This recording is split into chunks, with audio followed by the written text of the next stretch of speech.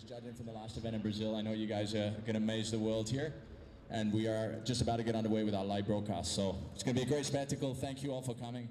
It's going to be a killer event. Just information for everyone, if you can, at the culmination of the round tonight, so at the end of the day, we will have a registration and meeting. So if you could all come back, just at the end of the day, it'll be about 9 o'clock tonight, 8 or 9 o'clock tonight. So make sure you come in at that point. Yeah, it's going to be a great event here. We have 3 full days in the pool. After much discussion, we have decided to adopt the repechage format after all for this event. It's what I really wanted at the beginning. We decided to go more for the elimination format based on our meeting at Sunset, but I think once everybody understood the format here, it does make sense to do it this way, which is to have a highest scoring point system for the first round. So it is not man-on-man for the first round. You're essentially against everyone in the bracket. So it's 32 men against each other. And then the top 12 from that, based on your 2 highest scores, will go through to round 3. Does that make sense, everyone? So you're basically shooting for the highest scores possible, and the top 12 will go through to round 3. The seeding for round 3 will be based on those scores. So the highest scoring guy will be the highest seed for that 3rd round, and he'll be going against the lowest scoring advancer. So just so you guys understand the scoring situation there and how the seeding is done for that round of 16. Then the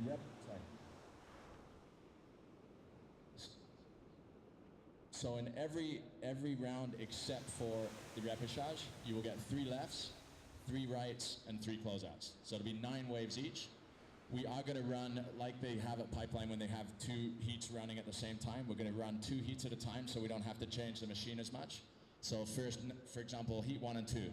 Heat number 1 will do 3 lefts, the other guy do 3 lefts, and then heat number 2 will do 3 lefts, 3 lefts. And then I'll go to rights and same format. No, one in your heat, it'll be 1 each. So when you're surfing against the other guy, it'll be blue will have 3 waves. Blue will have a left, yellow will have a left, blue will have a left, yellow will have a left, blue will have a... You'll alternate in your heat, and then it'll go into heat 2. Blue will have a left, yellow will have a left. And the first couple of heats, I will call you in just so everybody's clear to make sure there's no confusion. We'll also have Pat, who will be coming up to speak to you guys, and please do liaise with him. We have a really cool 4-camera setup for this broadcast.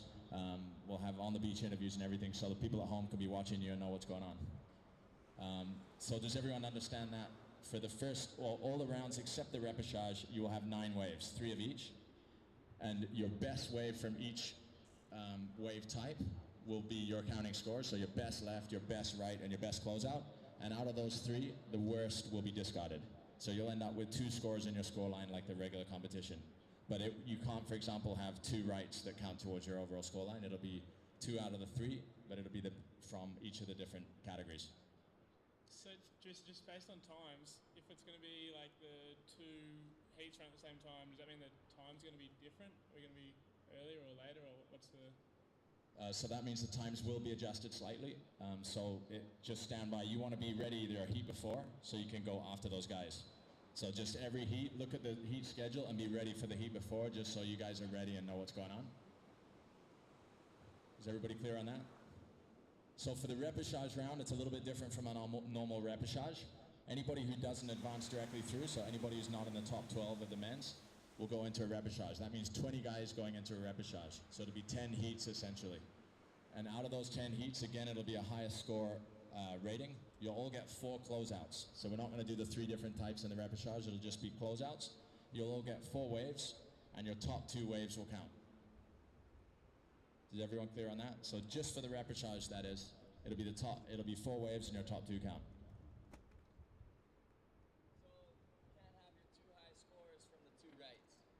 No, in the first round and every round except for the repechage, your best score from each type of wave will go into your score line, and then we discard your worst out of those 3. So you can't have 2 rights. 4 out of the 20 go through into the repechage, because the top 12 go into the round 3, and then it'll be the top 4 out of the repechage will go into the 3rd round. So it'll be less waves in the repechage, it'll be 4 waves each, and it'll all be closeouts, and it'll be your best 2. And then for the warm-up time, this means tomorrow that we'll have a repechage round for both men and women, and a round of 16 for the men, and the first round for the women tomorrow. We're going to have our Wadi representative, Michael, talk you through a bit about the wave pool in a second here in terms of if we get, I know some of you have seen a bunk wave come through this morning. That won't be a counting wave. We will make sure that you all have a proper wave. But if you do miss your wave, that is one of your waves gone. You don't get another wave if you don't manage to paddle into the wave or whatever. As long as the wave is correct, if you don't get into it, that's your mistake rather than the pool. So just to clarify on that. So tomorrow we will be running the round 1 of the women and the repechage of the men, the repechage of the women, and that is it. Tomorrow, yes. So just to be clear on that, but we'll be posting the revised schedule up there so everybody can see. The other thing for the women, obviously we have 12 athletes, 12 women athletes. Out of the 12, the top 6 will advance straight through to round 3. The rest, the bottom 6 will go into the repechage, and 3 will advance out of the repechage.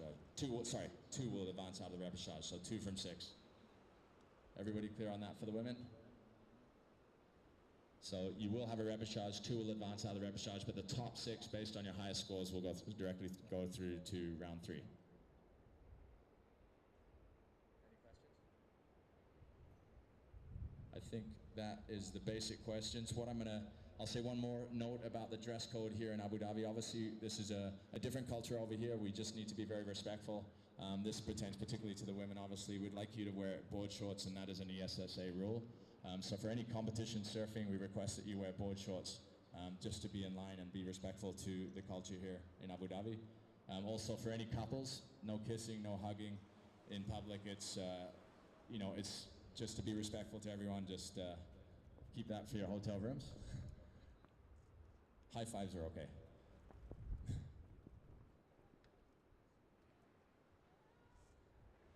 That's an overexposure situation, Zane. And that's a global rule. So yeah, just on that front, and that pertains to everywhere here in Abu Dhabi. If you guys can be respectful walking around town, there's a lot less touching and less tactile culture here. So be aware of that and be respectful of that.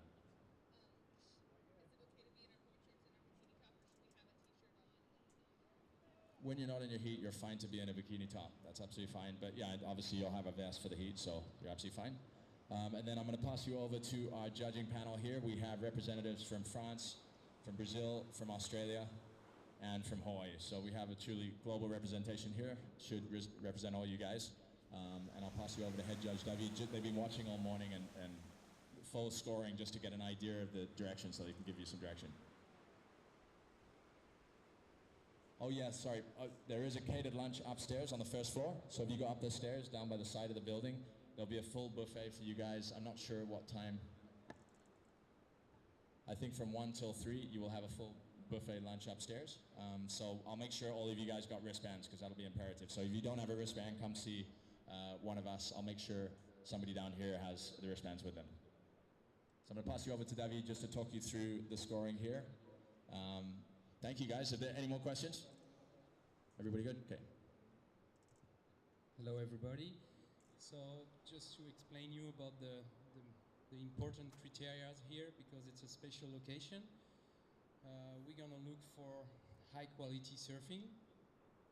So I think the key elements here will be commitment and control. We really want to see you guys putting commitment on your maneuver and show total control, because the waves, they don't offer much potential, like not much maneuvers, 2 maneuvers, 3 maneuvers. So you really have to have good combination and show fully commitment and control. Good afternoon. What we have seen here all morning is that you're pulling out one really good turn and not making the second, or you're doing an okay first turn and going for a big closeout. So all we're looking for is quality of maneuvers. If you pull a really good first turn, it's gonna be better than 2 okay turns or 3 okay turns. Or if you pull a really good closeout, it's gonna be better than people who's not going for it. So it's a risk you're taking. All the waves are about the same, so we're just gonna be judging on the quality of the turn you made. If everybody's just making one turn, is who made the best turn on the outside or in the inside. The guys who pulled two really good turns are probably going to get excellent scores, and that's how we're going to do our criteria. Okay, so don't think because like surfing on the beach, we don't care if you pull out 5 turns. If the turns weren't good, you're getting a low score. If you pull a really good first turn or a really good closeout, you're probably making the heat or you're probably going to get a good score. So if we see a really good turn, it's a good score. If we see an excellent turn, it's probably an excellent score, and it's going to be better than 2 okay turns, okay? So that's what we're looking for. You guys need me to say in Portuguese? All the Portuguese are... Another thing I want to tell you guys, the way surfing is judged today, you know, if you think that any judge can help you go through a heat, or any judge can hurt you to go through a heat, you don't understand how the system works. Okay, I've been judging for 20 years, surfing for 45, you know, and I'm telling you, we have the best system ever in judging of any sports, because anybody who tries to help you, his score is thrown away. Even in a 3-man heat, if you get an 8 and 2 judges give you a 4, you get a 5 average. You're not going through. Even if you bring your mother and you put her to judge with us and she gives you a 10 every heat, you're gonna lose anyway. Okay, so if you think that anybody can help you or hurt you as a judge, you don't understand the system. You should learn how it works, and you should learn how it is, because you don't understand it. It's no way anybody can help anybody judging up there. And people here is not risking their careers, you know? People judge for 17, 20 years in a high level, CT level, ASP level. We're trying to get one guy from each country here. So an Australian guy or a Hawaiian or a French guy is not going to tell me, hey, let's put a higher score here for the Frenchie. You know, it just doesn't work, okay? So we had in Brazil now 6 Brazilian judges and 1 French, and we had an American winning the women. Okay, so you guys, before you guys think about anybody could help anybody, you guys should understand how the system works first. You know, it's like a commentator, he cannot help any surfer in the water. No matter what he says about the wave, oh, the guy gets a big turn, everybody thinks he's an 8, he's still gonna get a 2 if he didn't do nothing. We don't care about what the guy is saying. He's working for the contest to make it nice on the beach. The judges don't care about what he's saying. So nobody can help you but yourself. If you don't make quality turns, you're not going through your heat, okay? So we do have full replays here for the judges, so they will be replaying every single wave when they come to their, when they make their decision for the scores. We will have live scoring both for here on the beach and also online. The format is quite different, so we've had to modify the system to make it work for obviously the different format of judging. All scoring systems have the basic system of having a 2-wave score. So we've had to modify it, but it's working perfectly, and you'll be getting your score after each wave, and then we'll be announcing your best score based on the average or the best out of the 3 scores. So that will be displayed. It'll be spoken to you by the commentators. It's going to be myself and Anthony Vella up in the commentary booth. We will be making sure that every athlete gets your score at the end of your wave, as soon as the score drops from the judges, and then that will be relayed online as well with a graphic online that'll have the scores showing.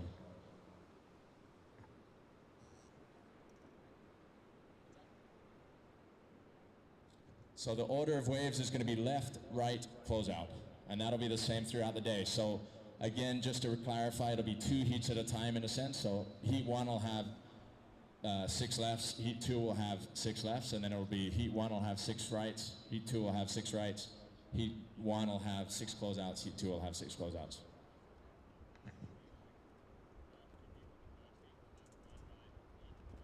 Yeah. Exactly, we still want to keep a little bit of that, the guy and the heat going against each other, even though at the end of the day it is the high scores. So it'll be alternating between the 2 riders in each heat, and then alternating between the 2 riders in the next heat. So just so that is clear. I'm going to pass over now to Michael, our representative from Wadi, just to talk about the wave pool and the intricacies of that. Thanks, guys. First of all, just a few things. Best of luck to everybody. You guys have noticed there's been a couple of waves this morning where it hasn't quite come out 100%. If that happens in your heat, if you guys see there's a little bit of bubble coming at the back, that wave will not be counted, that wave will not be judged on. If you guys still want to ride that, I guess it's up to you and the judges, but that wave will not count in your heat. So if you're up for a wave and that happens, miss it or come back for the next one, that will not count for the judges. Everybody cool on that? What if we don't mind that it was a flaw wave and we do a big maneuver? We have to have the wave exactly the same for everyone. Okay, I was just curious. Yes. The judge, we have somebody from Wadi and the judges and the yeah. How do you know if it's a bad or So we want all waves to be the same. at the end, see how it's bubbling? So that next wave is going to be bad? No, if it's just one spot. Oh, if it's in just one spot. Okay. Go whatever happens if you're unsure, just be ready to go because I don't want anybody to go. Just go, just go, then what we will do is announce immediately that wave will not count as a bunk wave. So just so you guys what if you get a 10 on it? You're amazing. Okay, so that's the first thing. So we're just trying to make sure all waves are the same. So if you do see a little bit of a bubbles before the wave comes, that wave will not count. Second thing is, when we're transitioning from lefts to rights, rights to closeouts, there's a couple of minutes of downtime between each setting. The pool will have time to settle. It will be a bit more glossy. So that first wave that comes through is going to be smoother than all the rest. To eliminate any kind of unfair advantage, that first wave on each new setting won't count. Okay, so the first right of the session will not count. If anybody's in position, if they want to catch it, that's up to you guys out there, I guess, but that it won't count. Make sure you get back up for the next wave. Everybody cool on that?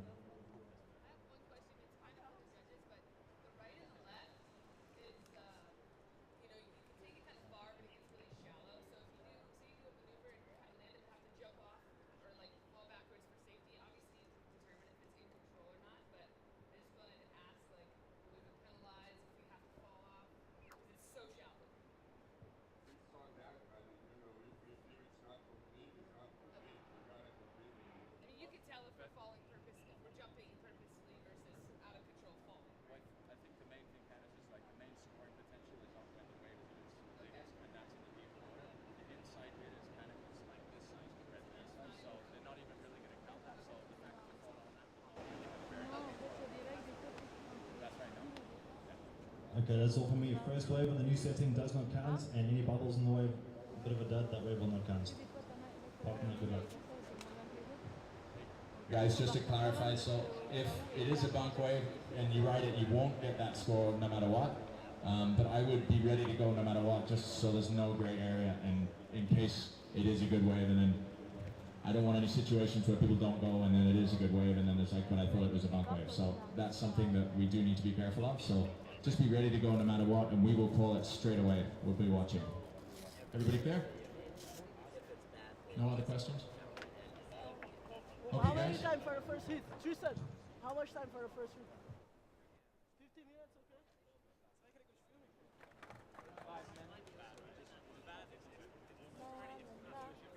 Okay, we'll go for a 1 o'clock start.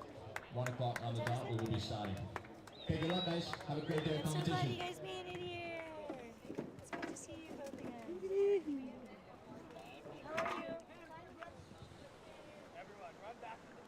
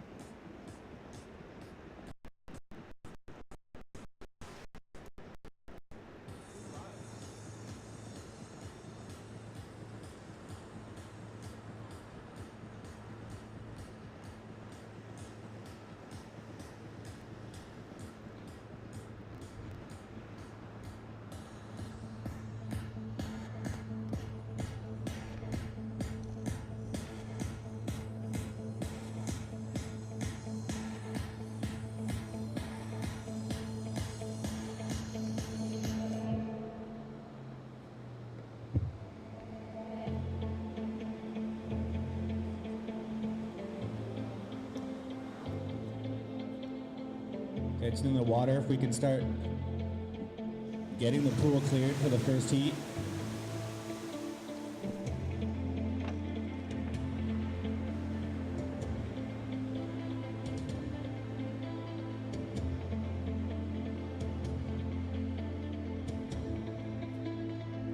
Daniel, we're trying to clear the water.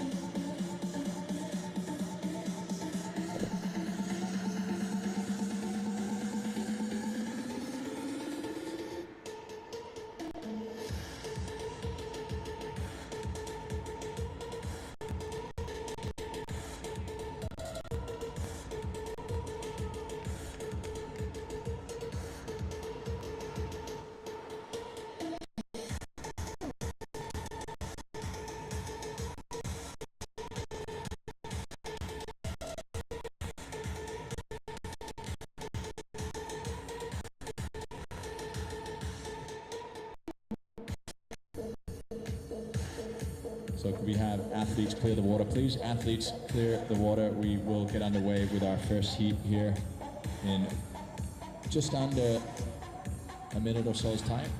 We'll probably let that first wave come through so you guys can catch that last wave, and then we'll be underway. So attention all athletes, after this wave, that is the last wave of warm-up. We will have the next wave will be an official wave for Kyle Vaj. So heat number one, round one. That will be Kyle Vaj and Dylan. Kyle Vaj, you will be up first, so the next wave will be your wave. Michael, could we make sure that we are on the left breaking wave? Make sure the setting is on the left.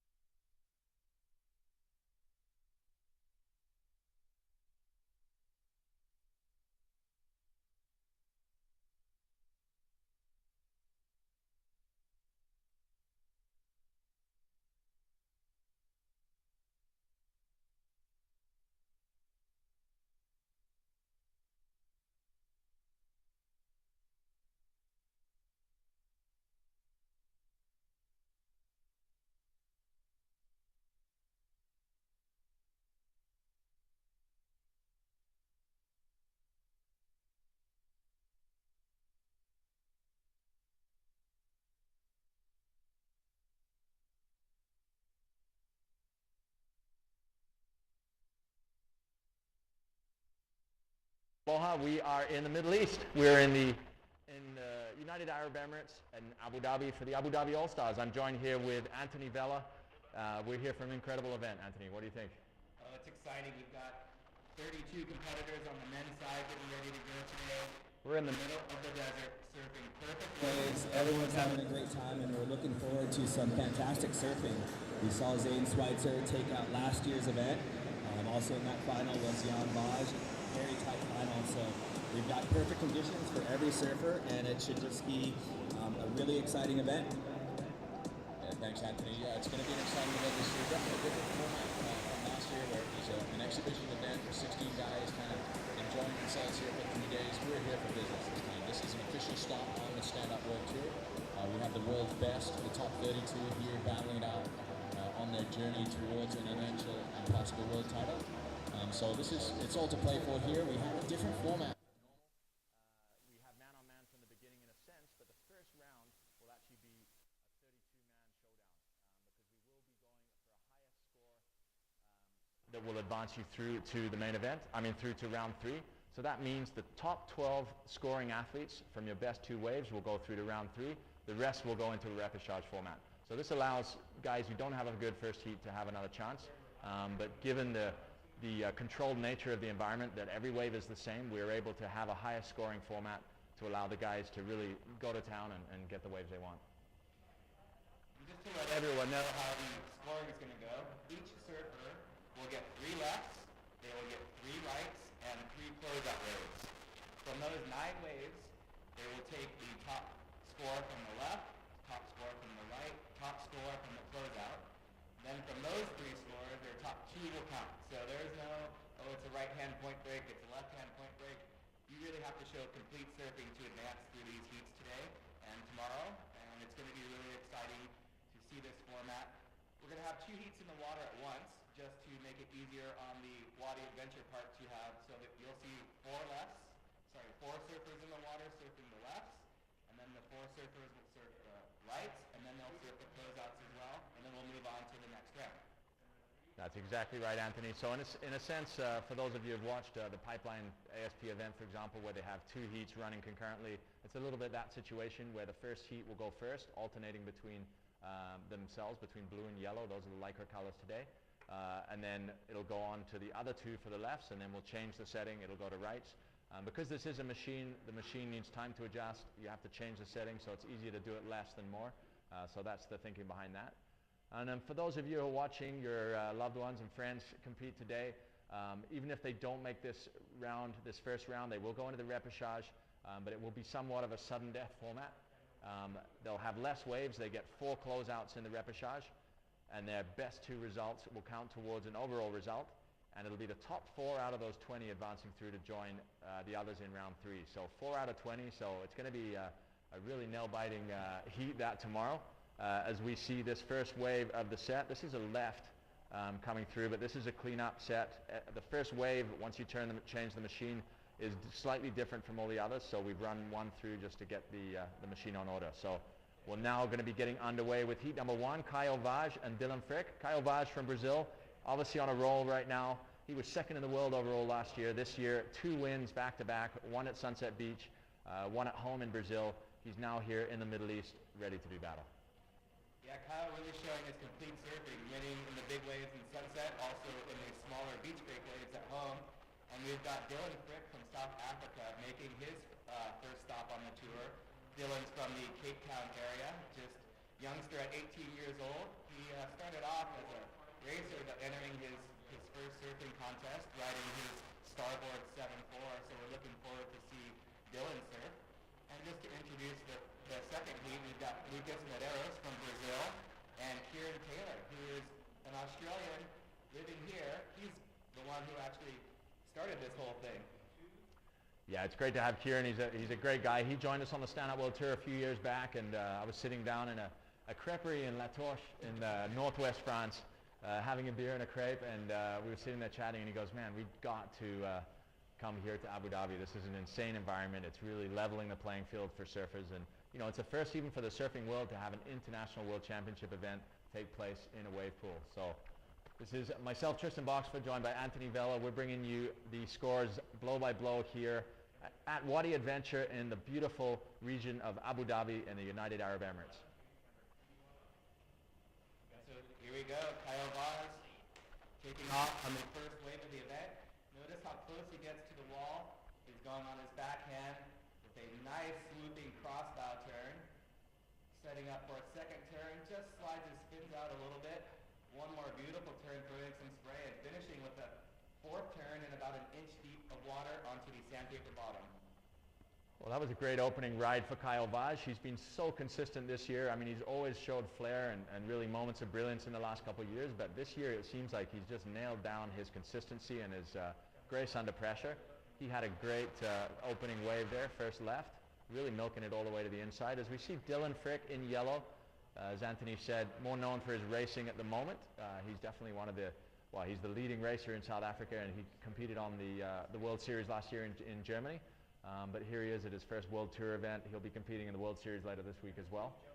But I watched him this morning. He looked great as we see Caio and Jan chatting on the beach there, giving him some feedback on his first wave. These brothers are really phenomenal athletes, but they're also reality TV stars. They have their own show in Brazil, and Caio's other claim to fame is not only being a model, but being a part of a soap opera in Brazil. So quite the celebrities at home. A lot of people in Brazil watching them this week out here in the Middle East. Yeah, they're just two of the nicest guys you'll meet. They're always smiling, and you love to see the camaraderie between brothers. Saw the shot of them down there. You see Jan giving Kaya some pointers on his wave and just giving him some feedback, letting him know how it went and why his spin slid out a little bit, as we see Dylan in that waiting zone. It's a little tricky in that waiting zone, a little more difficult than open ocean swells, where you can read him a little bit better, as we see Dylan getting ready to catch this wave. He's also on his backhand, very close to the wall.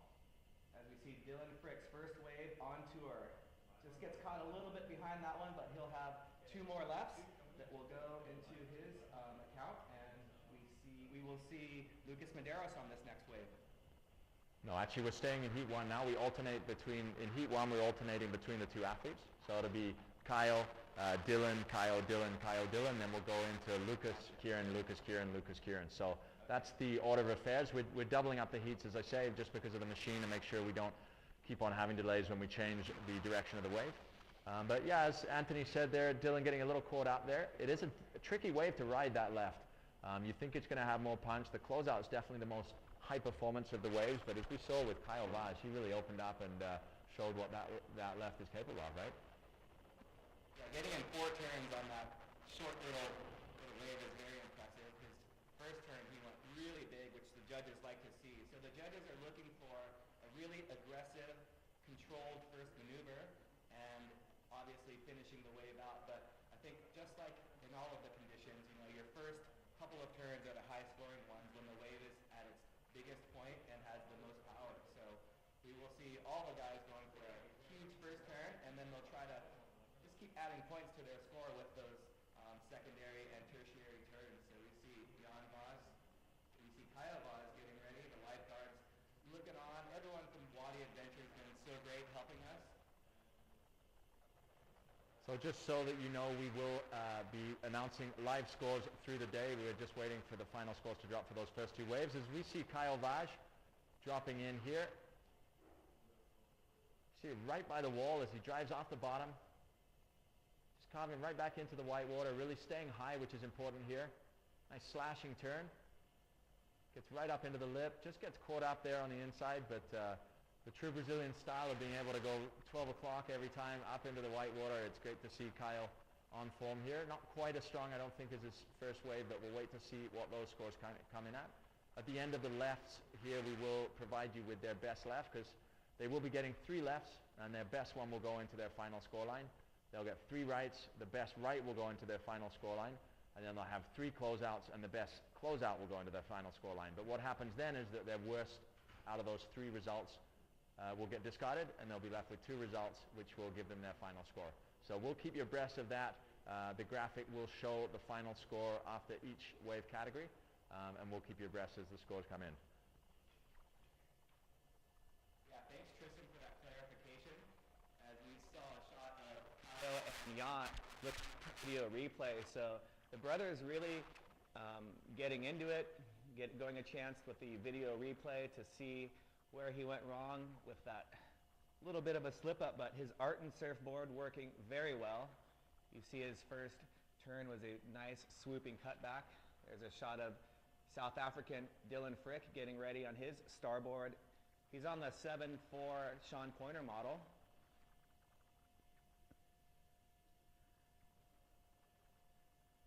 Dylan got into stand-up paddling like all of us, just kind of on a whim. He was at an event, and they said, hey, try this, and he was really good as we see him taking off on his backhand. These beautiful shots. The water just looks incredible. Nice swooping cutback turn, rebounding off the white water, and just getting caught up a little bit. You can see their fins sliding out. This is a very similar to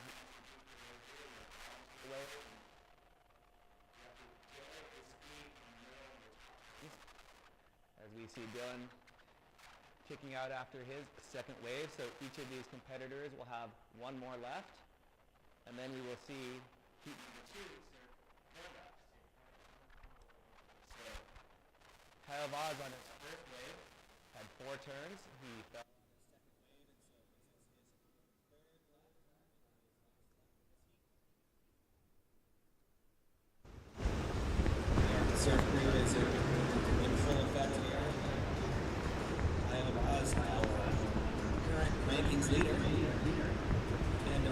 can follow the Waterman League on Instagram, the Stand Up World Tour, also the Stand Up World Series. You can follow that as well. This is a Grand Slam event. We'll be racing next week. And also on Facebook, Stand Up World Tour and Stand Up World Series. Like us, follow us.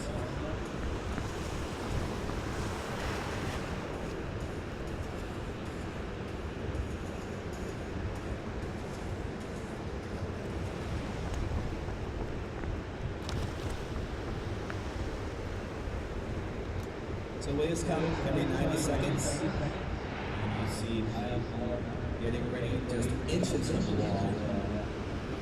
Again, going for the nice crossbow turn.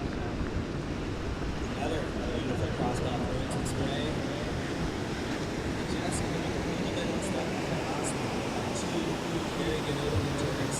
We'll wait to see what the judges think of his three lefts. Then we will give you his highest score from his three lefts. Dylan has one more and we'll give you his highest score as well. So athletes, this is your scoring update. Rider in blue, Kyle Vaj. Your first left was a 6. Your second left was a 5.3. So Kyle, you have a 6 and a 5.3. We'll wait for your last wave to drop. As it stands right now, your accounting left will be a 6, but we'll wait for that last score to drop. Yellow, Dylan Frick. Your first left was a 2, and your second left was a 2.5. You are now obviously about to have your third. So there's your scoring update. Blue, 6 and a 5.3. Yellow, 2 and a 2.5. So Dylan needs at least a 3.6 in order to get ahead of Kyle here in this first showdown of the lefts.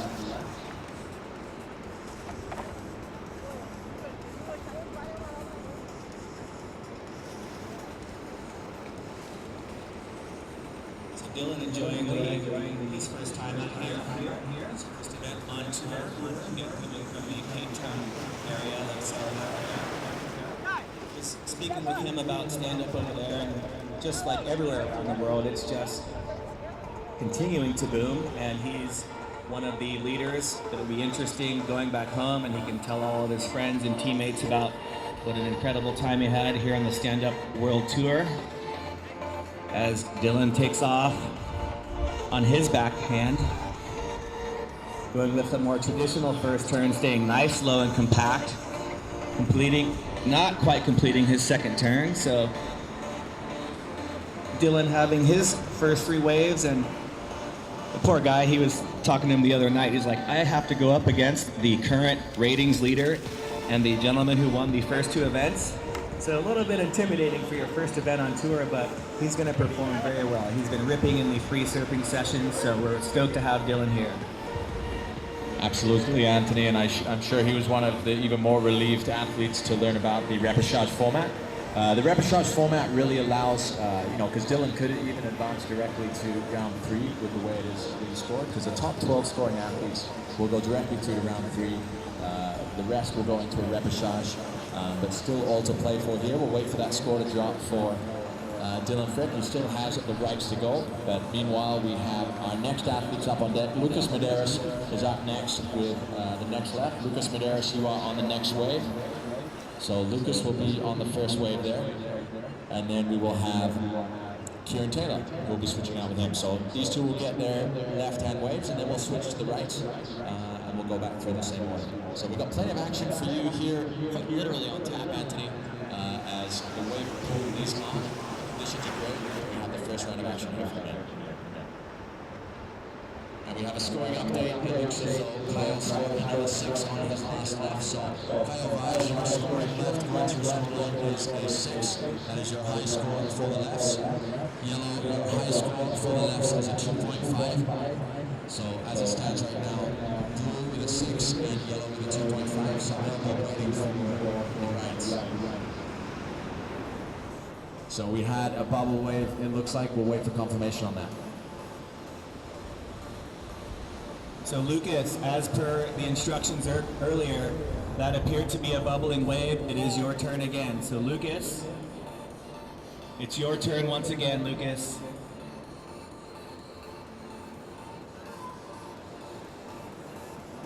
So at times the The wave pool throws up a little bit of a funky wave.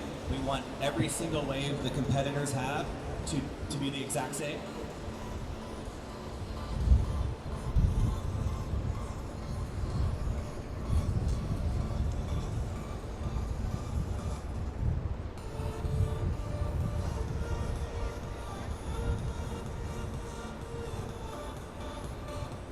Lucas, it was a scoring wave. It was a scoring wave. So Kieran, please get out there. We'll update.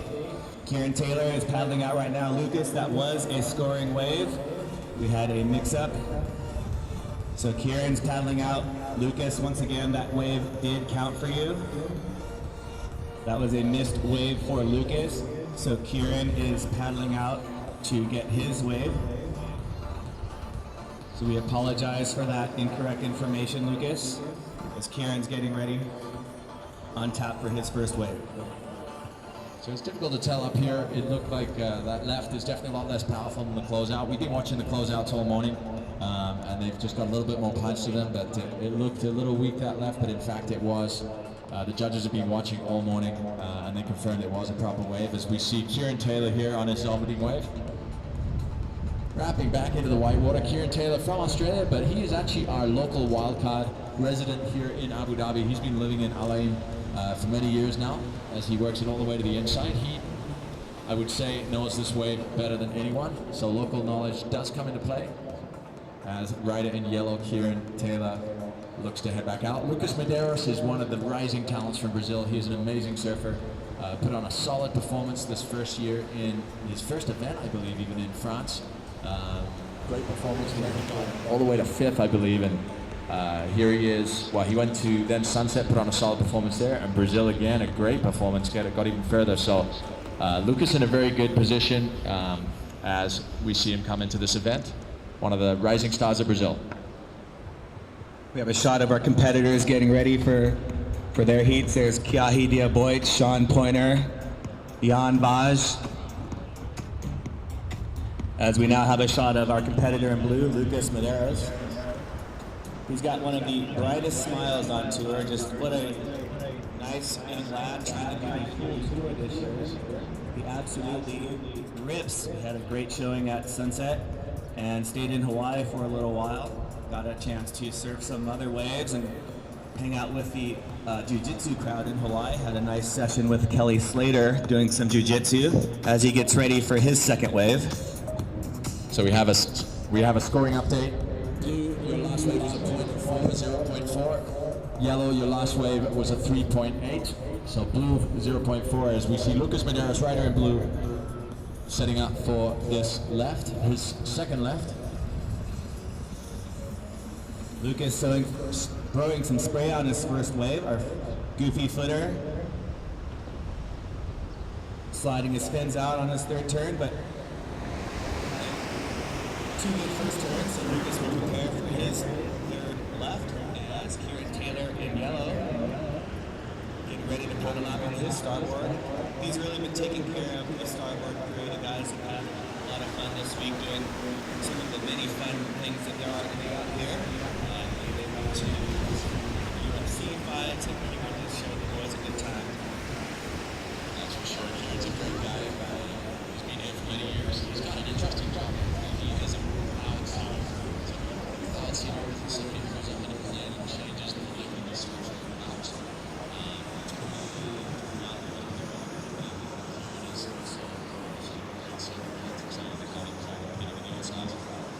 He's in the water here with Lucas Medeiros, switching over on the left. He's been waiting for the score. Lucas' second win there. That was definitely improving. So that Kieran had a 3.8 for his first ride, so we'll wait for the next scores to drop. Kieran joined the tour at Sunset Beach last year, had a great showing in the trials, made it into the main event in last year's Sunset event. We're excited to see him surfing here at his local break.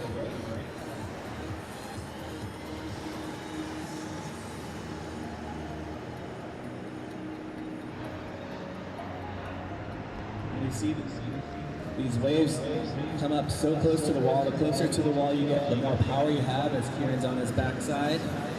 using his paddle to have a little bit more room to work with. And coming down the line for a finishing turn, going for the 360, not quite pulling it, but getting some good turns to start his wave, and then he'll have one more. So we have a score update. Lucas Medeiros, your last wave was a 4.9. 4.9. Lucas Medeiros. Kieran, we're still waiting for your second wave, but your first wave is a 3.8. We'll wait for the second wave.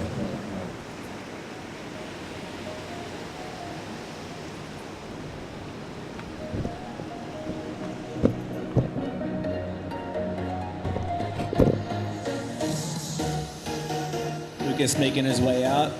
He just has a fun time wherever he goes. You see him out in the water in the free surfs, just out there having a great time. Logs more water time than a lot of the guys. He just loves being in the water. Part of the strong Brazilian contingent that follows the tour.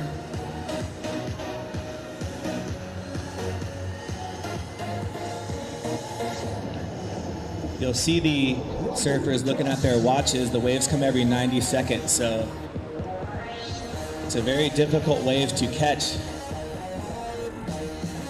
But you see, these are the top stand-up paddle surfers in the world. They make it look very easy as Lucas is circling, preparing for his final left wave in this opening round.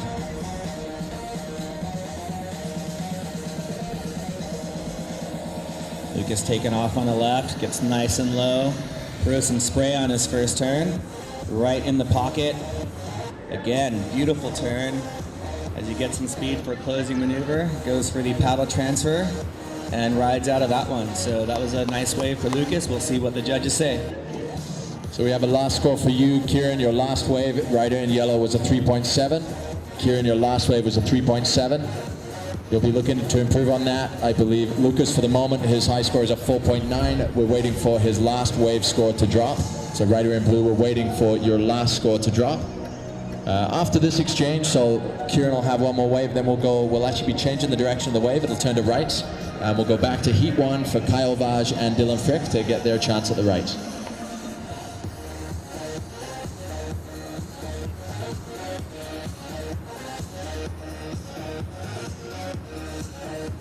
You see Zane Schweitzer looking on with Candace Appleby.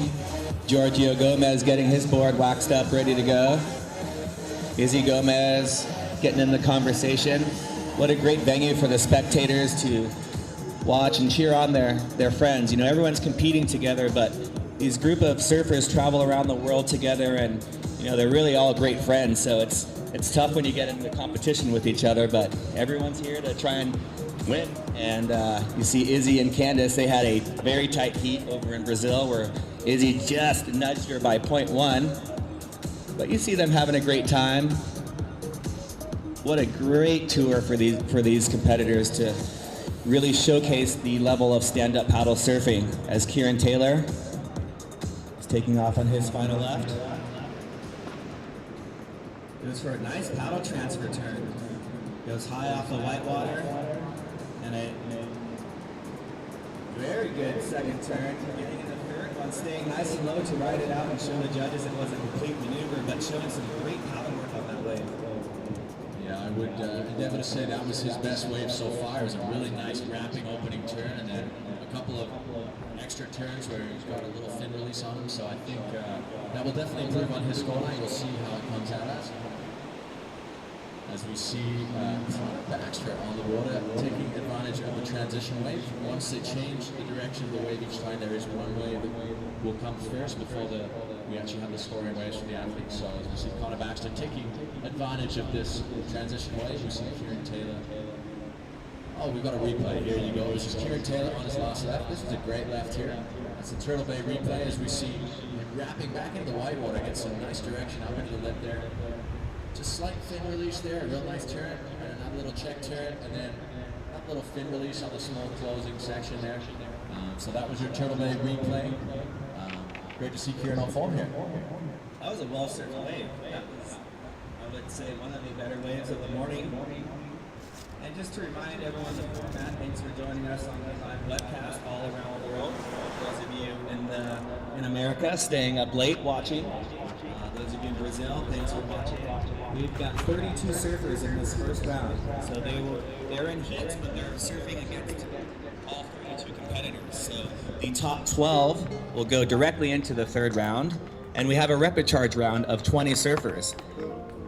As we see Connor Baxter just getting ready for the transition wave. So as they switch from the lefts to the rights, there will be one wave that comes through that will not count. So the surfers will take advantage of this. We have scores coming for you. And here we have it, the final scores where both riders got their best wave on their last wave. Lucas Medeiros, your counting left was a 5.7, so that is the wave that goes to your scoreline. Kieran Taylor, your best wave was a 4.6, that was your last wave. Kieran Taylor, a 4.6. So Lucas Medeiros will end with a 5.7, and Kieran Taylor with a 4.6 at the end of that left division. So we will be going into the rights as we see Connor Baxter waiting for this transition wave to come through. It's funny to watch the guys floating. There's definitely a lot less flotation here in the pool than there is in the ocean. They're sitting lower in the water. They're having to keep busy to stay afloat. This is the performance end of stand-up paddling here. Yeah, you see just a couple inches of his nose out of the water, but shows their incredible balance. And like you said, without the salinity in the water, there's a little bit less flotation, a little less buoyancy.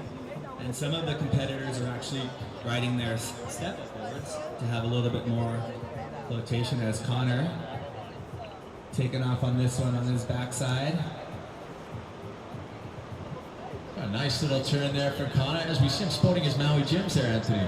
Connor's definitely not a stranger to wearing his sunglasses in the water. He made some waves last year with that too. Connor, always a joker, great performer on the water. Great to see him back here in Abu Dhabi. As we take a look at our Brazilian contingent, there's Lucas Medeiros, currently leading his heat, as right next to Nicole Pacelli, the current world champion. Also ratings leader coming into event 3, giving us a little wave. There's Lucas. Lucas is one of the nicest people on tour, I'd have to say. Always smiling, always a great ambassador for the sport and for Brazil. Yeah, it was great to meet Lucas at Sunset Beach, and just everyone's so incredibly nice. He just has a smile that shines and makes you feel happier. So we're glad to have you, Lucas. And waiting for the first right of the contest. So we'll go back to Heat 1, which is Kaio and Dylan. So Kaio Vaj in blue, Dylan Frick in yellow. They will surf there, 3 rights each, and then we'll go back to Lucas Medeiros and Kieran Taylor. Can I kill my audio? Camera 2. So Kaio's on a roll, having 2 wins already on tour.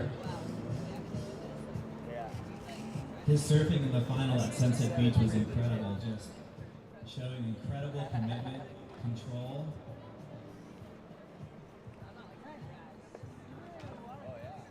What an incredible backdrop we have here.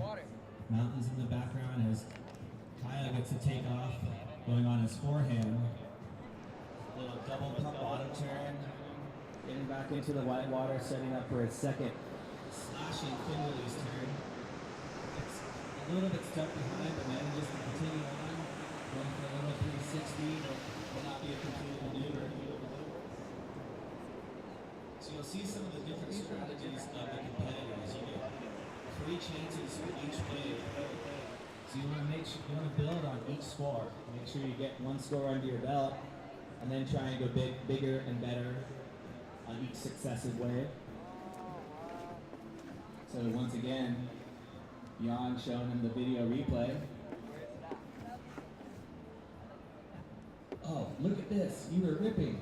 As we'll go to our Turtle Bay replay.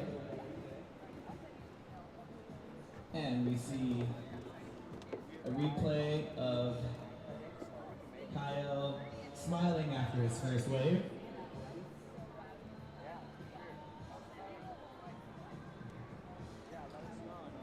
And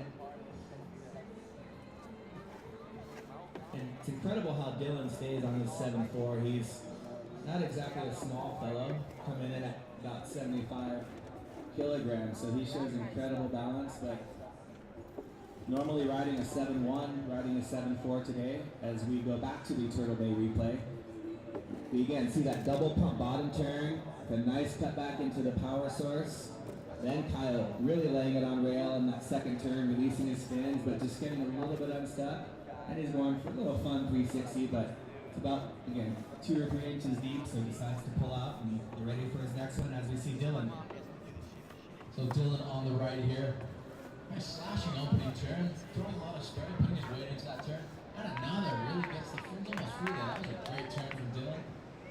And another slashing turn, that's a great opening wave. Obviously feeling more comfortable on his front hand, I think. I think we're going to see some high scores for Dylan here. But a great opening wave also for Kyle Vaj from Brazil. So turning into a pretty good showdown here. That's got to give Dylan a lot of confidence. He, you know, on the left, he might get his feet right, he was trying to figure it out, but on his first right, he really laid into those turns, throwing some pretty good spray. Dylan opening up his account on the right. There's plenty of time for these guys to think about what they did on their waves. As you see, they just wait in the shallows. As you go back to a replay of Dylan's wave, Turtle Bay replay, he had his first turn. This is his second turn. Slashing and throwing lots of spray, staying nice and low, compact, and again throwing spray. For the size of the wave and the amount of spray, that was incredible, Tristan. I agree there, Anthony. It's great to see that he is a talent to be reckoned with in the surfing as well. I've actually never seen Dylan surf before, so exciting to see him in action. As we take a look at the athletes area, there's board storage, there's chill out areas. We'll see all the crew there relaxing and enjoying the action. It's definitely warm outside, and there's no AC on tap in the outside environment. I'm glad we're in the commentary booth. But we look out to sea, so to speak, and it is Kyle Vaj on the outside. He's going to be waiting for his second lap, so we're just waiting for those scores to drop. We'll give you the update in a second here as we see the wave come through. This is Kyle Vaj on the right as he paddles almost into the wall there. Just wrapping opening turn. He sets up for getting the fins free there on the second turn.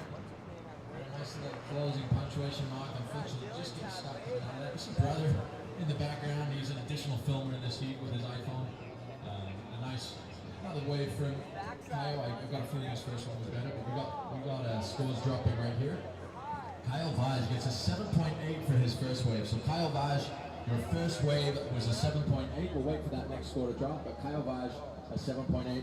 Dylan Frick, your last wave was a 6.7, so great performance from Dylan Frick there. Your first right-hand wave was a 6.7. The judges really liking Kyle's first wave. You saw his control cut back, and we go to a Turtle Bay replay of Kyle's wave. So you'll see him dropping in close to the wall, staying nice and low. Setting up for a nice turn into the white water. And then really going aggressive on that second turn, releasing the fins. You can see his feet repositioning. And then Brother Jan going, oh, you're going for the 360. Well, you know that end section, that's a funny one. I know that's not a real focus for the judges. Obviously, it's a punctuation mark on the way. So I think you're going to want to finish a ride with flair. But you know, the real business is done on those first two turns as we see Kyle Vaj adjusting his leash here on his Arten surfboard. He's one of the Arten surf team representing here in the UAE, along with his brother Jan, of course. Really great athletes from Rio de Janeiro. As we see the wave coming through, this is Dylan Frick. Going to drop in on his second right. Dropping in right on the wall there. He's looking really at home on his forehand. Nice opening turn. He's got a real nice crisp top turn there. And again, getting right up into the lip and slashing, making it all the way to the inside here. So another nice wave for Dylan Frick. Definitely showing a lot of power in his top turn. Driving well off the bottom, but we saw Kyle Vaj on his wave. A little more drive off the bottom probably on his second turn, but more of an open turn on his first turn. Yeah, I think Kyle may have broken his leash. There was a closeout set that came through, so he had to switch leashes and prepare for this last scoring right-hander. Again, what a great lounging area for everyone to get ready for their heat. The Frotha, Justin Holland. You got Mo showing them some tunes. Mo Freitas getting ready for his heat. Going back to the Turtle Bay replay. So this is Dylan Frick from South Africa, starboard team rider. Right close to the wall, just staying right in the pocket, throwing some spray. Maybe getting a little bit tight behind, but manages to recover very well and get up and into his second turn, third turn. And then just, like you said, Tristan, a little exclamation at the end. So we have your last two scores right in blue, your second right hand wave was a 7.0. Right in yellow, Dylan Frick, your last wave was a 5.2. So another good score for Kyle, just keeping consistency going here on his forehand. Dylan getting a 5.2, but definitely up there. He has a 6.7 for his first wave, so that'll be his peeper. Same with Kyle, his next wave and his first wave is 7.8. Let's see what this third wave brings. So Kyle going for a little bit of a fade takeoff. Just changing it up a little bit. First turn, just staying nice and low, and really going aggressive on his second turn. A little too aggressive as his rail just gets caught. Otherwise, completing his third right, and he'll get ready for the closeout section. As his brother shows him the video replay. So we see the Vaj brothers enjoying life on the inside here in the pool. So we go to the Triple Bay replay, brought to you from Oahu's favorite North Shore. As we see Kyle Vaj dropping into his final left of his, his final right of his right. There's a nice layback, top turn there. And Chris, top turn that just comes out stuck, really throws his fins out, unfortunately coming unstuck. So there's your Triple Bay replay.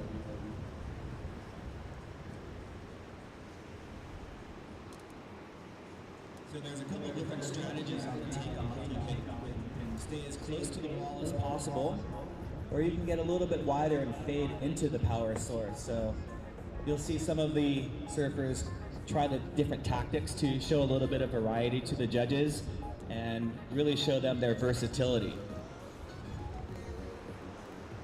As we have Tristan Boxford with Anthony Vela here, giving you the play-by-play on watermanleague.com. We're at the Abu Dhabi All Stars. So Tristan, thanks for having everyone here, and we're just stoked to be in Abu Dhabi, and what a great tour we have as we see Dylan Frick getting ready for his third right-hand wave. Dylan. Again, throwing spray on his first turn, staying nice and low. Beautiful slash in second turn. And just nose diving, getting a little head dip at the end. Yeah, little punctuation mark in the form of a head dip there, but nice opening turn. He's showing a lot of power. He's throwing a lot into his top turns. The judges will like that. We'll wait to see how those final scores drop. Actually, we have a final score for Kyle Vaj, 3.4, so that does not change his scoreline. Kyle Vaj's top score of a 7.8 will be going down into his overall scoreline. We'll wait for the final score of Dylan to come through. As we got the Turtle Bay replay, here we have Dylan Frick from South Africa. Our sole South African representative at this event, right on the wall there, driving up the bottom and really gets a lot of slash into his top turn. And again, that's a really nice full rail top turn. Just getting a little caught up here, but the work really having already been done there. As we go back to heat number 2 with Lucas Medeiros and Kieran Taylor. This is Lucas Medeiros in blue. Currently leading, I believe, with a higher top score from the lefts.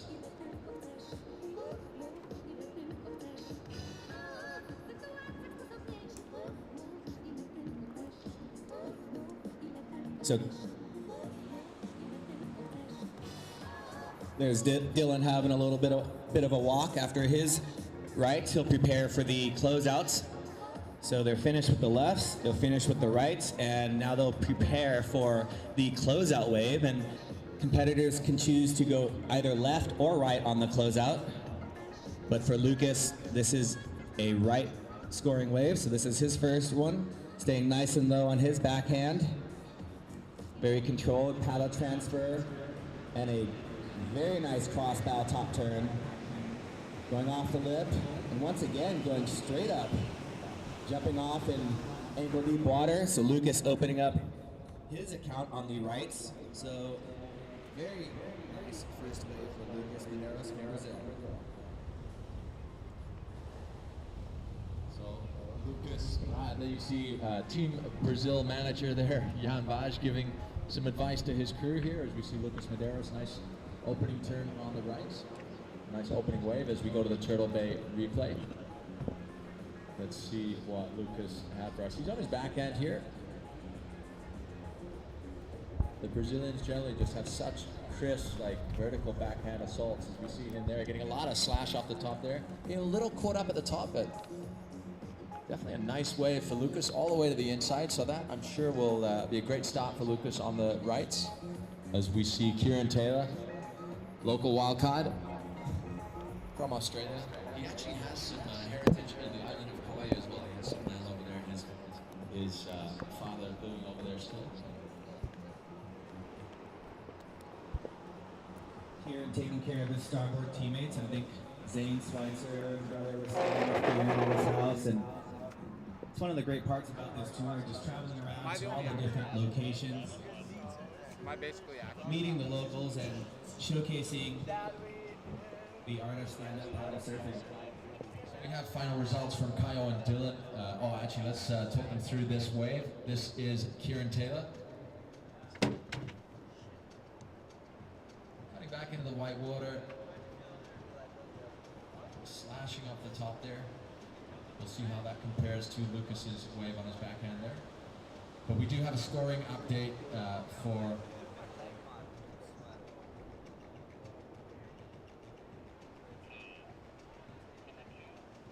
so Kyle and Dylan. Dylan, your last wave, your last right was a 6.4. So it does not improve on your best wave of the 6.7. That means the best waves counting out of the rights for Kyle and Dylan are Kyle Vaj from Brazil with a 7.8 and Dylan Frick from South Africa with a 6.7. That means, as it stands, Kyle Vaj leading as we go into the Turtle Bay replay. This is Kieran Taylor. There's a nice opening turn that doesn't get too much arc into his turn. Same with that, nice slashing, getting the fins a little bit free, but not getting this much arc into the turn to get up into the lip there.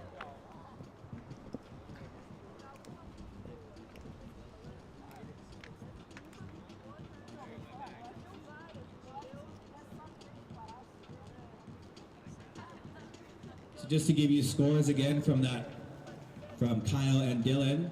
So Kyle with a 6 on the left, a 7.8 on the right. Dylan with a 2.5 on the left and a 6.4 on the right. As we have Lucas Medeiros and Kieran Taylor now working their way through the rights. They've both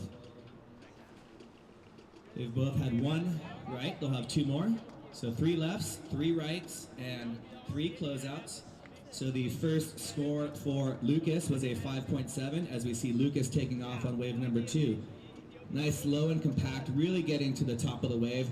Paddle transfer with a nice cross-bow turn. Traditional turn with his paddle, throwing some spray and jumping off very wisely on that 4th turn.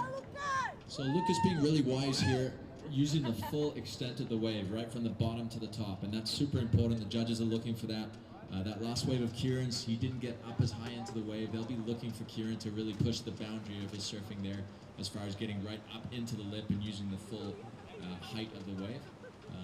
Lucas succeeding in doing that on his backhand there. We'll see what the next scores come in at. But we do have a scoring update. Lucas, your first right was a 5.7. Kieran, your first right was a 3.6. We'll wait for your second waves to drop there as Kieran will go into that. As we're going to go into Turtle Bay replay here for that last wave of Lucas. Let's see what he had on his backhand rider in blue, Lucas Medeiros. As he takes off right off the wall there. Nice slashing opening turn there. And another one. Getting a little caught up in the white water, but not much. There's a nice, crisp, little climbs into the foam. So that was definitely a good wave from Lucas Medeiros. We'll see what that comes out as, see if that improves on his 5.7, as we see Kieran Taylor waiting for his next wave. Yeah, Lucas really generating a lot of speed off the bottom. You can see him very low and compact on his turns and using his paddle to accentuate his turn. So the judges like to see paddle work as well. So you'll notice the competitors switching hands, switching sides with their paddle as Kieran Taylor taking off a few feet away from the wall. You'll see him fade back into the power source. with a paddle transfer cut back into the white water. Second turn, throwing some spray, pumping down the line. Fin release, third turn, and just coming unstuck. So Kieran, a little bit more aggressive on that second wave, showing some speed and power and flow on that wave, with a very aggressive paddle transfer first turn. So that is the second right for Kieran. As Lucas prepares for his third scoring right, we will look at a replay of Kieran's last wave. So you see he's on his forehand, changing sides with his paddle, and then hitting the white water and paddle transfer again, then releasing the fins on his second turn. And that just made everything go crazy because that turn was really aggressive. So our Turtle Bay replay, as we see Lucas Medeiros at Wadi Adventure. Raft, kayak, and surf. They've got zip lining, they've got so many different things to do here. A couple of different levels of rafting and kayaking. So there is a kind of beginner course, and then they take you to the class 3 and 4 rapids. The boys had fun the other day going on the class 4 rapids. I think there was some flipping and Kai Lenny flying out of the boat, but we see Lucas getting ready for his third right-hand wave. Say, Anthony, I think if Kevin Costner had seen Wadi Adventure before they made Waterworld, it might have been more of a success. They have a bit of everything here at the Wadi Adventure. As we see Lucas Medeiros jumping into his own Waterworld here on his backhand. Driving off the bottom. Nice opening turn back into the white water. And slashing off the top there. As you see, that second turn allows for a little bit more of a critical turn. The first opening part of the wave is a bit more of a sweeping turn maneuver. The wave isn't that critical, so you got to do that more open turn, as we saw with Kyle Vaz as well. And the second one allows a bit more of a bottom to top turn, more critical turn.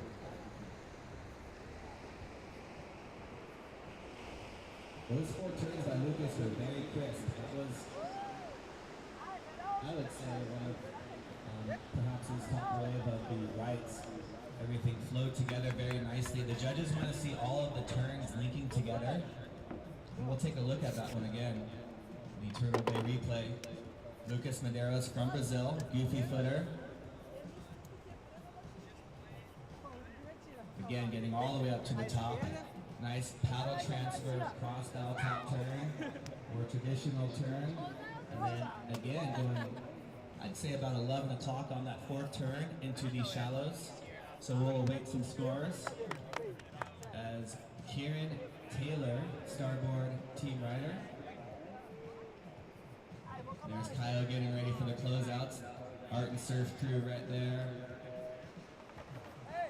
Say hello to Antonio from Art and Surf. I know he's watching his surfers. Randy Brady's down there taking some photos. So we have a scoring update. Lucas, rider in blue, your last wave was a 6.2. Lucas, your last wave was a 6.2. As we see Kieran Taylor dropping into this right. This is his last right-hander before we go to the closeouts. Slashing back. What I'm not sure that'll improve on his last wave score, but we'll see. That was a nice critical final turn there for Kieran Taylor. His current high score on the rights is a 3.9. That was for his second wave. Lucas Medeiros apparently high of a 6.2. We'll wait for those last scores to drop. So we've got a full day of action for you here. It's just going to be men's round 1, but with man-on-man heats, or rather 32 men all against each other.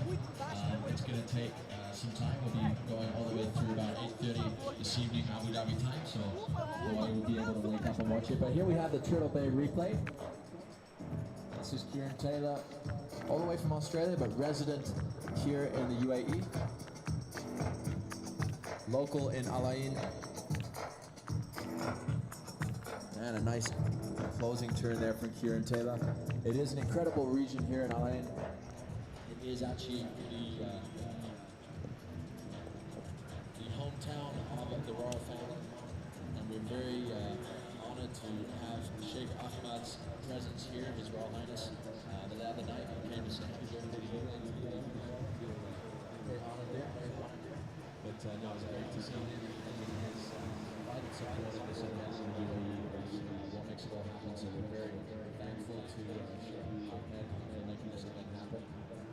also to all our sponsors, Abu Dhabi Surfing which is really the driving force behind the event, along with the ESSA, that is the National Association for Stand-Up Paddling and Surfing here in the UAE.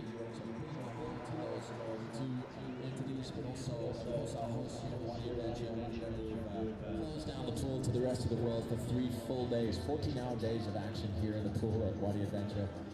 But also Yas Marina, where we'll be headed next for the Stand-Up World Series. I'd also like to say thank you to Emirates Airlines for their support and all the entities in Yas that are supporting our event. It is going to be a phenomenal event, and a big thank you to all your support for making it happen. I'm Anthony Vela. We've got Tristan Boxford. We're here bringing you the live webcast. So you'll have play-by-play for the full men's event and women's event here on the third stop of the Stand-Up World Tour. Really exciting developments in the rankings, both on the men's and women's side, and this is kind of getting into the really important part of the tour where the points start to matter. So everyone's trying to get as far as they can, as deep as they can into these contests for those valuable points to be crowned the Stand-Up World Tour champion. So we have a scoring update. That was the final rights from Kyle Vaj and Jan Vaj. I mean from Lucas Medeiros and Kieran Taylor, my apologies. So Lucas getting the better there on his second right of a 6.2. So that will be his counting right that goes down into scoreline. 3.9 for Kieran Taylor going down into his scoreline. So as it stands right now, Lucas has a 5.7 on his left, a 6.2 on his right. So we're now on to the closeout. So Kieran got a 4.6 on his left and a 3.9 on his right. As we move forward to the closeouts, we will have a transition wave now before we get underway with the 3 closeouts, both Heat 1 and Heat 2.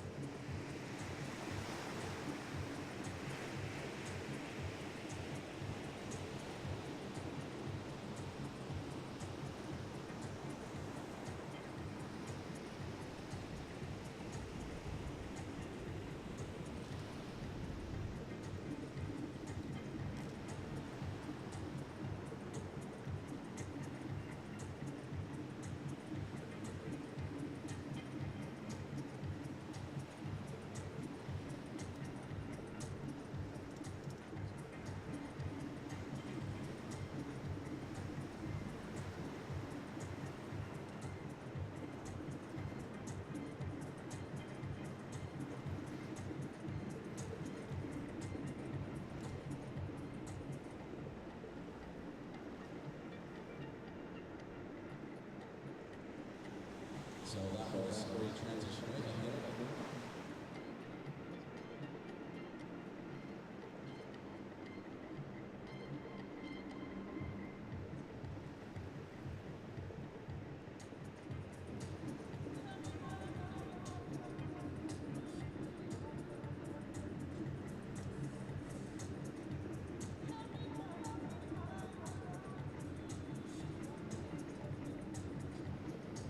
So here you see Kyle Vaj getting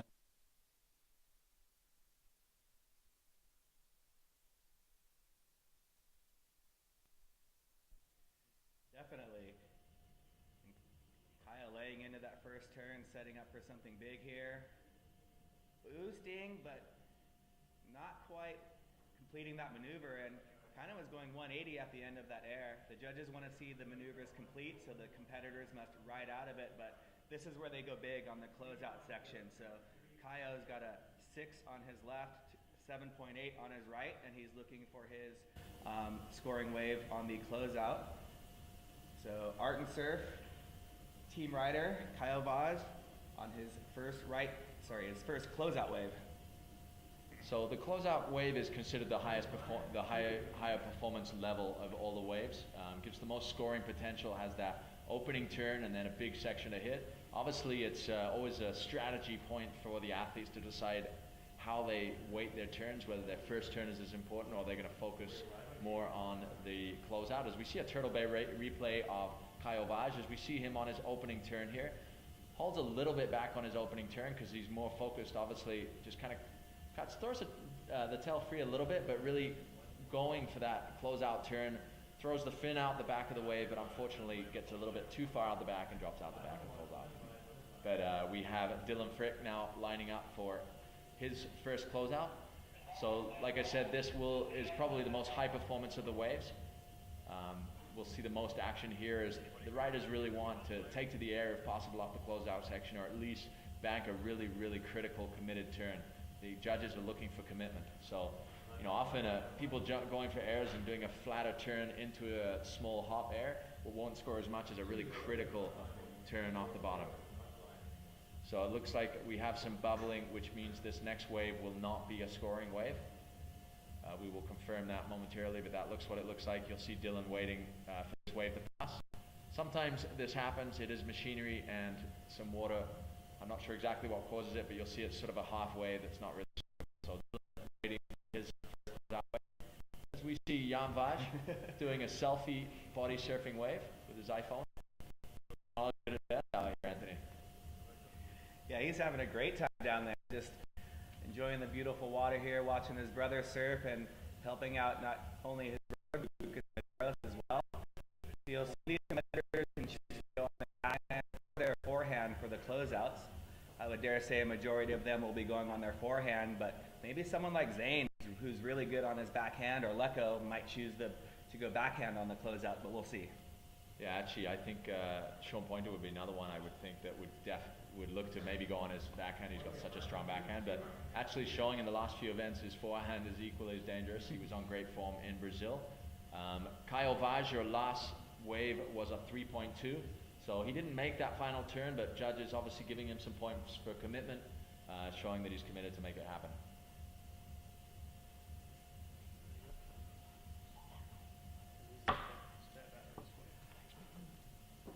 Here you see Dylan close to the wall preparing. WadiAdventure.ae. Check it out. You can see a lot of fun videos. Go on YouTube, you can see videos of Zane last year. There's Candace Appleby, Water's Edge, just getting her feet wet, trying to stay cool in this hot weather. She's taking some photos down there. So a true adventure park here. We also saw some zip lining the past couple of days. In the highlights reel tonight, I'm sure you'll see a glimpse of some of the action that the athletes have been getting up to. Obviously, with it not being a natural resource, you can't get as much time. You can't be in the pool the whole time. So they've been out and about adventuring in the Wadi Adventure Park with whitewater rafting, zip lining, all kinds of different stuff. As we see Dylan Frick about to drop into this wave. Dylan in yellow from South Africa, the youngster. I think he's just 18 years old. Nice opening turn there, showing the fins to the judges there. And a nice closeout turn, committed, gets under it there. So, you know, I think the camera work really showing the commitment of Dylan on both those turns. It'll be interesting to see how that score comes out. I would dare to say it will be an improvement on Kyle's score right now, but two more closeouts to come, and that score still to drop, so stay tuned. So Dylan on the Starboard International team, the lone representative from South Africa, maybe cut back a little bit too far on that first turn and was just a little behind, but managed to use his strength and power to get up into the white water for his second turn, as we can take you through it on the replay, the Turtle Bay replay. You see Dylan taking off, fading towards the wall, setting up for a very nice cutback, then just has to pump to get a little bit behind and doesn't get above the lip, but still completing his first closeout wave. So Dylan scoring a 3.7 on that wave, a 3.7. So you can see there, it does pay. You need to focus on one or other of the turns. He focused on his first turn. There's probably more scoring potential, I would say, on the closeout section, but rode that wave really well and getting scored accordingly. Let's see what Kyle Vaj has to offer on his second wave. So currently on the closeouts, Dylan Frick having the advantage with a 3.7, Kyle Vaj with a 3.2. Kyle falling on his first wave. We'll see how this one pans out. So it looks like Kyle is going to try the left on this closeout. So my person wants to show us his backhand closeout maneuvers, so we'll see what he's got for us. It's going to be great to see the variety of aerials that these competitors are going to show us for these next 3 days. I'm excited. No, definitely. In Brazil, we saw the performance level just go through the roof as we see Kyle Vaj on his backhand here. Nice slashing opening turn as he's going to try to generate speed and gets up vertical but comes unstuck in the lip again. Unfortunate mistake for Kyle Vaj there on his second closeout. He's still got one to go. Looks a little frustrated there. He'll be hoping to improve on that for his third closeout. He's currently in the lead in this heat. He has a total heat score total with the left and the right combined of 13.8. That might change if he gets a great score, obviously, in his closeout. We'll wait to see what happens here. Meanwhile, Dylan with an 8.9, he'll be wanting a really strong score in these closeouts. So here is the Turtle Bay replay of Kyle Vaj's last wave. Let's see if that was a good choice for him to go on his backhand. You see him going for the crossbow turn on his first turn. That was very nice, and then trying to get some speed and just timed that one a little bit wrong and came unstuck. So a lot of pressure on him going into his third closeout to try and get a score that will go into a score line currently with 2 incomplete waves. So Kyle putting a little pressure on himself on the closeouts, but he's in a good position with his left and his right. He'll need to definitely land a maneuver on the closeout. So something for all athletes to remember during today is that you're not just surfing against your fellow man in the heat, you are surfing against everyone. So you are looking to post the highest scores possible. There's no easy heats because it's almost like one complete heat. So everybody has to be on their top game. They're looking for the highest scores possible to move directly through to round 3 and have a seeding advantage. So that is the strategy today. It's as much pressure now, I would say, as there is in the semifinals, because everybody needs to get through this next heat, and you can't rely on good luck and seeding as much as you can potentially in other contests. And you want to make it through as many rounds as you can just to be able to surf again, because it's a lot of fun out there. Dylan getting ready for his second closeout wave, setting up throwing spray on his first turn, getting prepared nice and low. That time got up to the lip, and we saw his fin, so perhaps a little better scoring than his first wave. Yeah, I'd say so. He got right up into the lip there and sort of hopped over the section. But so a good second wave from Dylan Frick. We'll wait to see what the judges score that as. Kyle Vaj heading out for his last closeout before we go back into heat number 2 with Lucas Medeiros and Kieran Taylor. We've got a full day of action with 16 heats going on today as we watch the replay of Dylan Frick's wave from South Africa. And you can see on this first turn, he doesn't quite cut back as far, stays in front of the wave, generating speed, throwing some spray and fins, and he'll be stoked with that second wave. His timing was definitely on there for that wave. Let's see what the judges come back with. He really navigated the wave well. As you see, a setback shot of Wadi Adventure. What an incredible backdrop there is here with just the desert mountain behind. Just middle of the desert, but yet a blue oasis where we are at Wadi Adventure Park here in the UAE. I can dare say that many of the competitors here would have never thought that they would be surfing in the middle of the desert. So, you know, no matter how you do in this contest, this is one of those events that will stay with you forever. How many opportunities do you have to surf waves in the middle of the desert? And good waves as well. These are definitely high performance waves where the surfers can display their full variety and arsenal of maneuvers. So we see Kyle Vaj now. He knows the wave's coming. This is his last closeout wave. We're waiting to see what he can get on this. He needs a good score. He's had 2 incompletes, so he'll be wanting to get a complete wave on this. Driving off the bottom. Nice opening turn there, but he's looking for something big here. Oh, really throws the fins free. Made up for that. That was a great complete wave. We'll see what that comes out as we have a score update from that last exchange. So the second wave from each of the riders, Kyle getting a 3.9 on that last incomplete, and Dylan getting a 4.6. on his last wave. So Dylan still leading the closeout sections, but Kyle really posting a great wave there.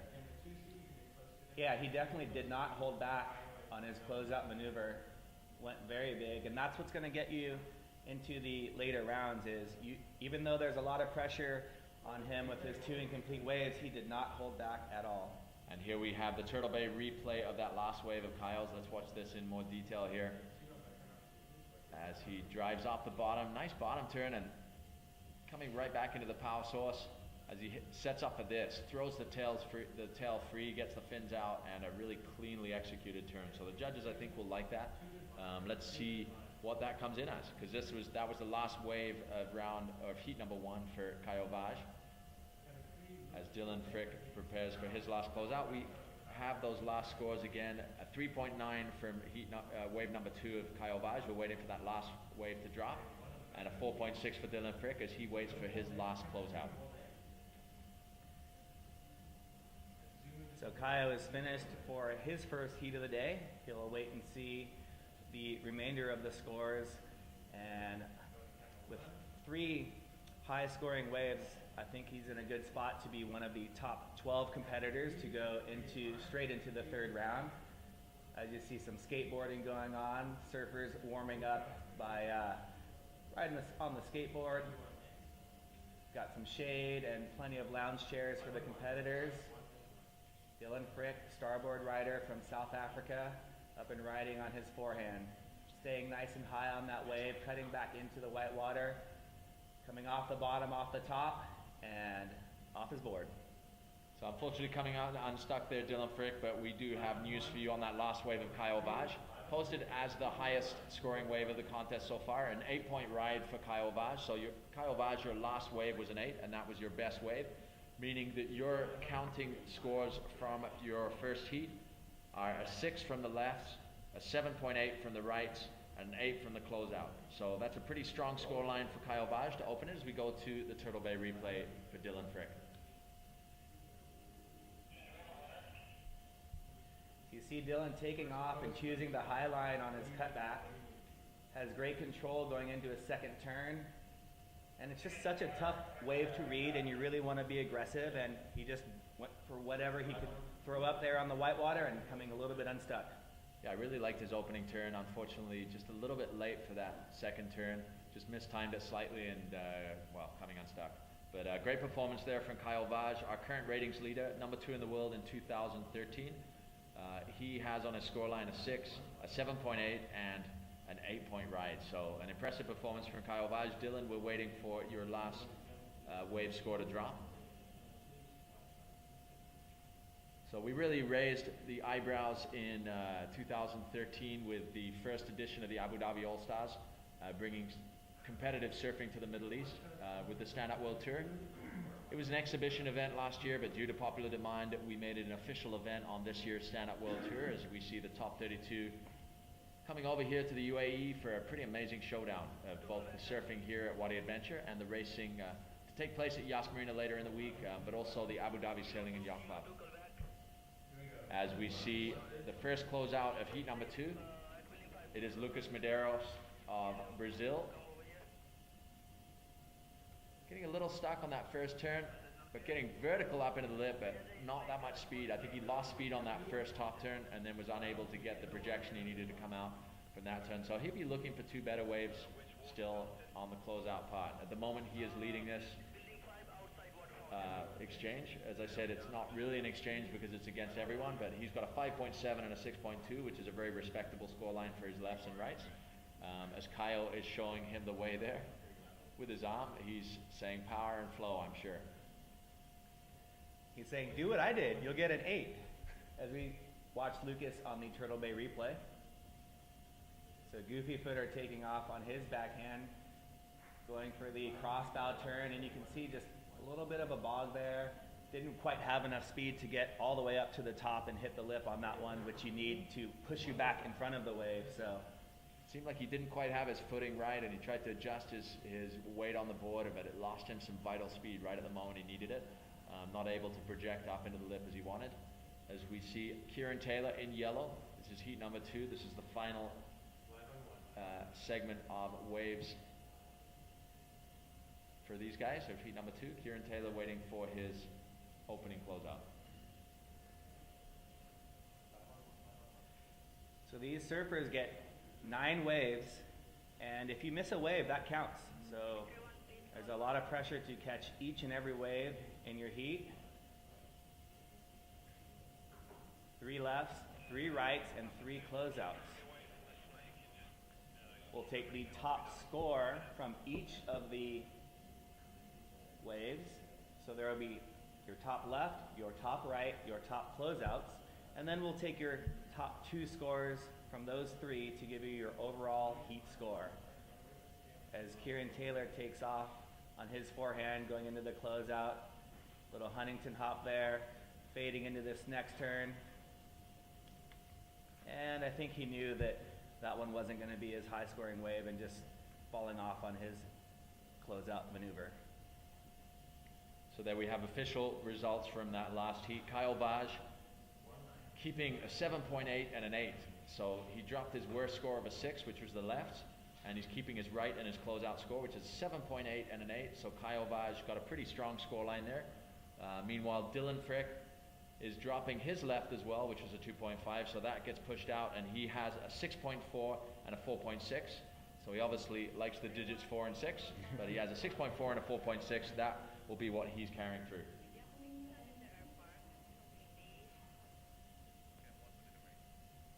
So the heat score totals are 15.8 for Kyle Vaj. That's his score line that gets put forward, and for Dylan Frick it is 11.0.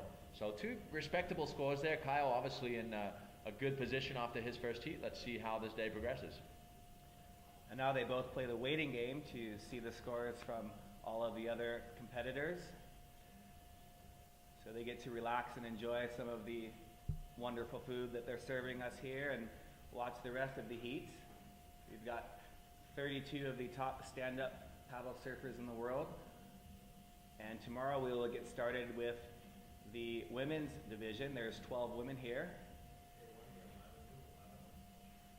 As Lucas Medeiros in blue, preparing for his second closeout wave.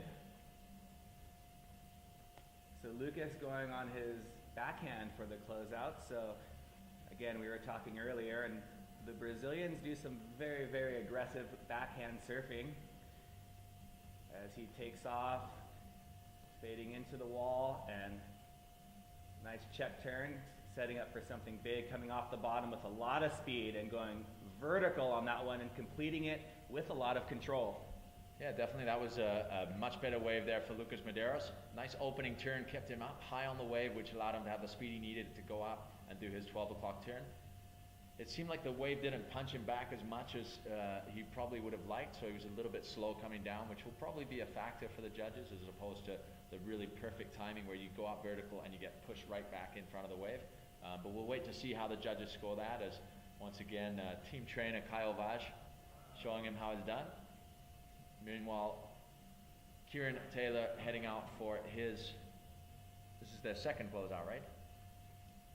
Yes, their second of 3, and then we will switch the pool back to the lefts, and we'll get ready for heat number 3, which will feature Giorgio Gomez from the United States, coming off a great event in Brazil, and Eric Terrien, ET from France, showing his surfing skills. And we'll take a look at Lucas's closeout wave that he just got, choosing to go on his backhand, and just a nice check turn to stay up high on the wave.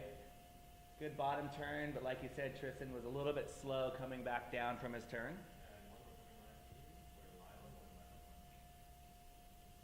So we have a lot of action here to come. As Anthony said there, we have Giorgio Gomez and Eric Terrien from France coming up in the next heat. But after that, as we will have 2 heats kind of alternating in the water, we will have Poinaiki Raioha from Tahiti and Remy Keek from France, resident also in Brazil actually, but he is a Brazilian resident now. But Poinaiki has been a standout on the world tour. As we see, we'll switch to the action, live action. This is Kieran Taylor. Nice opening turn there. really making the most of that closeout section. His timing was definitely on for that closing section, as he was able to get more projection from the wave. Let's see how the judges score those turns. So Kieran Taylor in yellow with his All-Star jersey there. Yeah, Kieran even went for the bonus little fun third maneuver, and that's more just for fun, just to show the judges, yeah, I'm in control, but all the points are out the back on the first two turns. So you'll start seeing it as the competitors get more confident with this wave. The combination of first to second turn is going to get a little bit more aggressive. So obviously the closeout maneuver, you can go big, but the people that are going to score in the excellent range will have a very aggressive first turn, followed by a smooth transition into a closeout maneuver. So Lucas sticking with the rights. Kieran also liking the right on this closeout. Maybe it has to do with the wind direction.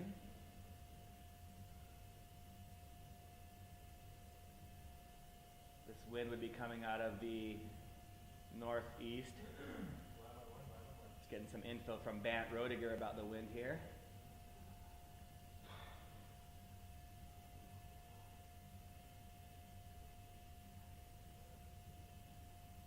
Lucas Medeiros from Brazil in his blue jersey, preparing for his third closeout maneuver. That will complete Lucas's heat after this wave. Lucas just circling, trying to stay in position on the takeoff zone as he prepares for his wave.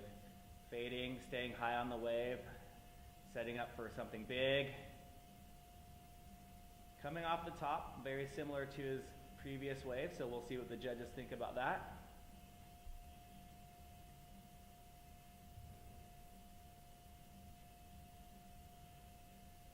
Lucas will then go and talk to his teammates and, how was that, guys? How was that?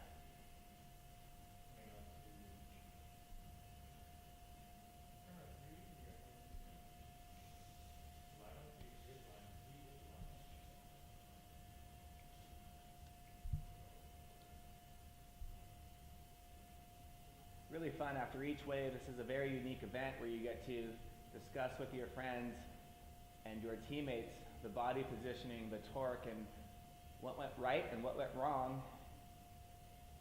in order to maximize the scoring potential on each wave. And again, these are competitors competing against each other, but also very good friends giving each other advice. So you see the camaraderie here on tour, not just between countrymen and teammates, but everyone's out there helping each other. As you see a beautiful shot of our backdrop here. Looks like something out of a postcard. Here at Wadi Adventure. Thanks to Mike, who's been helping us out all week, dealing with all of the competitors, wanting to get as many waves as possible. But waves only come every 90 seconds, so there are only a certain amount of waves each day.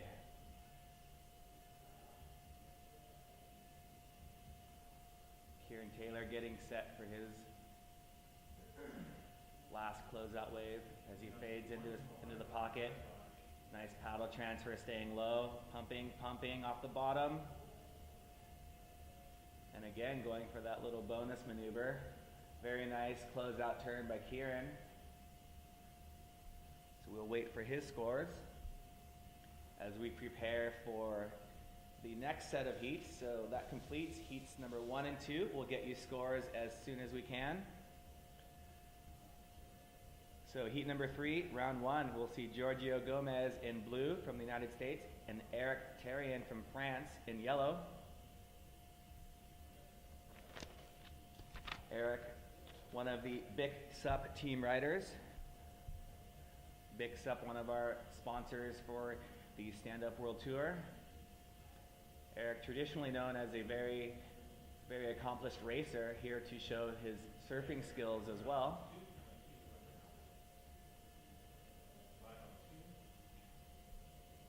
again, going to a shot with all the guys and girls hanging out down there. You got James Casey getting ready, having a chat with Mo. Yep, we see him over there. Yeah, guys, wave to the camera. And Zane was getting barreled all day yesterday. You got Casper down there. You got Bant, Hairflick, Rodiger down there. Bant coming off a win in Santa Cruz. Casper Steinfath.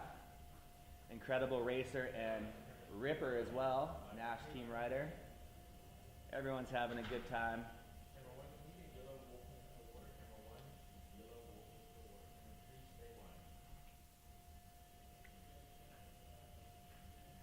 And we'll have a transition wave that'll come through, and then we'll see some of our surfers that are just enjoying themselves. That first wave will not count, and then we get into Giorgio Gomez, followed by Eric Tarian. And then heat 4, we've got Hoi Nike Rioja from Tahiti in blue, and Remy Keek from Italy.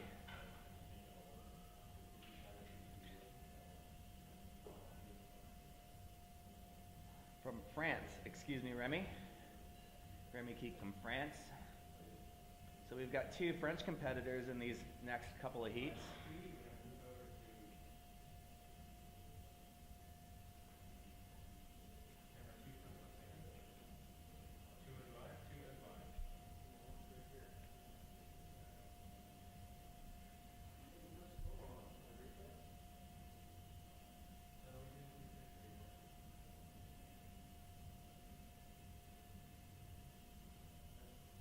See Nicole Pacelli showing Lucas his waves. Yeah, see here, Lucas, this is where you should have done a humongous air. So again, a very unique event in that there's plenty of time in between waves to not only look at the actual video of the wave, but talk with your fellow competitors on how to make it a little bit more appealing to the judges. They want to see some speed, power, and flow, but also commitment in each of your turns. You're only going to get 2 or 3 turns, as we see a couple of guys sharing this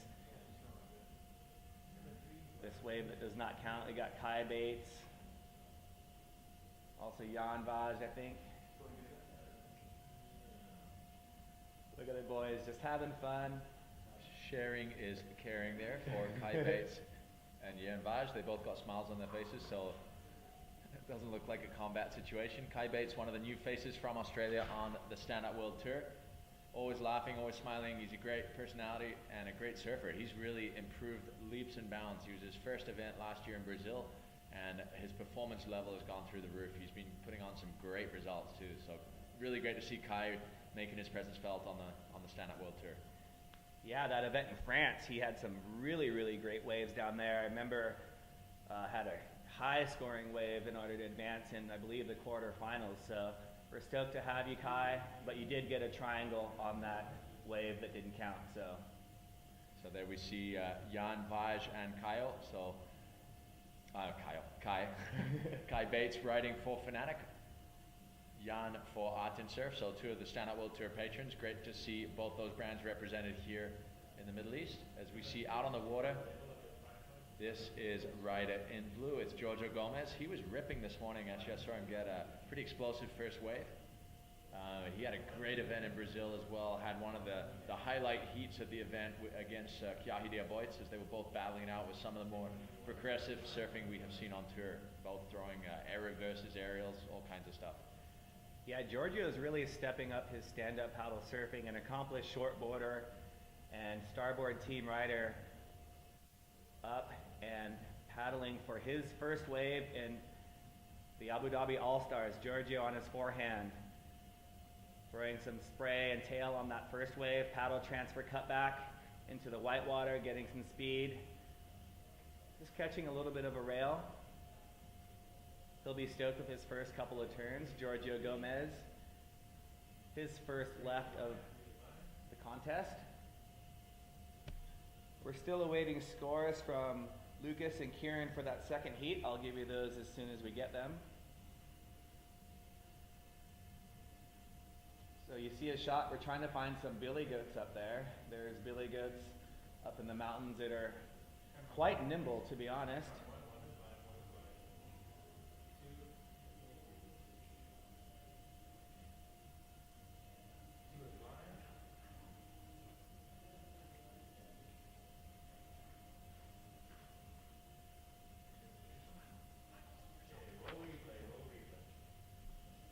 We'll take a look at the Turtle Bay replay of Giorgio Gomez's first wave. Giorgio, goofy footer, taking off. You'll see him step back onto the tail to throw some spray, and you'll see the extension on his back foot, sliding his fins again, using his paddle to pump down the line, and then just catching his front rail. But he did his work out the back with his first two turns. As we have scores from Lucas. Lucas, your highest closeout was your second wave with a 5.5.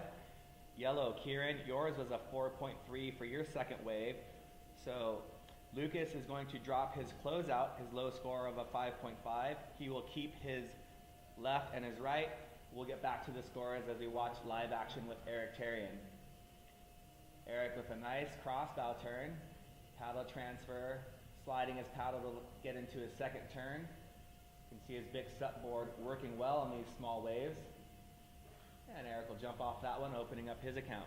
So that was definitely a very respectable wave there. Opening wave by Eric Therrien. Great performance pour tous les Français en ligne. C'est un plaisir d'avoir la représentation française ici. Eric, toujours connu pour sa, je sais pas comment on dit ça en français, his strength, sa valeur dans la race, mais c'est super de le voir dans les vagues aussi, comme on voit le Turtle Bay replay là maintenant pour voir la dernière vague de Eric Therrien. Belle gauche, bien sûr. Beau turn pour commencer la vague. C'est un beau cutback. Donc il maîtrise bien cette vague. On va voir qu'est-ce que ça donne pour les juges. So Eric Therrien, great first wave, posting a score there. As we come back to those final standings from heat number 2. So Lucas Medeiros dropping his closeout wave. That was his worst wave. It was a 5.5 was his highest score for the closeouts. So he'll be keeping his top left scoring wave and top right scoring wave, which is a 5.7 and a 6.2. So that gives him an overall heat score total of 11.9. Kieran, you drop your right hand wave, which was a 3.9 was the highest scoring right. So you'll keep your left and your closeout. So you have a 4.6 and a 4.3, giving you an overall heat score total of 8.7. So Kieran Taylor with an 8.7, Lucas with 11.9. So those will be your score lines as we do the final calculations at the end of round 1. And we see Ryder in blue. Giorgio Gomez up and riding, getting really aggressive on that turn, getting a little caught behind, having to use his paddle to catch back up with the wave, throwing tail on that second turn, a little mini air, pumping down the line, going for some sort of maneuver in the 2-inch deep water. So that was a really nice opening turn. We'll wait for the Turtle Bay replay there to watch that in detail, but he really put everything into that opening turn, which is smart, especially with these left-handers. They don't offer too much scoring potential down the line, or as nearly as much as that first opening turn. So we'll see how the judges like that and score that. Can we get this from the Malta Beach?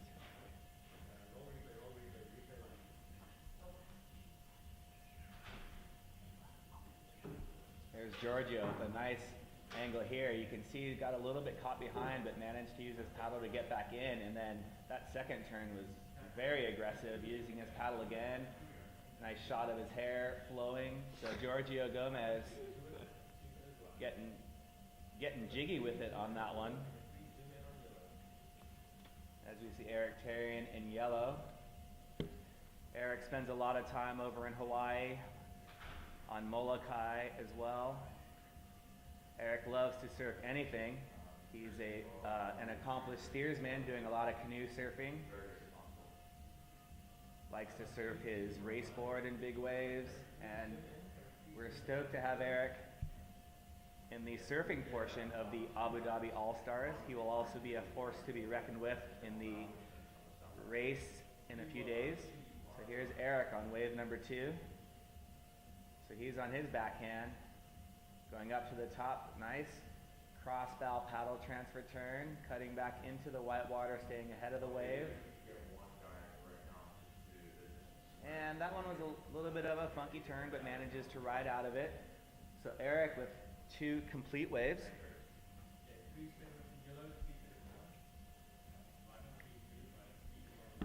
see him in his nice Victory Core Dry jersey, so thanks Victory for providing all of the jerseys for the Stand Up World Tour from the beginning. Yeah, thank you for mentioning that, Anthony. Victory Core Dry, being a part of the World Tour since 2010. Mark Scudellaria, a great guy. As we actually will go to the Turtle Bay replay of that last wave. This is Eric Terrien on a left again. Let's see what he's got here. So nice driving bottom turn there, right up into the lip, nice open turn. Cuts right back into the white water, stays nice and high so he can get that extra turn. Quite similar actually to his first wave. I think the first turn might have been even a little better for Eric there. The next turn's maybe not quite as good. We'll see how those go once we get the scores through here. So big thank you to all our crew from obviously our live webcast crew bringing you the action live. But also our team of international judges from Brazil, France, Australia, Hawaii. We have a really strong crew of really experienced judges making sure that the quality of surfing is addressed and that the athletes have the right scores that they deserve. Yes, thank you to the judges as always. These contests would not happen without a solid judging crew, and they're ready to watch Giorgio's third wave taking off deep on this one. So again, going for that slashing opening turn. And a nice wrapping turn, throws the tail out there, sliding backwards. That was a really nice show of style and control there from Giorgio Gomez. Coming unstuck on the punctuation mark at the end, but that's not altogether a problem. He's got a smile on his face. Nice little close for Giorgio Gomez, giving Anthony the hair shake that he was looking for. So yeah, nice opening 2 turns there for Anthony Vella. Yeah, you see Giorgio showing some variety in his surfing. That second turn going with the cross bow cut back. And then sliding the fins as he hit the white water. That was very nice. So Giorgio finishing his 3 lefts will get you the highest score when we can. We'll show a Turtle Bay replay. See Giorgio looking back as the wave approaches. Fades in towards the wall. You can see his back foot repositioning, extending it on that turn. Then going with the cross bow, cut back into a paddle transfer, showing some great paddle work. And then a fun little 360. Maddie Schweitzer talking to Giorgio. Maddie helping out all the starboard team riders.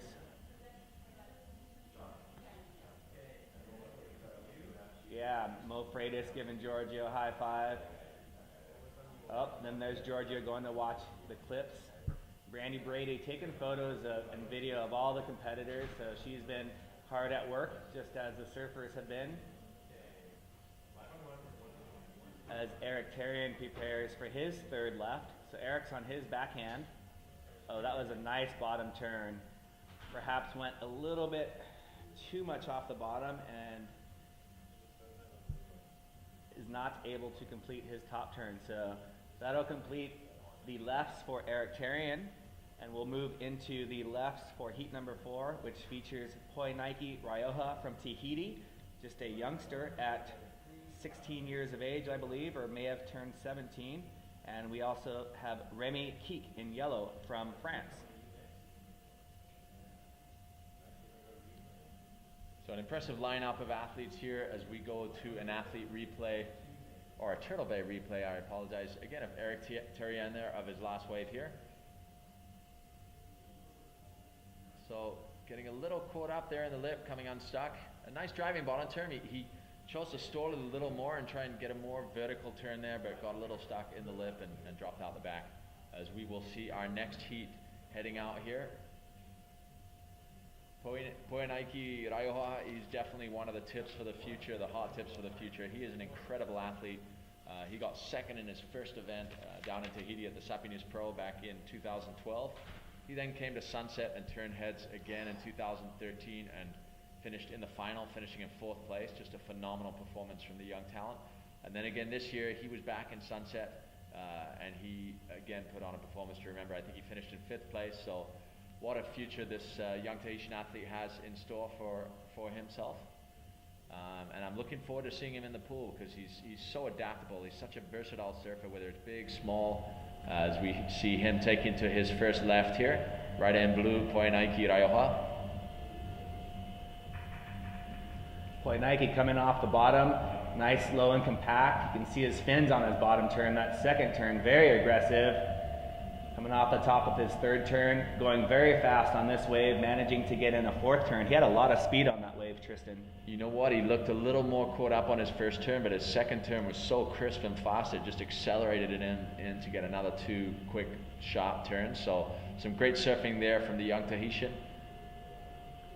Pour tous les Tahitiens en ligne, Poenaiki Raioha, une belle première vague. On attend les scores. Bien surfing. I was talking with Poenaiki. He taught me some French yesterday. Bien surfing. Bon surfing. Bon surfing. So here we watch a replay. Poenaiki on his F1 board, F1, one of our sponsors.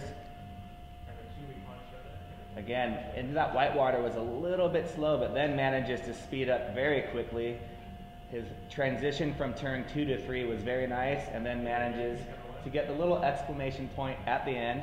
Yeah, I really love that 2nd turn. Like you said, a little caught up on the 1st turn, but the 2nd turn so crisp. And then those 2 little vertical foam climbs, making it a very complete wave for the young Tahitian. We have final scores for the lefts for heat number 3. So Giorgio Gomez, your high score from your lefts is a 6.13. 6.13 for Giorgio Gomez. Eric Terrien, your counting left is a 3.5. So that is as it stands. Blue, Giorgio Gomez with a 6.13 for your best left, and Eric a 3.5 for your best left. As we see Remy in yellow on his 1st wave, also an F1 rider, so these guys are up against each other, but against everyone as well. So Remy on his 2nd turn, nice 3rd turn, just pumping down the line, just getting his feet wet on this 1st wave. Nothing too aggressive, but you really want to start building on your score and make sure that you make every wave count.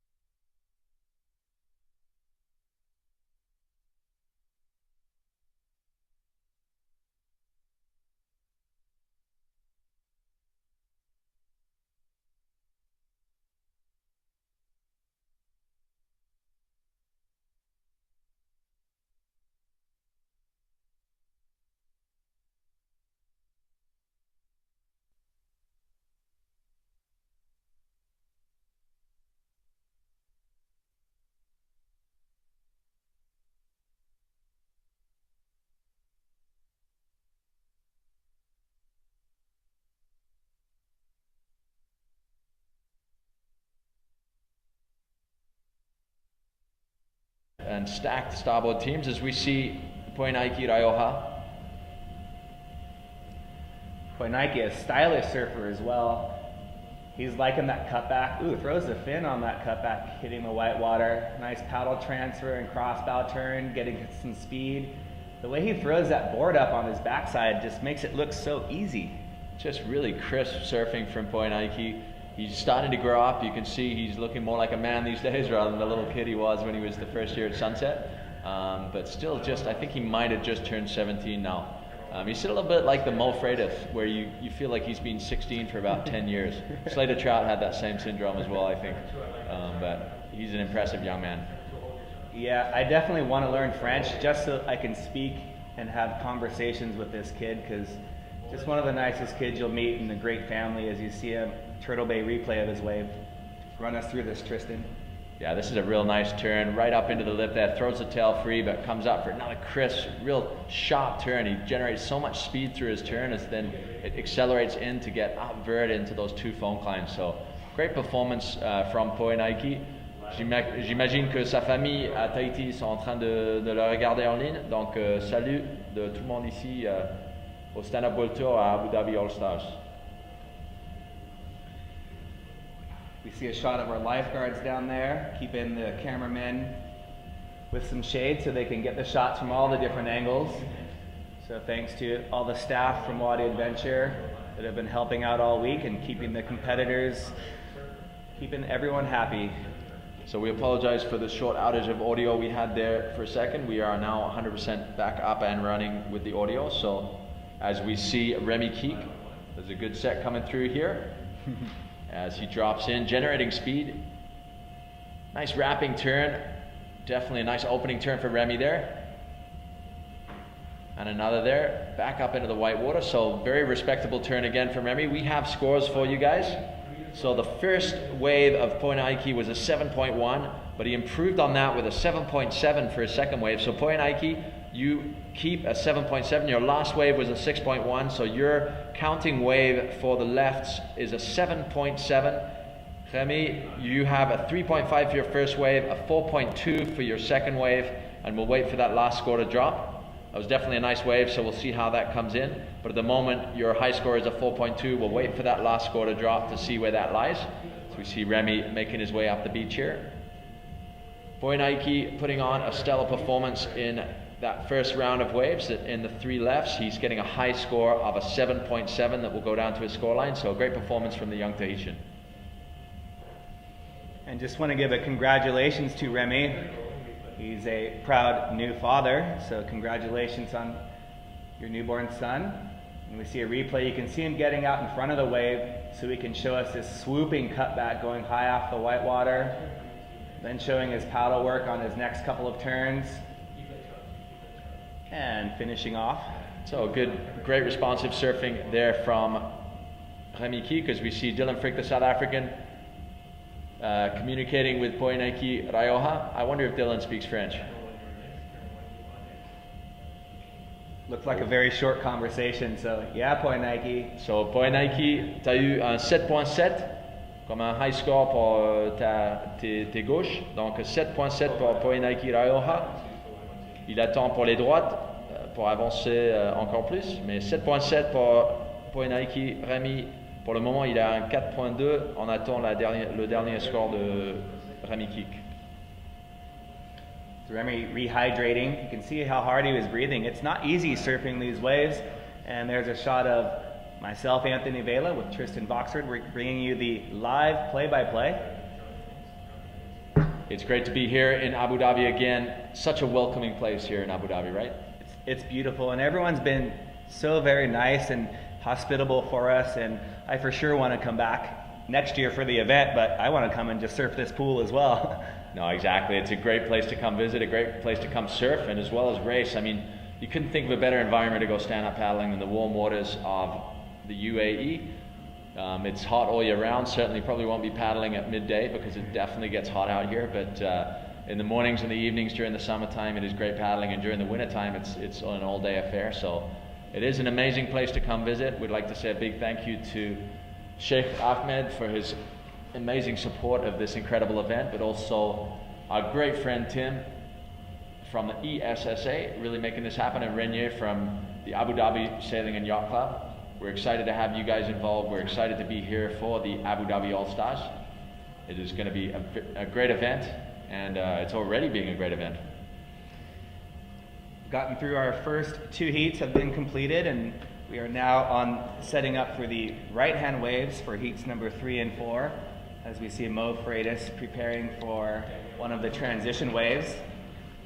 So you can see the buoyancy, lack of buoyancy in the water, as Mo always riding the edge of the small board. So Mo just having fun out there. This is a wave, does not count. You can see he's yeah, it was interesting. Actually, I took a visit to Pat Wilson's board shaping room with Mo just before coming over here, and I saw that board he was riding. It's a really interesting shape, a little more buoyant than the other boards. Pat's one of the more shapers that you'll ever meet in your life. He really thinks of every scenario, and he was thinking about the buoyancy of the water, and that's what he was talking to us about a lot. That you need a slightly different kind of board for this kind of water, because you're so used to floating so much in the salt water and in the pool. It's a different scenario. You need something light and corky that's really going to allow you to keep out of the water and drive your turns. But we saw Mo Freitas having no problem in driving that roundhouse turn.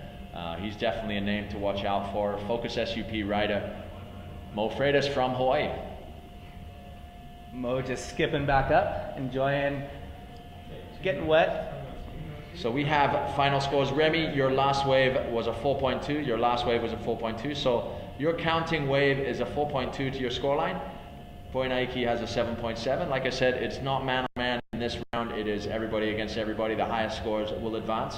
So as it stands now, the scoreline has 7.7 for Boinaiki, 4.2 for Remy. Donc 7.7 pour Boinaiki Raiha et Remy Kik un 4.2 qui va compter le résultat final de cette série.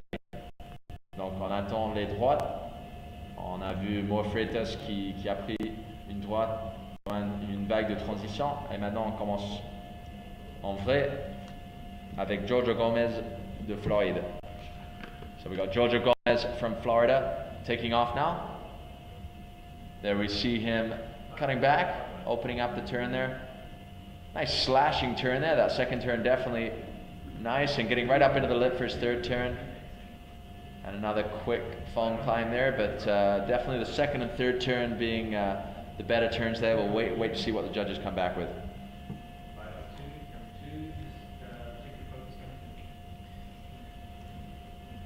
It's interesting how the wind plays a little bit of a factor on obviously the surface tension of each of the waves. The right appears to be a little bit offshore, whereas the left, there's a little bit of wind hitting it, so making it a little bit different, even though each wave is the same. As we see Giorgio going back to get the scoop from Matty on his wave that he just caught. I believe Matty Schweitzer, starboard team captain, giving some advice to his team member.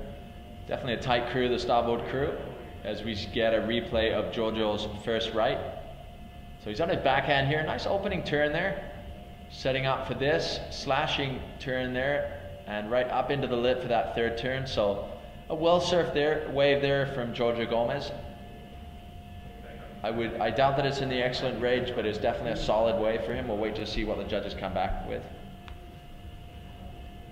Showing a lot of paddle work on that last wave. I think he transferred positions many times. You see Daniel Hughes taking a little snooze down there. So always smiling Giorgio Gomez, together with his sister Izzy Gomez, two great talents on the Stand Up World Tours. We got out to live action. This is Eric Terrien on his first ride. So Eric with a nice off the bottom, off the top combination. Eric showing some paddle work as well. He's on a little bit bigger board to compensate for the buoyancy, and doing very well on that wave. Seems like it's an interesting shape, that Vic SUP. It's a little longer it seems, but narrower. So he's preferring to go narrower to be able to do more critical turns, but got a little bit more length. So it's an interesting choice there. A lot of the riders going shorter and wider.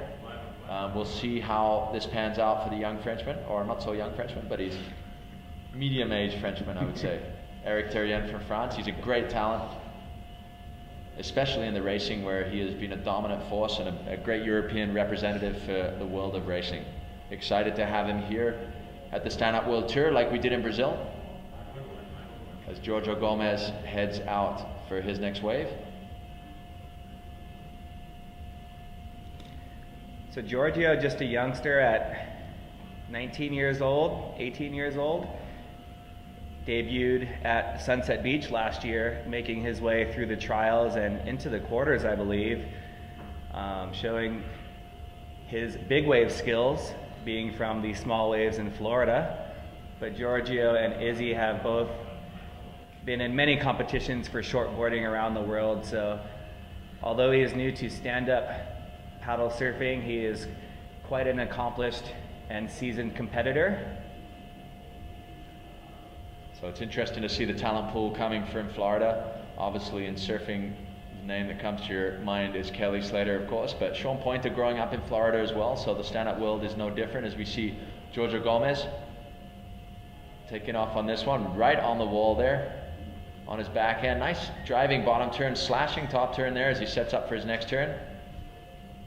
Another great turn, and he will try get us up into the lip there. So the first two turns really doing the business there, but I would say that was an improvement on his first wave, but we'll have to see what that comes in as. Giorgio, your first wave came in at a 6.5. We'll wait for the next score on this next wave, but a 6.5 for your first wave. Eric Terrien, your first wave was a 3.9. Eric, tu as eu un 3.9 pour ta première vague, donc Eric, un 3.9 pour ta première vague. And you'll see not only the timing of surfing the waves is important, but the timing of jumping off at the end is very important as well, as the waves are very shallow at the end. We're watching a Turtle Bay replay of Giorgio on his backhand. Almost nosedive there, but managed to pull it out and having a very aggressive first turn, using his paddle, throwing spray on that second turn. Very powerful, pumping down the line for a finishing maneuver. His second turn there was very aggressive. You know, Anthony, it's going to be interesting to compare the scores from Giorgio's first and second waves, because in my opinion, those first two turns were better, or certainly the first turn was better. The last turn was less good than the last turn on his first wave, so it'll be interesting to see. I would hazard to say the second wave would be a higher score, but he already has a pretty strong score on that first wave with a 6.5. Let's see how the judges come back on that one. As he's having a chat with his flatmates, Kai Bates and James Casey, you see Kai, you see his hand position saying, "Why didn't you do an air 360?" as Eric Terrien takes off. Interesting evaluation there from Anthony Veller. A nice opening turn for Eric Terrien in yellow. Big SUP rider. So a solid wave from Eric, really in the power source of the wave, making the most of every moment of that wave. So Eric, a great all-rounder, surfer and racer,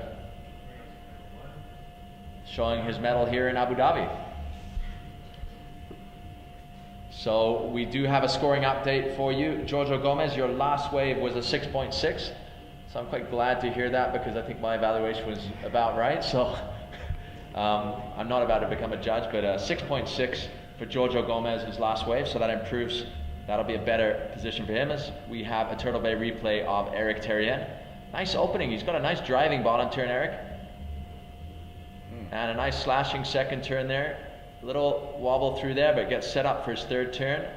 But he lays back into the white water there. So a nice wave from Eric Terrien. His first wave was a 3.9. We're waiting for that wave to drop. So that wave, Eric, 3.6. So 3.6 for Eric Terrien's last wave. So his first wave was deemed superior than that wave. So he'll, at the moment, stay with that first wave score. Giorgio Gomez slightly improving on his position with a 6.6 compared to his first wave with a 6.5. Giorgio showing his consistency with his first two waves, 6.5 and a 6.6 on the right. So he's got two solid scores. So we're looking to see Giorgio go big on his third and last right wave. So definitely building momentum in the seat. This is Giorgio Gomez, right on the wall. Just redefining his paint job on his starboard SUP. Nice opening turn there. Cutting back into the white water as he sets up for this section. Nice slashing top turn there. Gets a little caught in the white water, but we'll see how that changes his scoreline, if it does at all. So Sister Izzy Gomez shooting her brother, making sure that she captures all the action, as we are here at the Abu Dhabi All Stars.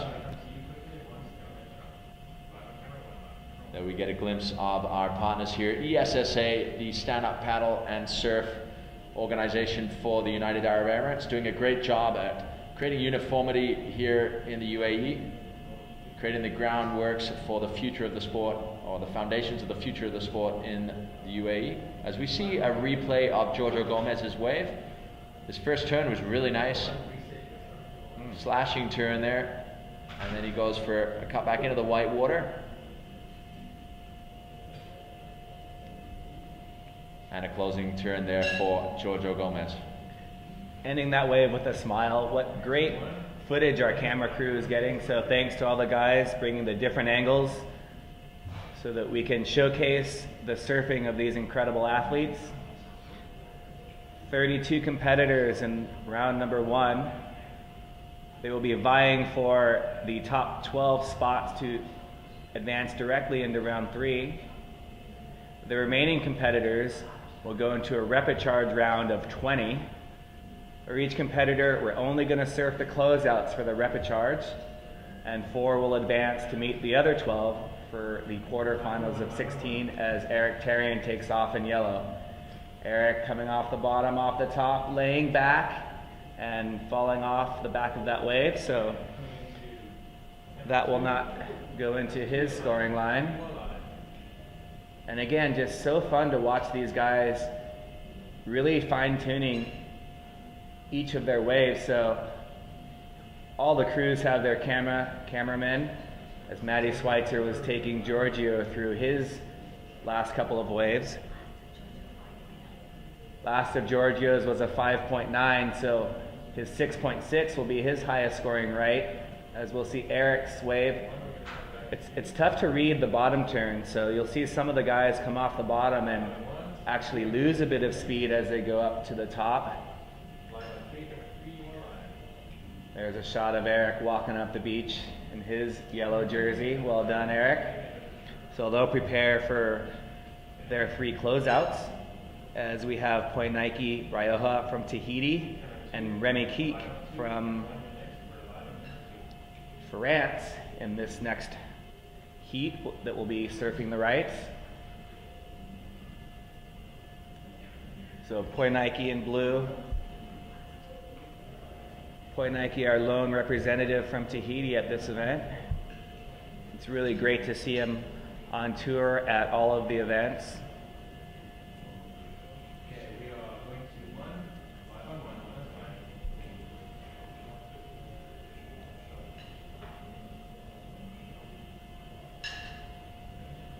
Poinike with great style in both big waves and small waves, as we watch him on a wave pool wave on his forehand. Oh, releasing the fins, throwing spray on turn 1. Nice off the bottom, off the top combination, but a little bit behind that one. Poinike will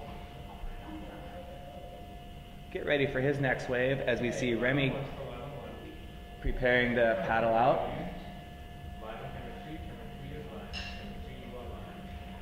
So it's kind of fun for these guys, the 2 F1 competitors, to be surfing in the same heat. They're not necessarily surfing against each other, because all of the scores will go against each other. As we have a Turtle Bay replay, here's Poinike dropping in. That first turn was beautiful, sets up nicely. Just coming off the top, trying to be a little too aggressive and doesn't manage to ride out of it. See a shot of our pool there. What a beautiful location for stop number 3 of the Stand Up World Tour. You can follow us on Instagram at Stand Up World Tour. Also Stand Up World Series at Stand Up World Series. We'll be giving updates throughout the day on Facebook. Like us at the Stand Up World Tour on Facebook, also Stand Up World Series. Poinike's last wave was a 3. Point Nike, your last wave. Trois. Good job. That's a beautiful shot of how you approach the takeoff. As we see Remy fading into this one, staying nice and low.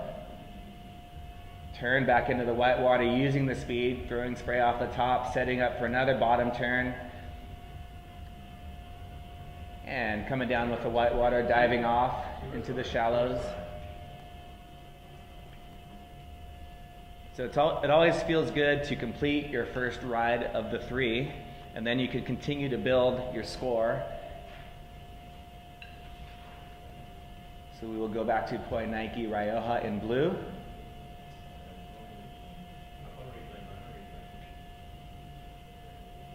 Let's take a look at this one.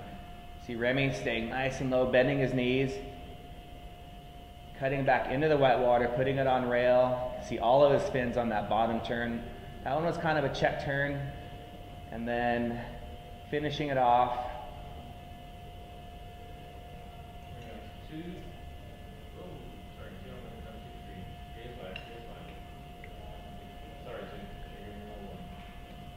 So great shot of our wave pool here at Wadi Adventure.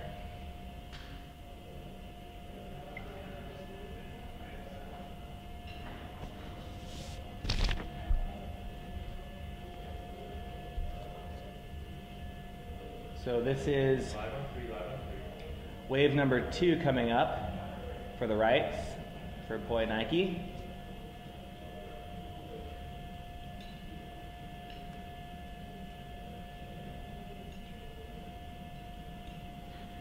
You see him spin and turn for his wave. Point Nike fading back into the wall with a double pump bottom turn. Oh, beautiful sweeping cross-bow cutback. And throwing his fins on that turn, laying it back. Whoa, that third turn was I don't know what happened on that bottom turn. That was beautiful. So Point Nike throwing some variety on that wave. Remy, your previous wave was a 3.5, so your opening right was a 3.5.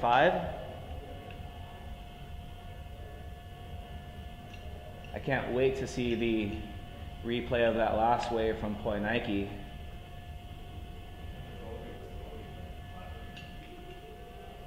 Hey, thanks guys, they just bring it right up. So our crew, this first turn, just great style and flow on that one. See him setting up for the second turn and just throwing so much spray, getting a little caught behind, but then I don't know how he did that third turn. That was incredible, with coming from behind the section and then going off the bottom, off the top for 3 very nice maneuvers. There's a shot of the mountains, which is our landscape here. Trying to find those mountain goats. So Noah Janella helping us out with the wildlife scouting and did he bring his crossbow? Looking out for him. Hopefully he brought his crossbow and can go up there and shoot us some dinner. We go to live action with Remy F1 rider. So getting out in front of the wave for a nice swooping cutback, hitting the white water, and similar to Point Nike's first wave, where their second turn they just came off the top. So Point Nike 5.3 on your previous wave. So Point Nike, your previous wave was a 5.3. 5.3.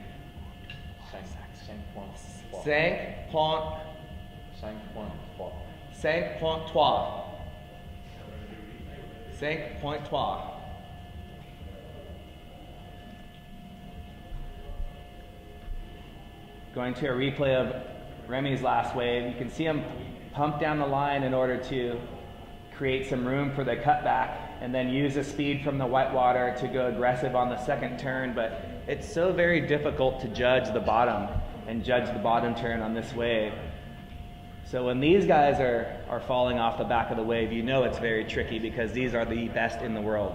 3.6 for Remy's last 3.6. Remy, your last wave was a 3.6. So a good score considering it was just a one maneuver wave. The judges really liking his arcing cutback into the whitewater.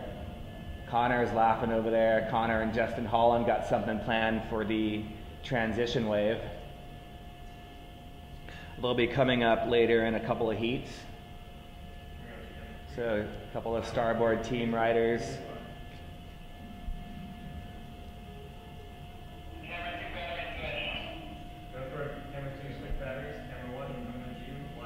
So we're live with Poi Nike on wave number 3 of his rights.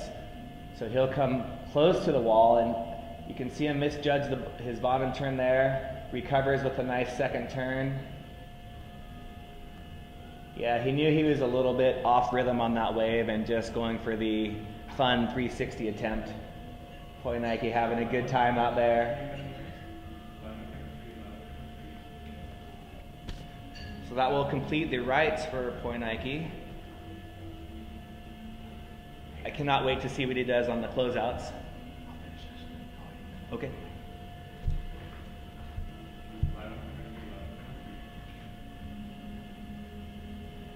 See the bottom of his F1 board there.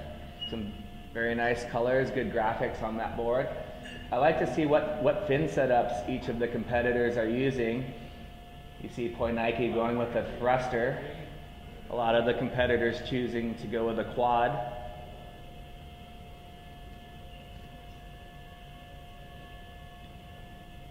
The quad maybe allowing for a little bit more speed. So as we watch this replay, you can see him fade back into the wall, trying to go very aggressive off the bottom, but just bogging right there, not able to get up to the top.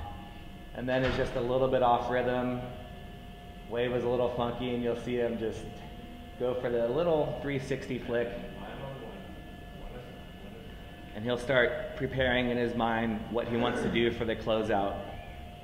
I'm gonna dare say he's gonna throw an above the lip air as we see live action of Remy turning and burning on his third right. So he'll pump down the line with a couple of pumps, use a nice paddle transfer cross valve cut back, and then doing a nice off the bottom, off the top combination on a second turn, completing turn 3 and turn 4, jumping off his board, making sure his fins don't scrape, and that'll complete his third right-hand scoring wave. So we'll set up the pool for the closeouts. We see the guys hanging with Poi Nike. He's asking about his score. And we'll take a look at that replay. And this is Remy Keek. So you'll see he uses the speed to drive down the line to use a cutback, then comes off the top on his second turn. Turn 3 is a little setup turn, and then finishes it off.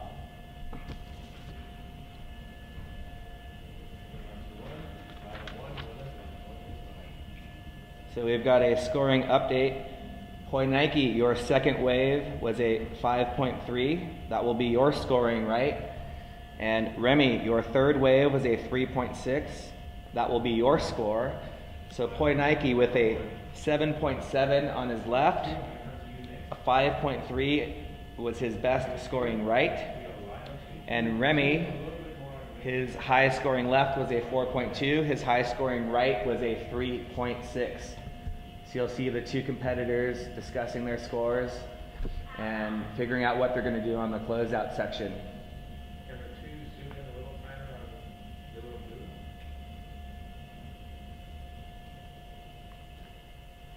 As Caroline Anjabou is in the background over there as well.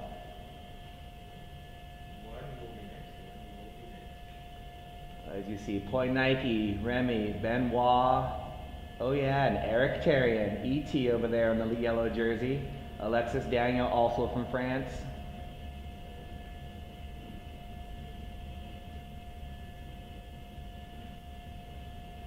So again, you see the camaraderie. Two F1 riders, starboard rider, big sup rider, all working together as fellow countrymen.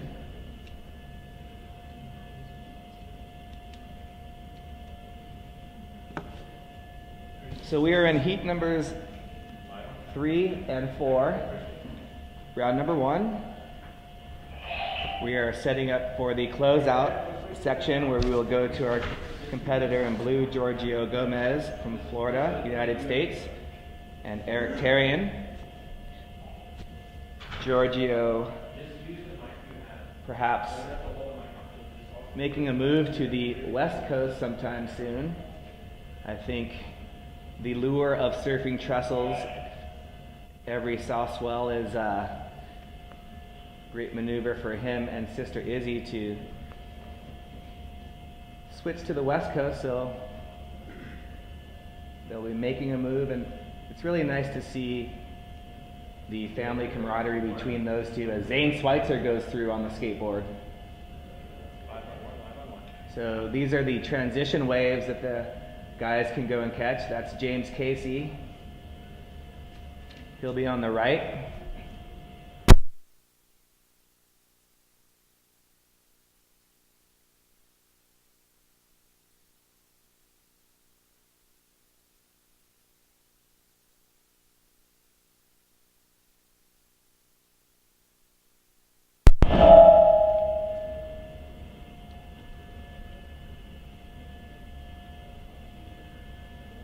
So there is the one transition wave. Connor Baxter, always looking stylish. He's got his Maui gyms on. See Kai Bates going for a little body surf.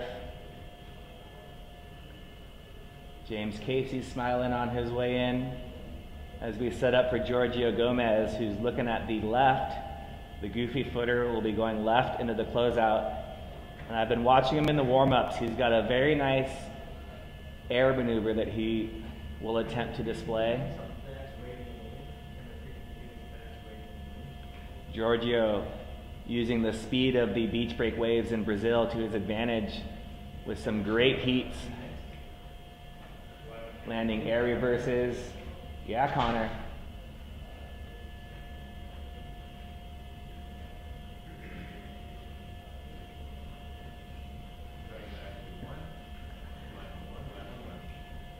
There's a shot of Giorgio, our surfer in blue, staying low, preparing for the wave. Look at the balance.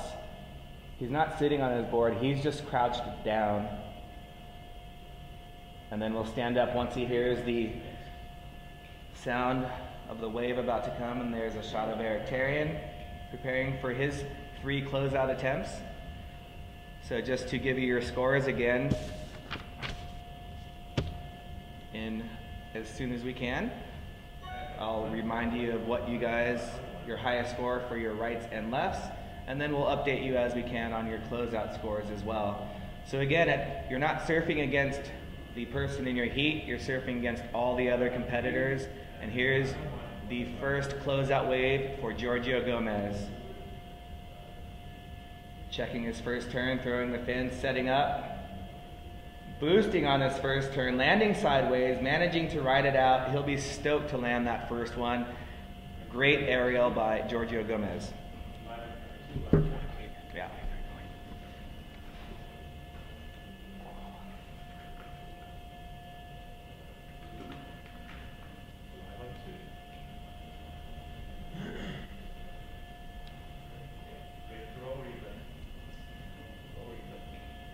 So here we go for the Turtle Bay replay of that last wave of Giorgio Gomez. Nice opening turn here, wrapping back in, sliding, really getting the fins out there, but generating lots of speed, and then boosting out over the lip there, getting the fins free and down. So great opening wave there from Giorgio Gomez. Definitely one of the more progressive waves so far yet in this Abu Dhabi All Stars showdown. So this is the final wave category for both Heat 3 and Heat 4. As they each get 3 closeouts each.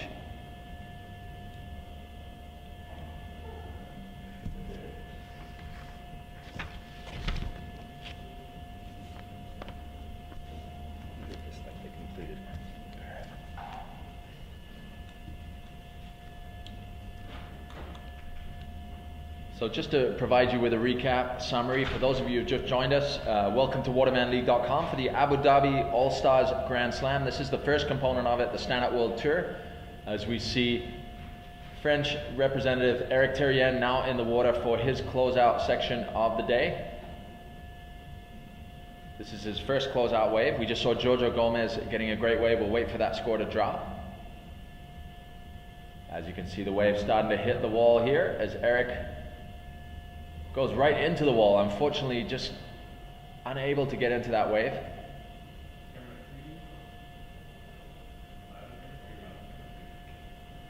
As we see Giorgio racing back out to the water there. But Eric, unfortunately, one of the difficulties here, you want to be as close to the wall as possible, but as we saw there, just comes into connection with the wall as he's trying to get into that wave. Unfortunately, not allowing him to drop in, as we see Giorgio Gomez head out. 7.4. So we have score dropping. Giorgio Gomez, your first wave was a 7.4. Giorgio Gomez, a 7.4 for your first closeout wave. We're waiting for scores to drop for Eric Terrien. We're going to see what happened to Eric here on that last wave here. As you can see the wave coming out, this is Eric in yellow.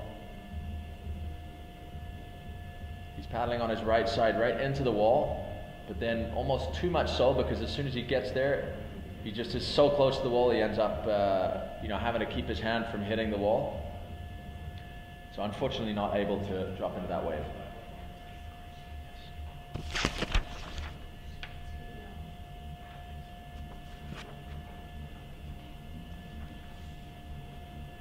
So we have Giorgio Gomez waiting for his next closeout. As I'll give you a scoring update. In round one, heat number one, we saw Kyle Vaj with a 7.8 and an 8.2, so that's 16 points. So that's Kyle Vaj with a 7.8 and 8.2, 16 points. In yellow, Dylan Frick with a 6.4 and a 5.2, has 11.6. So that is 16 and 11.6 for Kyle Vaj and Dylan Frick respectively. In heat number two, we saw Lucas Medeiros with a 6.2 and a 5.7, making an 11.9 total, as we see Giorgio Gomez paddling into his next closeout.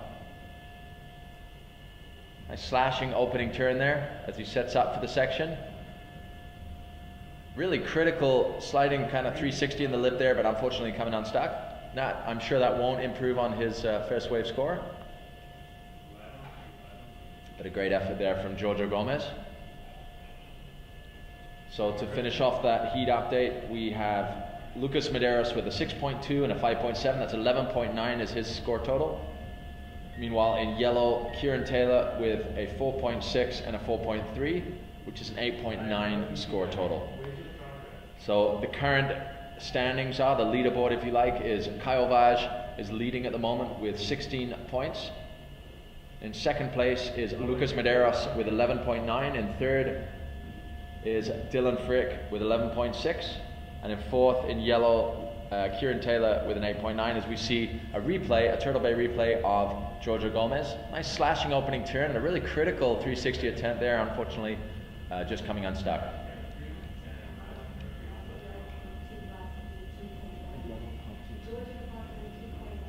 So Giorgio, your last wave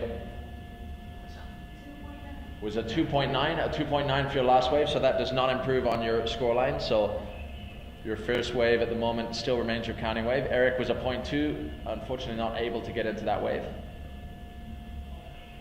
So Eric waiting for his second closeout wave here.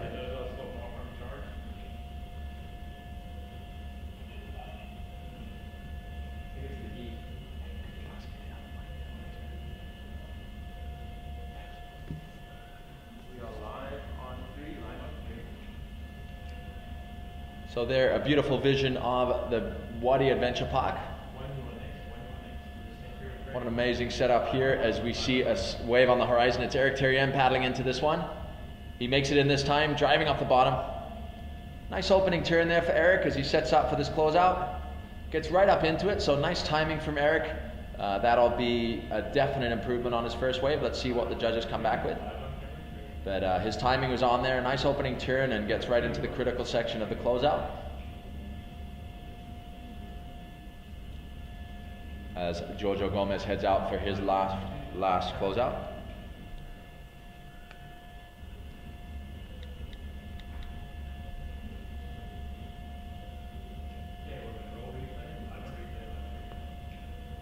So here we have the Turtle Bay replay. This is Eric Terrien. Big SUP rider, nice opening slashing turn there as he sets up for this closing turn and banks it off the white water. So a nice wave there from the Frenchman Eric Terrien. Eric, you got a 4.2 on your last ride. Eric Terrien's last ride, a 4.2, à 4.2 pour Eric Terrien sur sa dernière vague. Et on attend la prochaine vague de Giorgio Gomez.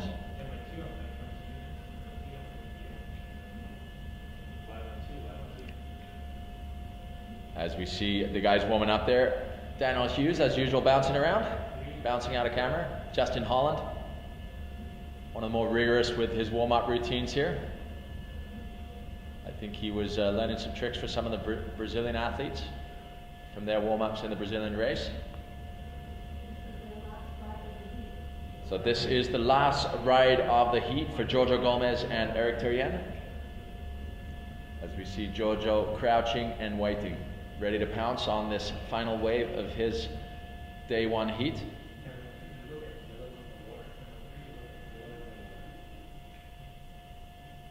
And here it is, Giorgio Gomez. Opening turn, really waiting for the closeout here. Bust the tail free, so another nice turn there from Giorgio Gomez, but I have a feeling it won't improve on his first wave score of a 7.4. We'll see what the judges come back with, but it seemed like his first wave was probably the best of that exchange. As Eric Terrien now with a 4.2 high score, he'll be looking to improve on this to get his final score total for this heat. So a great performance there from Giorgio Gomez from Florida as he heads out with his bright green starboard. Job well done for Giorgio. We'll wait for the final scores to give you the heat tally after their heat, as we have a replay of that last wave of Giorgio Gomez. So he has this opening turn. So he does a little roundhouse, sort of really just setting up, waiting to get speed for the closeout. And he breaks the fins free, but he didn't get as much projection as he did on his first wave. And he didn't get such a nice opening turn as he did on his first wave. So I would say that won't be a counting score for Giorgio Gomez, but we'll wait to see how it comes through as.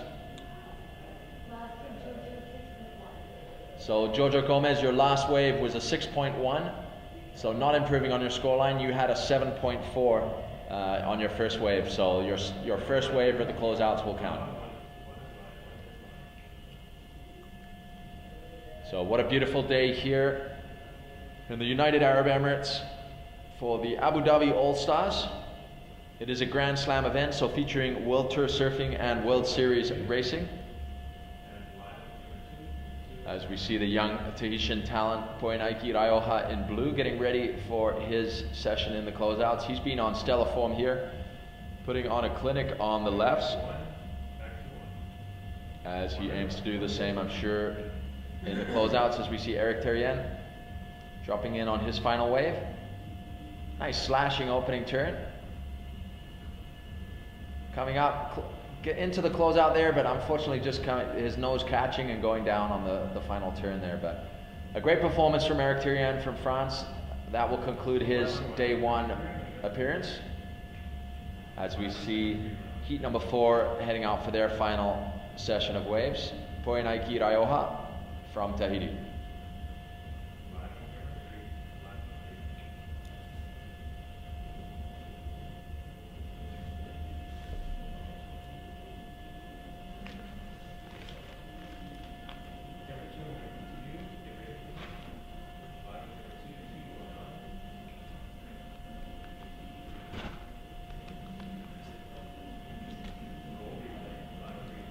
So here we have it, the Turtle Bay replay of the last wave of Eric Terrien, rider in yellow. Eric looking to improve on a 4.2. That was his last wave score. That was a nice opening turn for Eric. Unfortunately, just catching the nose there on the final turn, so that was the end of that wave. We'll see if that improves on his 4.2. I don't think it will. but we'll see how the judges score that as we wait for Poenaiki Raioha from the beautiful islands of Tahiti. We'd like to say Yorana to all our Tahitians watching online, and in particular to our longtime partner Air Tahiti Nui. Mahalo and maruru for all your support.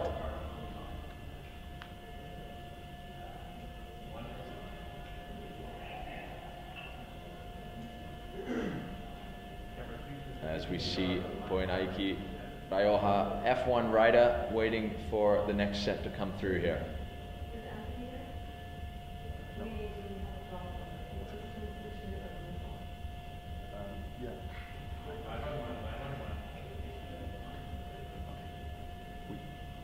So this is Poenaiki, wave number 1. Impressive opening wave there from Poenaiki Raioha. Really strong first turn and critical, radical second turn. So a great start there on the closeouts. Really explosive surfer, this young talent from Tahiti. As we wait for both scores to drop and for replay of that last wave of Poenaiki Raioha. As we drop down to Jojo for an interview.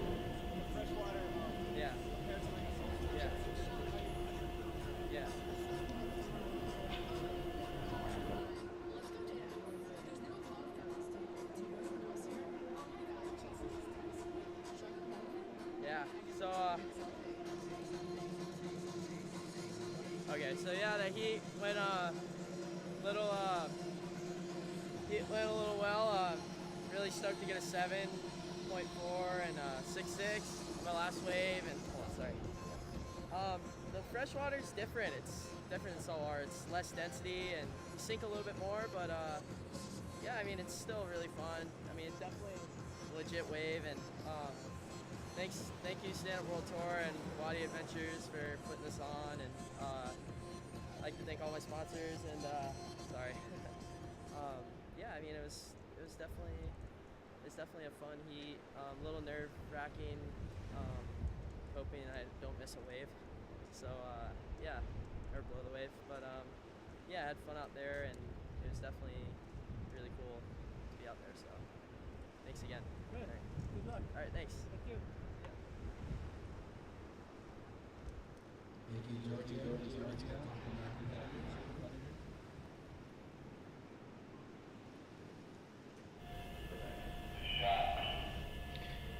Thank you, Giorgio. As we go back to live action, closeout wave for Remy.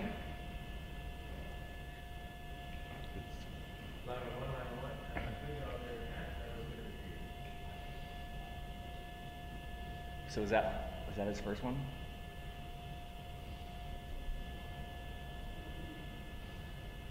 So the F1 riders, they're going to be enjoying their closeout sections right now for this portion of their heat.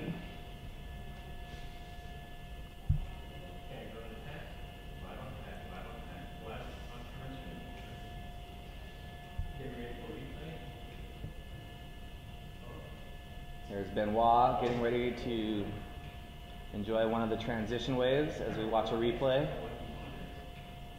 Last wave of Remy Keek. That was a very aggressive off the bottom, off the top combination.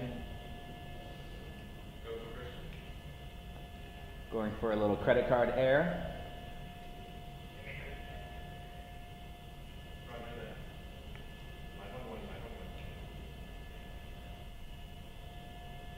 So this is incredible to be able to watch replays of each of the competitors' waves for all their fans at home and around the world. Thanks for... Last score of blue, Poenaiki, your last score, 8.3. Judges loving that score, 8.3. 8.3. 8.3. You're a wheat, yeah.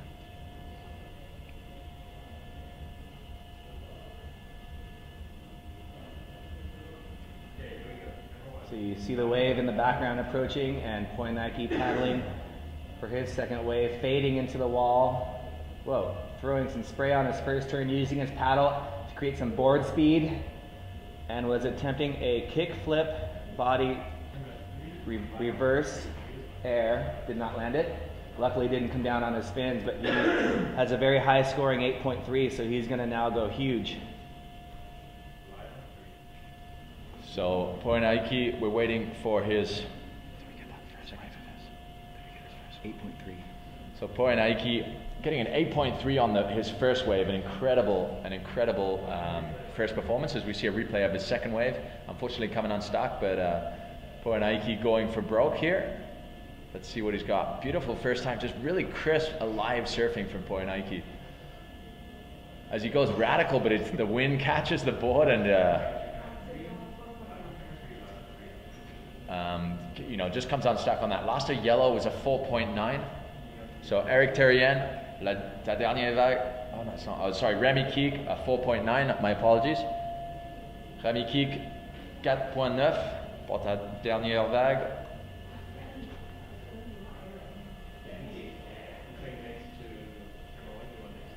So what a performance from the young Tahitian with an 8.3, I believe the highest scoring wave of the event so far. His surfing is looking on point. He looks really sharp, really crisp.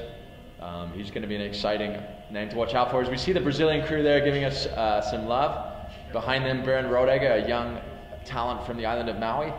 He's another wild card to this event. And Izzy Gomez putting her head in there. Casper Steinfeld, SUP ambassador there, showing face too, as we see Remy Keek waiting for his next wave. His last wave was a 4.9, waiting for the last score to drop for Poenaiki Raioha, but he fell off, so I doubt it'll have anything to do with the scoreline with an 8.3 that he now has.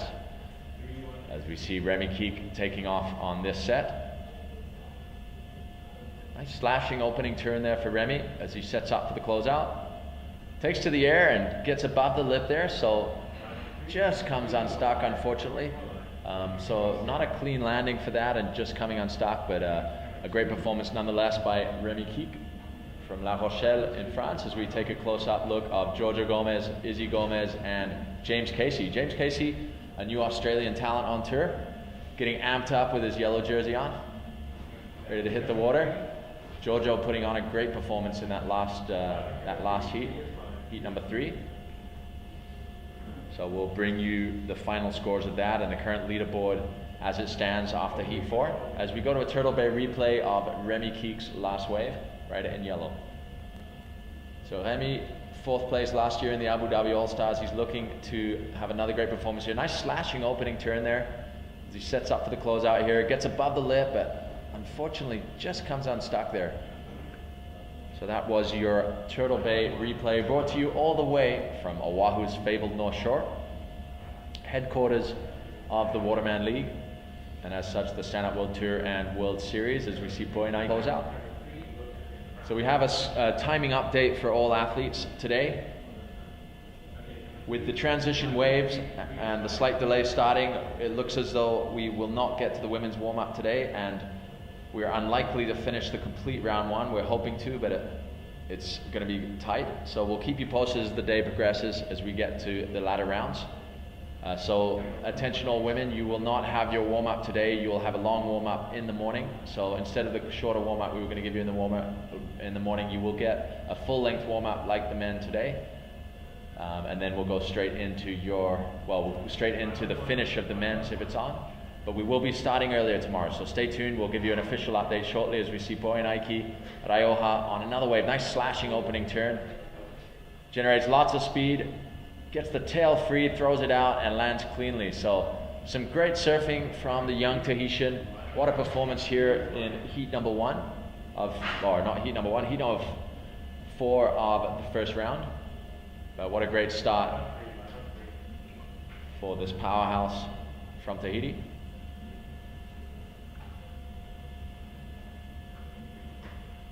So it seems to be Tahiti's day. I just heard that Michel Borez just won the Margaret River Drug Aware Pro in Australia. As we go to a replay of fellow Tahitian Poenaiki Raioha, you see his takeoff here, right literally on the wall, but really sharp, crisp opening turn, snapping right round and then up into the lip, getting the tail free and in the air.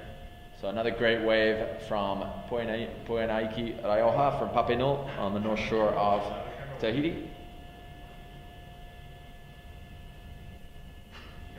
As we watch Remy Keek prepare for his next wave. So the update on the timing for today, we are later than planned. The transition wave and a slightly late start is meaning that we are taking longer to complete this first round than anticipated.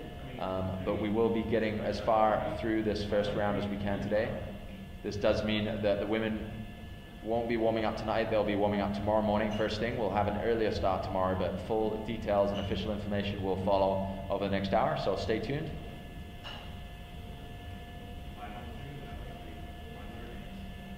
So it is a beautiful day at Wadi Adventures. We see the father of Mo Freitas, Tony Freitas, in the water taking pictures. Little shaka to the crowd there from Tony Freitas.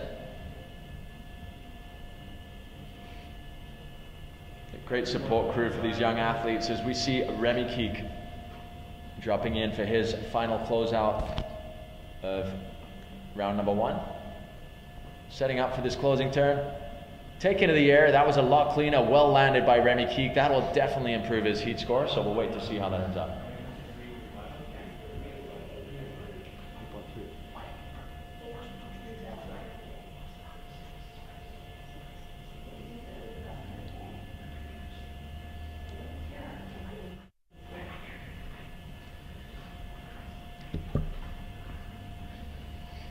So that'll conclude heats number 3 and 4. So we'll move on to the lefts again as we finish up with, I would say, Remy's highest scoring closeout. So you see Remy going off the bottom, and his first turn was aggressive as well, using his paddle to create some board speed, and then throwing up a very nice air. Leash getting stuck in his paddle a little bit, but still manages to ride out. So I'm going to say that's going to be his scoring closeout that will count. As we will set up for heat number 5, featuring Justin Holland and James Casey, both from Australia. And heat number 6 will be Mo Freitas from Hawaii and Dave Muir from Australia. So Dave Muir riding the Indian Ocean.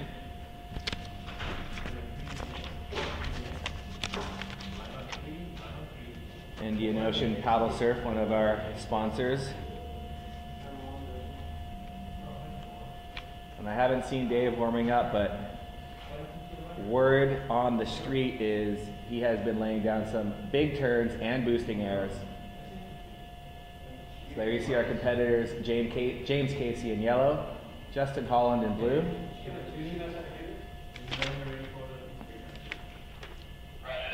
James Casey, JP Australia team rider, along with Kiahide Aboitz. James is one of the new faces on tour. Sunset Beach was his first event. Managed to make his way through the trials into the main event, scoring some valuable points. Had a great showing in Brazil, and here he is on stop number 3. Part of that fun, new, young Australian crew with Kai Bates and those guys just having a great time here on tour.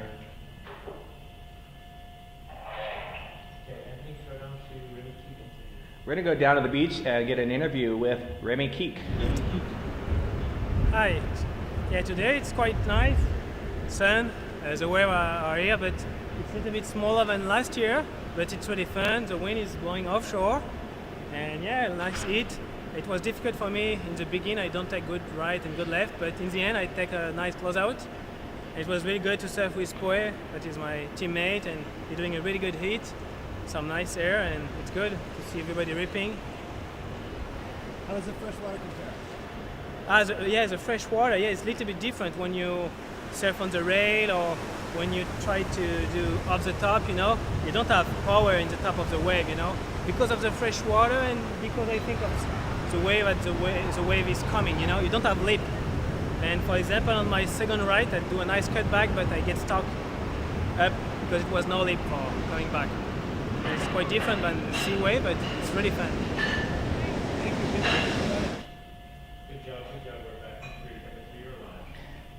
Thank you, Remy. Some great words hearing about the conditions and a look at the insight of how to surf this wave. So Remy, in our event last year, here once again, talking about the difficulty in making the bottom to top transition and the lack of power at the top of the wave. It's really difficult to gauge your top turns.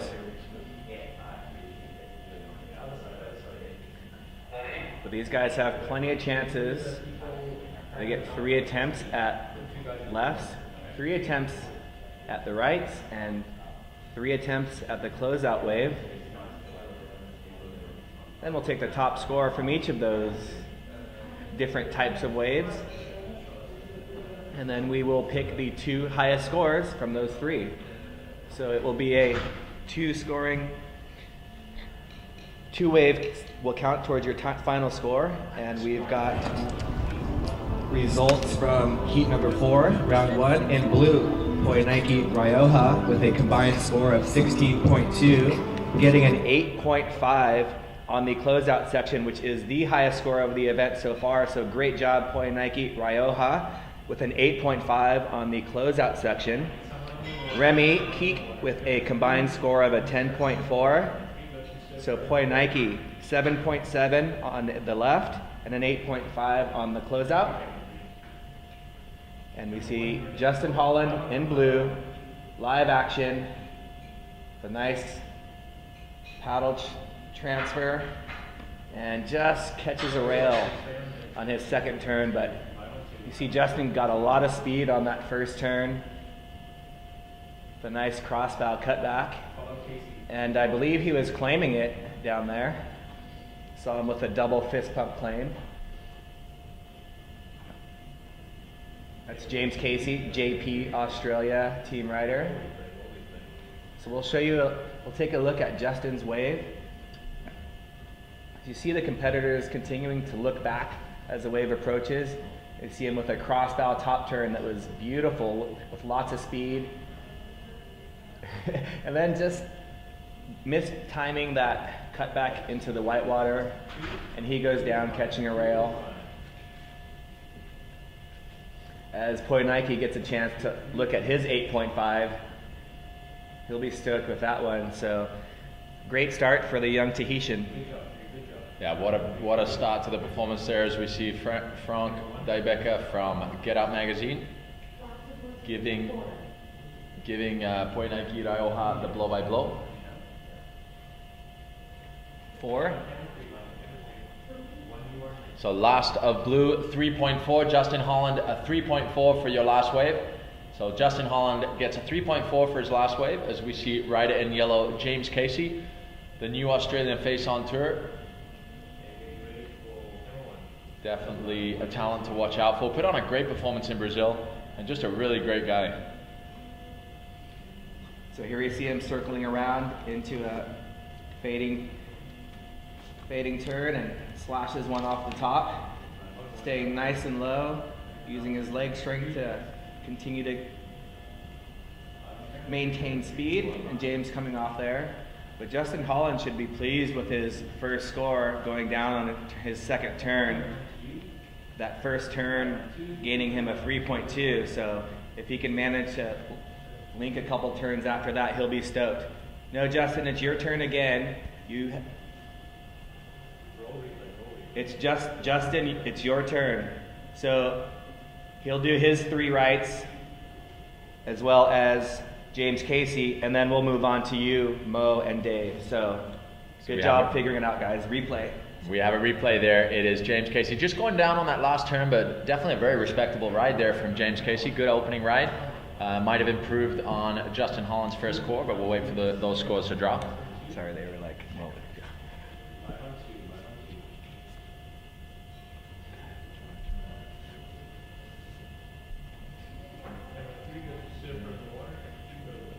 So again, just reminding everyone the format.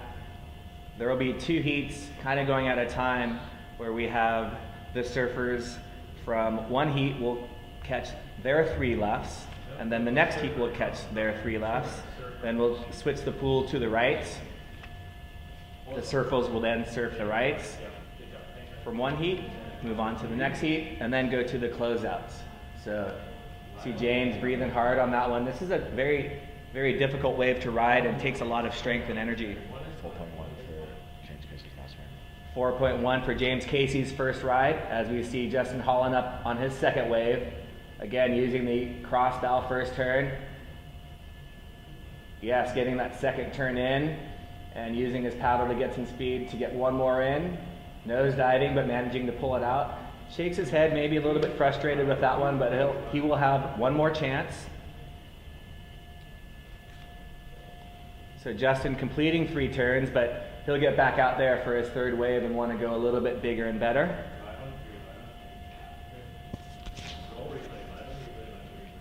So let's take a look at Justin's starboard working on this Wadi Adventure wave pool. As you see, he's paddling in on his backhand.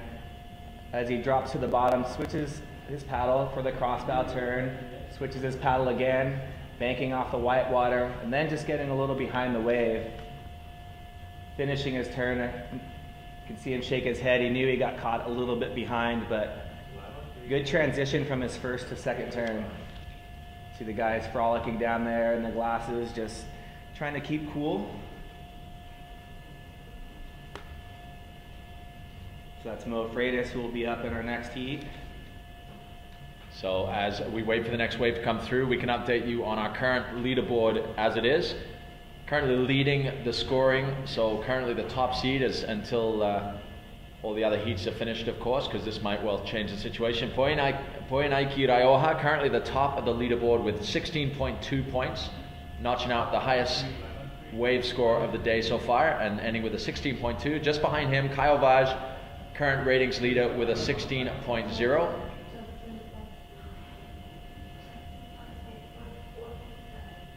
So last wave of Justin Holland, 4.7, as we see James Casey with a real attack on this left. Real nice opening 2 turns. So really, that was a great wave for James Casey. I'm sure that'll improve on his position. As we go back to the riders, there's Zane. Kiahi Dale Boyds, one of the standouts at the last event in Brazil, finished in second place to Caio Vaz. Saying what's up. Connor Baxter and Maddie Schweitzer, starboard team. And there's JP Australia, fellow team rider to Kiahi, of course. That is James Casey in the yellow jersey. A great wave for him there. We'll wait to see how the judges see that.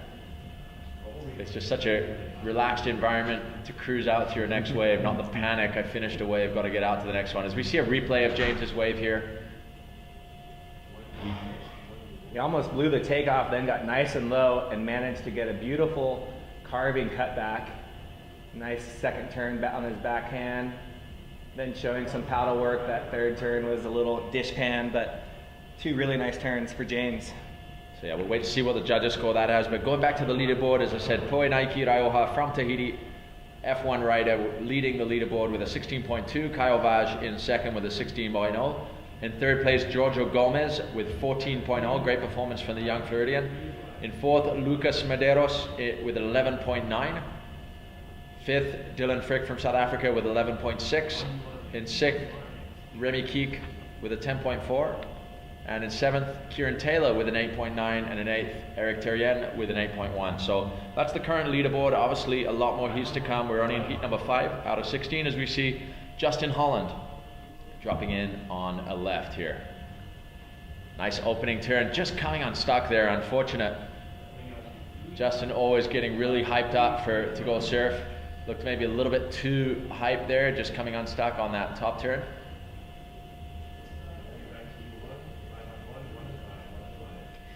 He'll be hoping to make up for that on the rights. I believe that was his last left. He came off the bottom with a lot of speed there. But this is a great format for the competitors to where you get to drop one of your scores from one of the waves. So Justin will look to better his score. So you see him on the takeoff, switches hands with his paddle. Beautiful bottom turn. And then just, again, it's so difficult to judge this wave. Catches a little rail on his top turn as he finishes his 3 lefts. So we'll move on to the rights. So last of blue there, Justin Holland, a 3.8. That's not what he wanted, but I believe his previous wave would have been better in the 4-point range, I believe. I will double check on those scores, bring it to you momentarily. The last wave of yellow was a 1, unfortunate. That was not a counting wave for James Casey.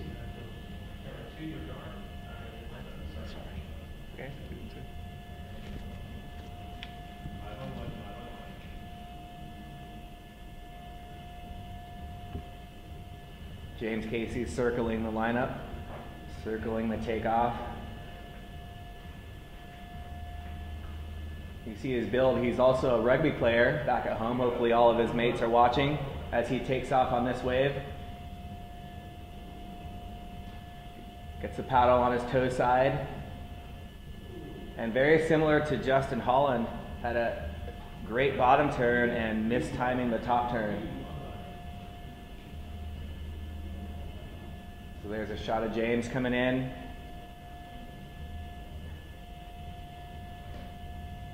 And again, just going back to the format, really giving the competitors a chance to make up for some of their miscues.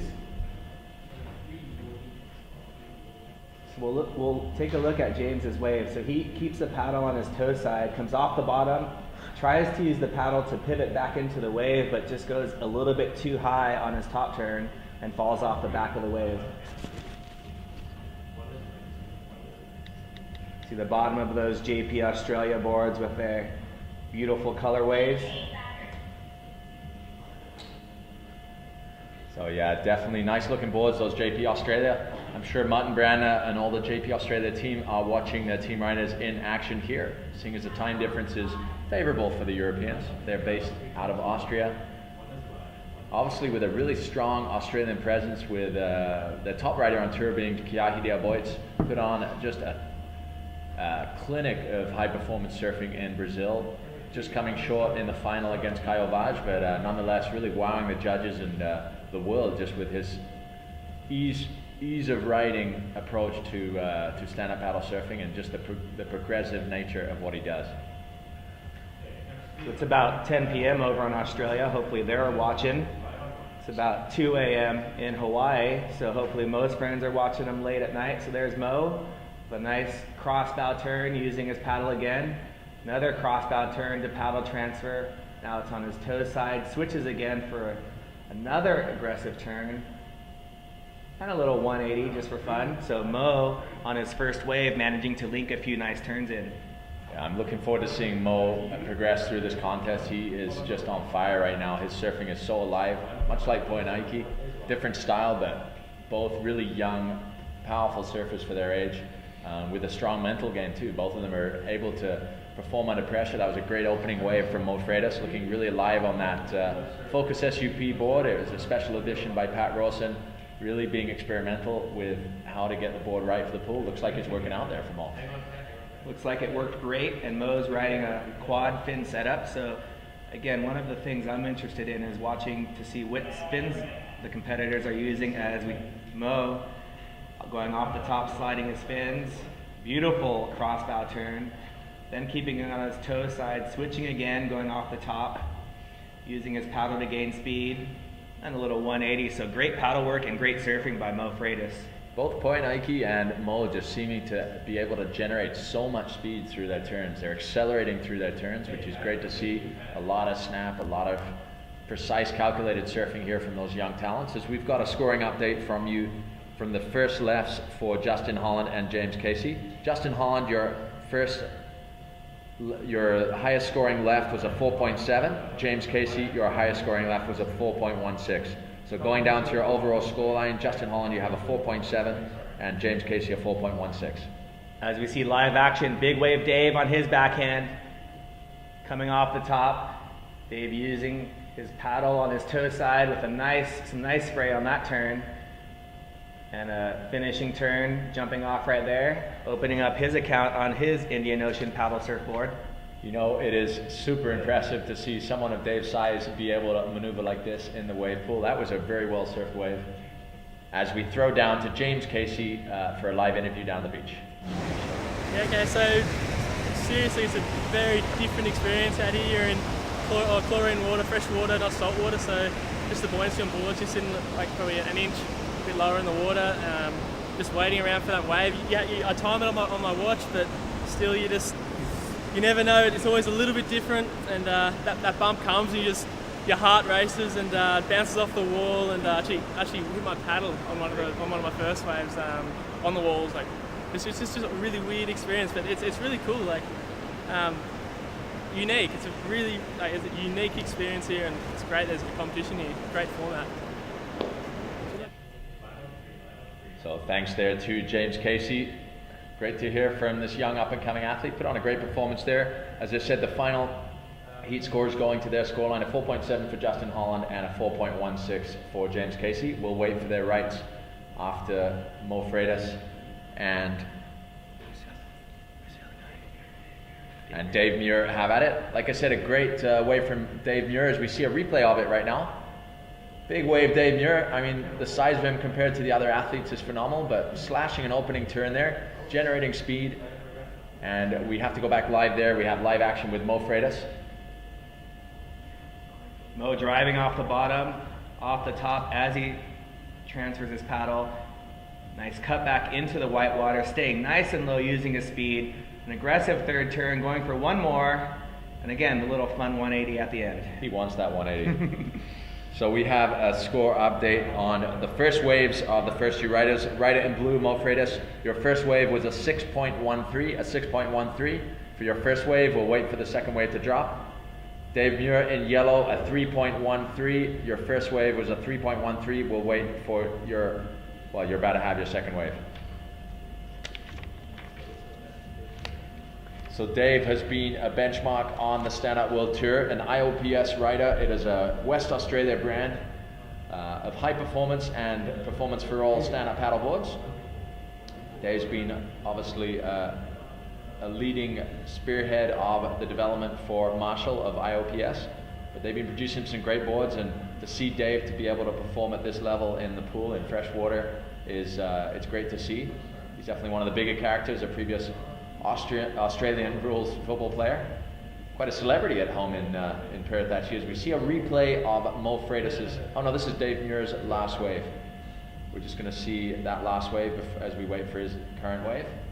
Slashing opening turn. Throwing a lot of spray and getting up into the lip again. So a great opening wave from Dave as he prepares for the floodgates to open and the wave to arrive. He's also one of the larger-than-life characters on tour as he drops into his second left. As we see Dave staying low off the bottom. And again, you can see a number of the competitors misjudging their top turn. It's very difficult to read, so Dave will get prepared for his third and final left. So we have a scoring update. Mo Freitas, your last wave was a 5.5. So Mo Freitas not improving on his current situation. His first wave was a 6.13. So he'll be sticking with that for the moment. He still has one more left to go. Dave Muir, his first wave was a 3.13. Unfortunately coming unstuck on that last wave, so I don't think he'll improve on his position. But as we get a replay of that last wave of Dave Muir, as you can see, he starts off well here, driving off the bottom really hard. And unfortunately, he comes up, wants to get as high up on the wave as he can, just comes unstuck. So there you have it, Dave Muir, as we see Mo Freitas heading out to the lineup. So once again, Mo looking really sharp. His board looking really alive. So both of these competitors in this heat have won previous events here on the Stand-Up World Tour. Mo winning in Brazil last year at a very young age, and Big Wave Dave winning back a couple years ago in Tahiti, 2011. So these guys obviously both very experienced competitors, been on the tour since its inception, and we're still glad to have them. Yeah, Mo is also one of the most winningest Kamokai athletes. I've been under 16 for about 17 years. Somehow the math doesn't make sense, but it does. No, Mo is one of those athletes that's been competing across youth and adult fleets for many years. As we see him here on his third and final left, dropping in.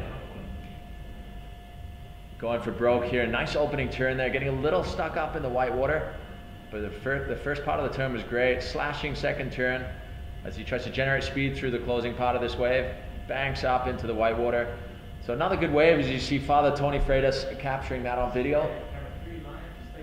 Mo has a great support crew, and his father, Tony, that follows him everywhere. Is caddy, official filmer, and father. So great performance there from Mo Freitas. We'll see how that last wave drops in. He currently has a 6.13 highest score on his lefts. We're waiting for Dave Muir to get his last wave. As we get a replay of Mo Freitas' last wave here. So you see Mo nice and close to the wall, coming off the bottom, but just like many of the competitors, mistiming his top turn, but still manages to get back into the wave. Second turn was very nice, completed the wave, but the judges really want to see that first turn completed with aggression. Yeah, the actual turn itself was nice, but he was a little high, not right in the power source there, so it didn't give him the kick back that he needed. As we see Kiahi there, boys. Shirts off. Getting ready for action here. Kiahi is not a stranger to Wadi Adventure Park. He's actually even kite surfed this wave. And for those of you who don't know, his alter ego is as kite surfing world champion for the surfing side of the sport. So he's definitely, in the realm of the Kai Lenny's, Zane Schweitzer's, Connor Baxter's, these multi-sport athletes that cross over all the different sports and do them all exceptionally. So we see Dave Muir dropping in for his third and final left. Nice driving opening turn, wrapping back into the whitewater. And another great opening turns, or second turn from Dave there. Generating some speed and backing off the whitewater. Just coming unstuck, but the work was done on those first two turns. I think that might well improve on his first wave score. Let's see what happens here. Yeah, Dave will be stoked with that wave. We've got some synchronized swimming going on down there in the pool. So hopefully we can get a shot of that in a little bit. But as we queue up this replay, it'll be great to watch Dave's foot positioning on that first turn that really helped him. So let's watch him on this takeoff as we look at the Turtle Bay replay. So you see him paddling in. Check out his front foot, then his back foot moves twice in the perfect position, timing that turn very well, which leads him into his second turn, a nice cut back into the whitewater. So he bogged a little bit there and got a little turn at the end and fell, but I think the judges will like the transition and the timing of those first two turns. So we have scores from Mo Freitas' last wave was a 4.9, a 4.9 for Mo Freitas' last wave. So he will stick with his first wave score of a 6.13 for the lefts. We're waiting for Dave Muir's last score to drop. But that was a great wave from Dave, really showing his ability to surf these smaller waves. Anthony Vela here with Tristan Boxford, just enjoying ourselves in the air conditioning over here at Al Ain Wadi Adventure Water Park. We're live on watermanleague.com. Yeah, I gotta say, I'm not a big appreciator of air conditioning normally, but I have to say with the heat out here in the desert, it's feeling pretty good right now. Oh, it feels great. We have some great food and stuff going on up here to eat. Hey, Christian, girls in the corner.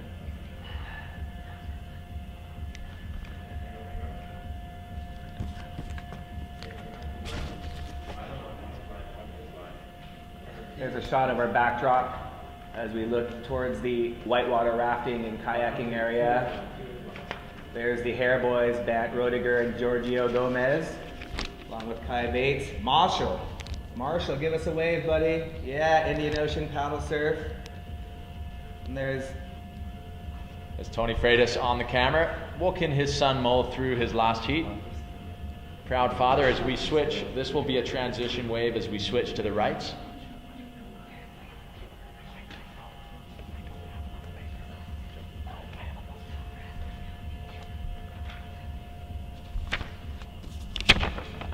So what a great arena. The competitors get to just lounge in between heats.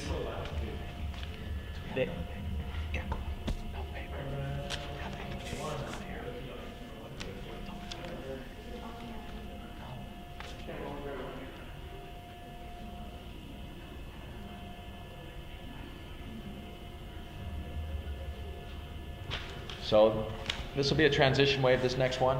as we wait for them to get rights.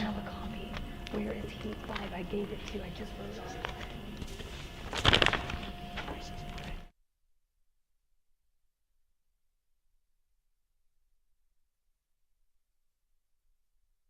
There as we update everything and the leaderboard here.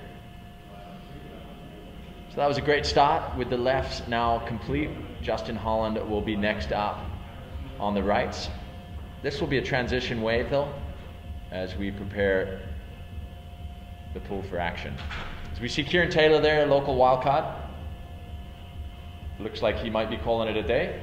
He's finished his heat 1 as I see a mini Taylor there running on the floor next to him. This is Justin Holland on a transition wave, but a great opening turn there. Nice wrapping turn and pulling out there.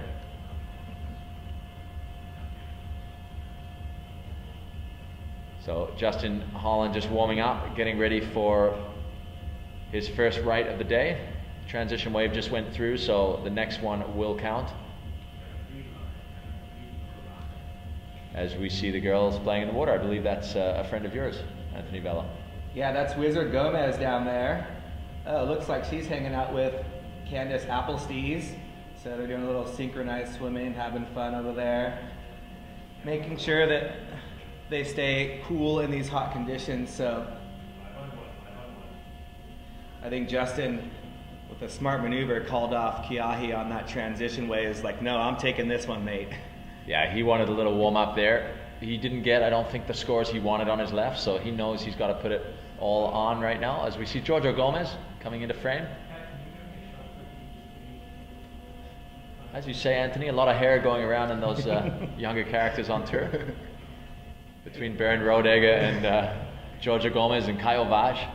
Yeah, Giorgio going with the bun on top of his head to keep his hair out of his eyes and his face. I'd like to see him try that in the heat, but I think he goes for the hair flick to try and get some extra points from the judges. It's been working for Kaio in these last 2 events, so we'll see. It certainly hasn't been hurting him, so. Here we are, for those of you who just joined us, we're at watermanleague.com for the Abu Dhabi All Stars Grand Slam. This is the stand-up World Tour component of this Grand Slam event. As we're live with action on the water right now, Justin Holland is taking off on his first right. So this one counts. Justin laying it back on that one. Little drop wallet turn, using his paddle very nicely on that second one. And another little layback turn. The timing seemed a little bit off after that first turn. Yeah, I think he lost a little more speed than anticipated, then he was a little off, as you said. He made all his turns, and they were nice turns, but not quite as, he couldn't lay everything into it as he wanted to. So, that'll be, it's a start for Justin Holland, but he'll be wanting to improve on that, I'm sure, in wave 2 and 3 on the rights. He's definitely stronger on his forehand, it looks like, here in the wave pool anyway. As we see this opening turn, really nice opening turn, but just gets a little off balance there in the white water. It sort of messes up his second turn, the entry to that second turn a little bit. Then he goes into the critical section to generate speed, banks off the top on that end section. But definitely it was a start. As we see the guys skateboarding here, there's action on and off the water here at Wadi Adventure. Giorgio Gomez hanging 10 right there. Oh, we see a 180 to that's a half cab 180 right there. And then Kaya Bates going for a little backside 180 ollie. And the boys just rolling around. That's Jake Jensen we saw with the half cab air. I don't know whether you've been watching Anthony, but Jake Jensen has been on fire in the racing. Let's see how he goes in the surfing over here, right? I saw him on a warm-up wave boost a pretty nice air. He didn't land it, but he was way above the lip, so I think he's ready to show everyone that he knows how to surf as well. Obviously, a strong component in the racing, a strong competitor in the racing component of the World Series. Yeah, he's a great guy, Jake, from the east coast of Australia. As we see another Australian here, it is James Casey in yellow on his JP Australia. Taking off here. Nice driving off the bottom, slashing the tail out there. Another nice slashing turn. Staying in the power source there through that little section and banking off the end there, just coming unstuck. Justin Holland, your last wave was a 4.8. A 4.8 for your last wave, Justin. So that is his first wave. I know Justin will be looking to improve on that, but his first wave comes in at a 4.8 for Justin Holland.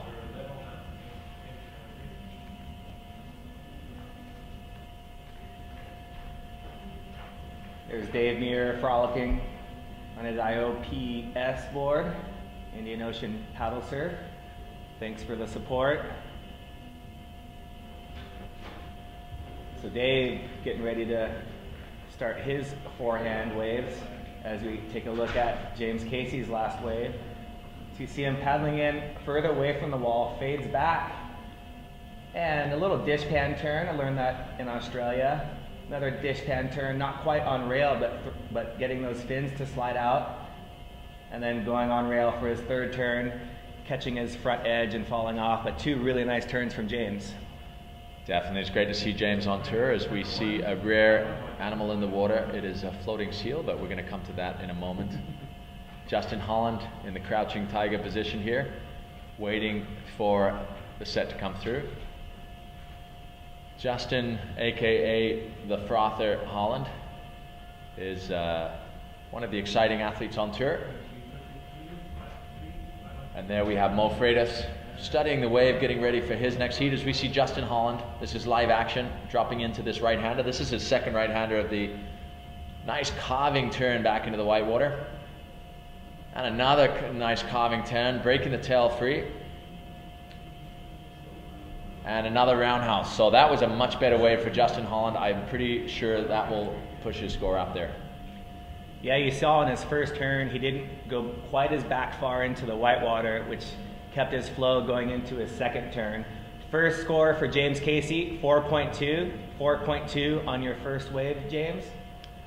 So yeah, that was a lot more flowing ride for Justin Holland, a nice combination of maneuvers. Definitely the judges looking for that nice transition between the turns, and Justin, as we're going to see in this replay, definitely demonstrated that in that last wave. Here we see him dropping into the right. He's definitely got one of the nicer roundhouses in the business as you see him full rail carve back into the whitewater there, keeping his speed up, and then another one, and even breaking the tail free there. So, and then gaining speed through this little section and going for a third. You know, that's definitely his powerful maneuver, so he wants to showcase it. It's what makes him unique. So nice wave from Justin Holland. We'll wait for the scores to drop. James Casey, a 4.2. So that is his highest score so far. Let's see how this heat progresses. Another shot of Mo. That last shot of Mo crouched down with his board upside down. Just a beautiful shot from our camera crew. Working hard all day through this first round of 32 surfers. They'll be vying for 12 spots to move directly into round 3. The remaining 20 competitors will go into a repechage round. And James Casey paddling into wave number 2 of his rights.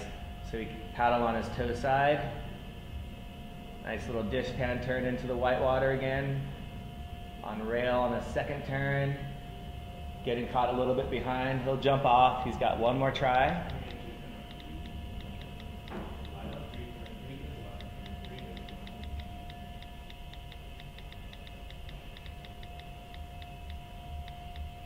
So James just walking back, and we have a score update for Justin. His last wave was a 7.0.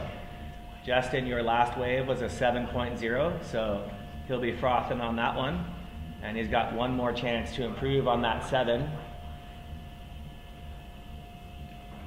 So let's see what Justin does a little bit differently to try and increase his score.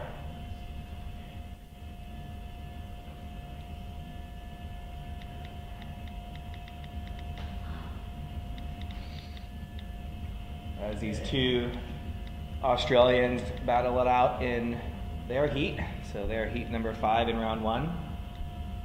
Surfing with each other, against each other and the other competitors for this first round. See Mo just kicking his foot to the beat. He's got some nice rhythm down there. But notice where his back foot is. He's sort of working on his tail pad and figuring out how to keep his board up there.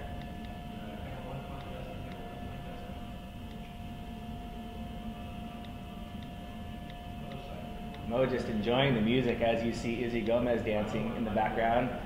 Justin Holland, starboard rider, pumping down the line. Nice cutback, paddle transfer cutback. Paddle gets stuck in the whitewater. manages to ride out of it and throw tail on that second turn. Yeah, I get the impression he liked that one. Justin Holland liked that. It was variation of maneuvers. He had a great, really smooth opening turn and got a lot of speed through that, and he was able to get up and put a much more critical turn into that second turn, breaking the fins free. Let's see how the judges like that. He put it all into that second turn. He's enjoying the music too. Looks like he's amped up, Justin Holland. As we're looking at James Casey now paddling out. Those last two rides by Justin will really give him some confidence going into the closeout portion of his heat.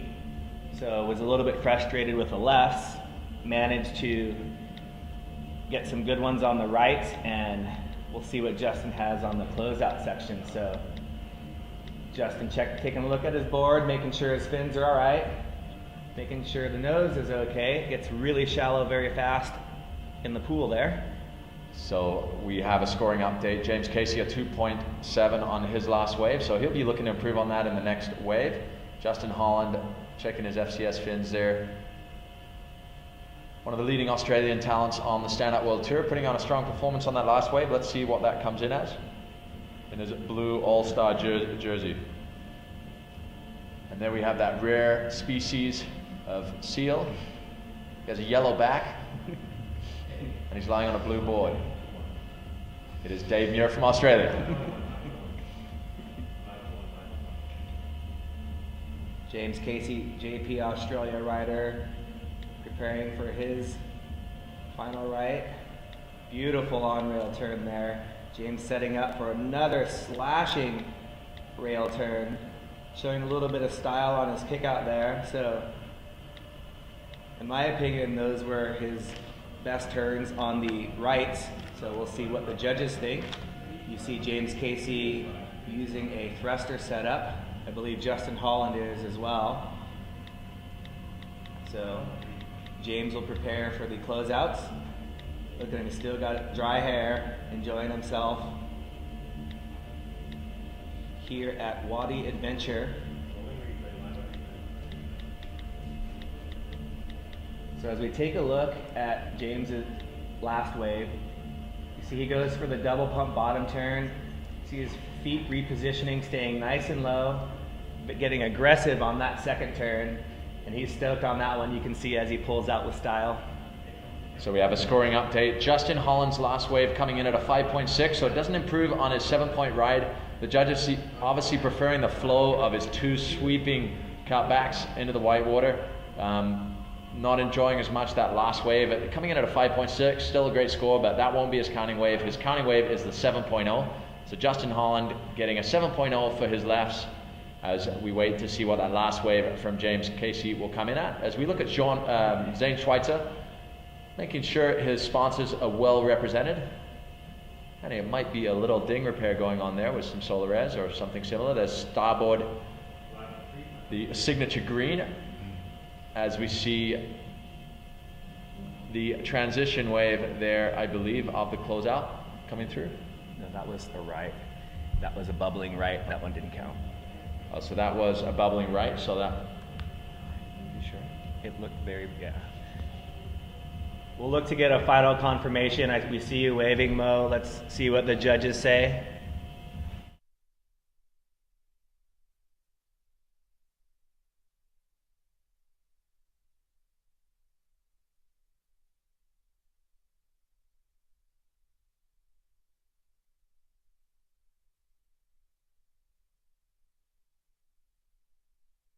Your wave, unfortunately you missed it. That was your wave. So it was not a transition wave, that was your wave. Dave, you need to head out. You are the next wave. Let's see that was fully. Nice from what are you saying?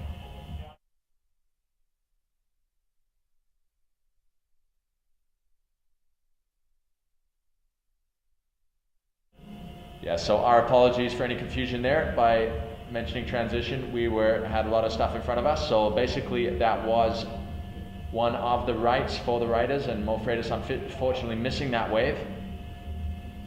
It is now Dave Muir up next. We are 5 on 3, going to 1. 5 on 1.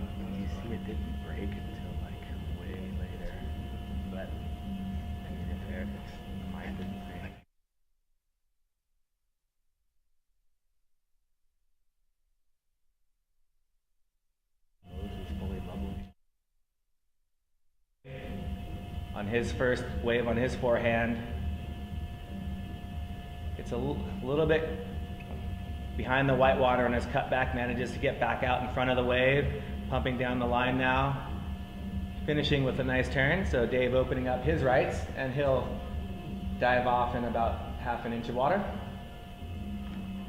So we have scoring updates from the rights there for Justin Holland and James Casey. His highest right score was a 7.0, so Justin Holland, your highest right was a 7.0, and James Casey a 4.2.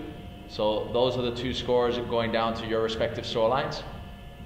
As we see Dave Muir laying back down, waiting for his next wave. We'll have a replay of Dave's wave right now. Let's see what Dave got up to on that last wave as we see him dropping in here on the right. Driving off the bottom, banks back into the white water. A slashing turn up at the top of the wave there. Little check turn into the white water, and a more radical kind of check slash turn there to close it off, and then a running finish. You guys stood for Mike in the last 16 minutes. And he's going to play his closeouts now. No. Foster 1, 2, Sierra 1, State 9, but we're now Christian.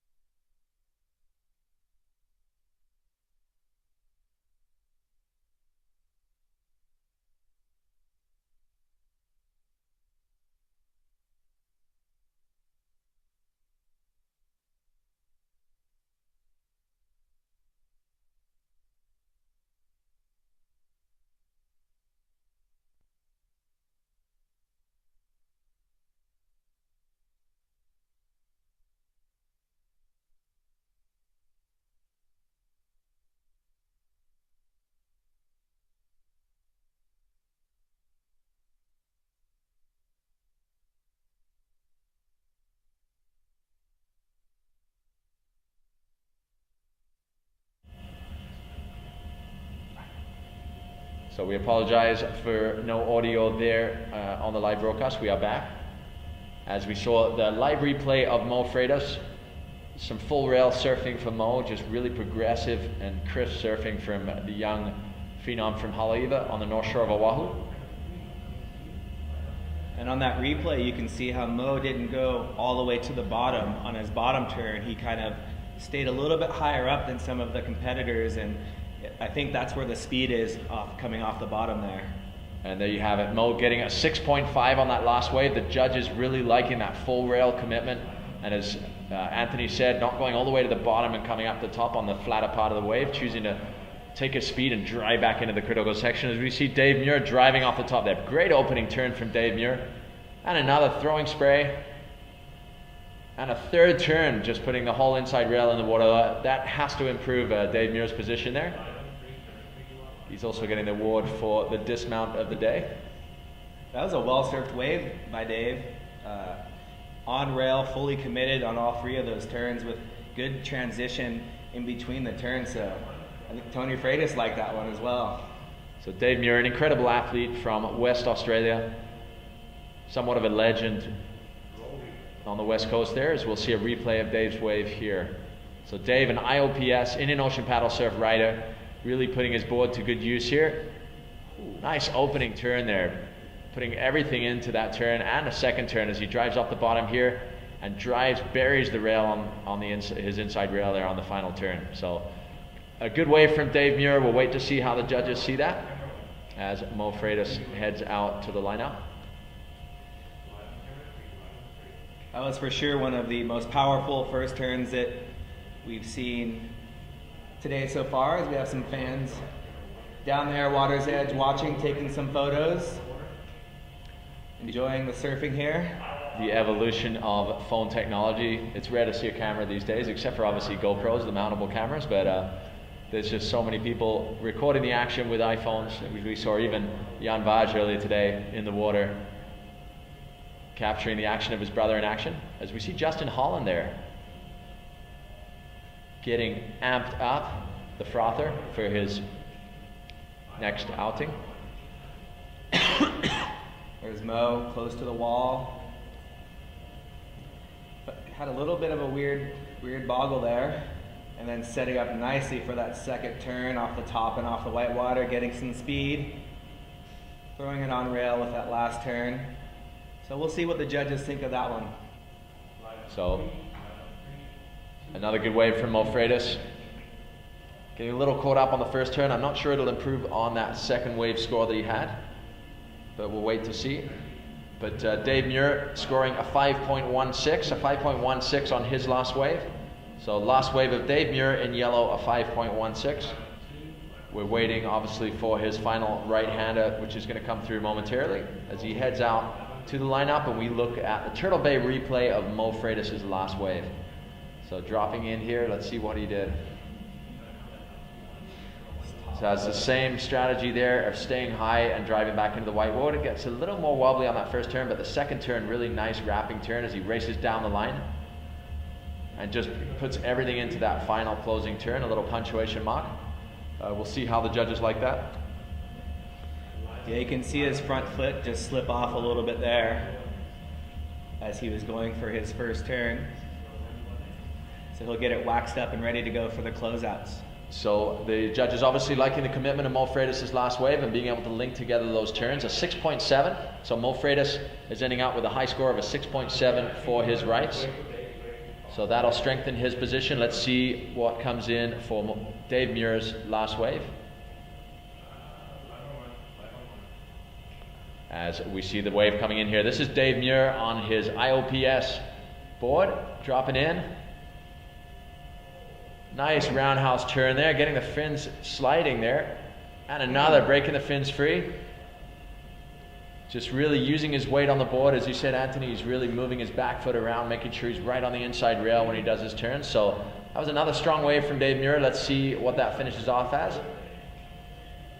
Yeah, you heard some oohs and ahs from the crowd. I think everyone was impressed with that first turn. Dave showing his skill out there in these small waves.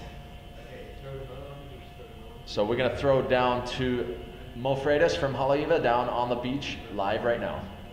And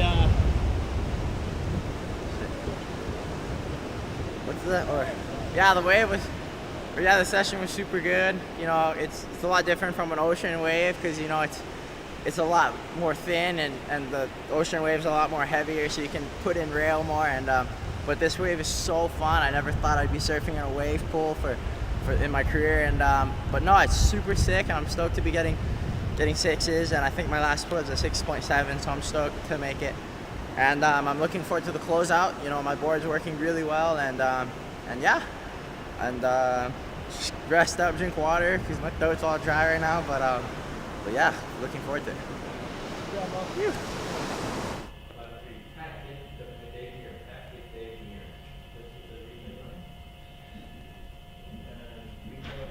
Thank you for that interview. Thanks, Mo. So we're going to go back to the Turtle Bay replay of Dave Muir's final right wave. See Dave slashing back into the whitewater, maintaining his speed, getting back to the top on his second turn, getting some speed for his final maneuver, releasing his fins, and getting stylish on his jump off. So we have final scores coming in here. The highest wave score for Mo Freitas on his rights was a 6.7. So a 6.7 for Mo Freitas is his score going through to his overall scoreline. And for Dave Muir, it's a 5.16. His last wave coming in at a 5.06. So 5.16 is Dave Muir's counting scores. So as it stands right now, Mo Freitas with a 6.13 on the lefts, a 6.7 on the rights. Dave Muir in yellow with a 4.2 on the lefts and a 5.16 on the rights. So awaiting their final score, waiting for the final section of closeout. So let's see what happens there.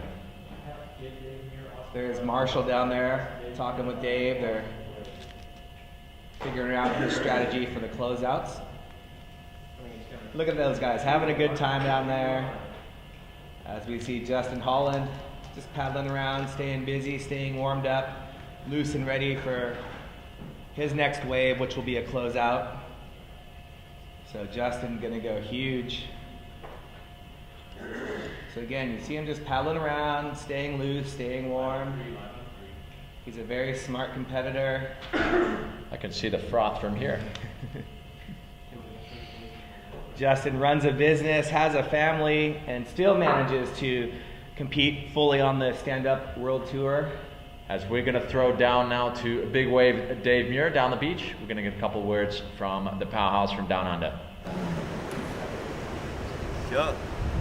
You want me to just talk away? How was the heat? How does this wave compare? Yeah, look, just stoked to be a part of the first ever World Tour event in the wave pool here in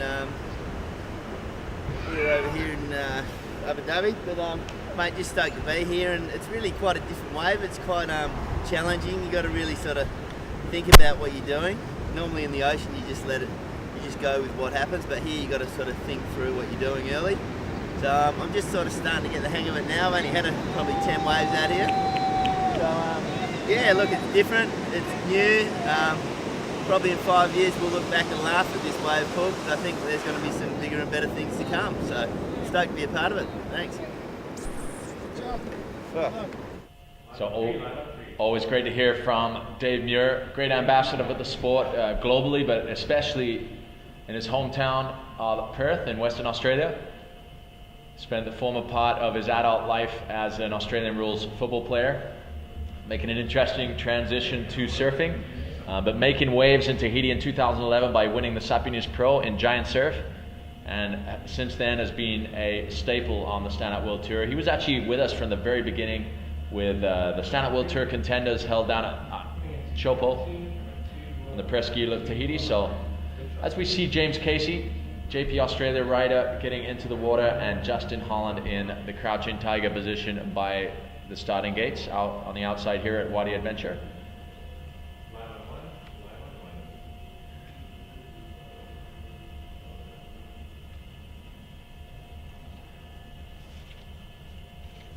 So as Anthony Vella said, Justin Holland, a family man, his kids and wife will be at home watching today, anxiously hoping for a great result from their husband stroke father.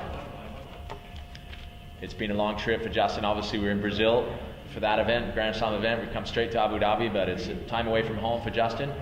But what a great athlete. As we see right aboard without rider, JP Australia. That was almost a JP Australia commercial right there. That was great shots once again. James Casey will prepare for his next ride as we see the wave building up in the background. And there's our rider in blue, Justin Holland. Slashing his first turn, pumping down the line, setting up for a nice air. Back foot comes off if he rides out of this one. Oh, not quite, but great attempt by Justin. The 1 foot air, almost rode out of it. That would have been incredible. Well, you have to say that's full marks for commitment for Justin Holland there. That was incredible. He threw the tail all the way out and held onto it for such a long way there. Unfortunately, unable to get back onto the board. But great opening turn. You saw Justin react really quickly on the closeout, so he had lots of time to build up speed. He did that quick opening turn and then set up for that big maneuver we're going to see right now. Yeah, as we watch this, you see him pump down the line and get a nice turn there, then setting up a couple of pumps, coming off the bottom, throws it up over the lip, only 1 foot on the board, second foot reconnects with the board, and if there was another 10 yards, I think he would have rode out of that one. Yeah, if the pool didn't go to 2 inches deep and the water stopped, he probably would have. But great effort there from Justin Holland, full commitment. I'm sure the judges will reward that even though he didn't complete the wave. It was definitely a great performance there. And I've figured out why Justin keeps looking at the bottom of his board.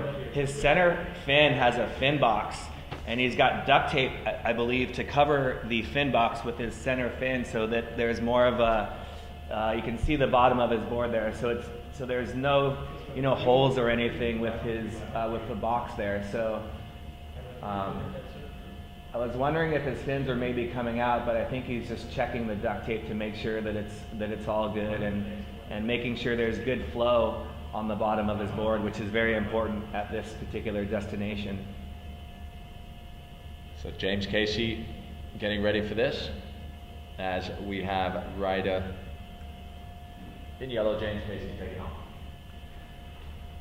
So here we go, James, paddle on his toe side. Good looking first turn with some speed. Nice floater off the top there. He'll ride out of this one. So way to open up for James Casey of Australia. He's stoked. Look at him smiling down there. I think he's saying to himself, okay, that was good, but I'm going to show you something special on this next one. So we get scores in for the incomplete wave of Justin Holland at 2.6. We were enthusiastic about it just purely because of the commitment there. Unfortunately, it wasn't what the judges wanted to see. They want to see committed but calculated maneuvers that are executed in control. I think the control element was lacking there, but the commitment was there as he did everything to stay on top of the board. As we see James Casey strolling out towards the lineup. And we're going to get a replay of James Casey's last wave.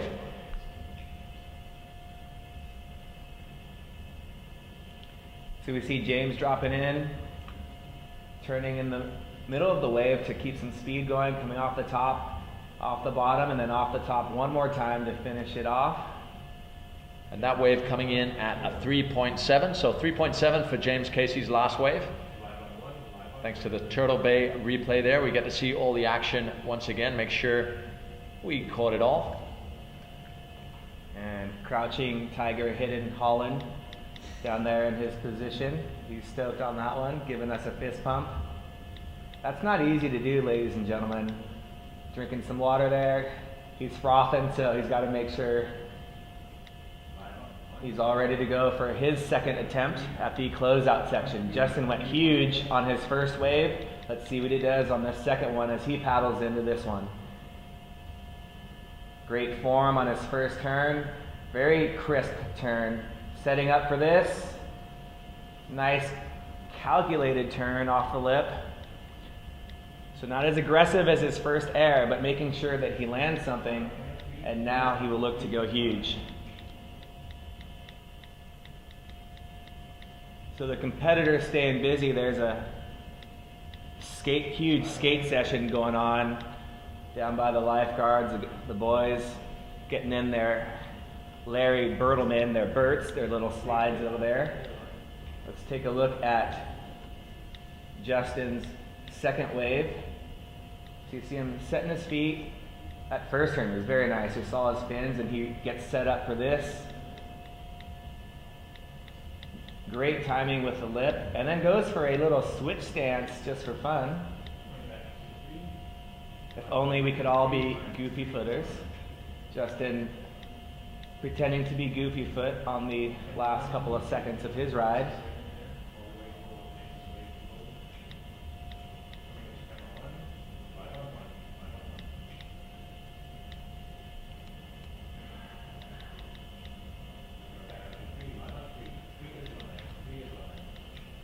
That scorpion, that bird, I think, just saved someone a huge bite. Looked like a scorpion to me from all of my biology experience.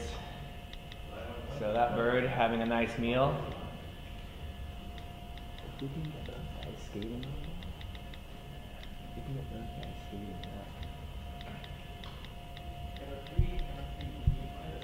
So as we heard James Casey talk about in his interview how you're waiting for the wave and there's just a lot of nerves going on, but here he is paddling into his second closeout, fading into a beautiful looking first turn, throwing the fin, setting up, climbing the foam, coming down easy with some style. So it's interesting to see the choice there. He put a lot into his first turn, probably didn't give him as much build up for that second turn. It's interesting to see the different strategies, but definitely was in the right position on the wave. As Justin Holland, a 6.5 for your last wave. Justin Holland, your last wave, a 6.5. So Justin Holland posting a good score on that closeout there, that second closeout. James Casey, we're awaiting your last scores. We get a replay of James's last wave. He does a really committed first turn here. You'll see him come down, dropping in, throwing everything on into that first turn, then generating some more speed, coming up into the lip. The timing was right.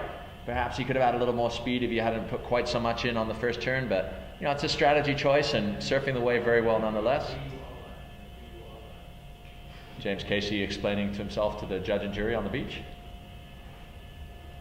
Saw him shake his head. He's like, yeah, it was kind of good, but I know I can do better. So Kiahi der Boits, giving him the one-on-one in the water here at Wadi Adventure. Actually, Kiahi's been here a lot of times. He's a good friend of Kieran Taylor, has spent some time here. As I think I mentioned earlier, he has kite surfed in the pool here, which seems impossible because it's only about 50 feet wide, but somehow Kiahi managed to control it enough to get some pretty insane rides. But he kite surfs some unusual places. I saw him kite surfing Pipeline in Kona Winds the other day, and the guy was doing layback barrels on his backhand. It was pretty incredible. Yeah, and there was about a 5-hour session last year at Backyards just off of Sunset where he was claiming some of the best barrels that he's gotten.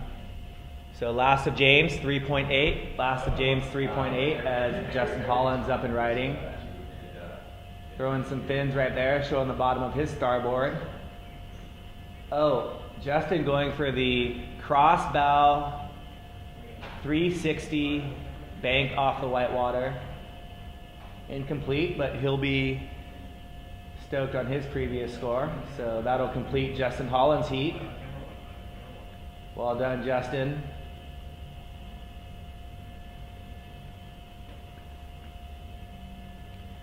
I was having a conversation with Justin yesterday. We were talking about his Groms that are up and coming, ripping.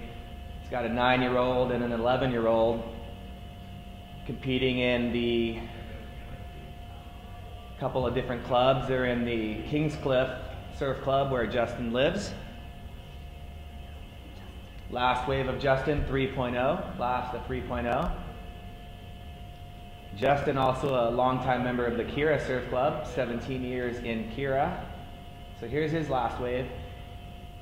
See him throwing the tail there, then watch, he switches hands with the paddle, so it's now on his heel side and goes for the 360 attempt there. We see some bicycle action down there at water's edge.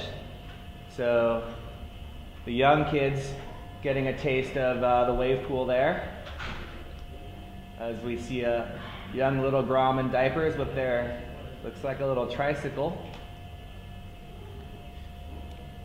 I think that was Women's World Champion 2032, just walking across the screen.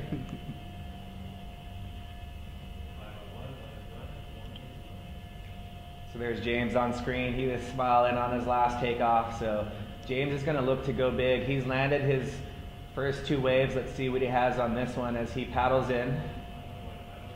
A little further away from the wall.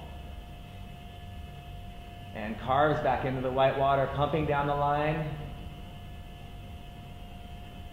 Landing in the soupy part of that end of the wave, bouncing a little bit, but still rides out of it. We'll see what the judges think. So yeah, really getting into the right section of that wave. It was an interesting last turn there. I will be interested to see how the judges see that. But looks as though he enjoyed his time out there. Giving a low 5 to fellow Australian Dave Muir. Whatever low 5 means. As we go to a replay of the last wave from James Casey. So it'll be interesting to see that last turn again as we see James dropping in here. So nice opening turn again, putting all his weight on the inside rail and then driving up into the lip, getting over the lip there. An interesting landing, but a clean landing makes it look easy there, coming out of the kind of impact zone there. As we see Mo Freitas heading out and getting ready for his next bout, as we see also the drone capturing the action from above. These drone cameras have been transforming the coverage of sporting events worldwide.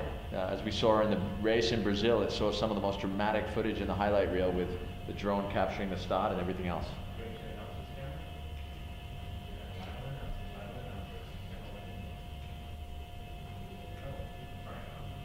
Yeah, I believe that was Maddie Schweitzer's drone. And I'm Anthony Vela here with Tristan Boxford. We are enjoying ourselves here in the air-conditioned room up above the ground floor here at the Abu Dhabi All Stars. So yeah, if you just joined us, welcome to watermanleague.com for the Abu Dhabi All Stars Grand Slam. We're excited to be here. We have a lot of action, a lot of great riding going on as we are in the first day of this surfing component as we go straight to the water with action with Mo Freitas dropping in on this closeout. So Mo building up his speed for this closeout maneuver. Going for a big layback, coming off his board. And he'll look for the next 2 waves in his heat to help better his score. So we have final results from heat number 5. So Justin Holland, he is going to drop his left hand scoring wave. So he's dropping a 4.7 because his high scores are a 7 and a 6.5. So a great scorecard there for Justin Holland. So his heat score total is a 13.5. Definitely a very respectable heat score total. We'll add that to the leaderboard and give you the update in a moment. As we go to a replay of Mo Freitas driving roundhouse there, just generating speed through that turn. And a beautiful turn there, but just, you know, catching the nose on the way down, but putting everything into that turn into the lip there. So James Casey, your final heat score total, you're dropping your left as well, so you're sticking with your 4.2 on your rights and 4.8 on your closeout. So you have a heat score total of 9.0. So 9.0 for James Casey, 13.5 for Justin Holland. We will adjust the leaderboard and come back to you with the updated standings.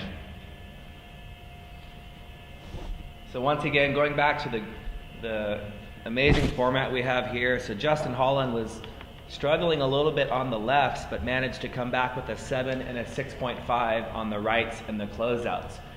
So the competitors will have plenty of opportunity to showcase their 2 top scoring waves out of 9.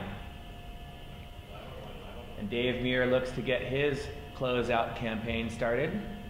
Dave on his last 3 waves.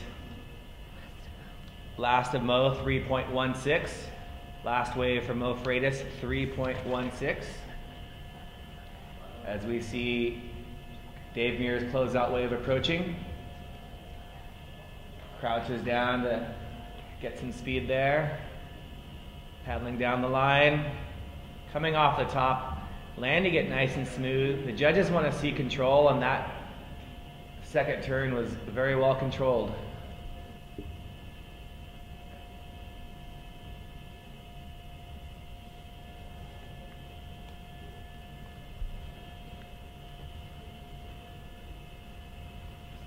As Dave is walking back out. We'll take a look at this wave on the Turtle Bay replay.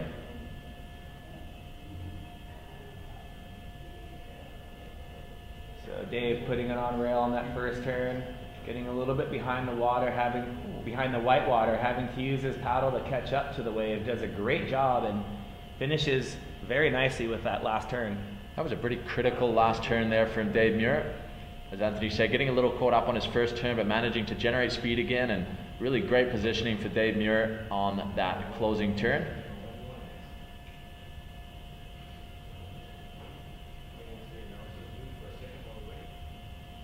So Dave, what'd you think? Oh, there's a shot of us. This is Anthony Vela here with Tristan Boxford. We're up in the booth. We're enjoying ourselves. What a great day of competition here. It is an amazing day of competition. As we can give you an update on the leaderboard, we have first Poinaiki Raioha, who is still leading with 16.2. Second, Kyle Vaj with 16.0. In third, Giorgio Gomez from Florida with a 14.0.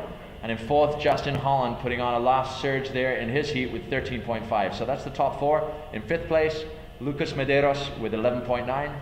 In sixth, the South African Dylan Frick with 11.6. Remy Keek in seventh with 10.4. Eighth, James Casey with 9.0. Ninth, Kieran Taylor with 8.9. And Eric Terrien in 10th with 8.1. As we see Mo Freitas, great wrapping turn again there. Vertical hit there. That was a great closing turn from Mo. Beautiful opening turn. It'll be interesting to see how the judges see that, but definitely a slick looking wave there.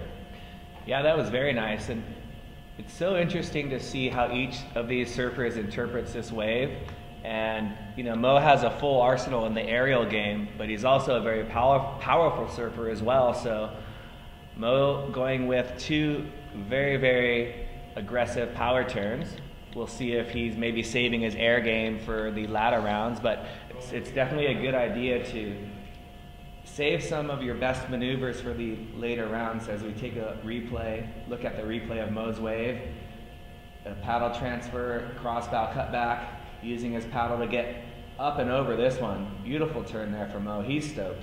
So the projection on that was great. He went right from the bottom right up to the top there. The judges will like that. The opening turn, it's interesting to see how he uses his roundhouse and gets right back up to the top of the wave, which gives him the maximum potential to accelerate into his closing turn. So a very well surfed wave there from Mo Freitas as we await the score. I think it looks as though he's awaiting his score too in his blue All-Star jersey. That is Mo Freitas from the beautiful town of Haleiwa on the north shore of Oahu. Just minutes away from Turtle Bay Resort, headquarters for the Waterman League, our home base. And Mo Freitas a 7.16. Mo Freitas a 7.16 for your last closeout. So that'll definitely improve your position. 7.16 for Mo Freitas as Dave Muir, we're waiting for his last wave here.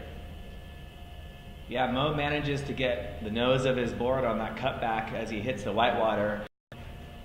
His display of above the lip surfing. Here we have Dave Muir just barely getting into this one. Crouching low to get some speed. Here he is setting up for this. Hitting the lip, coming off his board. And Dave will get ready for one more try. Throws his paddle, maybe a little bit frustrated. Looked like his paddle may have gotten stuck in his leash on that turn. That's one of the difficult parts about stand-up paddle surfing with a leash is at times you go for a big maneuver, your paddle gets stuck right in the leash. So let's check out this Turtle Bay replay and see what happens. So IOPS right at Dave Muir dropping into this, right on the wall there. You see him pushing right on the inside rail there, looking to come up to that closing section. Gets right up into it, but unfortunately comes unstuck on the way down.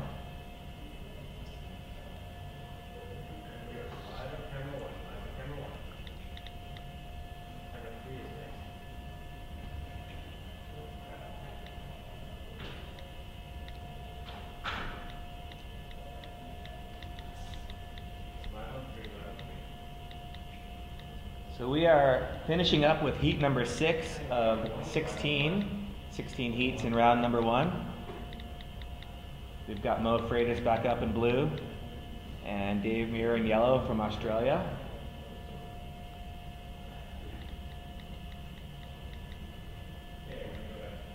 Mo Freitas has a younger brother who did very well at the Nakama Kai over in Turtle Bay.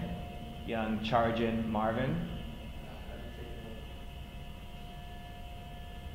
As we see Dave just waiting for his next closeout wave.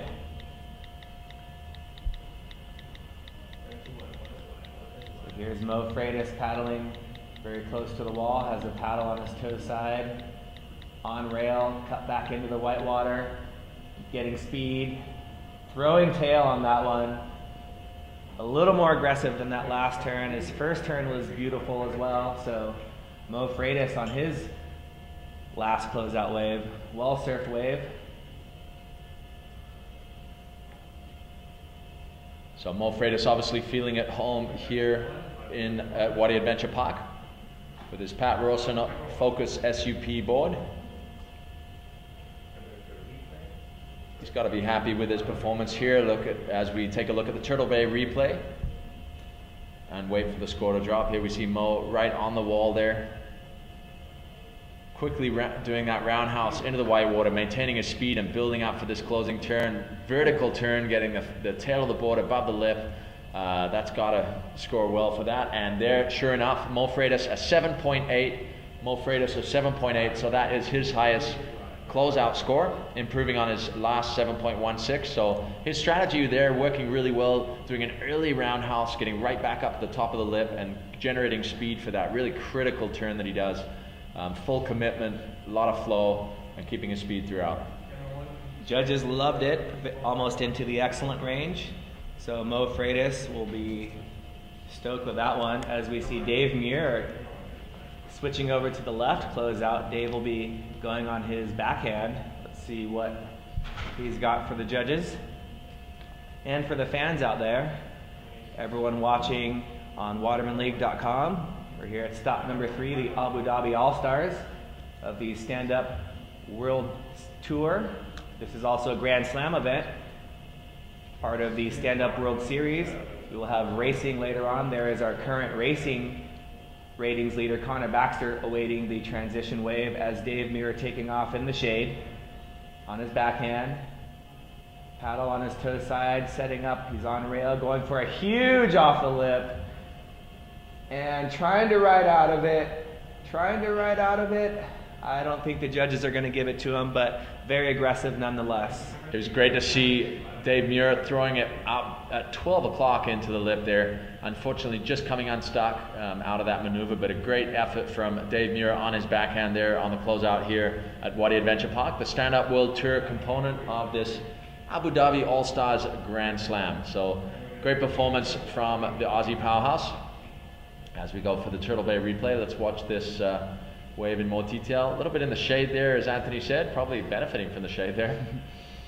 Opening turn, wrapping back into the white water, and then he sets up for this, throws the board right up into it, floats down, and just unfortunately just comes unstuck there. Wanting an extra somebody to push his back to push him back up there. Yeah, Dave went big on that. That was a massive backside turn. So that will conclude heat number 6 with Mo Freitas and Dave Muir, as we will have our transition wave as we switch the wave pool back into the left. So we get a look at our lifeguards here at Wadi Adventure Park. So you don't need a jet ski for ocean safety here. It's not that far, in fact, from the furthest point to the inside point, as we see the outer extremities of the ocean here in the wave pool. But there are a few rip currents out there and a little bit of an undertow, so it's a good thing that the competitors have the lifeguards out there in case they get in trouble at all. They'll be out there to assist them if they need it.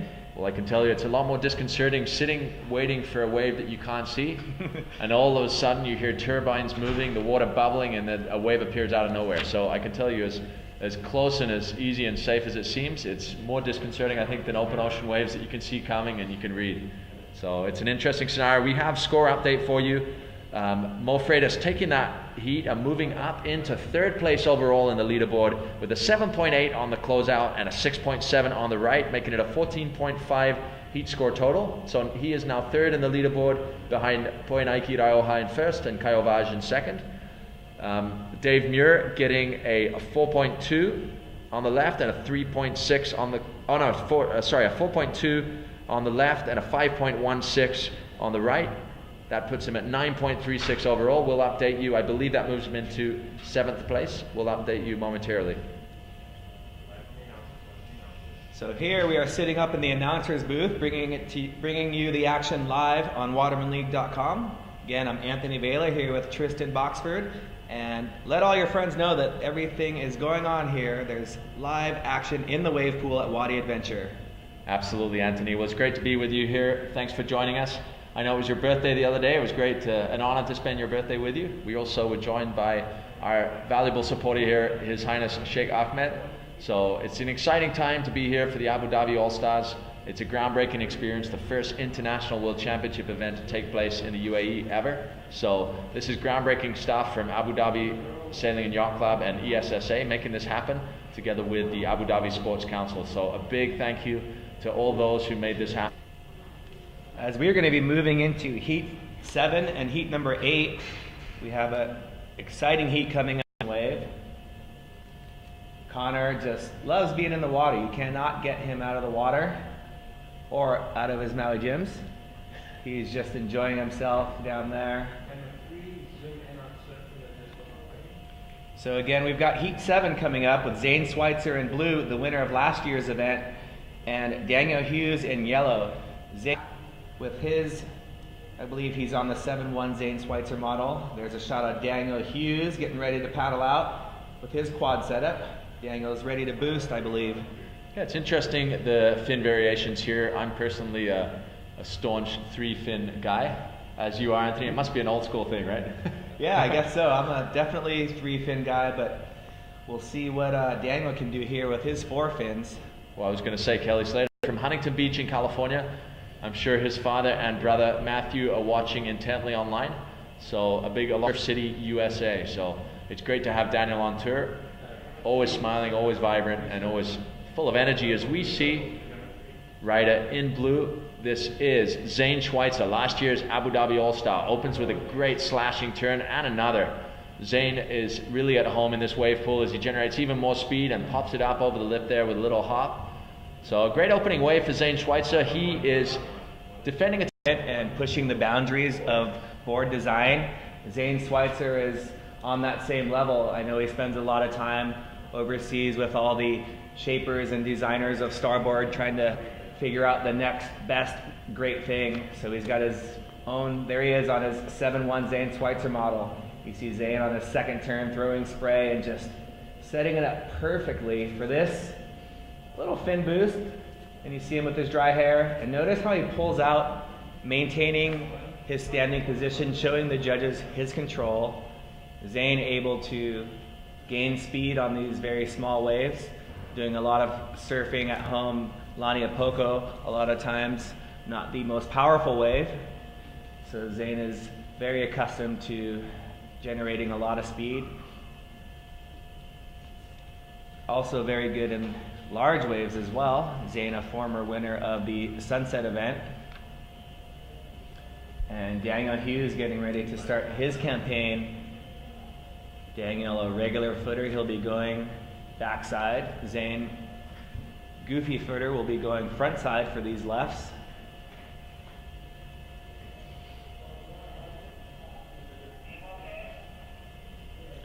Daniel Hughes dropping in.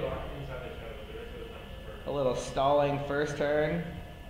Coming a little bit unstuck there. Setting up for this nice maneuver. Sliding off the front of his board.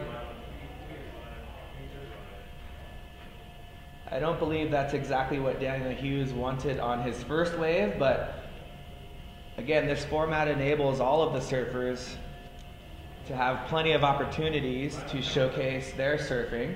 So Daniel just shakes that one off, and he'll get ready to do something exciting on his next wave.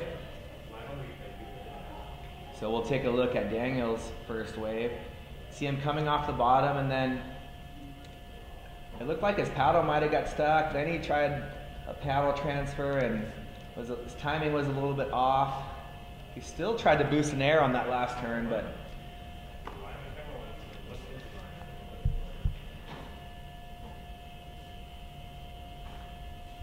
So we're on the shady side of the pool as the sun continues to make its way across the desert. Zane Schweitzer preparing for his second left.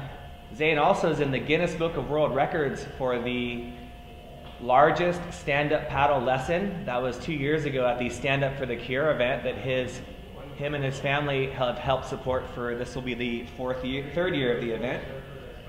Yeah, Zane definitely getting the award for one of the most enthusiastic stand-up paddlers in the world. He's just got boundless enthusiasm, boundless energy, and it shows in his surfing. I mean, he's so energetic in his surfing, as we're going to see him on his wave number 2. Every single wave, every single turn, he puts 100% effort. Slashing opening turn here. His style just so well suited to the wave pool here as he cuts back into the white water, works his way down the line, gets a little caught up there, but able to throw a lot of spray on that closing turn. Not sure that'll improve on his first wave. We'll wait for those scores to drop. In the meantime, we do have a leaderboard update. In first, still leading the leaderboard, is Poinaiki Raioha from Tahiti with 16.2. Kyle Vaj in second with 16.0. Mo Freitas from Hawaii in third with 14.5. In fourth, Giorgio Gomez with 14.0. In fifth, Justin Holland from Australia with 13.5. In sixth, Lucas Medeiros from Brazil with 11.9. Dylan Frick from South Africa in 7th with 11.6. Remy Keek in 8th with 10.4. Dave Muir in 9th with 9.36. 10th, James Casey with 9.0. 11th, Kieran Taylor with 8.9. And in 12th, Eric Terrien with 8.1. But it's still all to play for. We are now in heat number 7. So a lot more action here to come as we see a replay of Zane Schweitzer's wave. Great opening turn there, throwing a lot of spray. Full rail turn, a nice roundhouse cutting back into the white water. Gets a little caught there, but pulls it back and does a nice accentuation turn on the end there, throwing some spray in the closing white water area. So Zane Schweitzer on form here at the Abu Dhabi All Stars. He has a title to retain. Yeah, and Zane trying to move up on the overall ratings board, trying to better his campaign for a world title. Well, he's actually had a great start to the year. He had a podium finish in Sunset, finishing, I believe, in... As we got, actually, hang on, we got Daniel Hughes on a wave here, cutting back into the white water, driving off the bottom. Nice slashing second turn as he sets up for something on the inside. Goes for a 360, unfortunately comes unstuck. But that was a better wave for Daniel. That'll improve on his heat score total, so we'll wait to see how that comes out as. But I believe Zane Schweitzer was 4th in at Sunset. In Brazil, he got a 9th place. He's currently 4th equal overall. We're waiting for scores to drop, Zane. We will update you in just a second.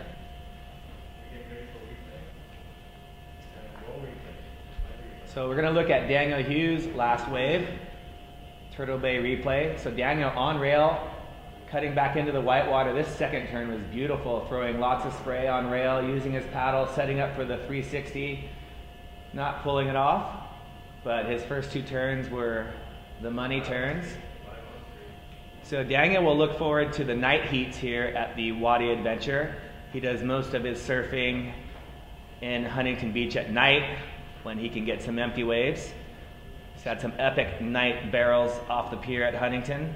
So we have a heat score update. It's 7.16 for your first wave, Zane. We're still waiting for your second wave to drop. But Zane Schweitzer from the island of Maui, starboard rider, a 7.16 for his first wave. Daniel Hughes, your first wave, a 3.0. We're waiting for both your second waves to drop. So Zane Schweitzer getting off to a great start here with a 7.16 on his first wave. He had another good wave for his second wave. I'm not sure it was as good as his first, but we'll wait for those scores to drop. We don't like to make the decision on that one, obviously. As Zane sets up for wave number 3 on the left, Zane as close to the wall as you can get, driving off the bottom and just throwing buckets of spray on that first turn, getting a little caught up, still managing to get out in front of the wave, and we'll see what he has on his finishing maneuver. So just bouncing out over the lip there. He really did a really committed first turn. It did mean that he got slightly caught out, but not really. He managed to just kind of pump into the white water there and drop down for his second turn for a roundhouse. So Zane Schweitzer showing real skill and control here at Wadi Adventure Park. He already has a 7.16 in the bag. We'll wait for his second score to drop. I know the judges have been watching the replays and debating the final score on this, so we will come back to you momentarily. Really showing the judges his fins there on that opening turn, so really impressive to see. Nice slashing second turn as well as he works his way down the line and hops out over the lip there, breaks the tail free. So some progressive surfing there and some power surfing there from Zane Schweitzer. Definitely one of the more aggressive surfers on tour.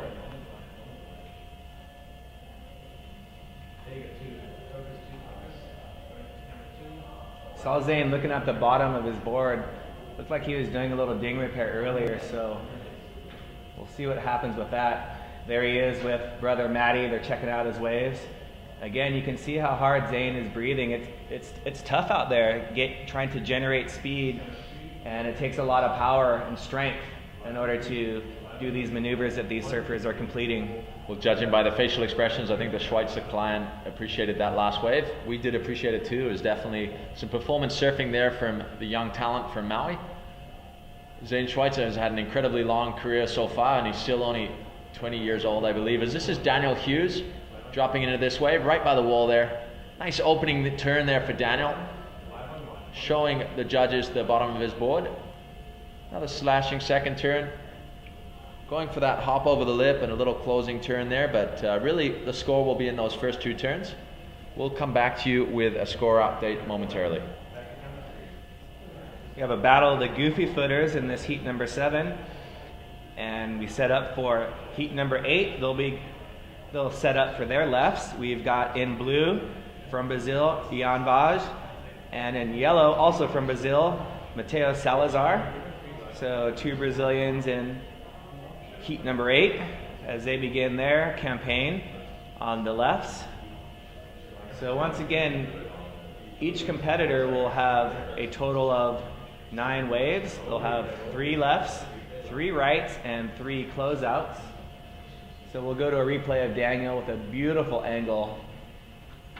See him setting up. We see all 4 of his spins there. Coming off the top again. Daniel driving down the line. Trying to throw some spray there and jumping off his board. So last wave of Zane, 8.5. Zane Schweitzer, your last left, 8.5. Daniel Hughes, your last left was a 5.7. Both of those last waves were your highest scoring waves. So Zane Schweitzer with an 8.5. Daniel Hughes with a 5.7.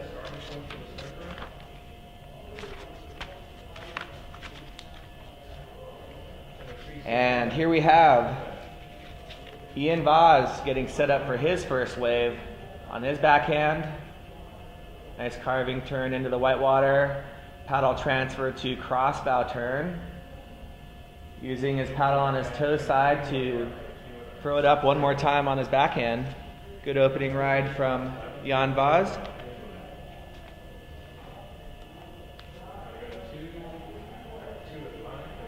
So Zane Schweitzer stoked. He's matched Poi Nike's high score of the day with an 8.5. So Zane with a huge score on the left. I cannot wait to see what he does on the closeout as we see art and surf rider Ian Vaz in blue making his way back. So he'll go to his crew and see what he can do a little bit better. As we look at the Turtle Bay replay of Ian Vaz, his paddle's on his toe side, plants his paddle into the whitewater, then switches sides with his paddle, uses that crossed out turn, which is very difficult, and then sets up for this last turn. Jumping off as we see Kieran Taylor in the background with his family. And our surfer in yellow, we have Mateo Salazar from Brazil.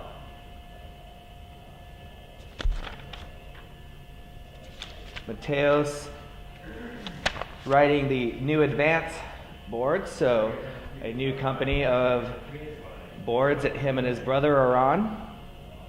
Son of the famous Picurata, here is Mateo Salazar on his first wave. You can see him setting his Feet up for this carving cutback. Beautiful. Aggressive second turn, dropping his wallet. Going up and over the lip on turn 3 and finishing off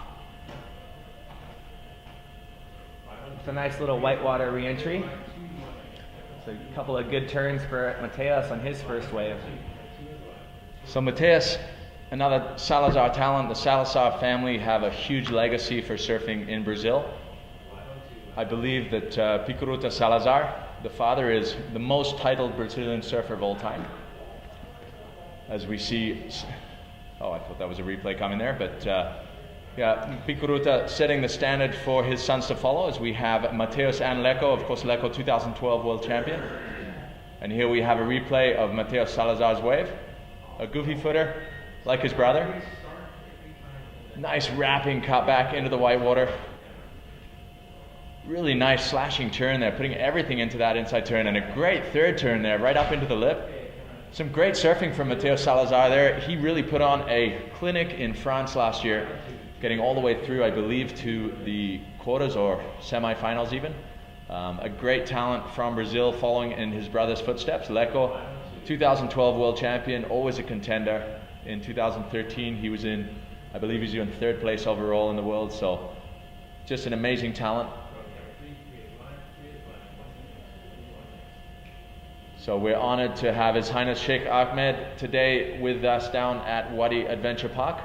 A big thank you to him and everyone involved in making this event happen. As we see rider in blue, this is Jan Vaj, another Brazilian, so the younger brother of Caio Vaj. Nice slashing turn back into the whitewater, up into the lip. So another good wave from Jan Vaj. Jan Vaj actually finished 2nd last year in the Abu Dhabi All Stars, so he likes the pool. He was on a real roll until he came up against Zane Schweitzer in the final. As we see Sheikh Ahmed himself on camera with Riley Heffernan, one of the other founders. There's Sheikh saying hello. We're honored to have you here with us. And Riley Heffernan is a founding partner of this Abu Dhabi All Stars. As we see the All-Star himself, Zane Schweitzer from 2013, coming to say hello. He just put on a great performance, and there's brother Matty, proud of his brother as always. Seeing a great performance here from the 2013 All-Star Zane Schweitzer. So as we go back to action on the water, this is a replay of Jan Vaj's first wave. On his backhand, Jan is definitely one of the leading talents out of Brazil, currently in equal 4th with Zane Schweitzer on the world rankings for 2014. Jan is a clear talent to look out for in the future. As we see the Vaj brothers really helping each other out, coaching each other through the heats, and really wanting to see each other in the podium. Just the excitement you see when each other in the water is wonderful to see. The family togetherness and support structure that they have in Brazil. Just to see the elation on Jan's face when Kyle won, it was almost more than Kyle himself having won the event, and just to see the whole family jumping in the water and screaming. It was an exciting moment. As we see rider in yellow, that's Mateus Salazar on his 2nd wave. Goofy footer setting up, gets all the way to the top of that wave and swooping into a carving cutback, and 3rd turn going up and over the lip, maintaining his speed and just pulling off the back of that wave. So just some incredibly crisp surfing there from Mateus Salazar. He's really using the full apex of his turns. He's driving right back into the white water, throwing the board back in on his roundhouse, so it's getting almost 12 o'clock again. So great surfing from Mateus, and is showing in his scores with his first wave as of 7.7. Jan Vaj, your first wave was a 4.9, your second wave a 5.8. So Mateus Salazar waiting for his second score to drop, but a 7.7 for his first wave. As we go to this replay, Anthony, if you see the critical nature and the crisp nature of his turns, it's really smooth, really powerful and slashing, getting right on his inside rail as he drives right back into the white water there and redirects his board up into the lip. Yeah, I like on his cutback how he waits to plant his paddle until he's going to rebound off the white water, which gives him a lot of speed going into his next turn. So the judges I think, really enjoy the transition between maneuvers that he links together, which is the formula here at the wave pool at Wadi Adventure. He's definitely got a lot of flow, and the key components of judging is speed, power, and flow, and Mateus really exhibiting all of those things in his surfing today. So there you have it, notching up another good score, 6.9 for Mateus on his last wave. That will not change his scoreline, a 7.7 currently his high score on the lefts. That's one of the highest scoring left-hand waves of the day, right, Anthony? Yes, him along with Zane's wave. Zane got an 8.5 on his third left, so Zane and Mateus producing the highest scores on the left so far, as we see up and riding Jan Vaz going on a second turn, nice little crossbow turn, and going for a 360, just coming off. So it is a Brazilian affair in this heat. Jan Vaz from Rio de Janeiro, Mateus Salazar from Santos in the Sao Paulo region. Jan Vaz becoming better acquainted with the pool bottom here at Wadi Adventure.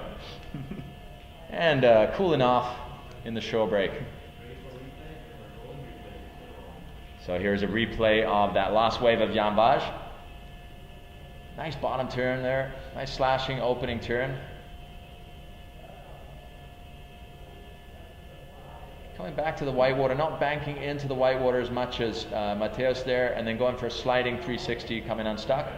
I don't think that'll improve too much on his current high score of a 5.8, but we'll see. We'll wait for that score to drop. So we have Mateus Salazar preparing for his third left. There's a shot of Lucas Medeiros about to try and go get a transition wave. Yeah, Lucas, camera's on you. Give us a wave, buddy. There he is. Lucas Medeiros. Yeah, Lucas. So there we have Zane Schweitzer looking for something together with Daniel Hughes. Oh, he looks excited. He's seen that rare bird. I don't know which bird it was, but he looked excited to see it. As we see Dan in the background, trying to stare down Zane. The two goofy footers battling it out in heat number 7. But currently we are watching heat number 8, rider in yellow, Mateus Salazar. So Mateus dropping in. Nice angle here to see him drive back into the whitewater. Really critical turning for Mateus. Not a slashing turn, getting it all the way around. Jumping up into the lip, a killer 360 into the lip there. What a great turn. Really punctuated that wave. 2 great turns leading to that beautifully executed 360. Let's see how the judges score that. Obviously, just to remember, folks, it's the third turn. That punctuation turn isn't the highest scoring turn always of the wave. They're looking for those 2 first critical turns. But what a way to finish a wave and put the punctuation mark on it. Yeah, Tristan, when we look at this replay, this is what I was talking about earlier, where you see him drop in. He's got the paddle on his toe side. He does his cutback and waits to plant his paddle, which lets him go aggressive off the whitewater. Speed into that second turn, throwing his fins, and then just sliding it out with a 360 just to say, hey, there's my exclamation point. Let's see what the judges think. You know what, we had a detailed briefing with the athletes this morning, and the judging panel came down, all of them represented from all the different regions around the world. And the overwhelming message to the athletes, they want to see critical maneuvers, but control. And if there's one thing Mateus had on that wave, it was critical maneuvers and control. He really showed that he was completely in control all the way through his turn, so it's great to see. I'm sure he'll get a good score on that last wave. We'll see how his scoreline is affected. Yeah, and great style too. So once again, we're here up in the booth. Tristan Boxford, Anthony Vela, WatermanLeague.com. We're bringing it to you live with Turtle Bay replays. Thanks to all the sponsors. We're just having a great day making our way through the first half of our heats. It's non-stop action here. We have a full day of action. Round 1 in itself is 16 heats, so it's a lot of action that we're going to be putting underway here. As we described earlier, it is not a normal heat format in the sense of it's every man for himself. It's 32 men battling against each other for 12 spots directly through to round 3.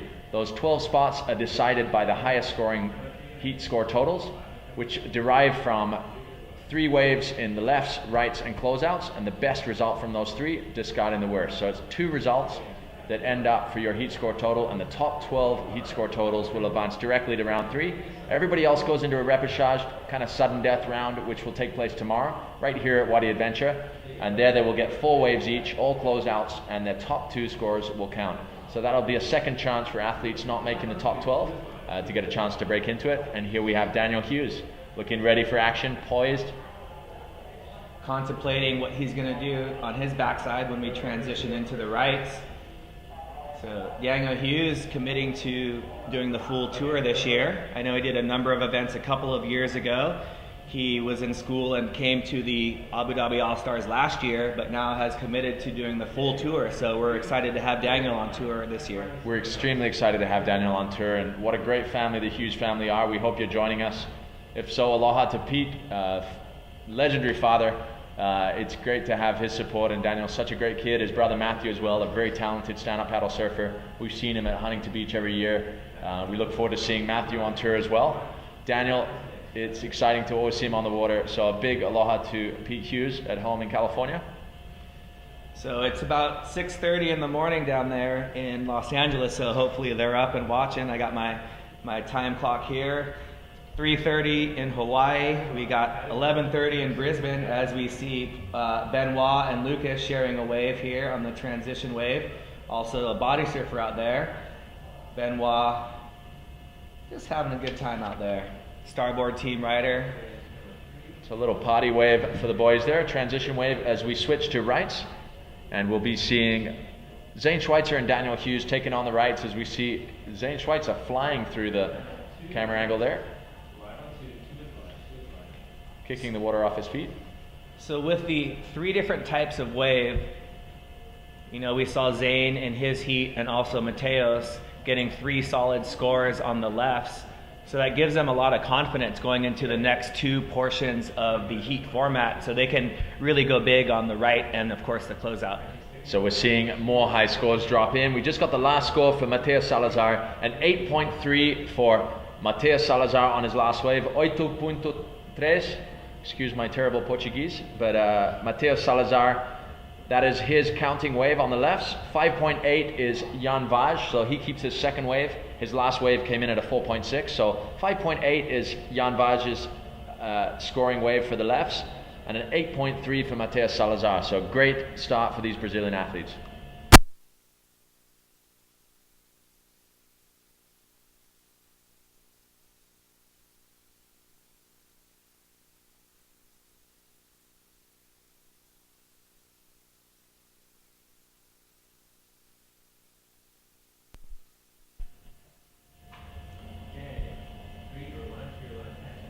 So Anthony, it's incredible how hot it is outside even this time of day, which is getting later in the afternoon, as we see Zane Schweitzer dropping into this right-hander on his backhand.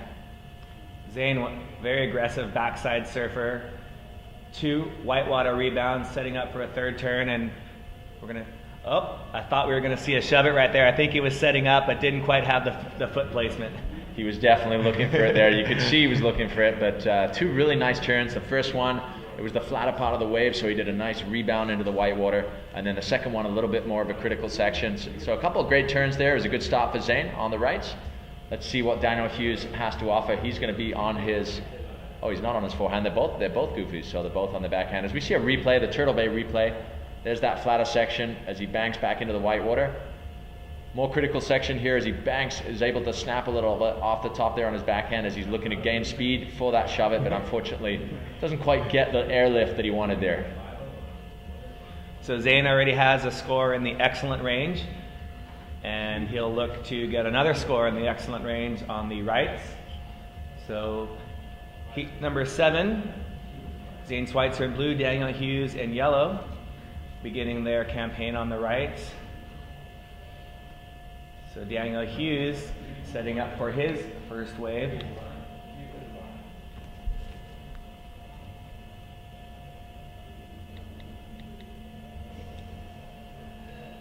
Daniel has really done a great job of smoothing out his surfing. I know a couple of years ago, every single wave was pumped down the line and boosting air. They were good airs, but he's now added a little bit more flow into his repertoire, and still has the aerial game as well. Definitely, and he's definitely an assertive surfer in the sense of he gets some advice and he goes out there and he does it. The judge is giving him some advice off the Huntington Beach, and I saw it immediately paying off as we see him here. Getting up into the top part of the wave there, definitely nice opening, kind of looking as though he was looking for the same maneuver as Zane there, experiencing the same airlift problems there. Yeah, those are the types of airs that I can do. So I'm right up there, ready to boost as high as Daniel did on that last one. And yeah, so he'll get ready for his next one as Zane Schweitzer prepares for his second right-hand wave. Let's look at a replay, Turtle Bay replay of Daniel's last wave. So you can see him paddling in close to the wall, sets his feet, going for a similar type of carving cutback, doing a great job getting above the white water, a nice carving cross-bow cutback, and then going for the air.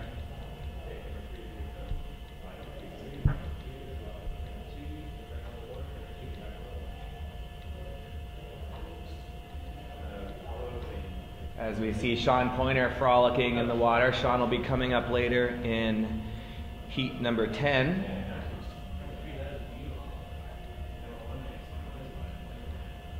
So Zane Schweitzer and his family, hopefully Shaunene's watching, Maddie, Shell Breezy, they Stand Up for the Cure event, one of the great events in stand-up paddling,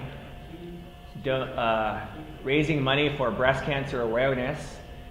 I believe last year they raised over $100,000 for the Susan G. Komen Foundation, helping prevent. Here's Zane on wave number 2 on the lefts. So Zane had a little bit of a bog on that first turn, setting up for turn 2, going off the top, paddle transfer turn 3, another hit off the top, grabs rail for the barrel at the end. And you see Zane with his silver necklace that is a graduation present from his mom, and it's a very, very sentimental piece of jewelry that he wears. Zane, I feel a little redundant saying how incredibly nice all the surfers are, but Zane just one of the nicest guys you'll ever meet. And here's brother Matty. What's up? Matty's got his What's Up shirt on. Going through, yeah, here's where you did good, here's where you need to, oh. So they're watching the replay. We will watch the Turtle Bay replay as well. So we see him carving back into the whitewater, keeping the paddle on his toe side. Then he goes for the cross bow turn and staying low for another turn. And we'll look for Daniel Hughes to set up for his right hand wave number 2.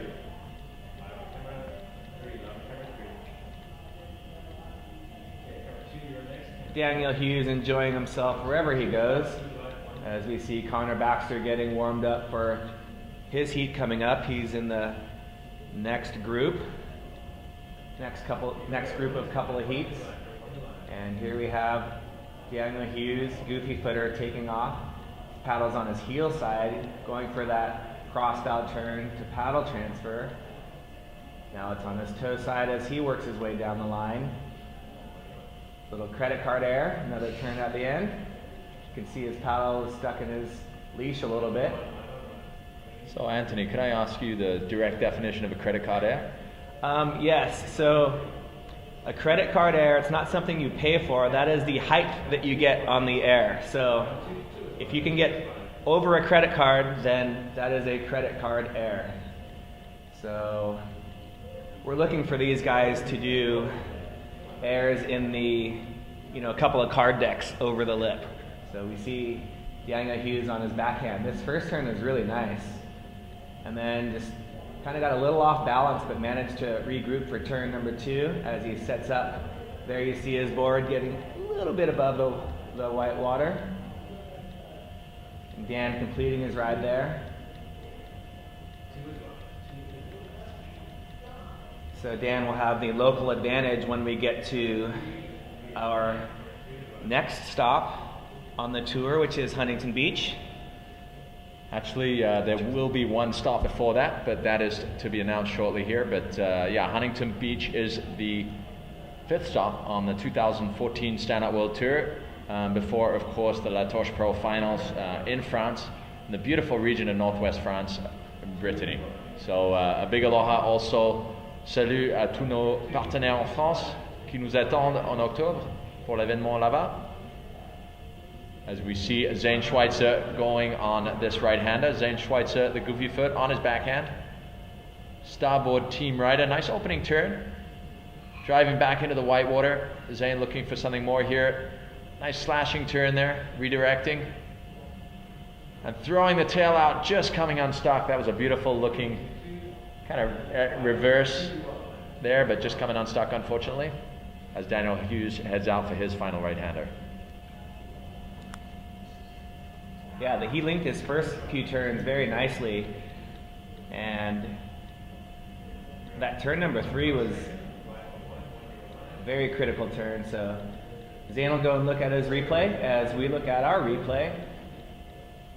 So we see Zane paddling again close to the wall. You see him switch sides with the paddle, cutting back into the white water, and then putting it on rail back into the white water. And how was that turn? That was beautiful as he sets up for this last and final 360 attempt, trying to grab the rail to help maintain balance to complete the maneuver. As we see Mateo Salazar, part of the new advanced team. So he's on one of those new advanced boards, as well as his brother Leco from Santos, Brazil, very famous surf town. So he's got a couple of good scores on the left. We'll see what he's got on the right.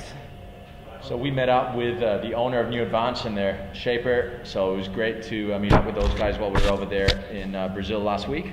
As we have a score update, Zane Schweitzer, 6.1 on your last wave, your last right. So your scoring right will be a 6.1 and your scoring left an 8.5. As we see Daniel Hughes live action here. Nice banking turn back into the white water. Another turn there as he sets up for the inside off the top. Putting everything into those turns. That was a better wave for Daniel Hughes. Let's see how it comes out. At the moment he has two 4.5s. So let's see if he was able to improve on that position. A 5.7 for his left hand wave, as we will now see heat number 8 get into the water. Ian Vaj and Mateo Salazar, the Brazilian showdown.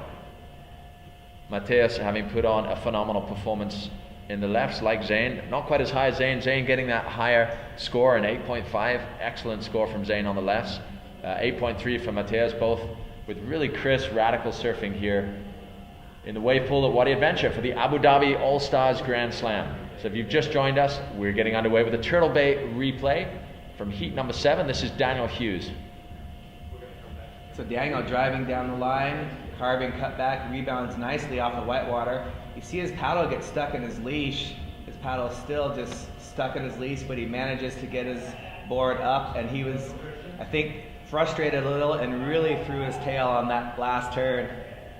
So Daniel, I think, he's got a really long leash, and it just appears to be getting caught in his paddle, but he's still managing to execute some aggressive maneuvers.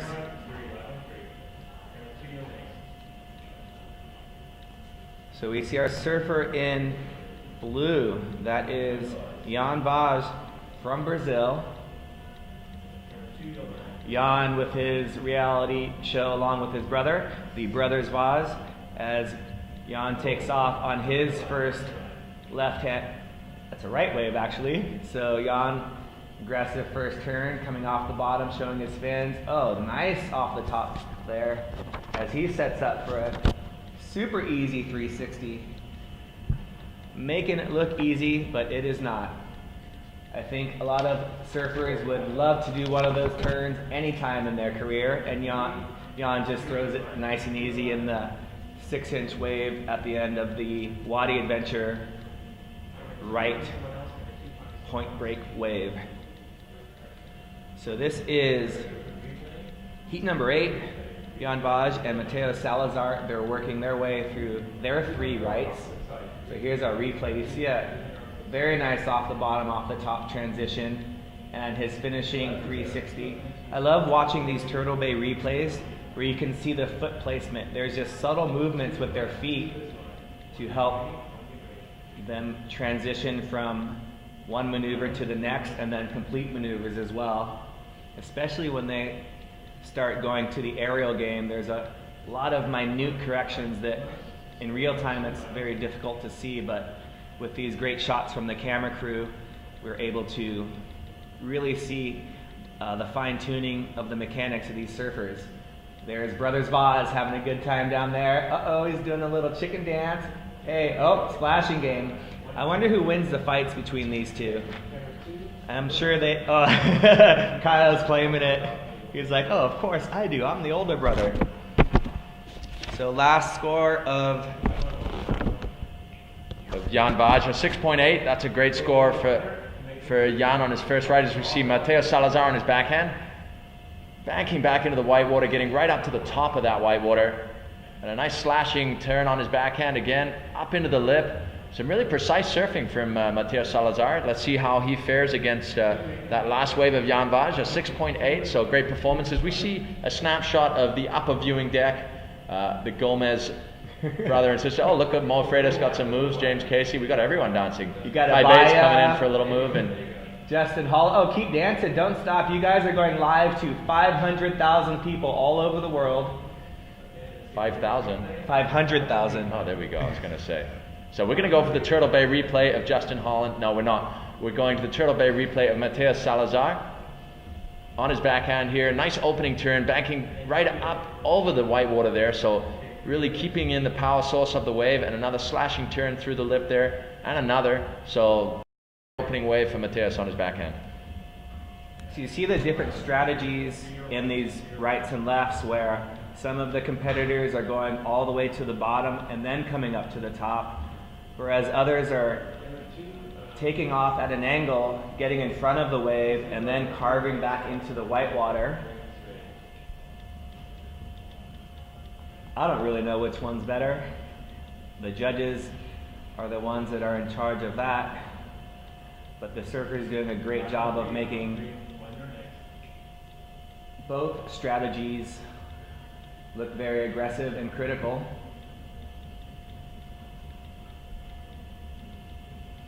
So we're here on a beautiful Sunday in Al Ain in the United Arab Emirates, as we see Ian Vaj throwing spray on his first turn, a little bit caught up on the whitewater, which affects the timing of his bottom turn, and he comes off the back of his board on that one. So timing is so important in each of these waves. If you get a little bit off on one turn, that's going to affect the next turn. And the music is just keeping these guys entertained, as that's Heat 7, Daniel Hughes and Zane Schweitzer having a dance. We got Matty, Connor, Team Starboard. They are just grooving. Daniel showing his dancing skills. How to clear a dance floor by Danny. No, I'm just kidding, I'm just kidding. This is Jan Vaj driving top turn there. Trying to improve on a 6.8. We'll see how this fares, but slashing, unfortunately, coming unstuck. That's not going to improve his position there. So brother Kaio in the background there. So that was the replay there of Jan Vaj's last wave. So that won't make any difference to his scoreline. So once again, I would just like to thank all those who made this event possible, this incredible Abu Dhabi All Stars event. Above all, to His Highness Sheikh Ahmed for supporting this event wholeheartedly, but also the Abu Dhabi Sailing and Yacht Club, ESSA, the official stand-up paddle and surf association here in the UAE, providing a safe, strong future for the sport in this beautiful region. Thank you also to our host Wadi Adventure and our future host of the World Series Racing later this week, of course, Yas Marina. We're hoping that Sheikh Ahmed, he's actually on site right now enjoying the action. We're hoping he's going to come up and join us in the booth here to say his hello to the viewing public, as we see Mateo Salazar on another wave. Nice opening turn, setting up for his second turn here. Banking back into the white water. Just doing a Brazilian 12 o'clock turn there, but coming unstuck. So Mateus with a 7.8 on his first right-hand wave. That was his second. We'll await his score. Jan Vaj, your first wave was a 3.3. Sorry, your last scoring wave was a 3.3. Your first right was a 6.8. So Mateus looking good with a 7.8 on his first wave. He's got an 8.3 from the left. So let's take a look at this replay. You can see his crossbow turn there. Goes into another nice crossbow turn. Then keeps the paddle on his toe side, goes 12 o'clock, and then goes for a little body surfing maneuver. Comes unstuck. So thanks to our crew up there. Got Fergus on screen. Yeah, a little throwing shakas. Last of Mateos, 5.2. Last wave for Mateo Salazar, 5.2. So we have one more right for each of these competitors, and then we will transition the wave pool to the coveted closeout section.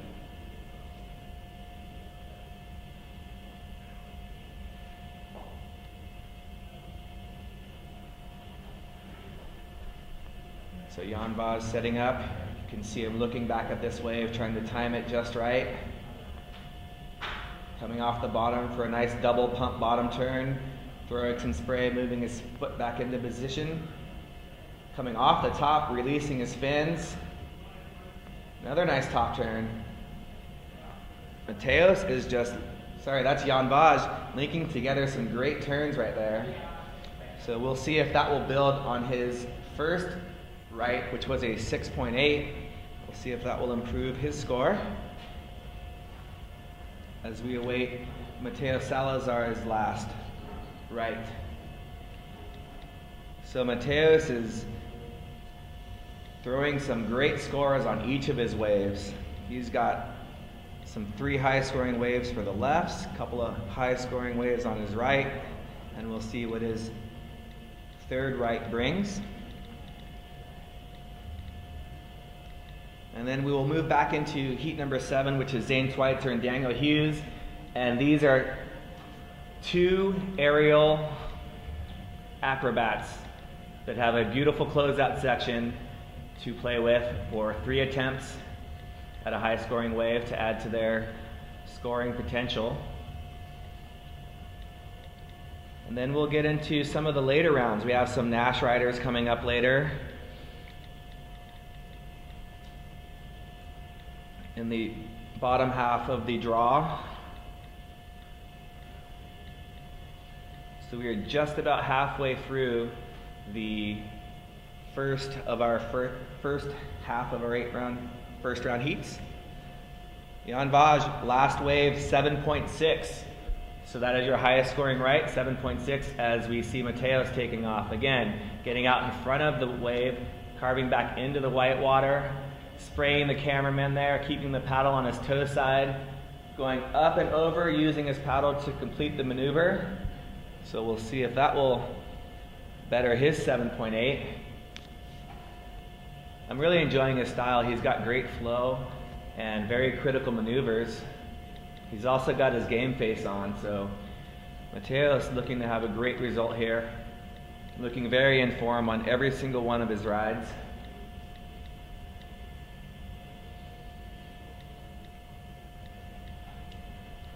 So now we switch the wave pool into the closeout section. The first wave, after we make the change, is a little bit cleaner than the other waves, so that's a transition wave that doesn't count, and you see some of our surfers getting out there, getting a little bit wet, taking advantage of these transition waves. So there are no empty waves. As we've been here for a couple days, that's one of the things that all the surfers cringe when you see an empty wave going unridden here. You're like, oh, I could be on that wave. So that's Lucas Medeiros on screen in the shade over there. Kyle Vaz ready to get his wave on camera. Hope you didn't get water in your iPhone there, Kyle. You good? Okay, you're good. He was just getting the drops off the front of it, so.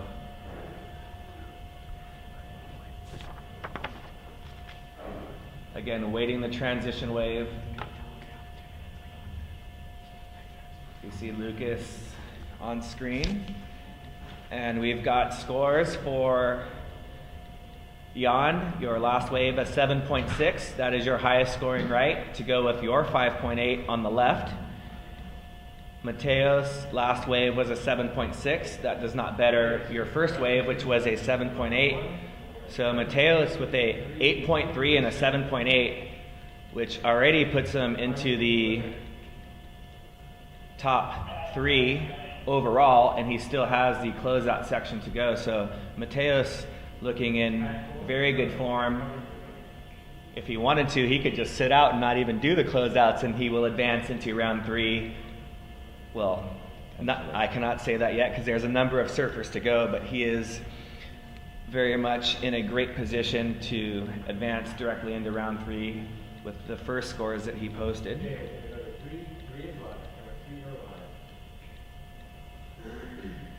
So you see the bubbles at the back of the wave pool. There's pumps back there that send out rights, lefts, closeouts. There's also an A-frame that's very fun. Great shot of our whole wave park. See Lucas Medeiros over there waiting, standing up. We have Nicole Pacelli over there sitting down waiting for a right.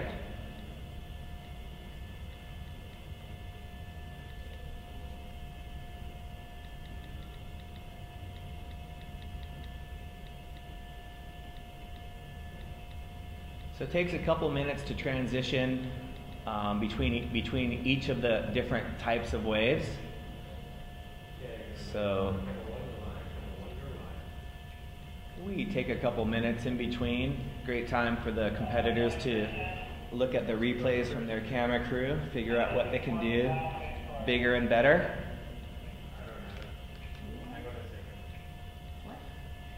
So if you don't follow the Stand Up World Tour on Instagram yet, get on your phones and go ahead and do that right now. Stand Up World Tour, also Stand Up World Series. So looks like the camera's sticking with Lucas. Lucas looking good. Oh, he comes off. Nicole Pacelli. Oh, they both decided to jump off the back of the wave there. You see them look at each other and smile. I thought you were going to keep going. No, I thought you were going to keep going.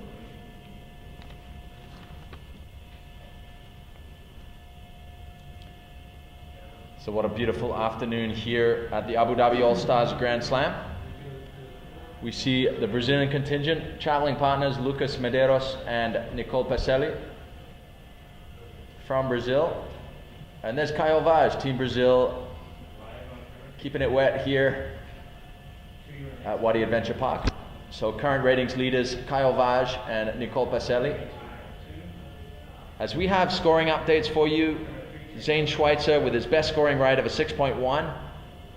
Daniel Hughes with his best scoring rate of a 4.8. So Zane Schweitzer sitting currently with an 8.5 on his lefts and a 6.1 on his rights. We're now going into the closeout portion of this event. Daniel Hughes with a 5.7 on his lefts and a 4.8 on his rights. So we've had the transition wave. This will be Zane Schweitzer up next in the closeout component.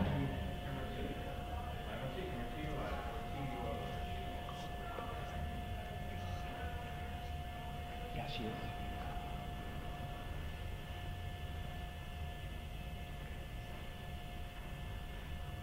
So again, there you see a shot of Lucas and Nicole. Lucas,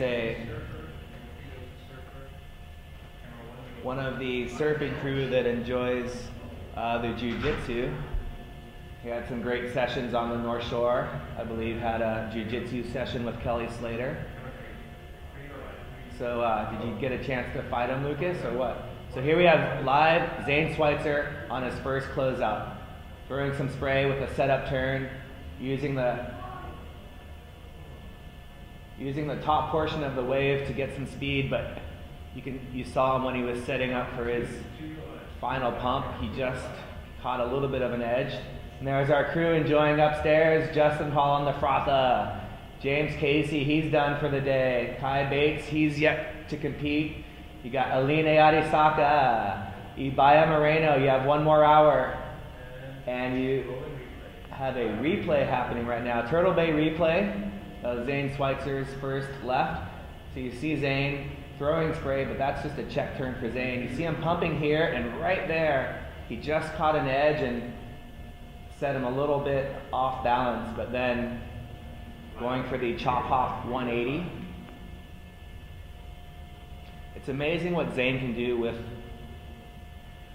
3 inches of white water. Some of us would love to do that maneuver that he just attempted in any condition. But Zane is really pushing the boundaries and limits of what you're able to do on a stand-up board, as well as a number of these competitors. Kai Lenny, who will be coming up in our last heat of the day, getting some amazing waves and barrels at his home break. Some small wave called Jaws or Piahi. So there's Zane waxing up his board a little bit. So it's very hot. You see him, he's not rubbing it, he's placing little wax balls on his board to make sure that it stays on there. So first of Zane, 4.6. First wave of Zane Schweitzer, 4.6. He's not even phased. He's like, yep, you'll see, I will do better. So there's Dan Hughes getting ready for his first closeout. Dan checking it off the top, pumping down the line. Goes to the air. Will he ride out of this one? No, not quite riding out, but that was definitely above the lip. So Dan Hughes looking good on his first wave. He'll look to land one of those maneuvers as we see the brothers Salazar discussing Mateos' strategy for his 3 closeouts that are coming up. So here's a slow-mo replay for Dan. So you see, good turn, but that's just a check turn.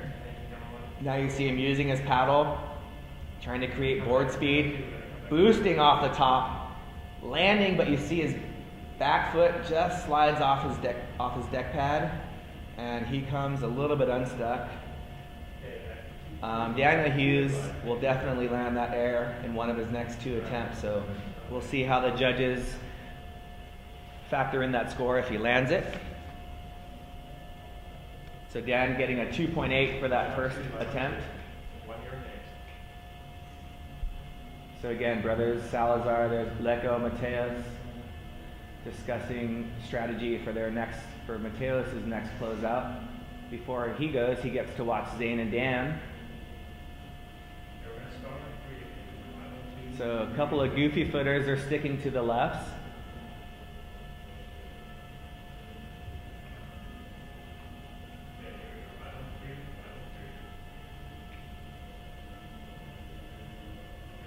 So Zane Schweitzer, part of that September 18th birthday crew with Connor Baxter and Matthew Becker. 3 amazing athletes all born on the same day. Same day, same year, and they all 3 charge. So here you see Zane hugging the wall, setting his feet for his first turn. See a couple of cameramen out there. Again, that same thing that's happening to a lot of our competitors with that bottom to top combination on turn number 1, where you're going a little bit too high to the top of the wave and then just not able to ride back down. So Zane's smiling about it, having a laugh with Dan. All right. Our Turtle Bay replay. So you see Zane eyeing the wave. Paddle on his toe side. See him come off the top, throwing his fins, and then his front foot just seemed to slide off of his wax. He was going for the drop knee. There's Sean Pointer trying to see, when am I up? What time is it right now? He's like, I'm up in a few heats, but there's Connor like, man, I'm going to do this sweet air. You guys will see. And the dark horse, Bant Rodiger, just chilling, getting ready for his heat later. Bant posting some of the highest scores of the event in Sunset, making his way from the trials all the way into the main event. Bant was absolutely ripping down there at Sunset, again posting some of the highest heat scores of the entire event. So he's part of that windsurf crew from Maui who has done very well in stand-up paddling. Bant making an effort to get to as many events on tour this year as he can. He just came back from an event in Japan, windsurfing surf event in Japan, doing very well, making a final there after winning an event in Santa Cruz, and here he is at his third event in a week. So here we see Daniel Hughes on his next attempt. So Dan's setting up with a beautiful carving turn, a couple of pumps, going to the air, and landing it smooth. That was very nice. Look at his face. He's like, yeah, judges. That was a quiet claim there for Dan. He's usually all smiles, but he wasn't smiles on that one.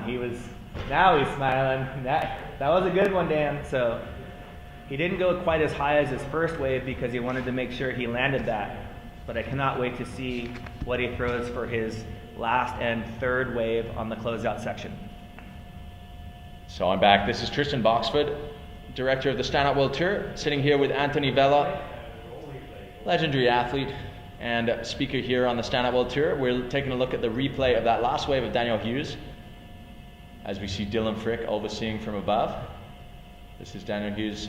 So nice opening turn, really shows the bottom of his board to the judges. The judges are like that as he cruises down the line, generating speed here, and boosts up over the lip, completely fins out. So that was definitely, it's got to be a strong performance there from Daniel Hughes from Huntington Beach. That's what he's known for right there, making his presence felt.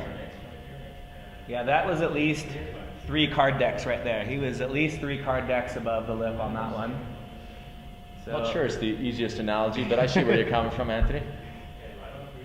But I'd like to take the opportunity to say a big thank you to our Stand Up World Tour patrons, all the industry brands who support the development and growth of this professional platform for the sport of stand-up paddling. We have Starboard, Nash, JP Australia, Fanatic, Rogue, Art and Surf, BIC SUP, IOPS, that's Indian Ocean Paddle Surf, Focus SUP, F1, and New Advance from Brazil. All very worthy supporters of the Stand Up World Tour. We thank you so much for your support. As we see Zane Schweitzer, starboard rider, driving off the bottom here. Nice slashing opening turn. Gets the fins free, throws the tail out. So a nice closing turn on the closeout from Zane Schweitzer. So Daniel Hughes, last score, getting into the excellent range with an 8.2. So Daniel linking 2 nice turns together. So Daniel Hughes, last wave, 8.2, getting into the excellent range. So definitely getting some projection there, Daniel Hughes, off that last closeout section. Zane not getting quite as much projection, but throwing the tail out, a little bit more of a style element. As we see the riders watching on from left to right, it's Ibaya Moreno from the Canary Islands in Spain, and Candice Appleby there, and to our far right, Kai Bates from Australia sitting with Jake Jensen. Georgia Gomez, James Casey, and Tony Freitas looking very serious and concentrated there. Serious action going on as we got a replay of that last wave from Zane Schweitzer. See Zane eyeing the lip, showing his fins on that first turn. You see him get right into a pump to create some speed, going up and over the lip, throwing a little bit of air and a little tail slide there. So we'll see what the judges think, and add in another little whitewater climb just for fun. So it's interesting to see the 2 different approaches there. Zane putting a little more focus on his first turn than Daniel probably, but Daniel focusing on building speed for his closing turn. So Zane not boosting as high as Daniel, but a little more flair on his. And it does indeed. The 2-turn combination for Zane Schweitzer does satisfy the judges. It pleases them a lot. 8.4 on that wave. Zane Schweitzer's third closeout wave, an 8.4. So a great score there for Zane Schweitzer. So that means Zane is sitting with an 8.4 and an 8.5 as his scoring waves, which I believe propels him into the lead in the overall leaderboard right now. So great performance from the Abu Dhabi All Star from 2013 as we see Daniel Hughes slashing on his first turn on his last closeout wave. Taking to the air again, nice clean pop over the lip there. Not quite as high as the last one, but definitely a good wave. The beach like it, Zane giving his applause as well. That's Carl de Villiers, a great supporter of stand-up paddling here in the UAE. He's been taking care of the Starboard and Fanatic teams while they've been staying here in the UAE, living in Dubai, one of the beautiful Emirates. There's Daniel Hughes. Yeah, you see Zane and Maddie stoked on Dan's wave. That's the great camaraderie we see. Everyone just likes to see good surfing, no matter who it is out there. So Dan carving this, we're in a replay, carving his first turn. You see him using his paddle to generate some speed. Good positioning on the wave here. And then bam, throws it up and over the lip with some style. And again, he's got that fierce face at the end. So definitely his timing is on here. Daniel Hughes hitting the most critical section of that wave and boosting up over the lip. It wasn't quite as high as his first wave, but it was definitely still a very cleanly executed aerial. A nice opening turn too, so should be another good score for Daniel Hughes. We'll wait for that score to drop. But as it stands, it looks as though Zane Schweitzer will go into the lead above Poenaiki Rioja in the current leaderboard. Poenaiki currently has a 16.2 as it stands. We'll wait for official results, but as it stands, it's a 16.9 for Zane Schweitzer, boosting him into the lead. And then we have it, the score for Daniel Hughes, a 7.5, so still a very good score from Daniel Hughes, a 7.5, but his 8.2 will be the score that counts for his closeouts. So Daniel actually in a great position too, with an 8.2 and a 5.7. I'll do the calculations in a second here, or our scoring team will, and we'll come right back to you.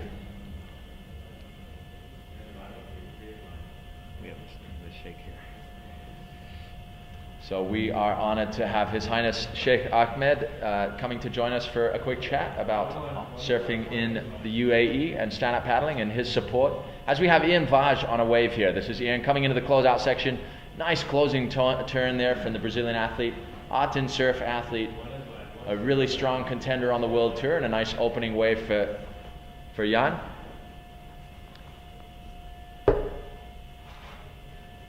So as I said, I am honored to be joined by Sheikh Ahmed, proud supporter of this Abu Dhabi All Stars event for the second year in a row.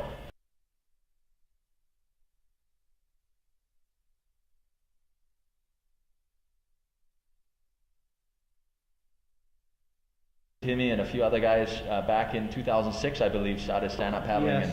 Yes, we were a few, and we started inviting friends to try stand-up paddling, and they enjoyed it. So they got more boards. So we became a big group now. Yeah. Well, that's exciting to see. When you first stepped on a stand-up board, could you have ever imagined that we'd be sitting here together watching the All-Stars in the water, doing some of the stuff they're doing out there today? No, when I started standing on the board, I couldn't balance myself. I fell a few times, but Tamer was encouraging me to try again, and then when I got the hang of it, I enjoyed it a lot. And now we're watching the World Championship. Well, we're so thankful for your support of this event, and obviously with the ESSA and the Abu Dhabi Sailing and Yacht Club, it's a great support mechanism for sports in general for the UAE, right? Yes. We're glad, the championship is happening here in UAE, and we're so proud. As I've mentioned to the media, the local media, this is a big event happening here. It's putting the name of UAE on the map. Everybody knows about Al Ain, Abu Dhabi, UAE. So we're so proud. That's great to hear. And this is Mateus Salazar from Brazil. He's been on great form. Nice banking turn off the top there. Just coming unstuck, unfortunately, but he's been on great form, already notching up 2 great waves in this heat. So you're obviously a big supporter of water sports in general. I know you're an avid kite surfer as well. Is that right? Yes. I started kite surfing since 2001, and we were a few. And now we're over 100. We're 100 in numbers. And how do you see the growth of stand-up paddling comparatively here? You see probably a lot more growth even, no? Yeah, it's much faster because you don't need wind. You can go anytime you want, day and night. And when you think about an ideal place to come stand-up paddling, I mean the warm water and the beautiful color of the sea here in Abu Dhabi, I mean it really is a perfect venue for stand-up paddling, no? Yes, you can come to Al Ain. Sometimes I paddle in the mangroves, and it's like a maze there. I get lost sometimes, but it's fun. I enjoy it. And have you actually been racing in Abu Dhabi or not? Yes, I did a few times. There's an event called Al Gharbiya Festival, water festival, and I did it twice. Well, that's excellent. Well, we're looking forward to seeing you participating in the 2015 edition of the Abu Dhabi All Stars. Hopefully. We'll see young locals. I'm working on that this year. We'll see more Emiratis in the sport, and I promise you, we'll work hard, to see Emirati boys, competing. Well, we certainly hope so. Last year we were so happy to have Mohammed. I'm not sure if you know Mohammed, who was out here and helping us with some commentary and giving a local perspective. I know he surfs here in Al Ain a lot. I don't think he's so much into the stand-up paddling yet, but definitely one of the representing Emirati surfers. Oh, that's good to hear. I'd love to meet him and sponsor him. Well, Mohammed, if you're watching this, come see us down here. This is Jan Vaj on a wave, driving a nice turn, throwing the tail out. Oh, kind of got the board in between the legs there, but I think he avoided any real danger. But Jan Vaj putting it all on the line. That's what the judges want to see. They want to see commitment, they want to see power, and they want to see radical surfing. Jan Vaj putting it all on the line there for a great wave. Unfortunately coming out and stuck at the end there. So this is actually a family home for the royal family here in Al Ain. Is that right? Or Al Ain is a town. Is this where you originally come from? I'm born in Al Ain, yes, and my family is here, so I come here regularly. But my work is in Abu Dhabi. And so, obviously there's quite a few states within the UAE. Do you have a favorite? Do you have a place you like to be the most?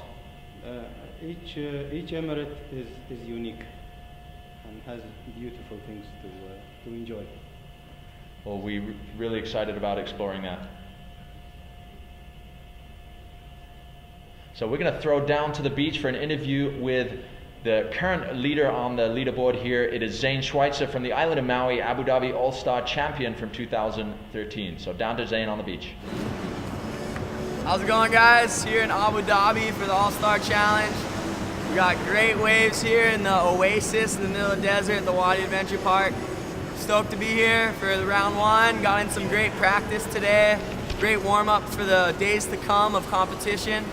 We have a lot more people here, world's best in surfing and racing, and super stoked to compete with the rest of the guys out here. And out in my heats then, I had some nice lefts in the beginning, some nice rights. And on the closeout section, I was super stoked and a little excited for it, I think. And I kind of had 2 fumbles on my first 2 waves, but got that out of the way and finished a nice high score on my last left. And so I guess that put me into the leading position, and I'm super stoked for that. Excited to get some more surfing under my belt for sure, because it is so much fun here. The wave is perfect, and it's such a great arena for us down in Powers to show some a lot of variety of maneuvers, and also some innovative maneuvers, which is my favorite. And want to give a big thank you to Sheikh Ahmed to be here supporting everyone, and the whole community here in the UAE. It's been always great to come here, and super stoked to be back. So great to hear from Zane Schweitzer. We have a scoring update. Jan Vaj, your first wave was a 6.4. Your first wave was a 6.4. Your second wave was a 3.5. So your first wave, your first closeout was a 6.4, your second a 3.5. Mateo Salazar, your first wave was a 3.0. We're waiting for your second wave to drop. We will update the scores momentarily as soon as we receive that last score. But while we were on the interview with Zane there, we had a great wave from Mateo Salazar. Really well executed closeout turn. We'll wait to see a replay and an updated score for that.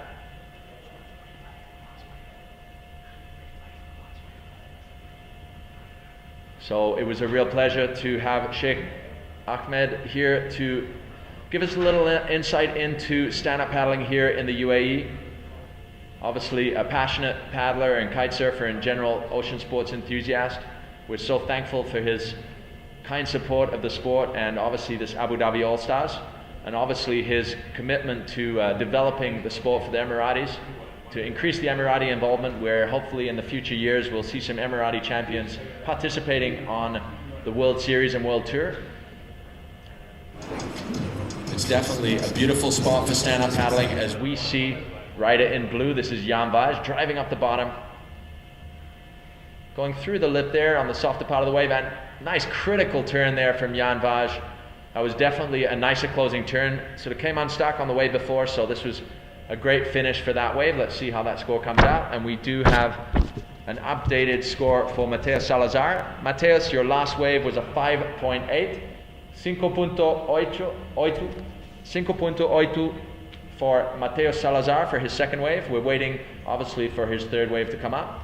We'll wait for the score of Jan Vaj, that last wave, to drop as well. That was a great wave from Jan Vaj.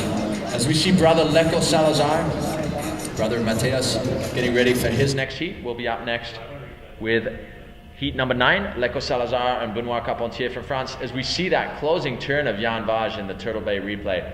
Beautiful closing turn from Jan. And back to Leko, getting ready for action. There you see his new advanced board. Looks to be working well here in the pool in Abu Dhabi. And his brother certainly putting on a clinic of performance stand-up paddling today. It's been great to watch him in action, to see that the Salazar legacy continues through the generations from Picuruta to Leko to Mateus. Yeah, no pressure for Leko, but his brother was ripping, so he's going to have to go out there. But that's the great part about sibling rivalry, is they just continue to push each other and rise the level of both of their surfing, as lots of siblings do in every sport.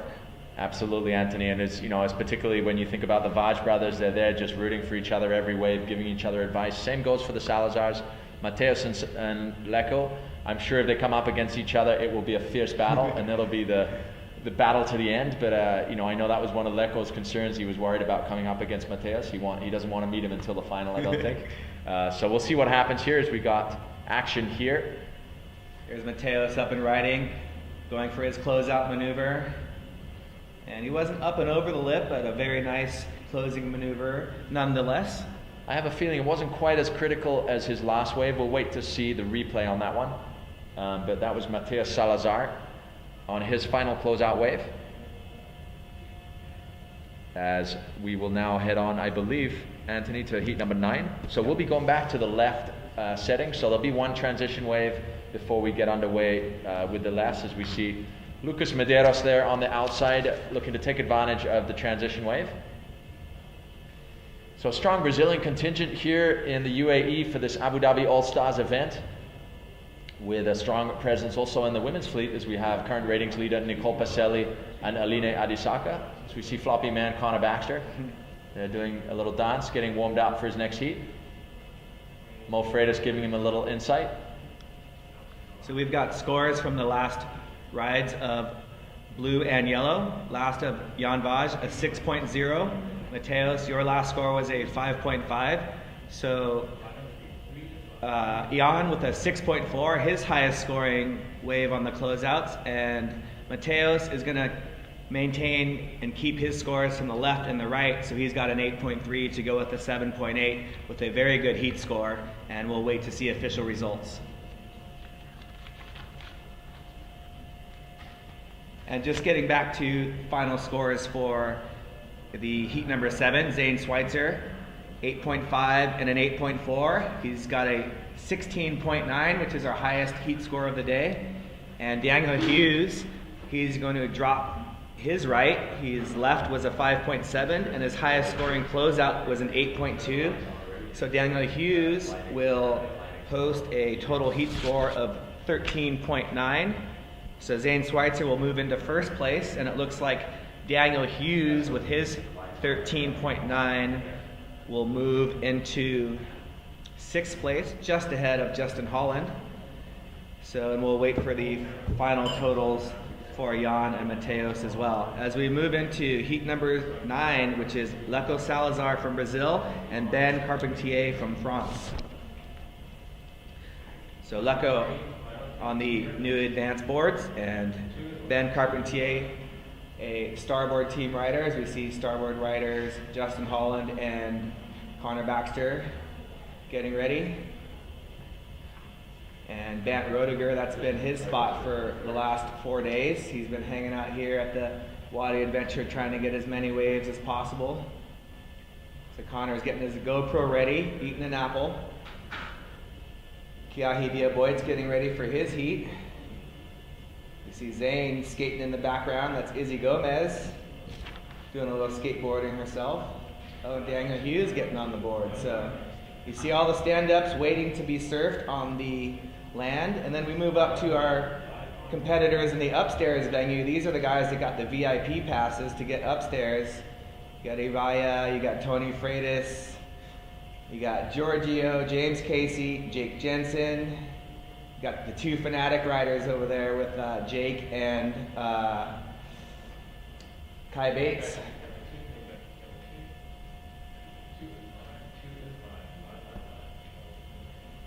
As you see Sean Pointer in his zone getting ready for his heat. Each competitor has their own strategy to prepare for their heats. Some like to listen to music and dance and get amped. Some like to stretch and kind of get into their chi. You see Sean doing a little stretching as Zane Schweitzer gets barreled as he passes Sean. Yeah, you got to put up the barrel, Sean. There you go. So just, oh, we've got a huge barrel set. Izzy Gomez pulling in and makes it out of that barrel. Daniel Hughes pulling in and making it out of and the spit coming after that barrel. That was incredible, folks. We had the first, Zane going in front side and pulls into a nice barrel. Daniel coming in. Oh, Izzy Gomez dropping in on Daniel Hughes there. So we've got skateboarding action, surfing action. This is one of the transition waves in between our heats. So Lucas Medeiros enjoying these transition waves.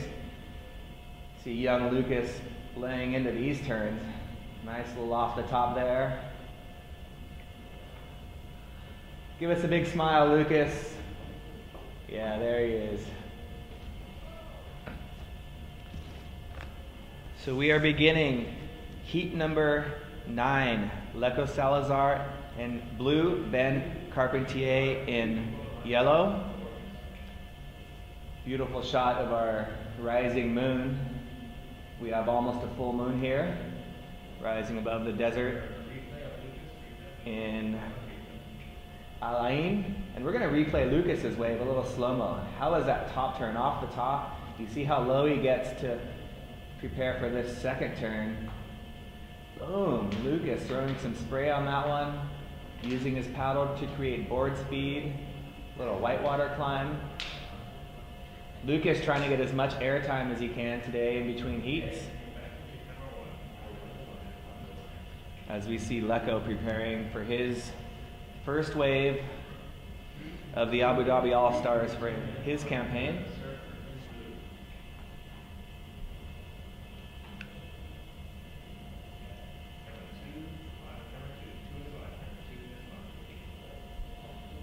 We have a look at Ben. Looks like he's doing a little ding repair there. So, see a number of our competitors trying to make some last minute adjustments to their boards before their heats. And here comes Leco Salazar, goofy footer on his forehand. Driving off the bottom with speed. Nice swooping cutback into the whitewater. Throws some spray off the top for his next turn. A little bit behind the whitewater, goes for his patented 360 and doesn't quite ride out of it. Leco makes the 360s look so easy. If I could do one of those in my life, I would be very stoked.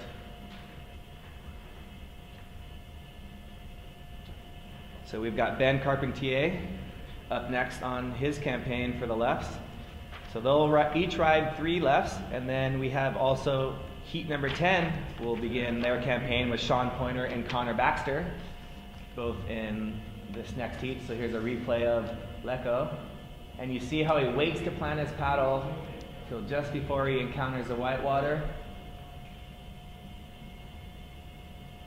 On rail and using a lot of power on that second turn. You see him adjust his feet to the front of the board to get some speed again, and then very casually goes into a 360 that he's unable to ride out on. But again, as we've said all day, the points are all in those first couple of turns. The last turn is just for fun.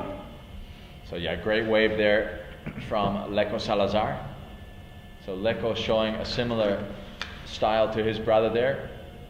really committing and driving that last part of the turn to get extra apex on his turn. So great to see Lecco on form here in Abu Dhabi. We also have Benoit Carpentier, the Frenchman from Brittany. As we see the wave come through, this is on his first left, Benoit on his backhand. Pour tous les Français en ligne, Benoit Carpentier au premier setup turn. Une deuxième. Il attaque le lèvre. Il finit bien la vague. So Benoit Carpentier on his backhand. Definitely Lecco having the advantage on that exchange, but Benoit starting well with a few solid turns. Let's see how the judges view those first two turns as we wait for scores to drop. As you see Ben motioning for some wax. So with the conditions here being so hot, you see some of the guys kind of slipping off their boards. Very difficult to apply wax to your board that's been sitting in the sun a little bit. Those starboard brushed carbon boards look beautiful as we see the replay of Ben on his first wave with a nice crossbow top turn. Great paddle work from Ben. Coming up again for a crossbow turn, then goes into the paddle transfer and throws it up off the whitewater again. And one more for good measure for fun. So Ben Carpentier from France.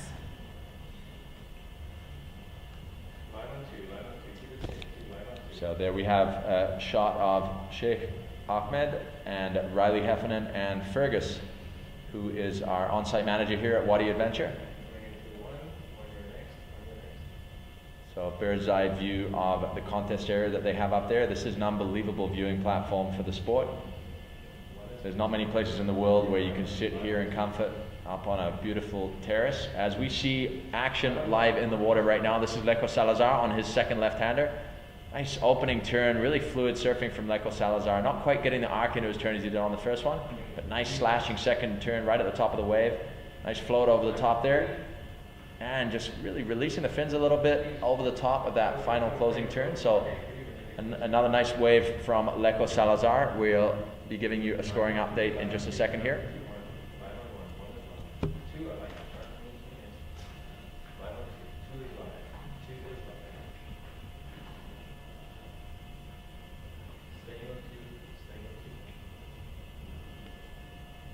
There's a cool shot of Ben riding the backwash back out into the lineup.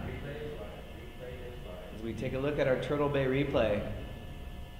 See, this is after his first turn. He's a little bit behind, but then that turn was beautiful. Coming up off the top on rail, setting his feet for this next turn. A little hit off the whitewater, and then finishing with this nice tail release turn. So Lecco doing a great job of linking turns on wave number 2 on his campaign on the lefts. So we have a scoring update. First wave of blue Lecco Salazar 7.5. First wave of yellow Benoit Carpentier a 5.8. So Lecco, your first wave a 7.5. Benoit 5.8. Pour le français en jaune. So there we get a glimpse of our competitors still hanging out, enjoying the cooler temperatures that the evening provide here in Al Ain. We also have, here we have a wave up. This is Benoit Carpentier on his second left. Nice driving bottom turn there, gets a little stuck in the lip there. Nice wrapping turn, second turn there, up into the lip. And finishing it off well. What do you think, Anthony? He definitely linked some good turns together. Nothing super spectacular, but just kind of continuing to build his momentum and maintain his confidence. And, you know, again, we leave it up to the judges. Big thanks to our judging panel. And those guys have been working hard all day long. Very much appreciated. So we're taking a look at the replay. Here's Ben. You can see how he uses his paddle off the bottom, and then without switching, he comes off the top and pokes in on his toe side. Again, using that paddle off the top. Sets his heel rail for one more turn, and then Ben rides out of that one. So we'll wait and see what the judges think.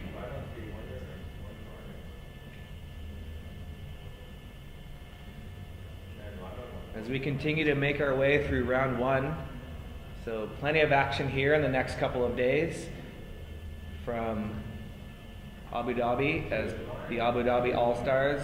See Sean Pointer in the All-Star jersey. He's just checking the conditions, making sure the bottom's still the same, that none of the sand is shifted around or anything. Sean's been looking really great in the free surfing, as we see Leco Salazar paddling into this one. Ooh, with a crossbow cutback, you see his fin slid out a little bit, but he manages to come out of that one, and there's a nice little tail release there, and his patented 360 attempt at the end. So some smooth surfing there from Leckel. He really put that turn on edge on the first turn. It cost him a little bit of time on the wave, but then he went straight up into a really critical kind of reverse turn, breaking the fins free. So a couple great turns from Leckel, checking his fins after that 360 attempt as he was going backwards into the really shallow area there in the pool. Mateo's helping him out here, but it looks like everything's okay, as he gets some advice from Mateus, who is now lying third in the leaderboard. So Mateus coming in third in the leaderboard at the moment as it stands. Zane Schweitzer in the lead with 16.9. In second, Poinaiki Rioja with 16.2. In third, Mateus Salazar with a 16.1. In fourth, Caio with a 16.0. So you see how close there is with 4 riders in the 16-point range for their total heat scores. We go for a replay of Leckel's wave here. See, this is one of the first kind of crossbow cutbacks we've seen, and you saw just before he hit the whitewater, his fins didn't quite grab, so he came a little bit behind, but then set up for the similar type of turn on his second turn and executed it very nicely. So Leca Salazar will get back out for one more attempt at the lefts. As you see, our lights are on now. We're getting into the evening time here in the United Arab Emirates, as Ben casually paddles into this one on his backhand with great patience on his top turn, a paddle transfer. Nice top turn there. Throws it up again, and one more turn, just falling off. It's very impressive how these competitors are able to execute that last turn in very shallow water, and they're very good at falling in shallow water. See the lights coming on. We have stadium lights here, so we'll run heats all through the night. Plenty of lights to see all the action. So in this first round of action here at the Abu Dhabi All Stars, we see Connor Baxter in yellow heading out for action. Behind him, a hopping Mo Freitas and Sean Pointer in the background there. So we're going to go to a replay of Benoit Carpentier's last wave. Nice rebound into the whitewater there. Driving off the bottom, crossing the paddle in front of him. Nice slashing turn from Benoit as he sets up for this next turn. Gets up into the lip. And another nice closing turn there from Benoit Carpentier. So that should improve on his position. We'll wait for a final call on that and see where the scores are lying. But we have a leaderboard update for you. Once again, it's first Zane Schweitzer with a 16.9. Second, Poinaiki Rioja from Tahiti with a 16.2. Mateo Salazar, 16.1. Caio Vaj, 16.0. Mo Freitas, 14.5. Giorgio Gomez and Jan Vaj both with 14 points, as we see Sean Pointer on a wave here. This looks as though that was a transition wave, I believe.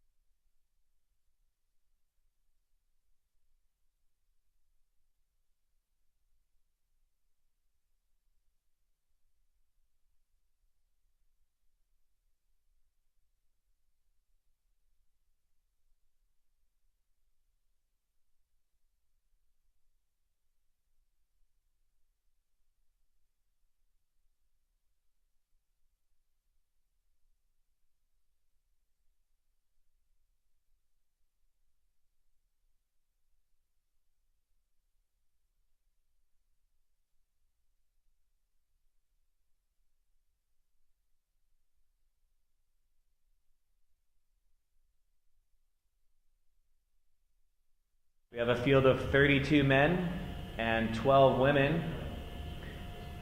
32 men will be vying for those top 12 spots from round 1, which will move them directly into round 3.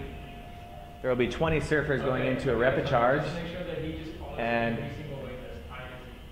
now we see from behind the wall, Leko Salazar on his backhand, swooping off the bottom, off the top. Paddle transfer going for, I believe that was going to be a switch stance 360 attempt right there. You saw him do a body varial mid maneuver there, so I would love to see him try that one again. So hopefully as we watch the replay, it will continue to the end of that wave as Leko going for a skateboarding maneuver at the end. Benoit riding the backwash back out into the lineup. So here we are on our Turtle Bay replay. You see him, Mateo, we see Leko coming from behind the wall in the takeoff, setting up for a top turn. And notice the paddle goes from his heel side to his toe side. That's a cross style, and then he transitions. Now watch this. Goes up for the 360, but then you see he does a body variable and goes from goofy to regular in an attempt to ride out of that wave. That was very technical there. And I would dare say that he's pulled off that maneuver at some point. Zane Schweitzer was probably looking at that going, all right.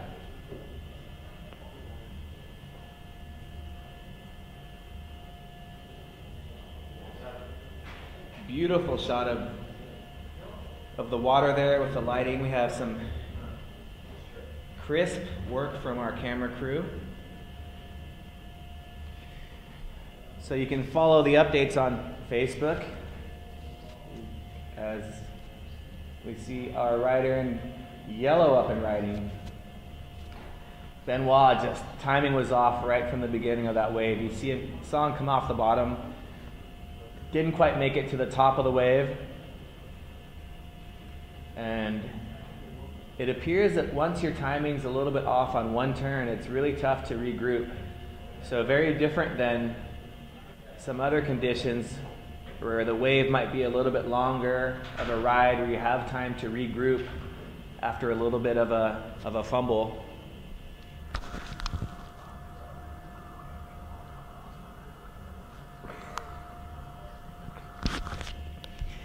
And it looks like we've got our sound back. We apologize to the viewers at home who have been watching live on watermanleague.com.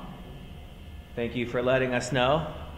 It's incredible the groundwork that goes into providing a live webcast from the middle of the desert, but the technical crew is doing a great job here of trying to maintain and give you as much of the action as we can and as much information as we can when we get it. So we are back, we are live. Again, you can follow us on Facebook at the Stand Up World Tour, on Instagram at Stand Up World Tour. This is a Grand Slam event, so it's also part of the World Series. So you've also got at Stand Up World Series. So what an incredible day of action we've had here, Anthony. Just some great surfing. I think conditions kind of as expected as we see Leko Salazar on his backhand.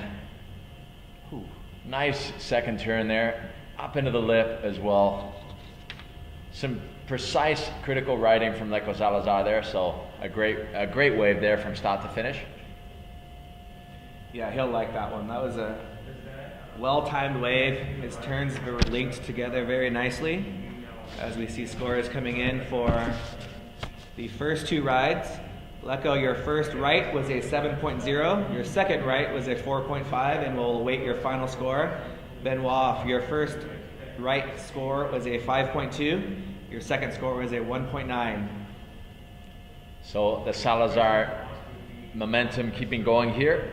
Leko with a high left score of 8.1. He now has a high right score of 7.0. We're going to wait for his third wave to drop, but that was another good wave there. It'll be interesting to see how that comes in. Meanwhile, Benoit Carpentier with a high left score of 5.8 and at the moment a high right of 5.2. We are waiting obviously for Benoit's next wave to see what he has. The young Frenchman is an exceptionally talented surfer. He really had a breakthrough year on his rookie year on tour, and him and Mo were battling it out for the Rookie of the Year. Just incredible young talents from their respective regions of the world. But Benoit looking to find himself this year and really show some of the talent that you see flashes of brilliance in his surfing in Brazil. We really saw that in Sunset. We really saw that. He was unfortunate going down earlier in Sunset, but definitely the performance of his surfing is there. He just needs to keep the consistency going and making sure that he gets through the heats, as we see Benoit taking off on this right. Benoit Carpentier from the northwest of France. Nice wrapping roundhouse there. And another banking back into the white water as he throws it up into the lip, and another lip turn. Just stopping the nose from catching there. So a good completed wave for Benoit Carpentier. So a nice ridden wave by Ben. He'll be stoked on that ride. I would dare say that that's going to be his highest scoring, right? But we'll wait for the judges on that. He showed great power work, had good speed linking his turns together. So again, that was Benoit Carpentier from France, starboard team member.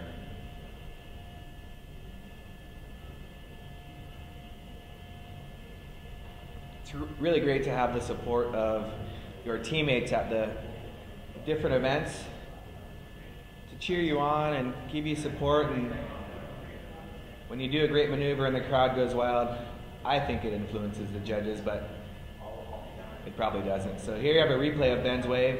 That's after turn number 2. Throw some spray off the top there. Another hit off the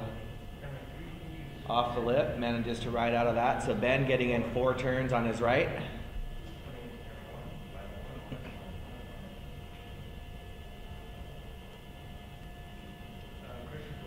As fellow starboard team rider Sean Pointer prepares for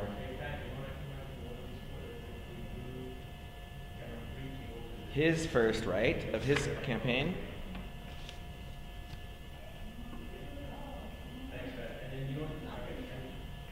So here we go, Sean Pointer coming off the bottom, off the top. Again, nice slashing turn from Sean Pointer, showing lots of energy with this wave here. Oh, boom, Sean really enjoying that one. He, I think, was a little bit disappointed with his lefts, and he really let loose on that right there. So great surf wave by Sean Pointer, starboard team member. Sean setting his watch, getting ready for his next wave.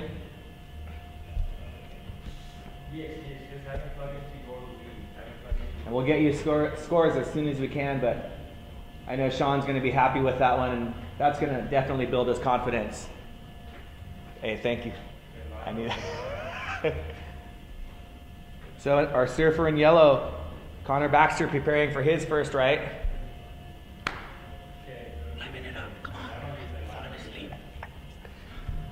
So we have a Turtle Bay replay, Sean Pointer.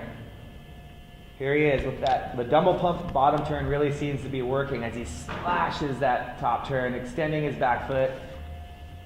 See him using his paddle very nicely on that second turn, sliding his fins out, coming off the bottom. Nice compact third turn, setting his rail very quickly to be able to execute this last turn. Those are 4 very aggressive sharp turns by Sean Pointer as he kicks out. He'll be stoked. That's the first wave on his right. So Sean Pointer beginning his campaign on the right, as well as Connor Baxter beginning to start his campaign. So Connor Baxter in yellow. Again, we've got a couple of starboard riders. Connor Baxter on his backhand. So Connor going for that crossbow turn to start. Switches the paddle on his toe side now. Throwing some spray on his second turn. Connor trying to build some speed. Trying to throw his fins there, and he'll kick out. Get ready for his second wave on the right. And then we prepare for the coveted closeout sections. So in the background you got Bant Rodiger getting ready for one of those transition waves. As you see Sean Pointer paddling out for his second right as we await the score of his first scoring wave. So we've got the scoring updates for Lecco and Benoit, but we'll first watch the replay of Connor Baxter as we see Connor, the goofy footer, setting up for turn number 2, really slashing that turn, preparing for turn number 3. Connor really trying to accentuate that third turn to show the judges that he's committed on the inside. A couple of good turns from Connor. He'll be stoked to get back out there.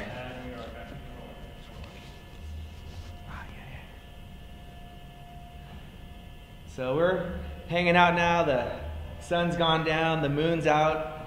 It's almost a full moon out there. The competitors are enjoying the cooler temperatures. We had the desert heat earlier today. It's a little bit better now as we see Sean Pointer on his forehand. Again, using that double pump bottom turn. Very similar first turn, but looked great. Nice swooping, carving cut back into the white water. Throws it up on his third turn. Sean's looking sharp on these rights, giving him some confidence building into these closeouts. So again, checking out the transitioning lights of our pool. We've got some reds and blues, and of course my favorite, the purple. So I think it goes red. There's the green first. So turquoise, green, as we've got scores dropping. Sean Pointer, your first wave on the rights was a 7.8. Connor Baxter, your first right was a 5.4, as we'll await scores for your second waves, as we see a replay of Sean's last wave that he just caught. So coming off of his first turn, the paddle transfer cut back right there, a nice swooping one into the midsection of the white water. Sean regains his balance, comes off the top, almost nosedives, but manages to pull it out, and he'll kick out and get back out into the lineup. But that first wave of Sean on your rights was a 7.8. Connor, your first right was a 5.4. And just to give you an update from heat number 9, Lecco Salazar, you're holding an 8.1 and a 7.0. Those were your two highest scores, 8.1 on the left and a 7.0 on the right. Benoit Carpentier, your highest scoring left was a 5.8 and your highest scoring right was a 5.2, as we see Connor Baxter paddling on his backhand. So he switches paddle on his heel side using that cross valve top turn again, setting his rail for a nice second turn. A little lively third turn, just coming a little bit behind the wave there. So Connor will have one more attempt at the right on his backhand, and then I think he'll go back to the left for the closeout, as we see Benoit with fellow starboard teammate Justin Holland. Justin Holland's done for the day. He had his heat. Justin is currently sitting in, I believe, 5th or 6th place. I don't think that's up. So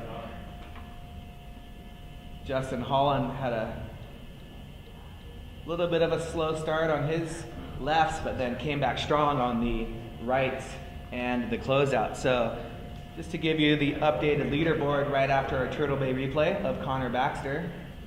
So again, you see Connor using the paddle on both sides without switching his hands. That is a very difficult maneuver. And then a nice long bottom turn all the way back up to the top. And you'll see him set his rail. Looks like he was trying to get a little bit above the lip on that one, but didn't quite have enough speed and fell off the back of that wave. So the top 12 so far, we've got Zane Schweitzer in first, Poinaiki Rioja in second, Mateo Salazar in third, Kyle Vaz in fourth, Mo Freitas in fifth, Giorgio Gomez sixth, Jan Vaj in seventh, Daniel Hughes in eighth, Justin Holland in ninth place, Lucas Medeiros in 10th, Dylan Frick 11th, and Remy Keek in 12th. So those are our current top 12, as Sean Pointer paddles in for his third and final attempt at the rights and throwing lots of spray on that first turn, showing his paddle work right there, very similar to the previous wave, but a little better timed, and is able to get a very, very nice fin release, final turn, grabbing his leash, pulling out, as Sean's going with the thruster setup as well. See some of our competitors packing up, getting ready to call it a day. That's Bo Nixon over there with Angie Jackson, Paul Jackson down there, along with Casper Steinfath, and James Casey, who had his heats earlier today.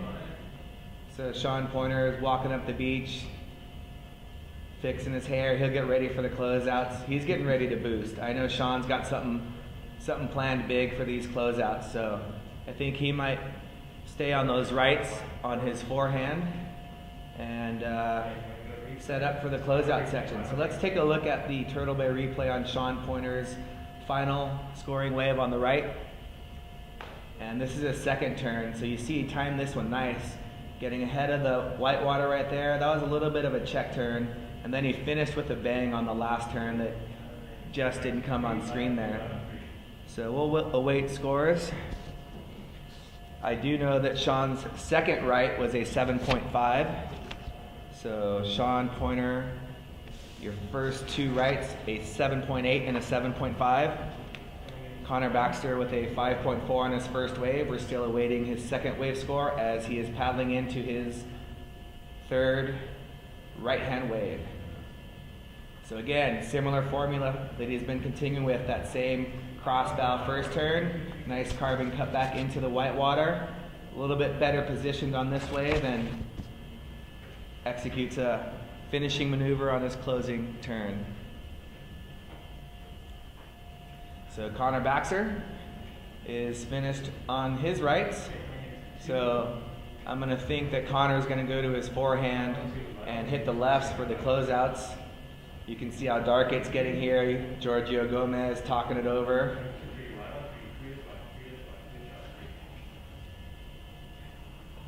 As we transition the pool to the closeouts.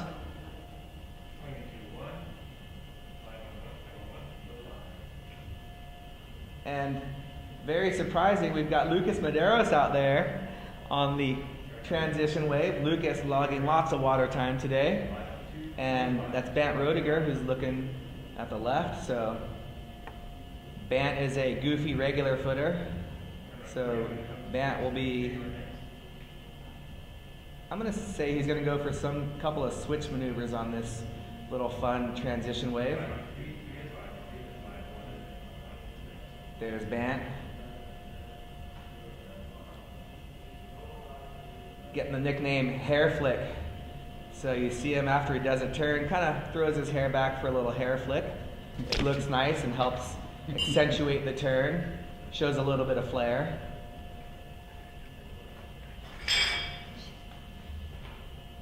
So Bant just circling the water, waiting for that transition wave as we've got scores locking in for.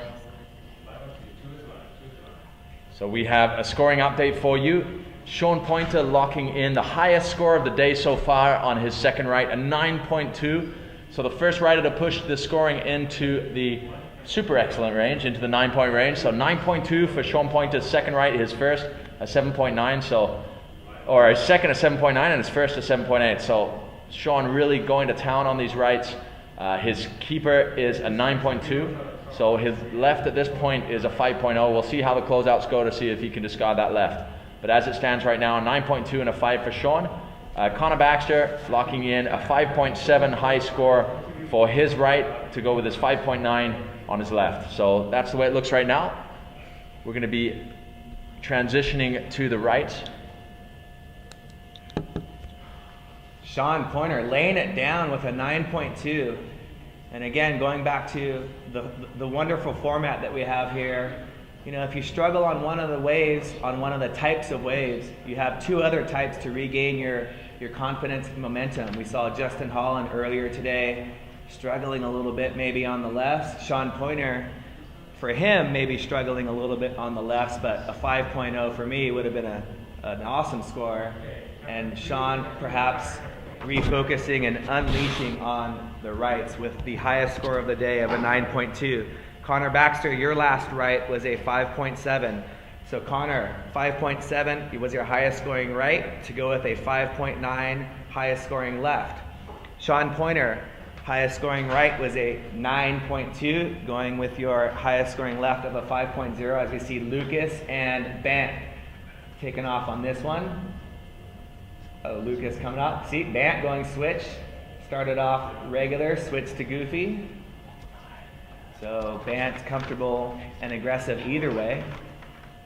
A number of these competitors are able to surf in both stance due to their windsurfing background. I remember seeing Connor Baxter last year at Sunset start off goofy, came off the bottom, switched to regular for an off the top turn, and I think it was a little bit too much for people to handle because you didn't really know what was going on. Connor Baxter showing a lot of versatility in the water as a very accomplished surfer and very accomplished racer as well. So you see Bant and Lucas discussing their ways. No, man, I was going to go do this sick air, but then I thought you were going to go.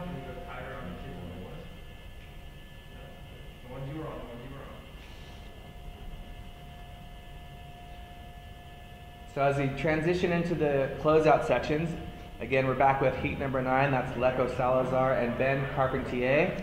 So Leco is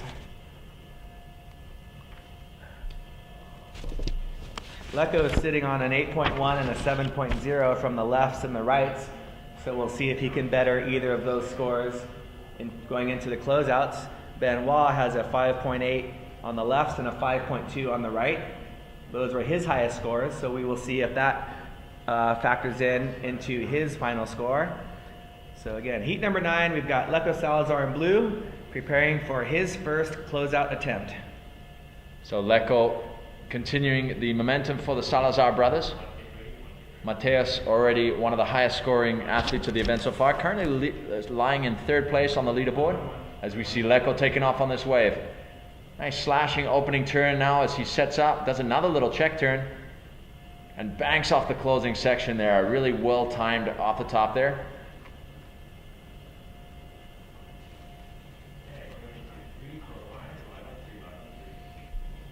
So Leco Salazar staying on his forehand for the closeout section. And we'll see Benoit Carpentier in yellow from France. Young competitor, just 17 years of age. Let's take a look at the Turtle Bay replay. Leco Salazar driving, slashing what would kind of be called a check turn, another little check turn. So he gets in 2 turns before the closeout,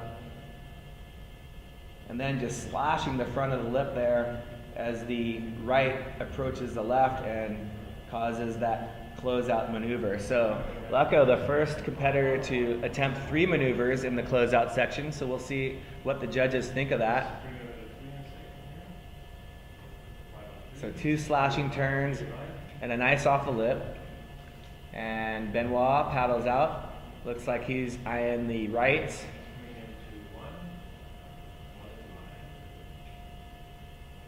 So it's funny, even though the pool is symmetrical, the wave is in theory the same, you ask a number of the competitors, some of them say, oh man, the lefts are way better than the rights. Some of them say the rights are way better than the lefts.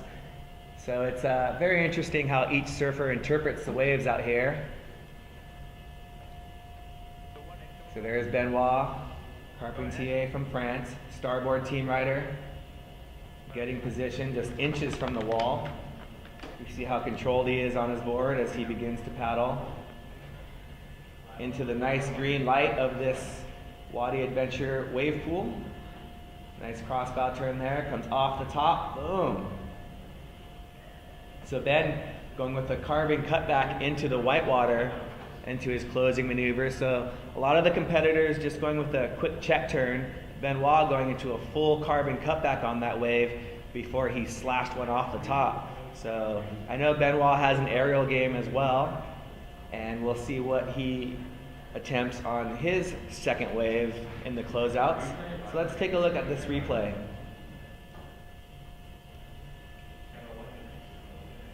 That's an amazing slow motion shot. The nice green lights lighting it up. So you see the paddle on his toe side, then his heel side, toe side again as he does a paddle transfer, uses the paddle to gain some speed coming off the bottom.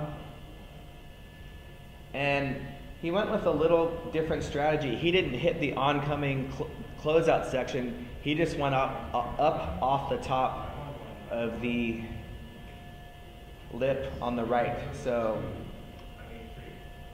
there's two ways to approach this closeout. You can gain some speed and hit the oncoming wave, or just go up off the top of the wave in the direction that you're riding. So we go back to Lecco Salazar. So Lecco, one of the groups of brothers and siblings that are here on tour. We've got Lecco and brother Mateos. We of course have Jan and Caio, the Vaz brothers. We've got Giorgio and Wizard Gomez.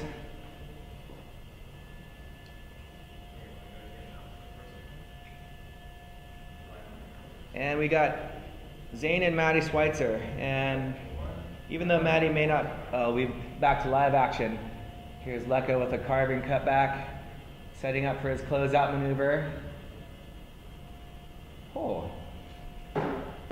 Hit the lip and kind of did a little air out, showing his fins there, hitting the oncoming lip. Had a nice stylish little accentuation with his paddle there.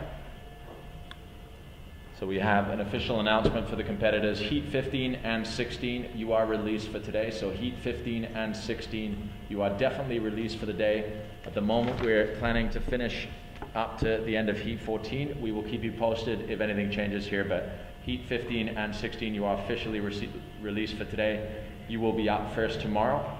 We will be updating the schedule by the end of the day, so stay tuned, and we'll post that online as well. Most likely we will start with the women's warm-up as we see a replay of Lecco Salazar's wave. Nice opening turn as he goes for this closeout. And in one-handed air there, takes his front hand off the paddle. We'll see how the judges like that, but he already has a pretty strong first wave there, but we'll wait for those scores to come through so we can update you. But Lecco Salazar looking really strong here. I believe he was going for the mute grab there. So again, using the skateboard lingo.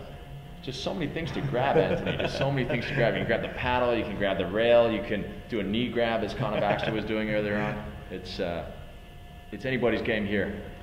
Yeah, and right now these competitors are trying to grab a spot in round 3 by posting one of the top 12 highest scores from round 1.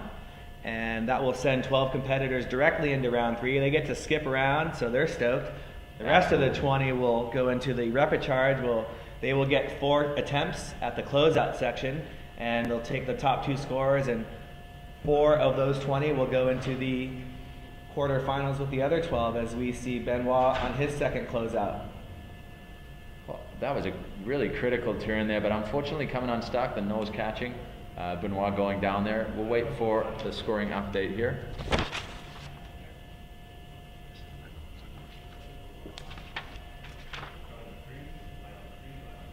So we are coming to the end of heat number 9. So heat number 9 with Lecco Salazar and Benoit Carpentier. We do have scoring updates for you. Lecco, your first wave on the closeouts came in at a 7.5. Your second wave, a 6.5.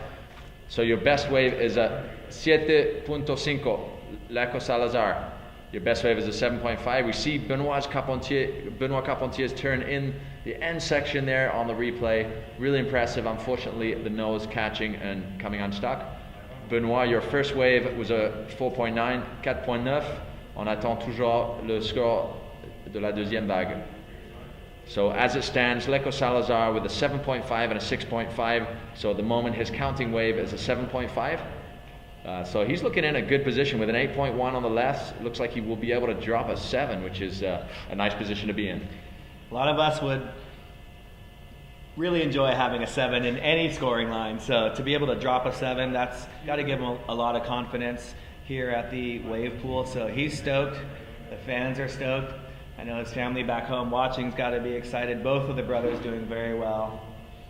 Well, it's been a great couple of years for Brazilian surfing here on the Stand Up World Tour, with Lecco winning the world title in 2012, Caio Vaz finishing second in 2013, and then winning the first 2 events of the season. So, like I said, a great couple of years for Brazilian stand-up paddling, and you can see the effect of that with nearly 500 competitors at the last Alagoas Pro Grand Slam just last week. In Brazil, as we see Lecco Salazar on his 3rd and final closeout, nice opening turn, sliding 360. That was a beautiful turn as he still has time to come out of the closing section. That was a phenomenal combination of maneuvers. That was really smooth. That was one of those maneuvers where you don't even know what's going to happen, and all of a sudden he just threw that 360 out. So I don't know how critical that was, what the judges think, but I sure liked it. Yeah, exactly. I think that's the thing. The judges are looking for really critical on-edge turns. I'm not sure how critical it was, but in the flow of the wave, it really worked. He did a beautiful turn and slid it into a 360. It's got to be worth something, and then he went into the closing section still with enough speed and flow to be able to complete the wave beautifully there. Yeah, he really set up that closeout maneuver nicely. I thought he might have got caught a little bit behind that, but no, that was completely controlled and smooth and very stylish. Let's look at the replay. Definitely portraying the Salazar flow. Here we see him already exchanging the paddle as he goes to drive all his weight on the inside rail, slide the fins out, just executing it to perfection there, that 360, the slide-in 360 as he comes up to the closing section. Hits it perfectly there and floats into the flats. So what a performance there from Lecco Salazar. We'll wait to see how that score drops. His top scoring wave at the moment is a 7.5. We'll see if that improves on that or not. We'll wait for the scores to drop by the judges. Meanwhile, Benoit Carpentier is heading out for his 3rd and final closeout wave. I'd love to see that 360 again if we can possibly. I would love to see a third replay of that 360 because it was incredible, and we will wait to see what the judges think, as oftentimes happens in surf contests when you have the glare at normal beach breaks. The judges have to move their towers and things, so we're just going to be repositioning our judges so they can have the best vantage point possible as Benoit Carpentier is on his final closeout attempt. Benoit swooping back into the whitewater, setting up to hit the oncoming section, getting up and through the lip, and that will conclude Benoit's heat as well. So that's the end of heat number 9. So we're going to throw down to the beach to 2012 world champion Lecco Salazar for his thoughts on that final heat. What a great heat for the Brazilian superstar. So down to Lecco.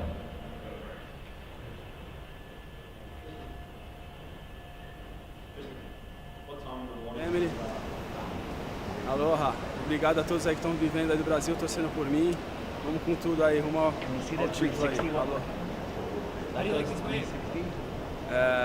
As ondas, pô, igual todas, né? Não tem muita dificuldade. Só tem que saber estar com o surf no pé, surf em dia. Eu e meu irmão estamos treinando direto, então a gente tem tudo para se dar bem. Salazar Brothers. Yeah. Thank you.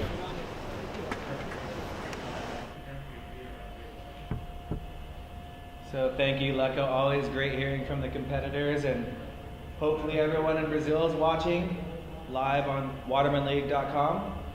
And we're going to look at a replay once again of Lecco's 360 because this was a fantastic maneuver, very smooth. He just carves back into the whitewater and just slides his tail out with a lot of speed, coming off the top, boosting and landing out in front of the wave. Yeah, that was a well-ridden wave, and we'll wait to see what the judges think. Thanks to our staff for bearing with me and showing me that 360 for the 3rd time. I really enjoyed that wave, and here we have Sean Pointer on his closeout. And Sean driving, doing a nice compact turn, coming off the top, throwing his spins, very aggressive, committed turn. So Sean Pointer is feeling it right now after his 9.2, the highest scoring wave of the day on one of his rights. Yeah, Sean Pointer definitely on point here at the Abu Dhabi All Stars. He had a slow start on the lefts, but boy did he make up for it on the rights with that 9.2, and that was a great opening wave on his closeouts. Definitely will post a good score on that. So Sean Pointer looking strong here. As we got Connor Baxter showing some speed here, paddling out the little bump out to the lineup. If anyone knows how to catch a bump, it's Connor Baxter. How did he ride that so far? Connor Baxter, not only fast in flat water, but winner of the Molokai to Oahu paddleboard race. Connor, a very accomplished racer from 200 meters to 32 miles and everywhere in between. Yeah, he's a blazing paddler, but he's also a great surfer and a real charger. You know, I've seen some shots of him at Jaws this past couple of years that are pretty mind-blowing, putting himself over the ledge like not many would. Yeah, going right and left at Jaws. Connor getting lots of sessions out there. I know Kai Lenny, Cody Kerbox, they've all been charging. Justin Holland's been out there as well. And Noah Janela had his first ride at Jaws a couple of weeks ago. So here we see Team Nash. That's Lee from Team Nash here in the UAE, a great representative for the international brand Nash. Talking with team rider Bo Nixon, getting him a little prep talk, I imagine. Lee's a great supporter of the stand-up paddle momentum here in the UAE, but also obviously featuring all Nash products from kite surfing and windsurfing to stand-up paddling and surfing even now with the addition of Jerry Lopez as their celebrity shaper for Nash International. As we see Connor Baxter taking off on his closeout. So he's lost the Maui Jim sunglasses, the evening light. Oh, that was a nice bounce without the board. Unfortunately, Connor Baxter coming unstuck there on his first closeout. I think he was trying to walk his way back into that wave. So you see Connor paddling in. Wow, that's a different technique than I've seen with paddling with your paddle. I'm gonna have to use that. So Connor falling off on his first closeout attempt, but he'll await his next ride as Sean Pointer paddles back out. So attention all paddlers, we want to make sure when you're waiting for your wave, you cannot be sitting, leaning off the wall. You need to be standing up independently of the wall and any other assisted devices. As we see Connor Baxter's replay here. And I'm glad they went slow-mo on this because this is going to be fun to watch. So you see him up and trying to walk into that one. Walking on water here in the UAE, Connor Baxter. Unfortunately, coming up short on the walking on water, but great attempt there from Connor Baxter. So Connor, one of the standouts for the Stand Up World Tour. Connor and Sean Pointer surfing in a heat together, but not necessarily against each other. So maybe they can feed off of each other and continue to push each other to be in that coveted top 12 to move into the third round. Absolutely, and Sean Pointer put on a great performance in the last event in Brazil, finishing in third place. Just had one of the tightest heats of the event against Kyle Vaj, the eventual winner of start number 2 of the Stand Up World Tour. So Sean is looking for redemption here, looking really strong on his forehand. Had a slow start on the lefts, but really consolidated with a 9.2 on the rights. Had a great start to the closeouts. We're just waiting for those scores. We'll fill you in just a second.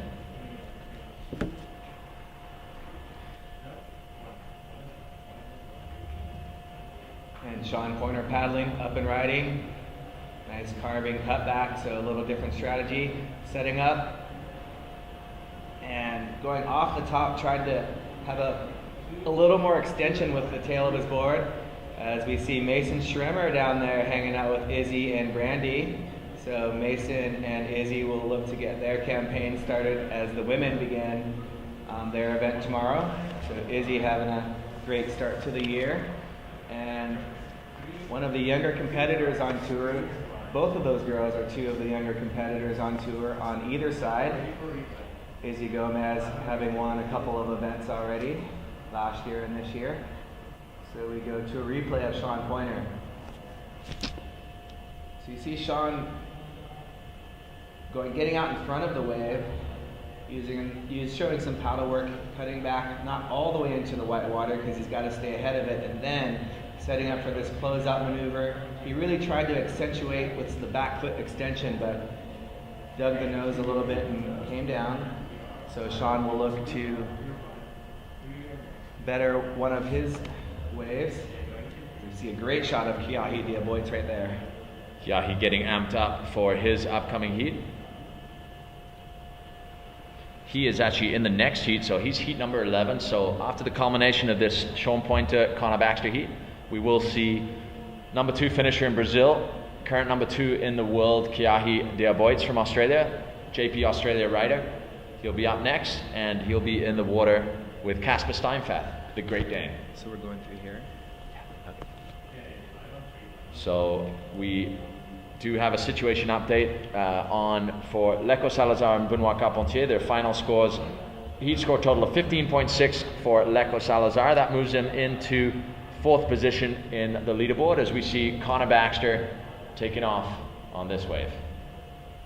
So slashing opening turn.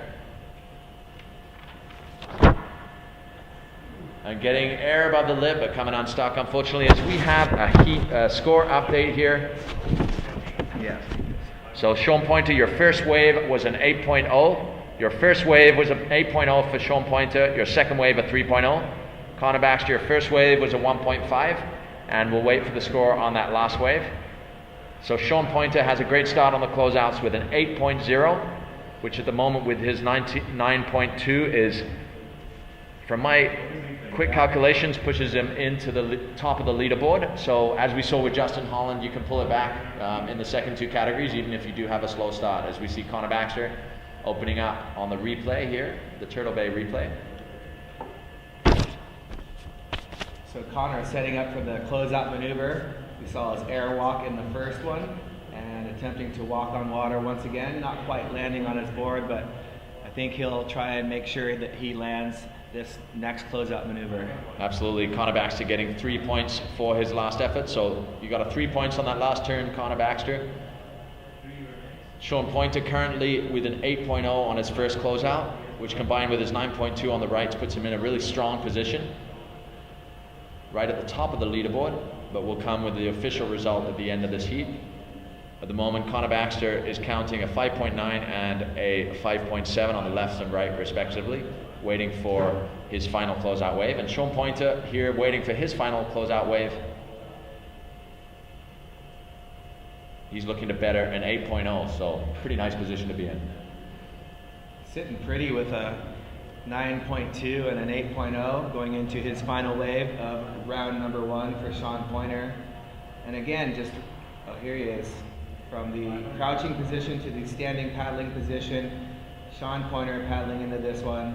See his paddle transfer, going for the carving, cut back 360 off the white water and just comes unstuck, but he was really going for it on that one. Well, he could afford to take a risk there. He wanted to see if he could get an excellent score there. So put it all on the line. He already is sitting with a 9.2 and an 8.0, so very comfortable position for the young American. And what a great bounce back. That shows some incredible just mental toughness. You know, we talked about the format and how there's plenty of opportunities for the competitors to show what they can do, but you've really got to maintain a level head if you have a couple of bad waves to start off your heat. And Sean Pointer came back wonderfully. So we look at his replay now.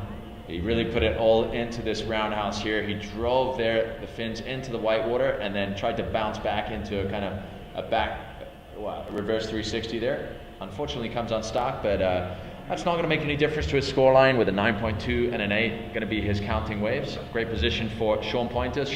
Team Starboard really taking the top 2 spots at the moment of the leaderboard, with Sean taking the lead just ahead of Zane Schweitzer.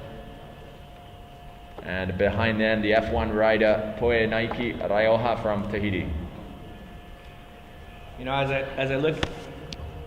Yeah, so there it is official. We have a heat score total for Sean Pointer of 17.2, and that is counting his right and his closeout of a 9.2 and an 8.0 respectively. So 17.2, just 0.3 ahead of Zane Schweitzer with a 16.9.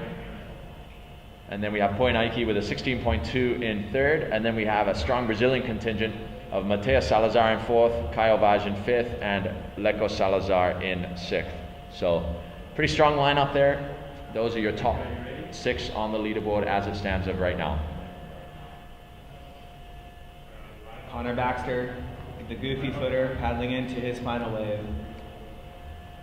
Check. There, Connor setting up with something big, getting lots of speed, getting up and over the lip. He wasn't happy with that. I thought it was a good maneuver, but you know Connor wanted to go big. Yeah, Connor putting it all on the line there, but we're going to go down to that, the highest scoring heat of the day so far, 17.2 points. Let's hear it from Sean Pointer, starboard rider from that last heat. Yeah, it was it's a whole different situation with being a pool and no salt water, no density, basically like we're used to in the ocean. So it plays a little factor on the whole stability factor on your board, and but yeah, it started kind of slow for me. It's an entirely different format. You get your waves and you know exactly what's coming, and I started pretty slow with a few mistakes on the left, and I just wanted to kind of come back and kick the right's ass. So I did that with that, I guess with that 9-2, a couple of 7s in there and stuff, and yeah, I was pretty blown away by the scores. You know, I'm basically now just looking forward to the next heats, and yeah, it's a great format here. It's interesting. It's all new, I think, to all of us, and it is for myself being the first time here. But I'm stoked to be here in Abu Dhabi, the wave pool. Thank you. Thanks. So some words there from Sean Pointer, current leader on the leaderboard of the scoring here, advancing through to round number 3. We've still got heats to go, so it all can change, but he looks fairly secure in going through there with 17.2 heat score total.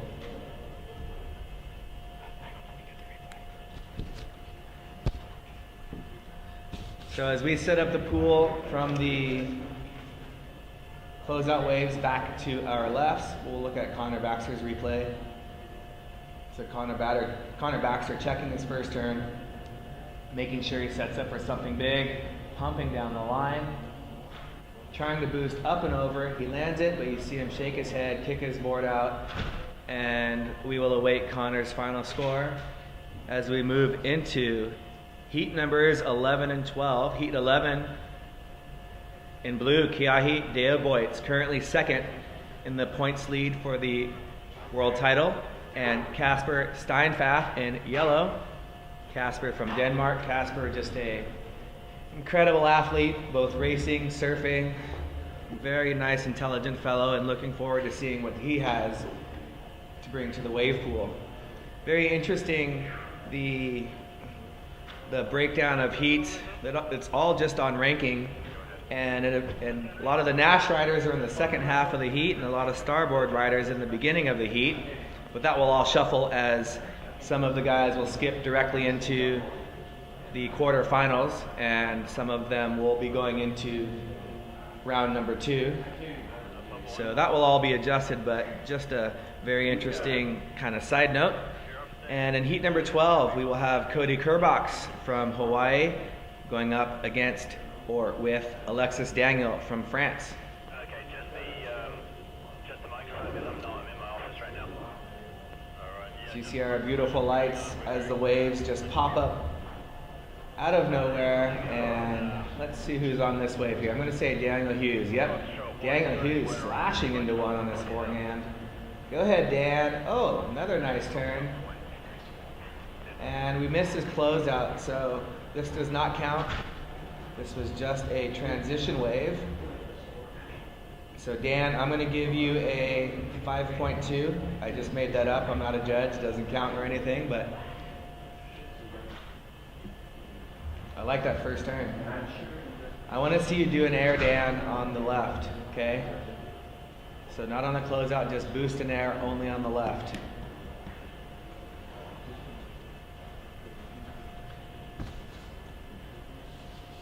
So Kiahi Deoboitz will be our first competitor in blue on the left. Kiahi having a lot of water time here, not just this year. He's been coming for a couple of years to the United Arab Emirates, enjoying the wave. So here's Dan's replay. That's the cool part about getting the transition wave. You get a replay sometimes too. How was that turn right there? Laying it on rail. Drop wallet turn. So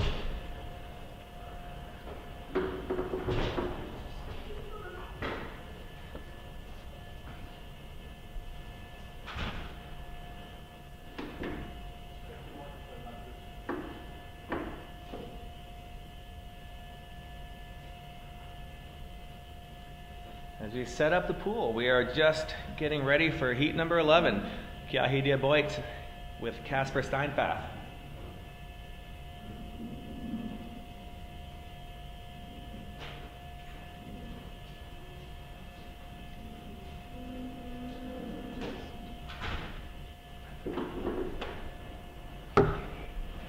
So Kiahi's been landing a lot of airs, some air reverses with a incredible heat in Brazil versus Giorgio Gomez. Kiahi just getting the nod on that one. One of our very talented multi-disciplined athletes. All of our competitors are very, very talented and able to engage in lots of different void sports, as we've seen a lot of skateboarding happening here today. Guys just enjoying themselves, wanting to get as much playtime as you can while you're over here in Abu Dhabi at Wadi Adventure, in Al Ain, part of the United Arab Emirates, or at the Abu Dhabi All Stars, stop number 3 on the Stand Up World Tour. You can join us on Facebook at Stand Up World Tour, like us, also on Instagram at Stand Up World Tour. So you can also follow a number of our competitors on Instagram and see some of their amazing surfing and lifestyle shots. It's a great way to keep engaged with your favorite athletes. And find updates on the Facebook page of the Stand Up World Tour, as we will continue to update the leaderboard.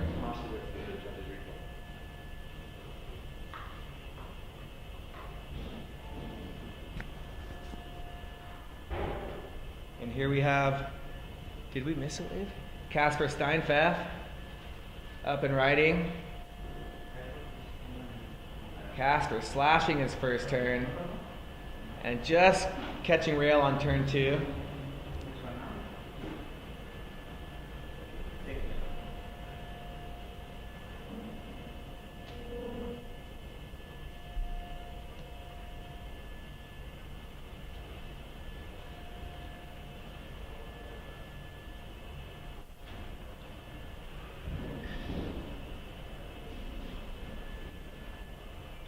There's a shot of Kiahi de Boit, JP Australia rider.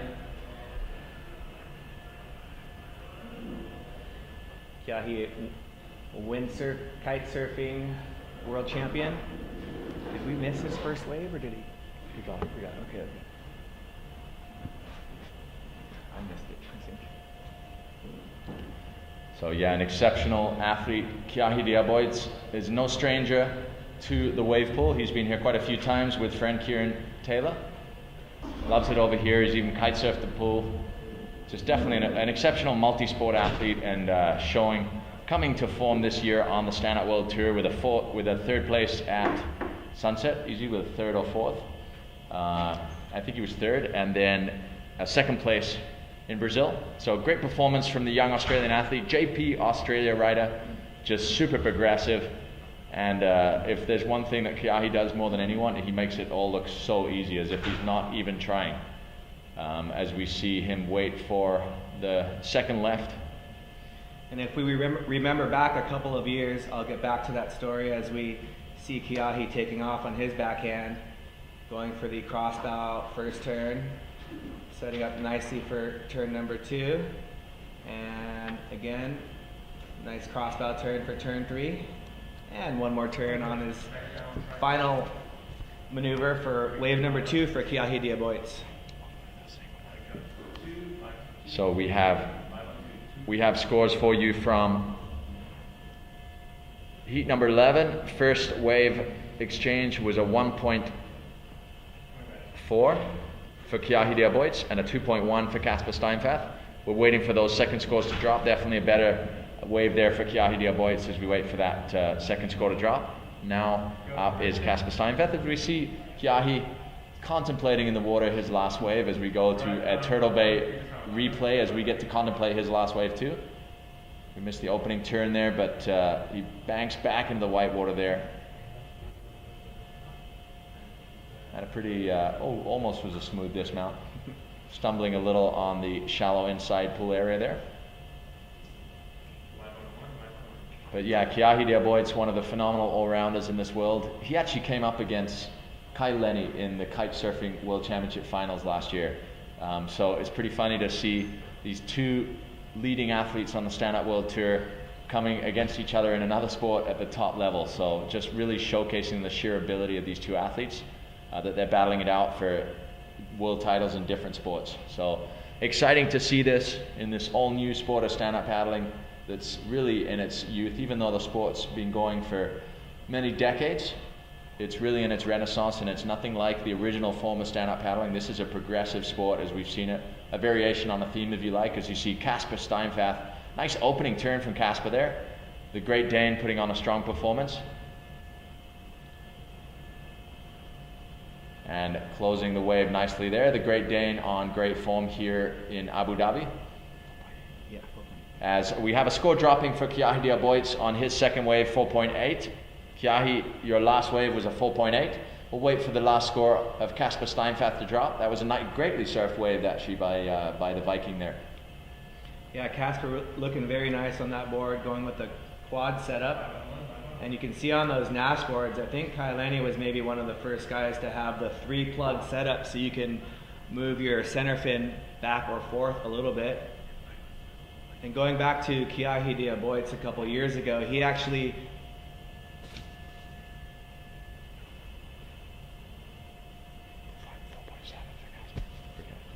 Kasper, your second score coming in at a 4.7. So Kiahi scoring the first 10 on tour a couple of years ago at Huntington Beach.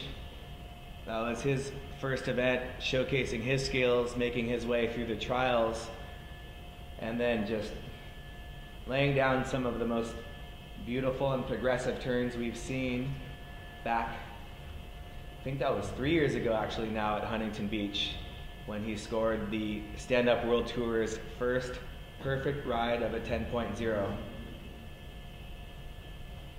So Sean Pointer getting closer to that 10. We'll see if any of our competitors can get a 10-point ride here at the Abu Dhabi All Stars. So here we have Kiahi Diaboit's nice rebound off the whitewater there, and he sticks it. Kiahi using his layback kite surfing skills.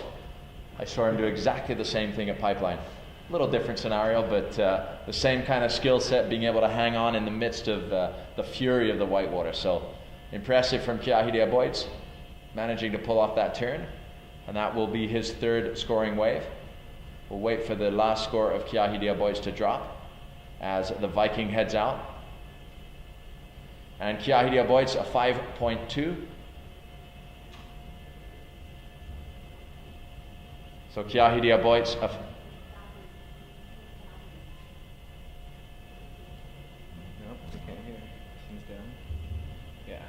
So Kiahi Diaboit, you got a 5.2 on your last wave. Kiahi Diaboit a 5.2. So that will be, if I am, no, my mistake, sorry. Sorry, Kasper Steinfath, that was your score. We're still waiting for Kiahi Diaboit to drop. A 5.2 for Kasper Steinfath.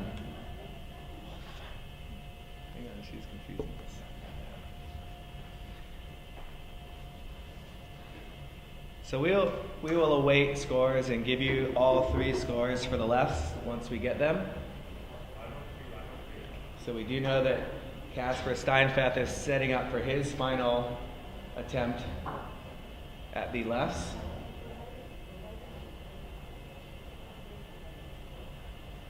So Kasper setting up in the lineup as we see the colors transition. As he's going for a fade turn, fade takeoff, coming off the bottom, slashing one off the top, releasing his fins, goes for the paddle transfer, and just catches his rail there, coming unstuck. So our apologies for the confusion there. The second wave of Kiahi Diaboit was a 4.7. Kasper Steinfath was a 5.2, his second wave. We're waiting for that last wave of Kasper to drop, as well as the last wave of Kiahi. So stand by for those final scores. As it stands right now, Kasper sitting with a 5.2 before that last wave is counted.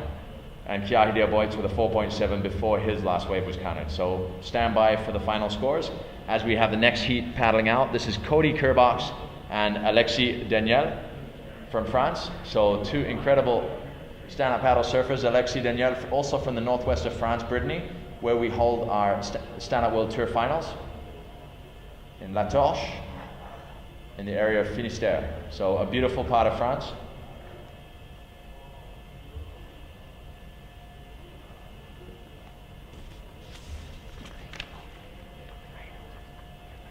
Cody Kerbox on screen, ready to begin his campaign at the Abu Dhabi All Stars. Cody Kerbox, part of that incredible Nash team, also part of that incredible contingent of stand-up paddle surfers from Maui. These guys just really taking the stand-up world by storm. It's amazing how just such a small little island, but there's so many different conditions and, you know, a great legacy there of surfing and big wave surfing that, you know, that's all you can do is just surf and surf big waves over there. Absolutely, Anthony. Well, it's an incredible island, and it's as if there is something in the water here as we see one of its byproducts, Cody Kerbox. Nice opening bottom turn. Oh, just getting caught up in the white water there. Overzealous to get into his second turn there and create some speed. But yeah, Maui definitely possessing something pretty special. We did a talk story with some of the Maui boys at Surf of the Bar on the north shore of Oahu at Turtle Bay. Proud headquarters of the Waterman League. We did a talk story with those guys during the Sunset event and got a little inside scoop into their secrets, what makes Maui so special. And you know, one of the overwhelming themes was it's the challenging nature of the conditions. When it's giant surf, all the Maui reefs come alive. When it's not giant surf, it's super windy, so you got to be on your game and make the most of what you got. So it makes you into a well-rounded and professional surfer that's ready for anything, as we see with Zane Schweitzer really just showing a great performance here. Kai Lenny, 3-time world champion. Connor Baxter, one of the fastest paddlers in the earth, and you know, putting on a great performance here in the surf as well. And of course, Cody Kerbox. He's coming off a great result in the World Series in Brazil as well.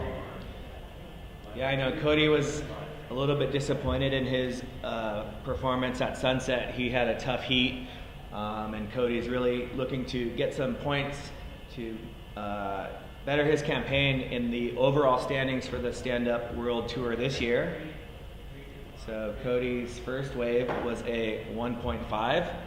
That's for sure probably not going to go, that's not going to go into his lineup, as he will for sure complete one of his next left waves. So yeah, that was just the opening exchange for these riders as we see the first wave of yellow coming up here. This is Alexis Daniel from France. Nice driving bottom turn, slashing cutback back into the white water.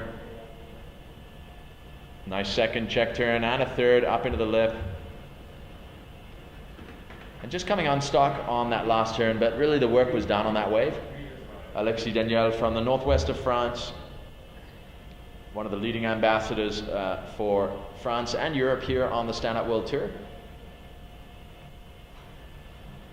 So we now wait for Cody Kerbox's next attempt here. He's got 2 more lefts to go until we move on to the rights for both heat number 11 and 12. So we will be advancing on to heat 13 and 14, and that will be a wrap for today. So it's been a long day of action, full of incredible action, as we've seen almost a climax as we've come to the darker part of the day. We've seen some of the highest heat score totals of the day, with Sean Pointer, Lecco Salazar really putting on some impressive performances, but also before them, Zane Schweitzer and Matteo Salazar. So some great performances all day, and a lot more to come. As in the water right now, it is Cody Kerbox and Alexis Daniel. As we go for a replay of Alexis Daniel, there you see his first turn cutting back into the white water as he sets up for this second turn here. Just staying in the critical part of the wave. Not an exceptional turn for Alexis, but definitely a strong start for the Frenchman.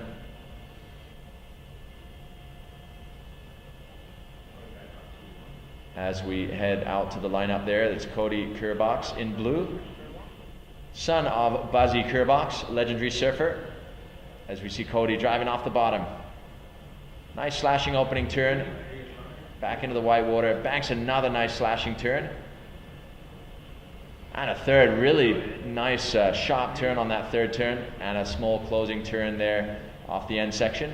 That was definitely a strong wave for Cody. We'll see how the judges score that, but some critical surfing from the younger of the Kerboxes, Buzzy, his father, obviously a pioneer in ocean sports, a great early days surfer on the ASP World Tour, leading to being one of the pioneers of tow surfing, being a windsurfer, kind of involved in that kind of multi-sport culture that goes on in Maui, still a resident on Maui for the most part, and is obviously his son Cody as we go to a replay. Yeah, Cody Kerbox really finding his timing and positioning on this wave. That's where he went down on the first wave.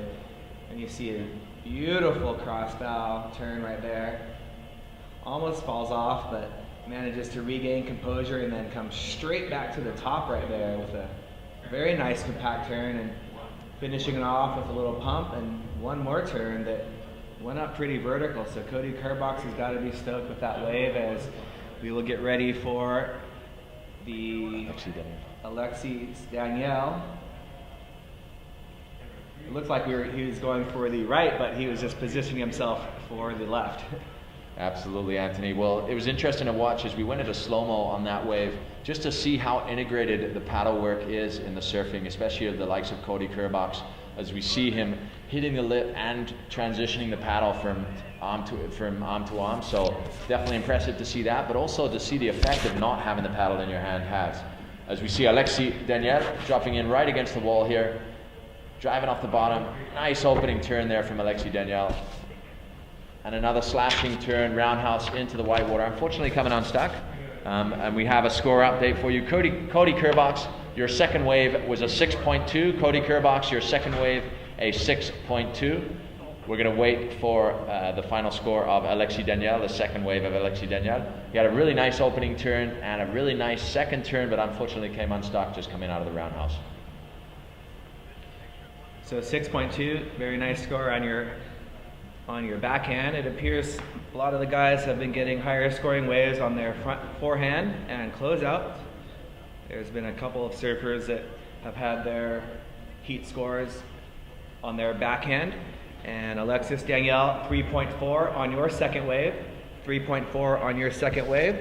So that will not better your 4.2.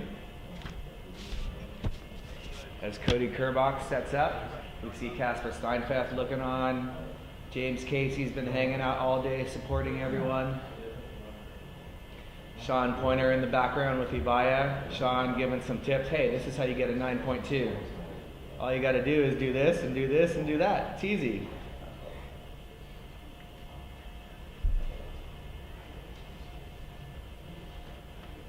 Oh, you're showing her how to get a 10. Okay. She's got to get a 10. So Sean and Ibaya, starboard teammates, they're just hanging out watching the rest of the heats. So really great to see all the competitors sticking around today, enjoying the facilities here.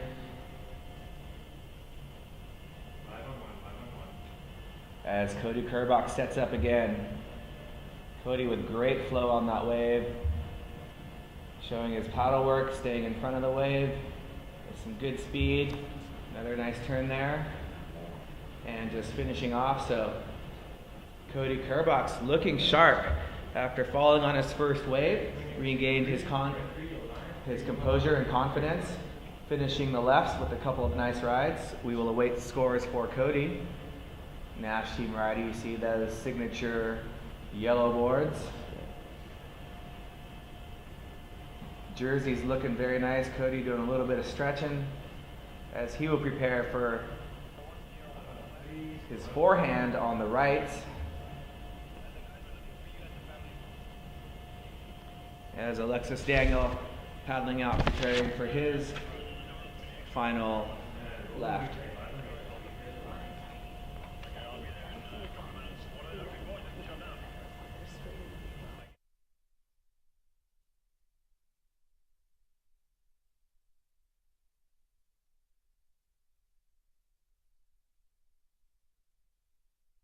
As we see replay, Cody on his backhand just getting very aggressive on all of those turns. So right now the competitors are looking for a 11.9. That's going to be the magic number to avoid the rapid charge round. So a total heat score of 12 is going to get you into those top positions.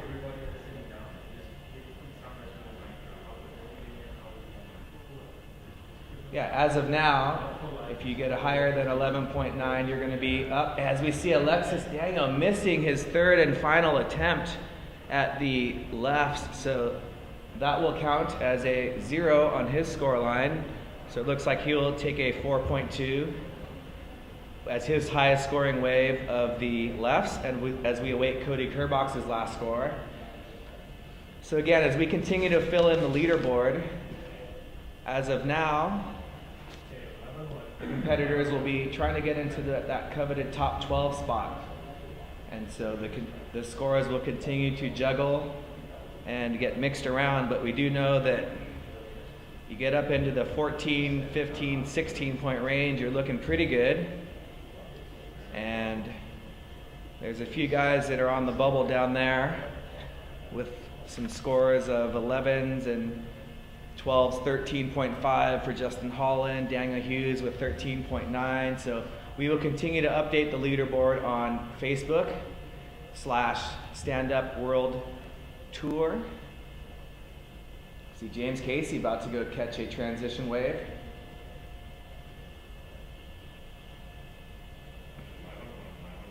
As this swell continues to maintain through the day, so the forecast calling for light and variable winds with consistent pulsing surf.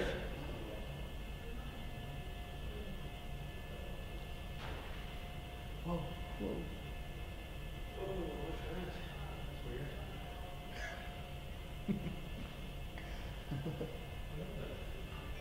I don't know.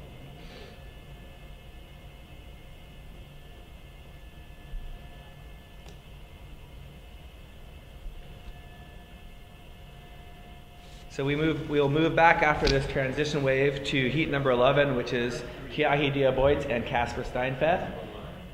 Casper Steinfeth will be surfing on his backhand. Kiahi will be on his forehand. We have a goofy versus regular.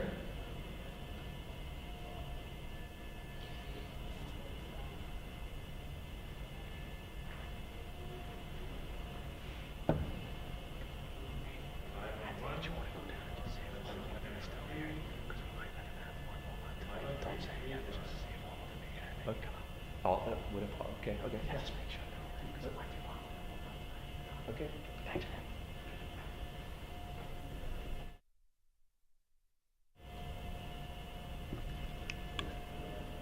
So this is an update for all athletes.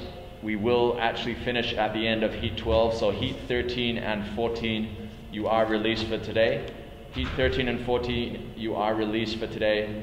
We're just contemplating how we're going to run the warm-up session for between 9 and 10, so let us come back to you on that.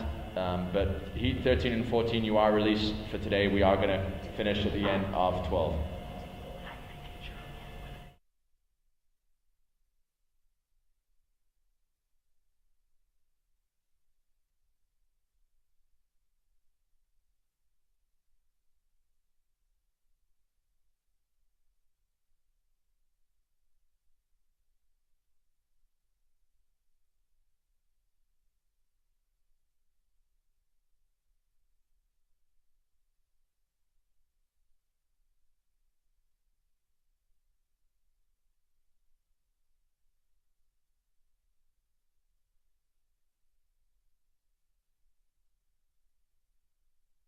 In the world,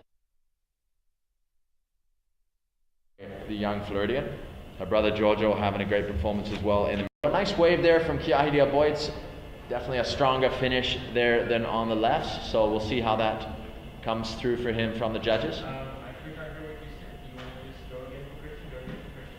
So Casper Steinfeth now heading out to the lineup. So loud out there. Like all of them are here pretty much. Except for Candace, but I can text her.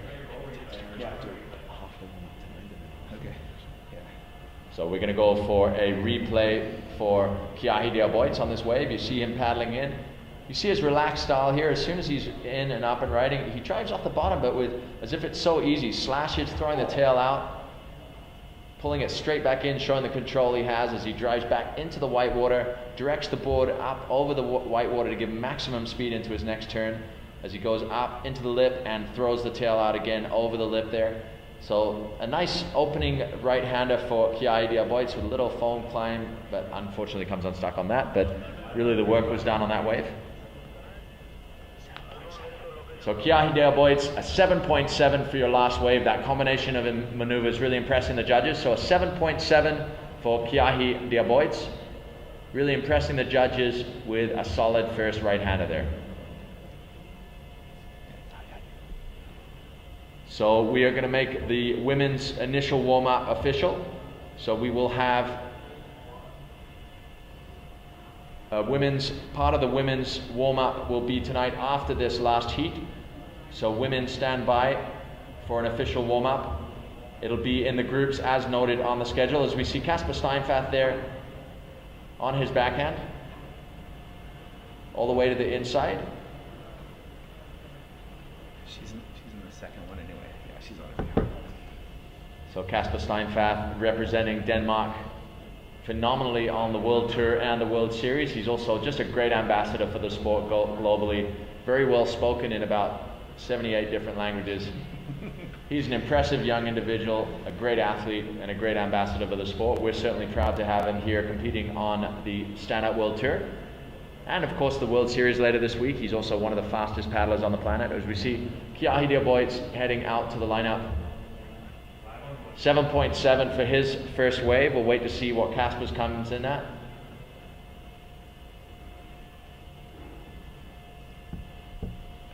So it's been a great first day of action here on day one of the Abu Dhabi All Stars Grand Slam.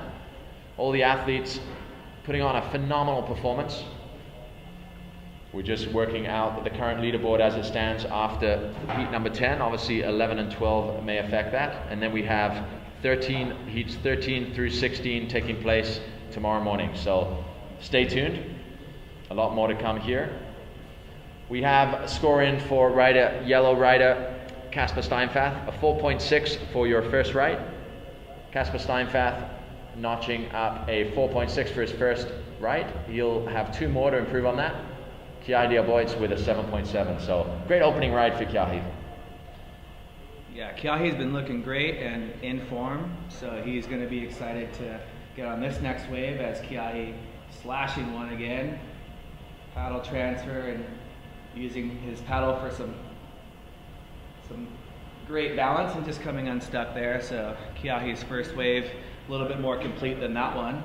And just to restate, the women will be doing their practice round tonight in these same groups that has been listed on the schedule, so they can begin to prepare for that. So I know they're going to be excited, but before the women go, Anthony Vela will be out there catching 2 waves body surfing, so the women will have to wait for Anthony Vela to get 2 waves. I don't know, I just made that up.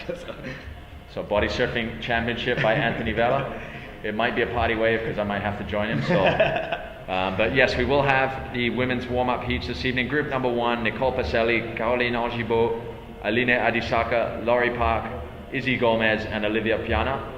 In group 2, Candice Appleby, Sophia Batlo, Ibaya Moreno, Mason Schremer, Angela Jackson, and Miley Tahai. So we're going to be updating you on scores momentarily here. So 4.4 for Kiahi Diaboitz. So that's not going to improve on his first wave score of a 7.7.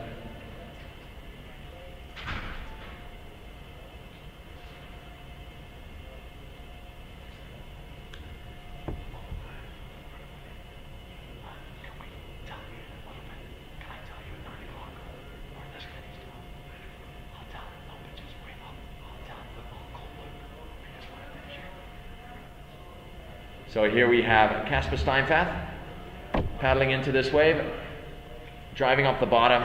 Nice top turn there, swooping top turn from Casper as he cuts back into the critical section. Coming up into the lip there. Throwing the tail out there, another nice wave from Casper Steinfath. We'll see how that affects his scoreline. That was his second right.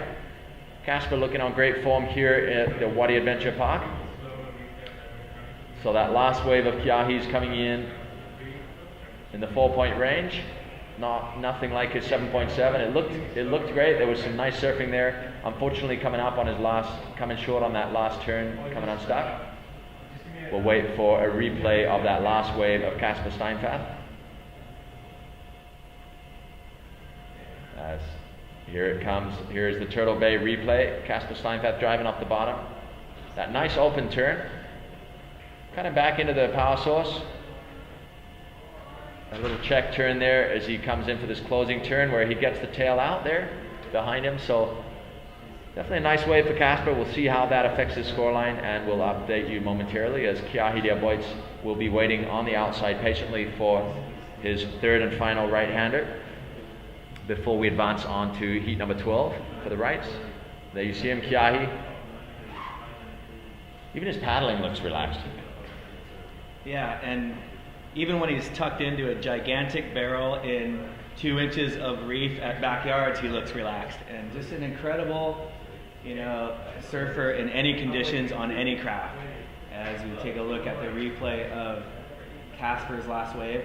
And I like the rail work. Not very critical on his turns, but just beautiful rail work. And we go to live action. It's Kiahi Diaboitz on his JP Australia, slashing back into the whitewater, coming off the bottom, little dishpan turn there, and releasing his spins, going for a little air at the end.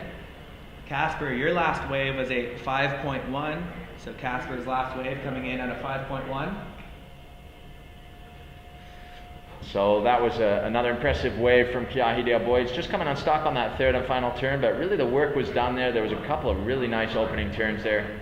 As Anthony was saying, he's one of the more progressive, kind of aerial focused riders, but at the same time, he is one of the better barrel riders that I have ever seen on any craft. I mean, he rides a barrel on a stand-up board, a short board, a kite board, all the same way. I just saw a 16-shot sequence of him getting barrel to backyards on a kite board, so he disappeared for 14 out of those 16 shots. So you can imagine how deep he was and how impressive it was, and he did come out. So Kiahi, an impressive all-rounder, and here he is competing in the wave pool, somewhere he's familiar with, and it definitely suits his style of riding. Yeah, he's logged so much time in the barrel. It's just, I wish I could have some of his littler barrels that he gets. It's just incredible what he's able to do out there in the water, and the positioning and commitment that it takes. It's to have a wave barreling, it's shallow, and he is just takes off deep and makes it out more often than not. I know he's a local down there at Lani Kai, and just pulling into some really nice barrels there, weaving through the short borders, and his last wave comes in at a 5.7. So Kiahi, your last wave coming in at a 5.7. And here we have Casper Steinfath dropping in on this wave, carving banking back into the whitewater. A nice turn over the top there, and a nice critical turn in the pocket there. Just coming unstuck on that one, but that'll be another solid score for Casper. I'm not sure it'll improve his scoreline, but we'll see. Kiahi Diaboitz definitely staying with his 7.7, the first right-hander that he got, so that'll be his keeper as we have heat number 12 heading out now for their right-handers. In this heat, Cody Kerbox and Alexi Daniel, as we've got the spotlight there on Alexi Daniel in yellow. And we'll go back to the Turtle Bay replay, brought to you from Oahu's fabled North Shore, as we see Casper Steinfath in yellow, paddling right by the wall there. The beautiful looking water there with the light shining through it on. And it's he drops back and he carves back into this white water. There's a nice turn here as he banks off the white water there. Nice critical turn.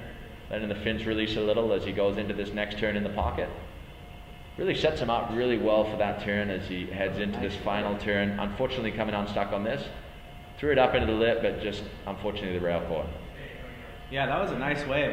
I enjoyed the cut back, and his second turn was very critical. Nice bottom turn showing his spins in the bottom of his board. So we'll see what the judges have to say about that, but I'm really enjoying the surfing out here. I hope all the viewers on watermanleague.com are enjoying it. I know Dave Bainey's out there watching, wishes he could be here. A lot of the guys are like, man, I wish I was there. Getting texts from the guys going, that looks really fun. So those of us that are here are having a great time. Those of us that are watching on the live webcast are wishing they were here. So come back next year as we look at live action in the water. That's Cody up and riding, slashing his second turn. Coming off the top, staying nice and low to maintain some speed into that slower section, and just falling at the end of his wave as we have Cody Kerbox completing his first right. So we have updated scores for you. Kiahi Diaboit's keeping his 7.7 as his highest scoring ride in the rights. Casper Steinfath keeping a 5.1. His last score coming in at a 4.0. So 5.1 is in Casper's scoreline. At the moment he has a 5.2 in the lefts, and Kiahi Diaboit's a 4.7 in the left. So both riders will be looking for a boosting of their scores in the closeouts. As we see the replay of Cody's wave, nice carving cut back into the whitewater there, driving off the bottom and just putting everything into that turn. Really smooth surfing from Cody Kerbox, keeping the rail in the water at all times. And then a check turn into the whitewater there. And another as he does this closing turn, unfortunately coming unstuck. So a great opening wave there for Cody. I think we got more to come from this talent from Maui, but definitely a solid opener. So yeah, it's good to hear that Dave Bainey is watching. Definitely a popular character both on the Standout World Tour and beyond. He's a great surfer, and he was with us on the Location X Finals back in the BVI back in 2012. It was great to have him there and get to know this unlikely character from Southern California. But to all of you out there, welcome. It's a pleasure to have you with us. We just get a score back for Cody Kerbox's first wave, a 5.2. Cody Kerbox, your first right is a 5.2 as Alexis Daniel sets up on this right-hander. Pour tous les Français en ligne, c'est Alexis Daniel pour première turn. Un deuxième, il maintient la vitesse. Une troisième dans la dernière section. Bon, c'est une belle vague. Le travail a été déjà fait sur les premiers deux turns. There we see the fluorescent Cody Kerbox in his orange shorts. So Cody getting a 5.2 on his first wave. We'll wait for the first score of Alexis Daniel to drop. So Abu Dhabi is one of those places that, a lot of places boast consistent surf. I've heard locations in the kind of 200 to 300 days a year of surf. Here is proud to say 365 days a year there are waves at Wadi Adventure Park. Turn the switch on and we have waves. One of the unique features of surfing here in the Middle East, as we see Alexis Daniel on the replay.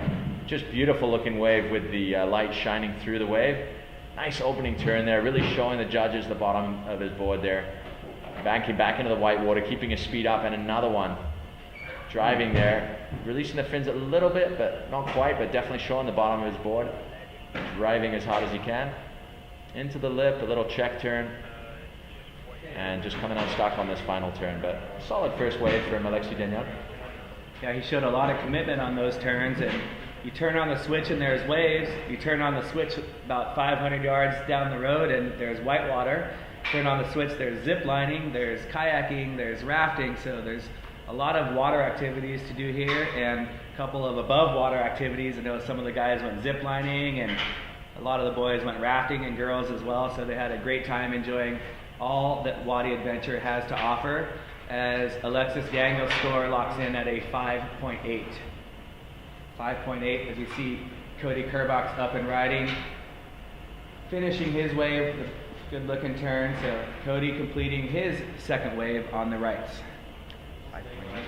So great start there from Alexis Daniel with a 5.8. Definitely a strong wave from the Frenchman representing the region of Brittany and Northwest France. Cody Kerbox put on a couple of really nice opening turns there. We'll see what the judges think of that as we wait for that score to drop. So yeah, the other switch that doesn't seem to be missed every day is the sunshine and the heat here in Abu Dhabi. Definitely soaring temperatures through the day as we see Cody Kerbox replay, the Turtle Bay replay. Nice slashing opening turn, completely committed as he almost lays back into the whitewater, redirects his board extremely quickly with a paddle push there to generate speed. Another little slashing turn there. We'll see how the judges like that, but definitely that second turn was really nice, full commitment, slashing all the way back into the whitewater. Cody Kerbox has done nothing short of impressed this year, both in racing and surfing, as we see his fluorescent shorts lighting up the pool on the inside. And Benoit Carpentier doing the merman in the background. In yellow, Alexis Daniel setting up for his second right-hander. So once again, I'd like to say a big thank you to His Highness Sheikh Ahmed for his kind support of this incredible event, as we see the Frenchman making the most of his opportunity to be here. A nice roundhouse cut back, really reminiscent of the French riders I saw Antoine Del Perot in that turn.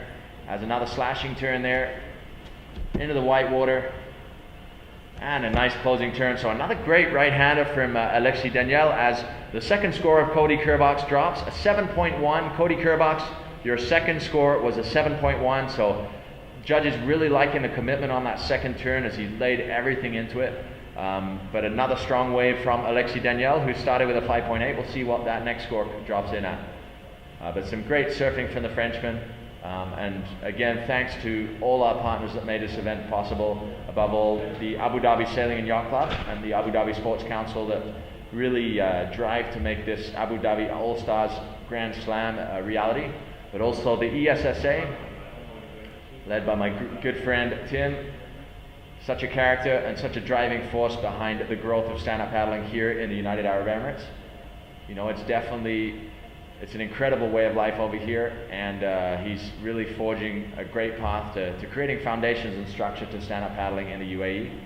So excited to see the progress they're making there, but also thanks to our hosts here today, Wadi Adventure, and for the next 2 days after today. It's a 3-day window here.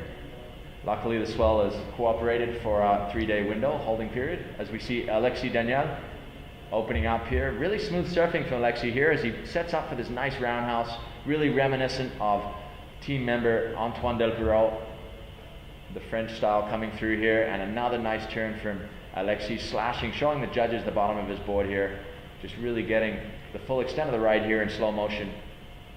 Nice next turn, little check turn into the kind of lift there, and a closing turn off the closing section. So a very complete wave there from Alexis Daniel. Really enjoying these Turtle Bay replays as we missed Cody Kerbock's live wave. That's live action right there. We will for sure go back to his replay. Alexis, your last wave comes in at a 6.7, so judges agreeing and enjoying that wave. Your second wave was a 6.7, so that is your highest scoring right so far, and we will cue up a replay of Cody Kerbock's last wave as we just missed it. We were checking out Alexis Daniel's slow motion replay, really enjoying that slow motion where you can see all the little subtle details and the commitment that these guys are making on each and every turn. We're into our 8th hour of competition. It's just been a fun, exciting day. It just goes so fast. I'm like, wow, we're into our 8th hour already, but each heat is just exciting. You can't wait to get for the next wave. So we'll see what Cody's last score was. So here we are. This is a replay of Cody Kerbock's wave. Nice wrapping first turn into the whitewater. Slashing a second turn, a little caught up there at the top. Oh, a nice third turn there, but again, just a little caught up. That end section's not that powerful. It kind of softens when you get right there. He gets a 5.3. No, we're waiting for that score to drop. My apologies. We'll wait for that score to drop. It was a 5.3. So Cody Kerbock in blue getting a 5.3 on that last wave. It does not change the situation. 7.1 is his highest scoring wave. That was his second wave. Alexis Daniel with a 6.7. So these riders really stepping up a notch on the rights compared to the lefts. Still got the last wave of Alexis Daniel. Here it is. This is his third and final right. Nice carving roundhouse again. Alexis looking at home on these right-handers. Some smooth surfing. And there he slashes another turn into the lip. And that will be it for that wave. I'm not sure, that doesn't look as though it'll improve on his last wave, but we'll wait for the judges to give their opinion on that as we wait for the final scores to drop. And heat number 11 will head out for the closeout. So we're transitioning here. We'll probably have a free-for-all here. And this is certainly a long team meeting here between the UAE Nash distributor Lee Apothecary, a fellow Brit. Very proud and honored to have your support of this event, as he's looking for me everywhere. I'm the man behind the curtains. So you see they're enjoying the board racks over there. Some of the competitors have gone home for the day, so Bo Nixon just hanging out back there. Looks like Bo will be coming up in one of the first heats tomorrow against Bant Roediger, as we see a replay of Alexis Daniel. Nice carving cut back, coming off the top, slashing, throwing lots of spray as he repositions his board, setting his inside rail for another finishing turn. And how's that for a screenshot right there? So Instagram that for Alexis Daniel. And we look to lock in his final score, which comes in at a 6.9. So just a little bit better than his second score. So 6.9 for Alexis, very well served. And Cody Kerbox, your second right was your highest scoring wave, a 7.1. So Cody, 6.6 on the left, 7.1 on the right. Those were your two highest scoring waves. Alexis Danielle, 4.2 on the left and a 6.9 on the right. So those are your four scores so far as we set back up for heat number 11, Kiahi Diaboitz with Casper Steinfeth getting ready for the closeouts. So yeah, it's almost like building momentum through the lefts and rights, and closeout really offering the most scoring potential. Although Sean Poynter mixed it up with the rights today, getting a 9.2 on the right, so really changed the dynamic. But until that point, it was really the closeouts providing the highest scoring potential. As we see a transition wave here, we have two riders lurking in the dock on the left, and Connor Baxter all the way to the right, waiting for this wave to come through. It'll be a party wave as the guys take advantage of the transition wave. I believe it's Giorgio Gomez standing up there, just coming out from behind the shadows. So it's been an incredible day here at Wadi Adventure Park, day number 1 of the Abu Dhabi All Stars Grand Slam.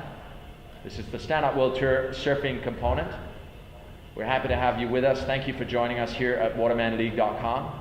We have plenty more action to come here, with 2 full days of action still to come on this showdown in the Wadi Adventure Wave Park. Tomorrow we will be getting underway with the first round of the women's, and then we'll be going into the repechage of the men's, and then the repechage of the women's, and then the round of 16. So a full day of action again tomorrow, as we see the transition wave about to hit.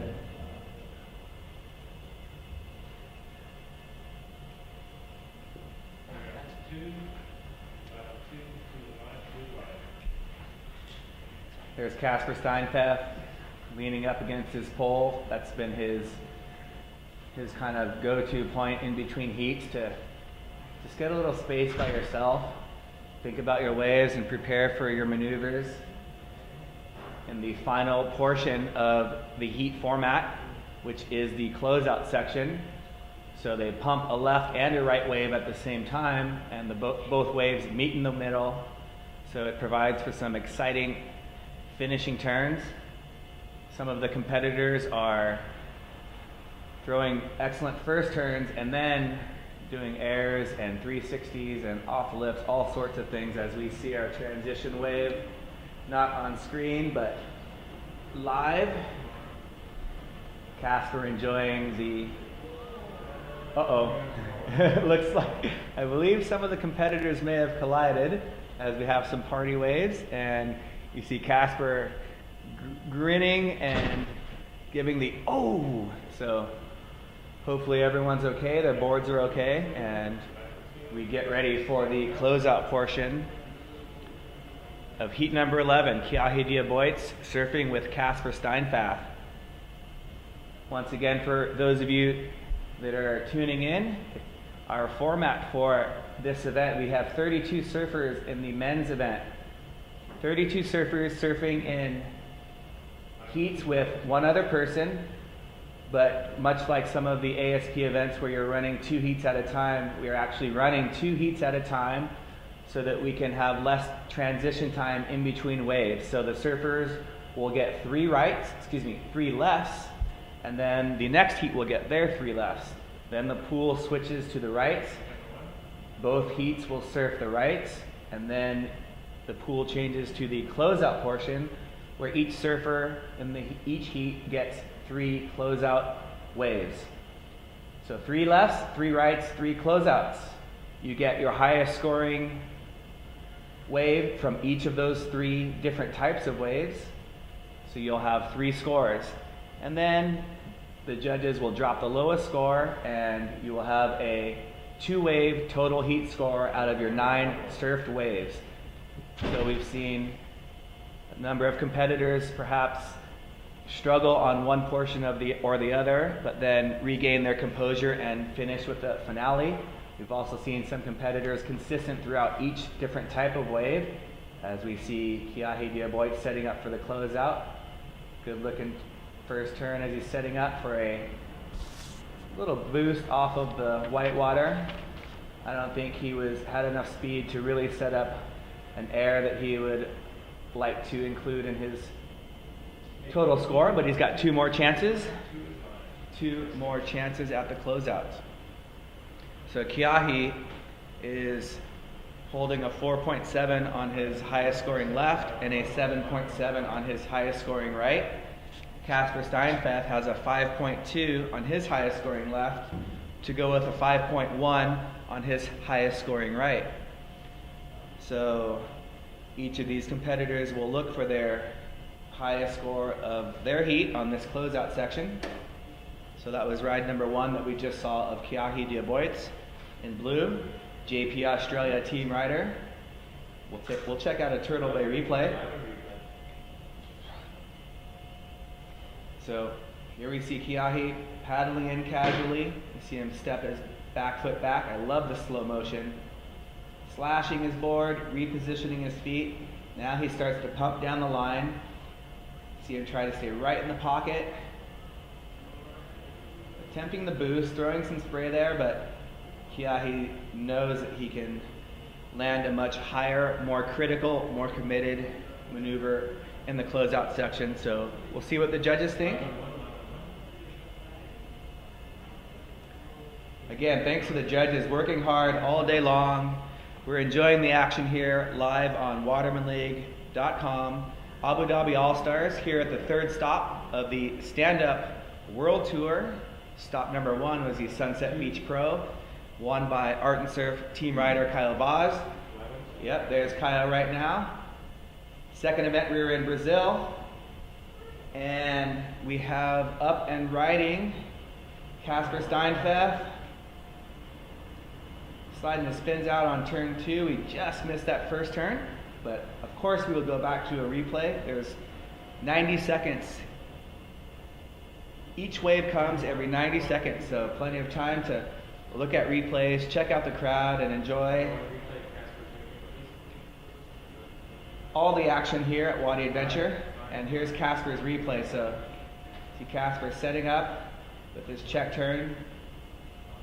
I think he might have went too far down to the bottom and wasn't able to come up to the lip with as much speed as he would have liked. So Casper will regroup, get ready for closeout number 2 as we go back to Kiahi Diaboit for his closeout wave number 2.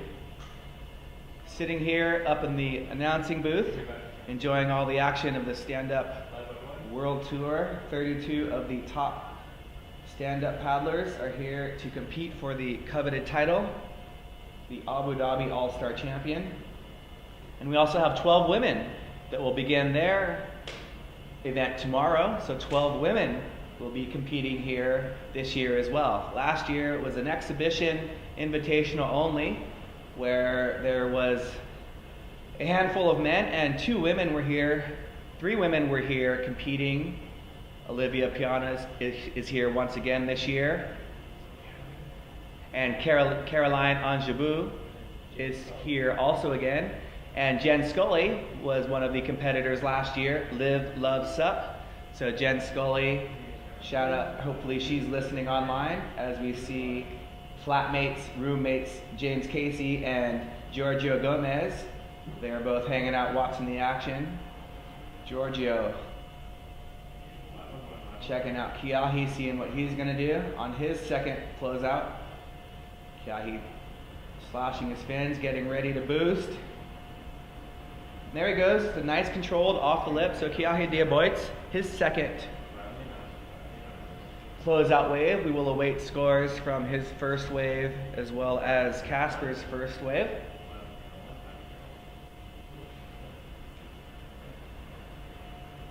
So we'll check out Kiahi's wave again.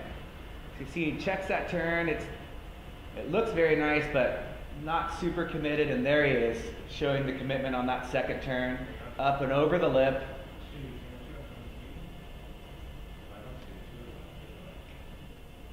There's that JP Australia board of Kiahi.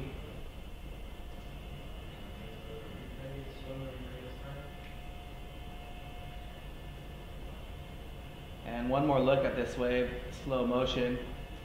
See how nice that turn is, but it's just a little check turn to set up for this maneuver right here. See him drive off the bottom and then boost one off the top, accentuating that back foot extension, sliding his fins out a little bit, riding out of that maneuver, and we will await scores for a couple of waves for Kiahi and Casper Steinfath from Denmark.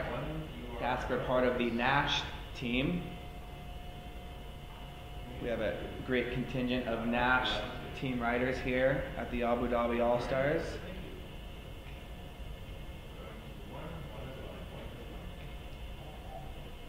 You see the beautiful turquoise lights lighting up the pool. And we heard James Casey talking earlier in his interview on just how intense it is when you're waiting for the wave. It's just comes out of nowhere as Casper Steinfath setting up on his forehand. Slashing his first turn, getting some speed, going off the top, diving into the shallow waters of the inside section of the Wadi wave pool. Some shallow reef there on the inside. We've had a few competitors that have donated a little bit of skin. Some competitors have donated a little bit of fiberglass from the bottom of their fins. And we may have had one or two donate some fiberglass from their boards as well. So we'll look at Casper's wave, the goofy footer. Again, maintaining his speed by staying on the higher portion of the wave. As you can see, the curve of the waves, he drops down to the bottom and then off the top, sliding his fins out, making sure he completes that maneuver as he dives off. That is called the shallow water dive. So we've got scores for Kiahi Diaboitz, first two waves. Kiahi, your first closeout was a 7.0. Your second closeout was a 6.2. Casper Steinfath, your first score was a 3.8. It's not. Casper Steinfath, your first score was a 3.8. Kiahi Diaboitz, your first closeout was a 7.0. Your second one was a 6.2. So Kiahi, 7.0 and a 6.2 are your two closeout scores. Casper, you have a 3.8, and we are still awaiting your second score. As Kyle Vaz had a great heat earlier, he's just enjoyed some skateboarding down there, pulling into a pole barrel right there. So that was a very critical maneuver that Kyle Vaz just pulled off. And here's Kiahi Diaboitz on his third and final closeout attempt. Carving back into the whitewater. Here's Kiahi off the bottom. Boosting off the top on that one, throwing his spins, showing his style, and he will complete his heat as we await Kiahi Diaboitz's final score.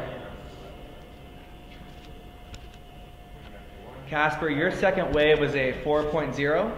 So Casper, your second closeout wave was a 4.0. Your first wave was a 3.8. There's Kiahi coming up the beach.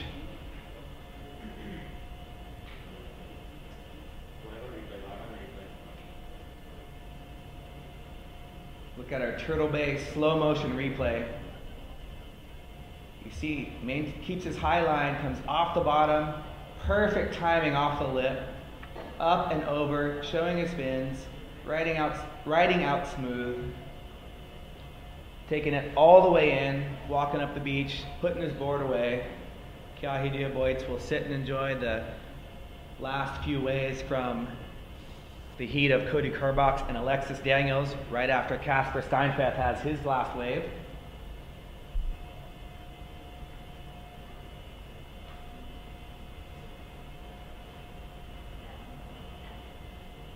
.7 coming in for Kiahi Diaboit's third and final closeout wave.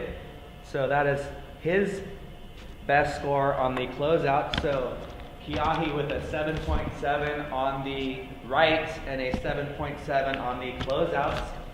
So that will be a total score of 15.4. Very good total heat score. We'll look to see how that compares on the leaderboard.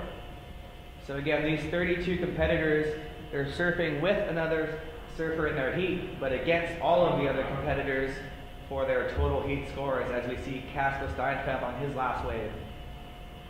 Nice turn off the top. He'll maintain that high line off the bottom, off the top combination.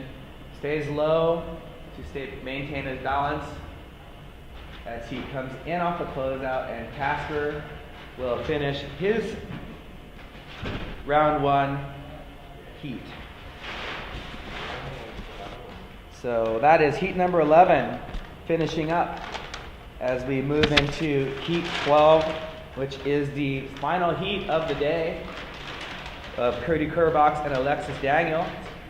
So heat number 12 will be our last and final heat before we begin the Anthony Vela, Tristan Boxford body surfing expression session. And then the women will have a chance to warm up in their groups. So group 1, Nicole Pacelli, Caroline Anjabou, Aline Arisaka, Laurie Park, Izzy Gomez, Olivia Piana. That will be the first women's heat to warm up right after we finish these 3 waves and a couple of waves for the body surfing expression session. So here we have a replay. Sorry, I missed that action here, so happy to catch up here as this is rider in yellow, Casper Steinfeld on a closeout. Driving off the bottom there. Nice top turn there, throwing some spray as he sets up for this end section. Let's see what he's got. And it just freezes before the end section. So unfortunately we didn't get to see that, but I'm sure you guys saw it live as it happened. We will update the scores momentarily.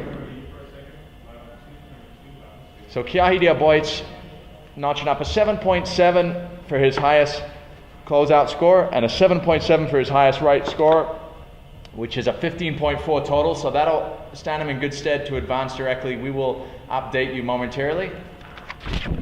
So some really high scores as we see Cody Kerbach just wrapping up that wave, a critical closing turn. We'll wait for the replay on that wave to be able to give you the full lowdown.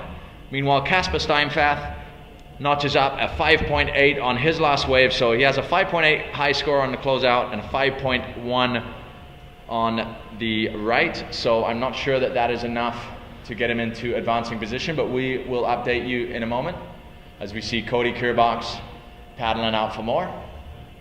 We'll wait for that last score to drop, and here is the replay of Cody Kerbach's last wave. So a really critical closing turn there. Beautiful turn from Cody, beautifully executed. So we'll wait to see how the judges view that. As we wind down the first day of competition here, the Abu Dhabi All Stars. You know, great call, Tristan, running the event today. A lot of the competitors were saying to wait for that next swell that was going to come in, but you really made a commitment to stick with this swell that we had today, and it's been providing some great scores as we begin to update the leaderboard. We do know that Sean Pointer is in the lead, posting the highest wave score of the event so far with a 9.2. So Sean Pointer gets into the 9 club. And we had a number of 8s. Zane Schweitzer had an 8.5. I believe Poinike Rioja had an 8.5. I think perhaps Lecco or Mateos had an 8.3 as well. So we're updating the leaderboard right now as Alexis Daniel gets ready for his closeout wave. As we finish up heat number 12 of round 1, heat 12 of 16. So Cody Kerbox with Alexis Daniel. As Alexis Daniel just falls off right there, so we have an unridden wave. All the competitors frothing on this one, boosting on that last end section. So that is a 0 for Alexis Daniel. So we will go back to Cody Kerbox. So it's a lot of pressure here. You have 9 chances. If you miss a wave, that counts as one of your waves in your 9. A wave comes every 90 seconds here at the wave pool. We do 6 lefts for 3 for each competitor, and then 6 rights, 3 for each competitor, and 6 closeouts, 3 for each competitor. We take the highest score from the left, from the right, from the closeout, drop the lowest of those 3, and you come up with a 2-wave heat score. The top 12 from the round of 32 will move straight into the quarterfinals. The remaining competitors will go into a last-ditch repecharge round.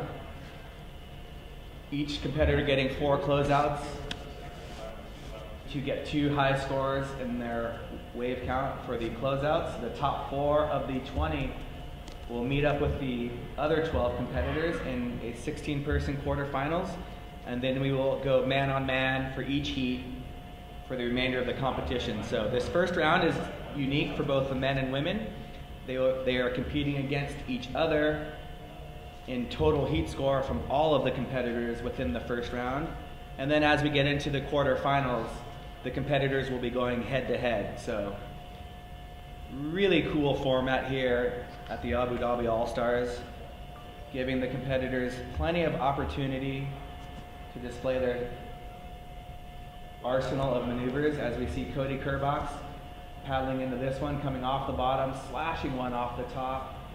Cody driving down the line for the closeout, and again, his timing is great on that closeout maneuver. So Cody Kerbox, your first wave coming in at a 7.6. So Cody, your first wave was a 7.6. Alexis, you know your second wave was a 0.00.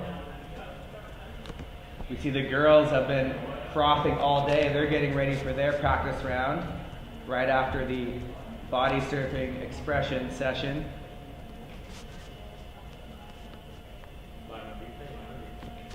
Here we go to the Turtle Bay replay, the slow motion replay. You can see how he kind of double pumps, and I like how he doesn't go all the way to the bottom, but really showing a lot of commitment on that first turn. That wasn't just a check turn, that was a committed turn, as Cody meeting the lip at its highest point, connecting with his board and the lip and riding out of that one nice and smooth with style, showing control.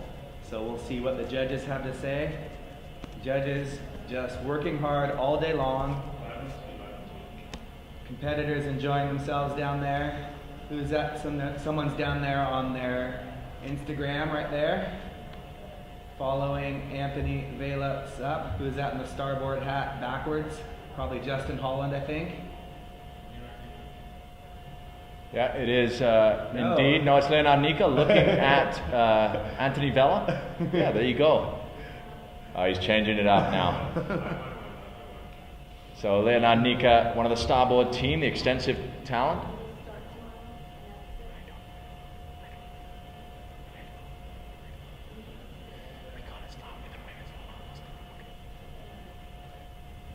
So we will give you updated information in just a few minutes. That's Alexis Daniel. Nice opening turn here as he sets up for the closeout. Nice banking top turn there. So a good performance there from the Frenchman from the Northwest. Brittany is the region. So he had a good session on the rights there with a 6.9. He had an unfortunate fall on that first wave, getting a 0-point ride. So that'll definitely obviously improve his position. We'll wait to see how that drops. But Cody Kerbox looking in a great position here with a 7.1 on the rights, waiting for his second wave score on this closeouts to go, but already notching up a 7.6 on his first wave. So great performance from Cody Kerbox. I can give you the updated standings as they are for the top 12. This is gonna change based on this heat 11 and 12 as we look at a replay of Alexis Daniel. So nice slashing opening turn, showing the judges the bottom of his board there as he sets up for this closing section. Great timing here from Alexis, really hits the most critical part of that wave, and as a result gets a nice critical turn off the top. We'll wait to see how the judges like that. But as it stands right now, your leaderboard leader, the top of the leaderboard, Sean Pointer with a 17.2. In second, Zane Schweitzer with a 16.9. In third, Poinaiki Rioja with a 16.2.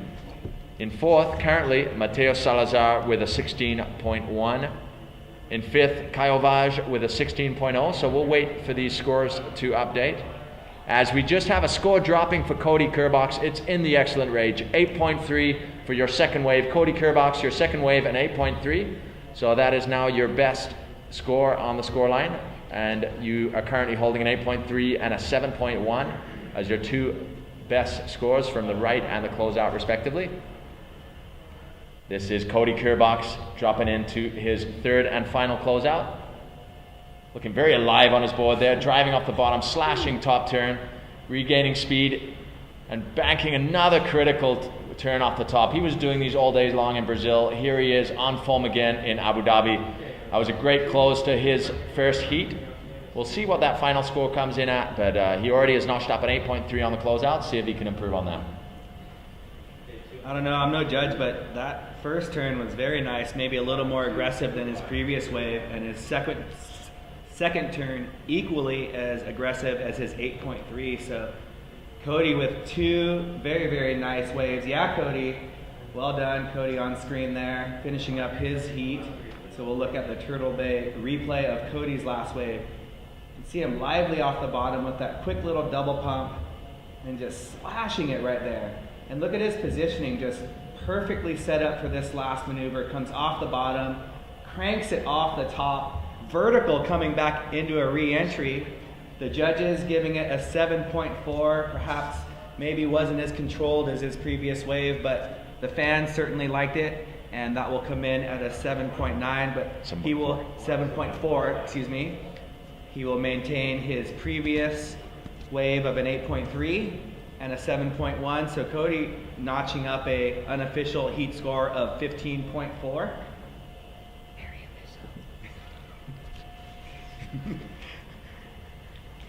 I didn't trust my So math. there you have it. Cody Kerbox putting on another stellar performance here in round one. This is the closing heat of the day before we get underway with the women's warm-up, or the first half of the women's warm-up. So Cody Kerbox wrapping up his first heat with a 7.1 counting on the rights and an 8.3 on the closeouts, making it a heat score total of 15.4. That puts him right up there, I believe, into 7th place in the leaderboard alongside Kyahi Derboits, also with a 15.4. As we see Alexis Daniel, it's not over yet. Nice opening turn from Alexis. And another critical hit off the top. Getting some lift off the lip there. Both of them really finding that most critical section of the wave. Cody going for the more connected hit, really radical coming down at really contorted angles. Alexis getting a cleaner over the top hit. You know, both different approaches, but you know, certainly Cody's perhaps looking a bit more radical, but definitely a clean finish from Alexis Daniel as well. Yeah, very well surfed wave as we conclude our round number one action for today, getting through 12 of our 16 heats. So we will continue with round one tomorrow, and we look at a replay of Alexis Daniel's last wave, comes off the bottom and setting his paddle and his rail at the same time, swooping off the whitewater, using his paddle to get some board speed, and then that is his most committed closeout maneuver of this heat, so we'll see what the judges say.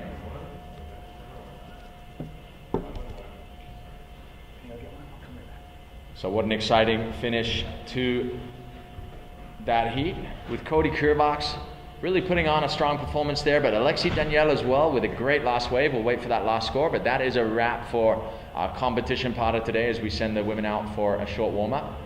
So you're letting the girls get in for a warm-up? Is that okay? Yeah, that's fine. They've got an hour until 10. Tell the guys to get the hell out of the pool. Yeah, so guys, please make way for the ladies, show some gentlemanly respect, but please stand by for those of you online because we want to give you the final leaderboard as it stands. And Alexis Daniel posting a 7-point ride on that last closeout. So a great performance from Alexis Daniel. I think that might well have secured his advancing. We'll just double check on the scores here. His heat score total of 13.9. So 13.9 for Alexis Daniel.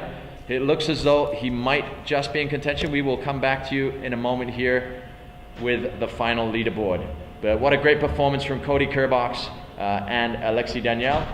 Please, all riders in the water, make way for the women who will be heading out for their warm-up session.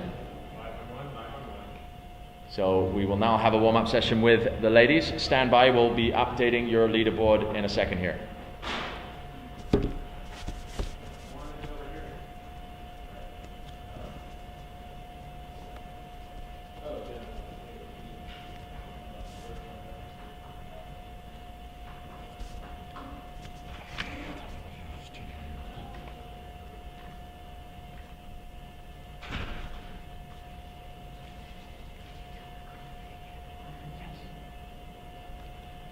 So just to confirm, the first girls warm-up group. So those of you online, you're going to get a treat here of some of the best girls in the world here on the Stand Up World Tour. In group number 1, Nicole Pacelli from Brazil, Caroline Angibault from France, Aline Adisaka from Brazil, Laurie Park from the US, Izzy Gomez, also from Florida in the US, and Olivia Piana from France, last year's Abu Dhabi All Star.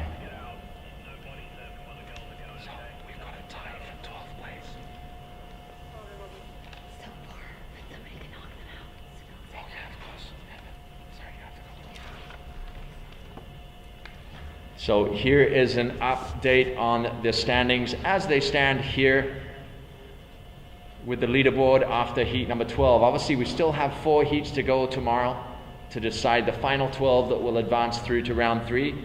But as it stands right now, Sean Pointer at the top of the leaderboard with 17.2. In second, Zane Schweitzer with 16.9. In 3, Poinaiki Rioja with 16.2.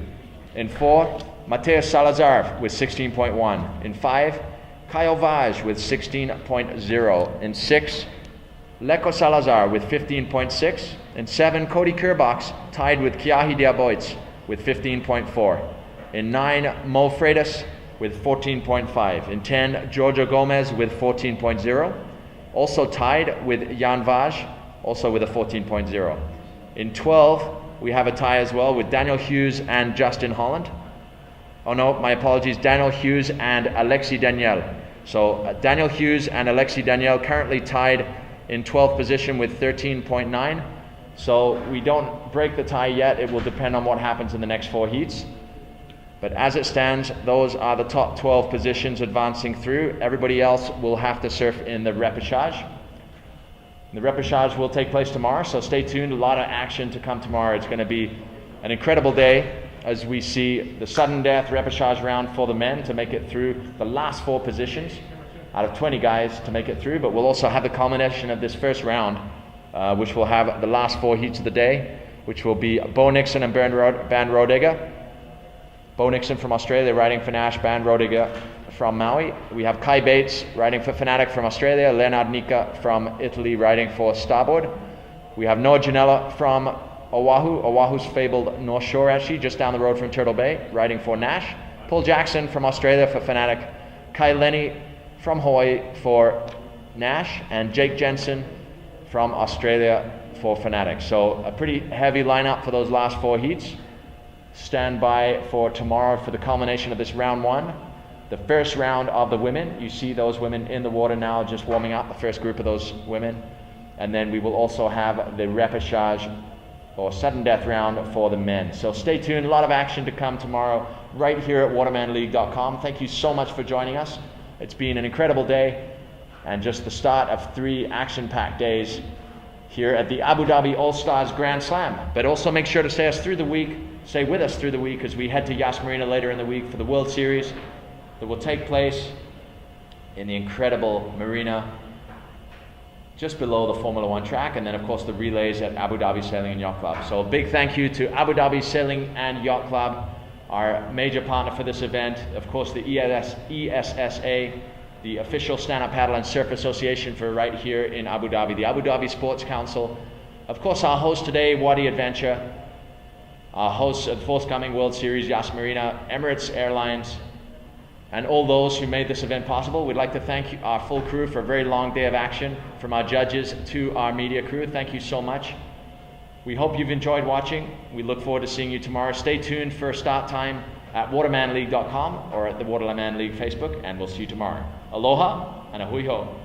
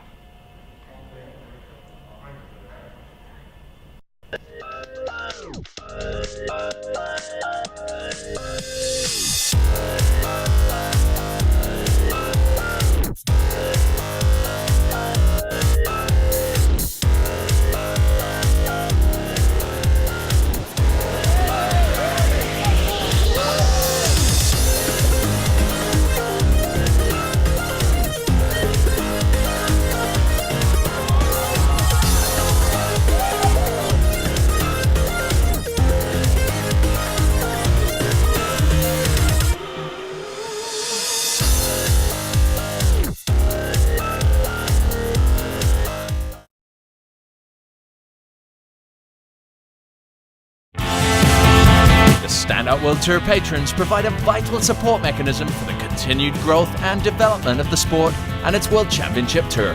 They also support some of the world's leading athletes as they pursued their quest for the World Championship title.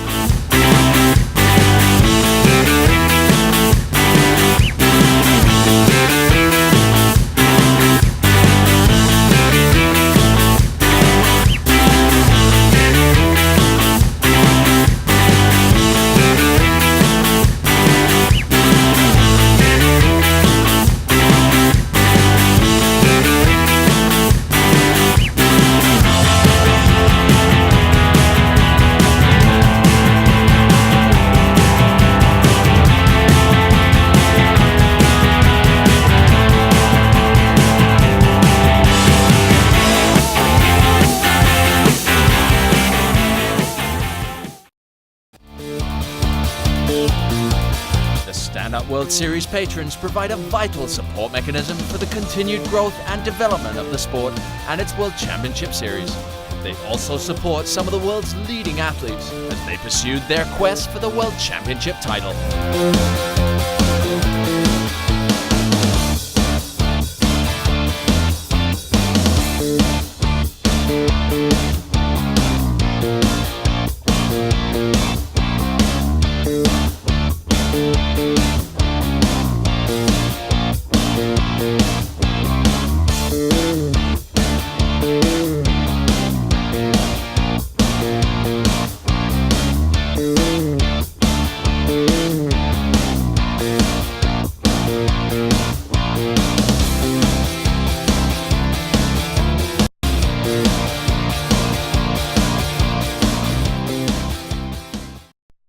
There's so much opportunity for the intermediate and growing surfers. Oh yeah, the North Shore has every variety of wave you can think of. Places like Buena Point on the inside where Uncle Brian teaches his surf lessons, or Hans Hedeman Surf School down there at Turtle Bay. And here at Turtle Bay, we're blessed with lovely waves right around the hotel, get quality surf and quality water time. Turtle Bay is your gateway to the North Shore.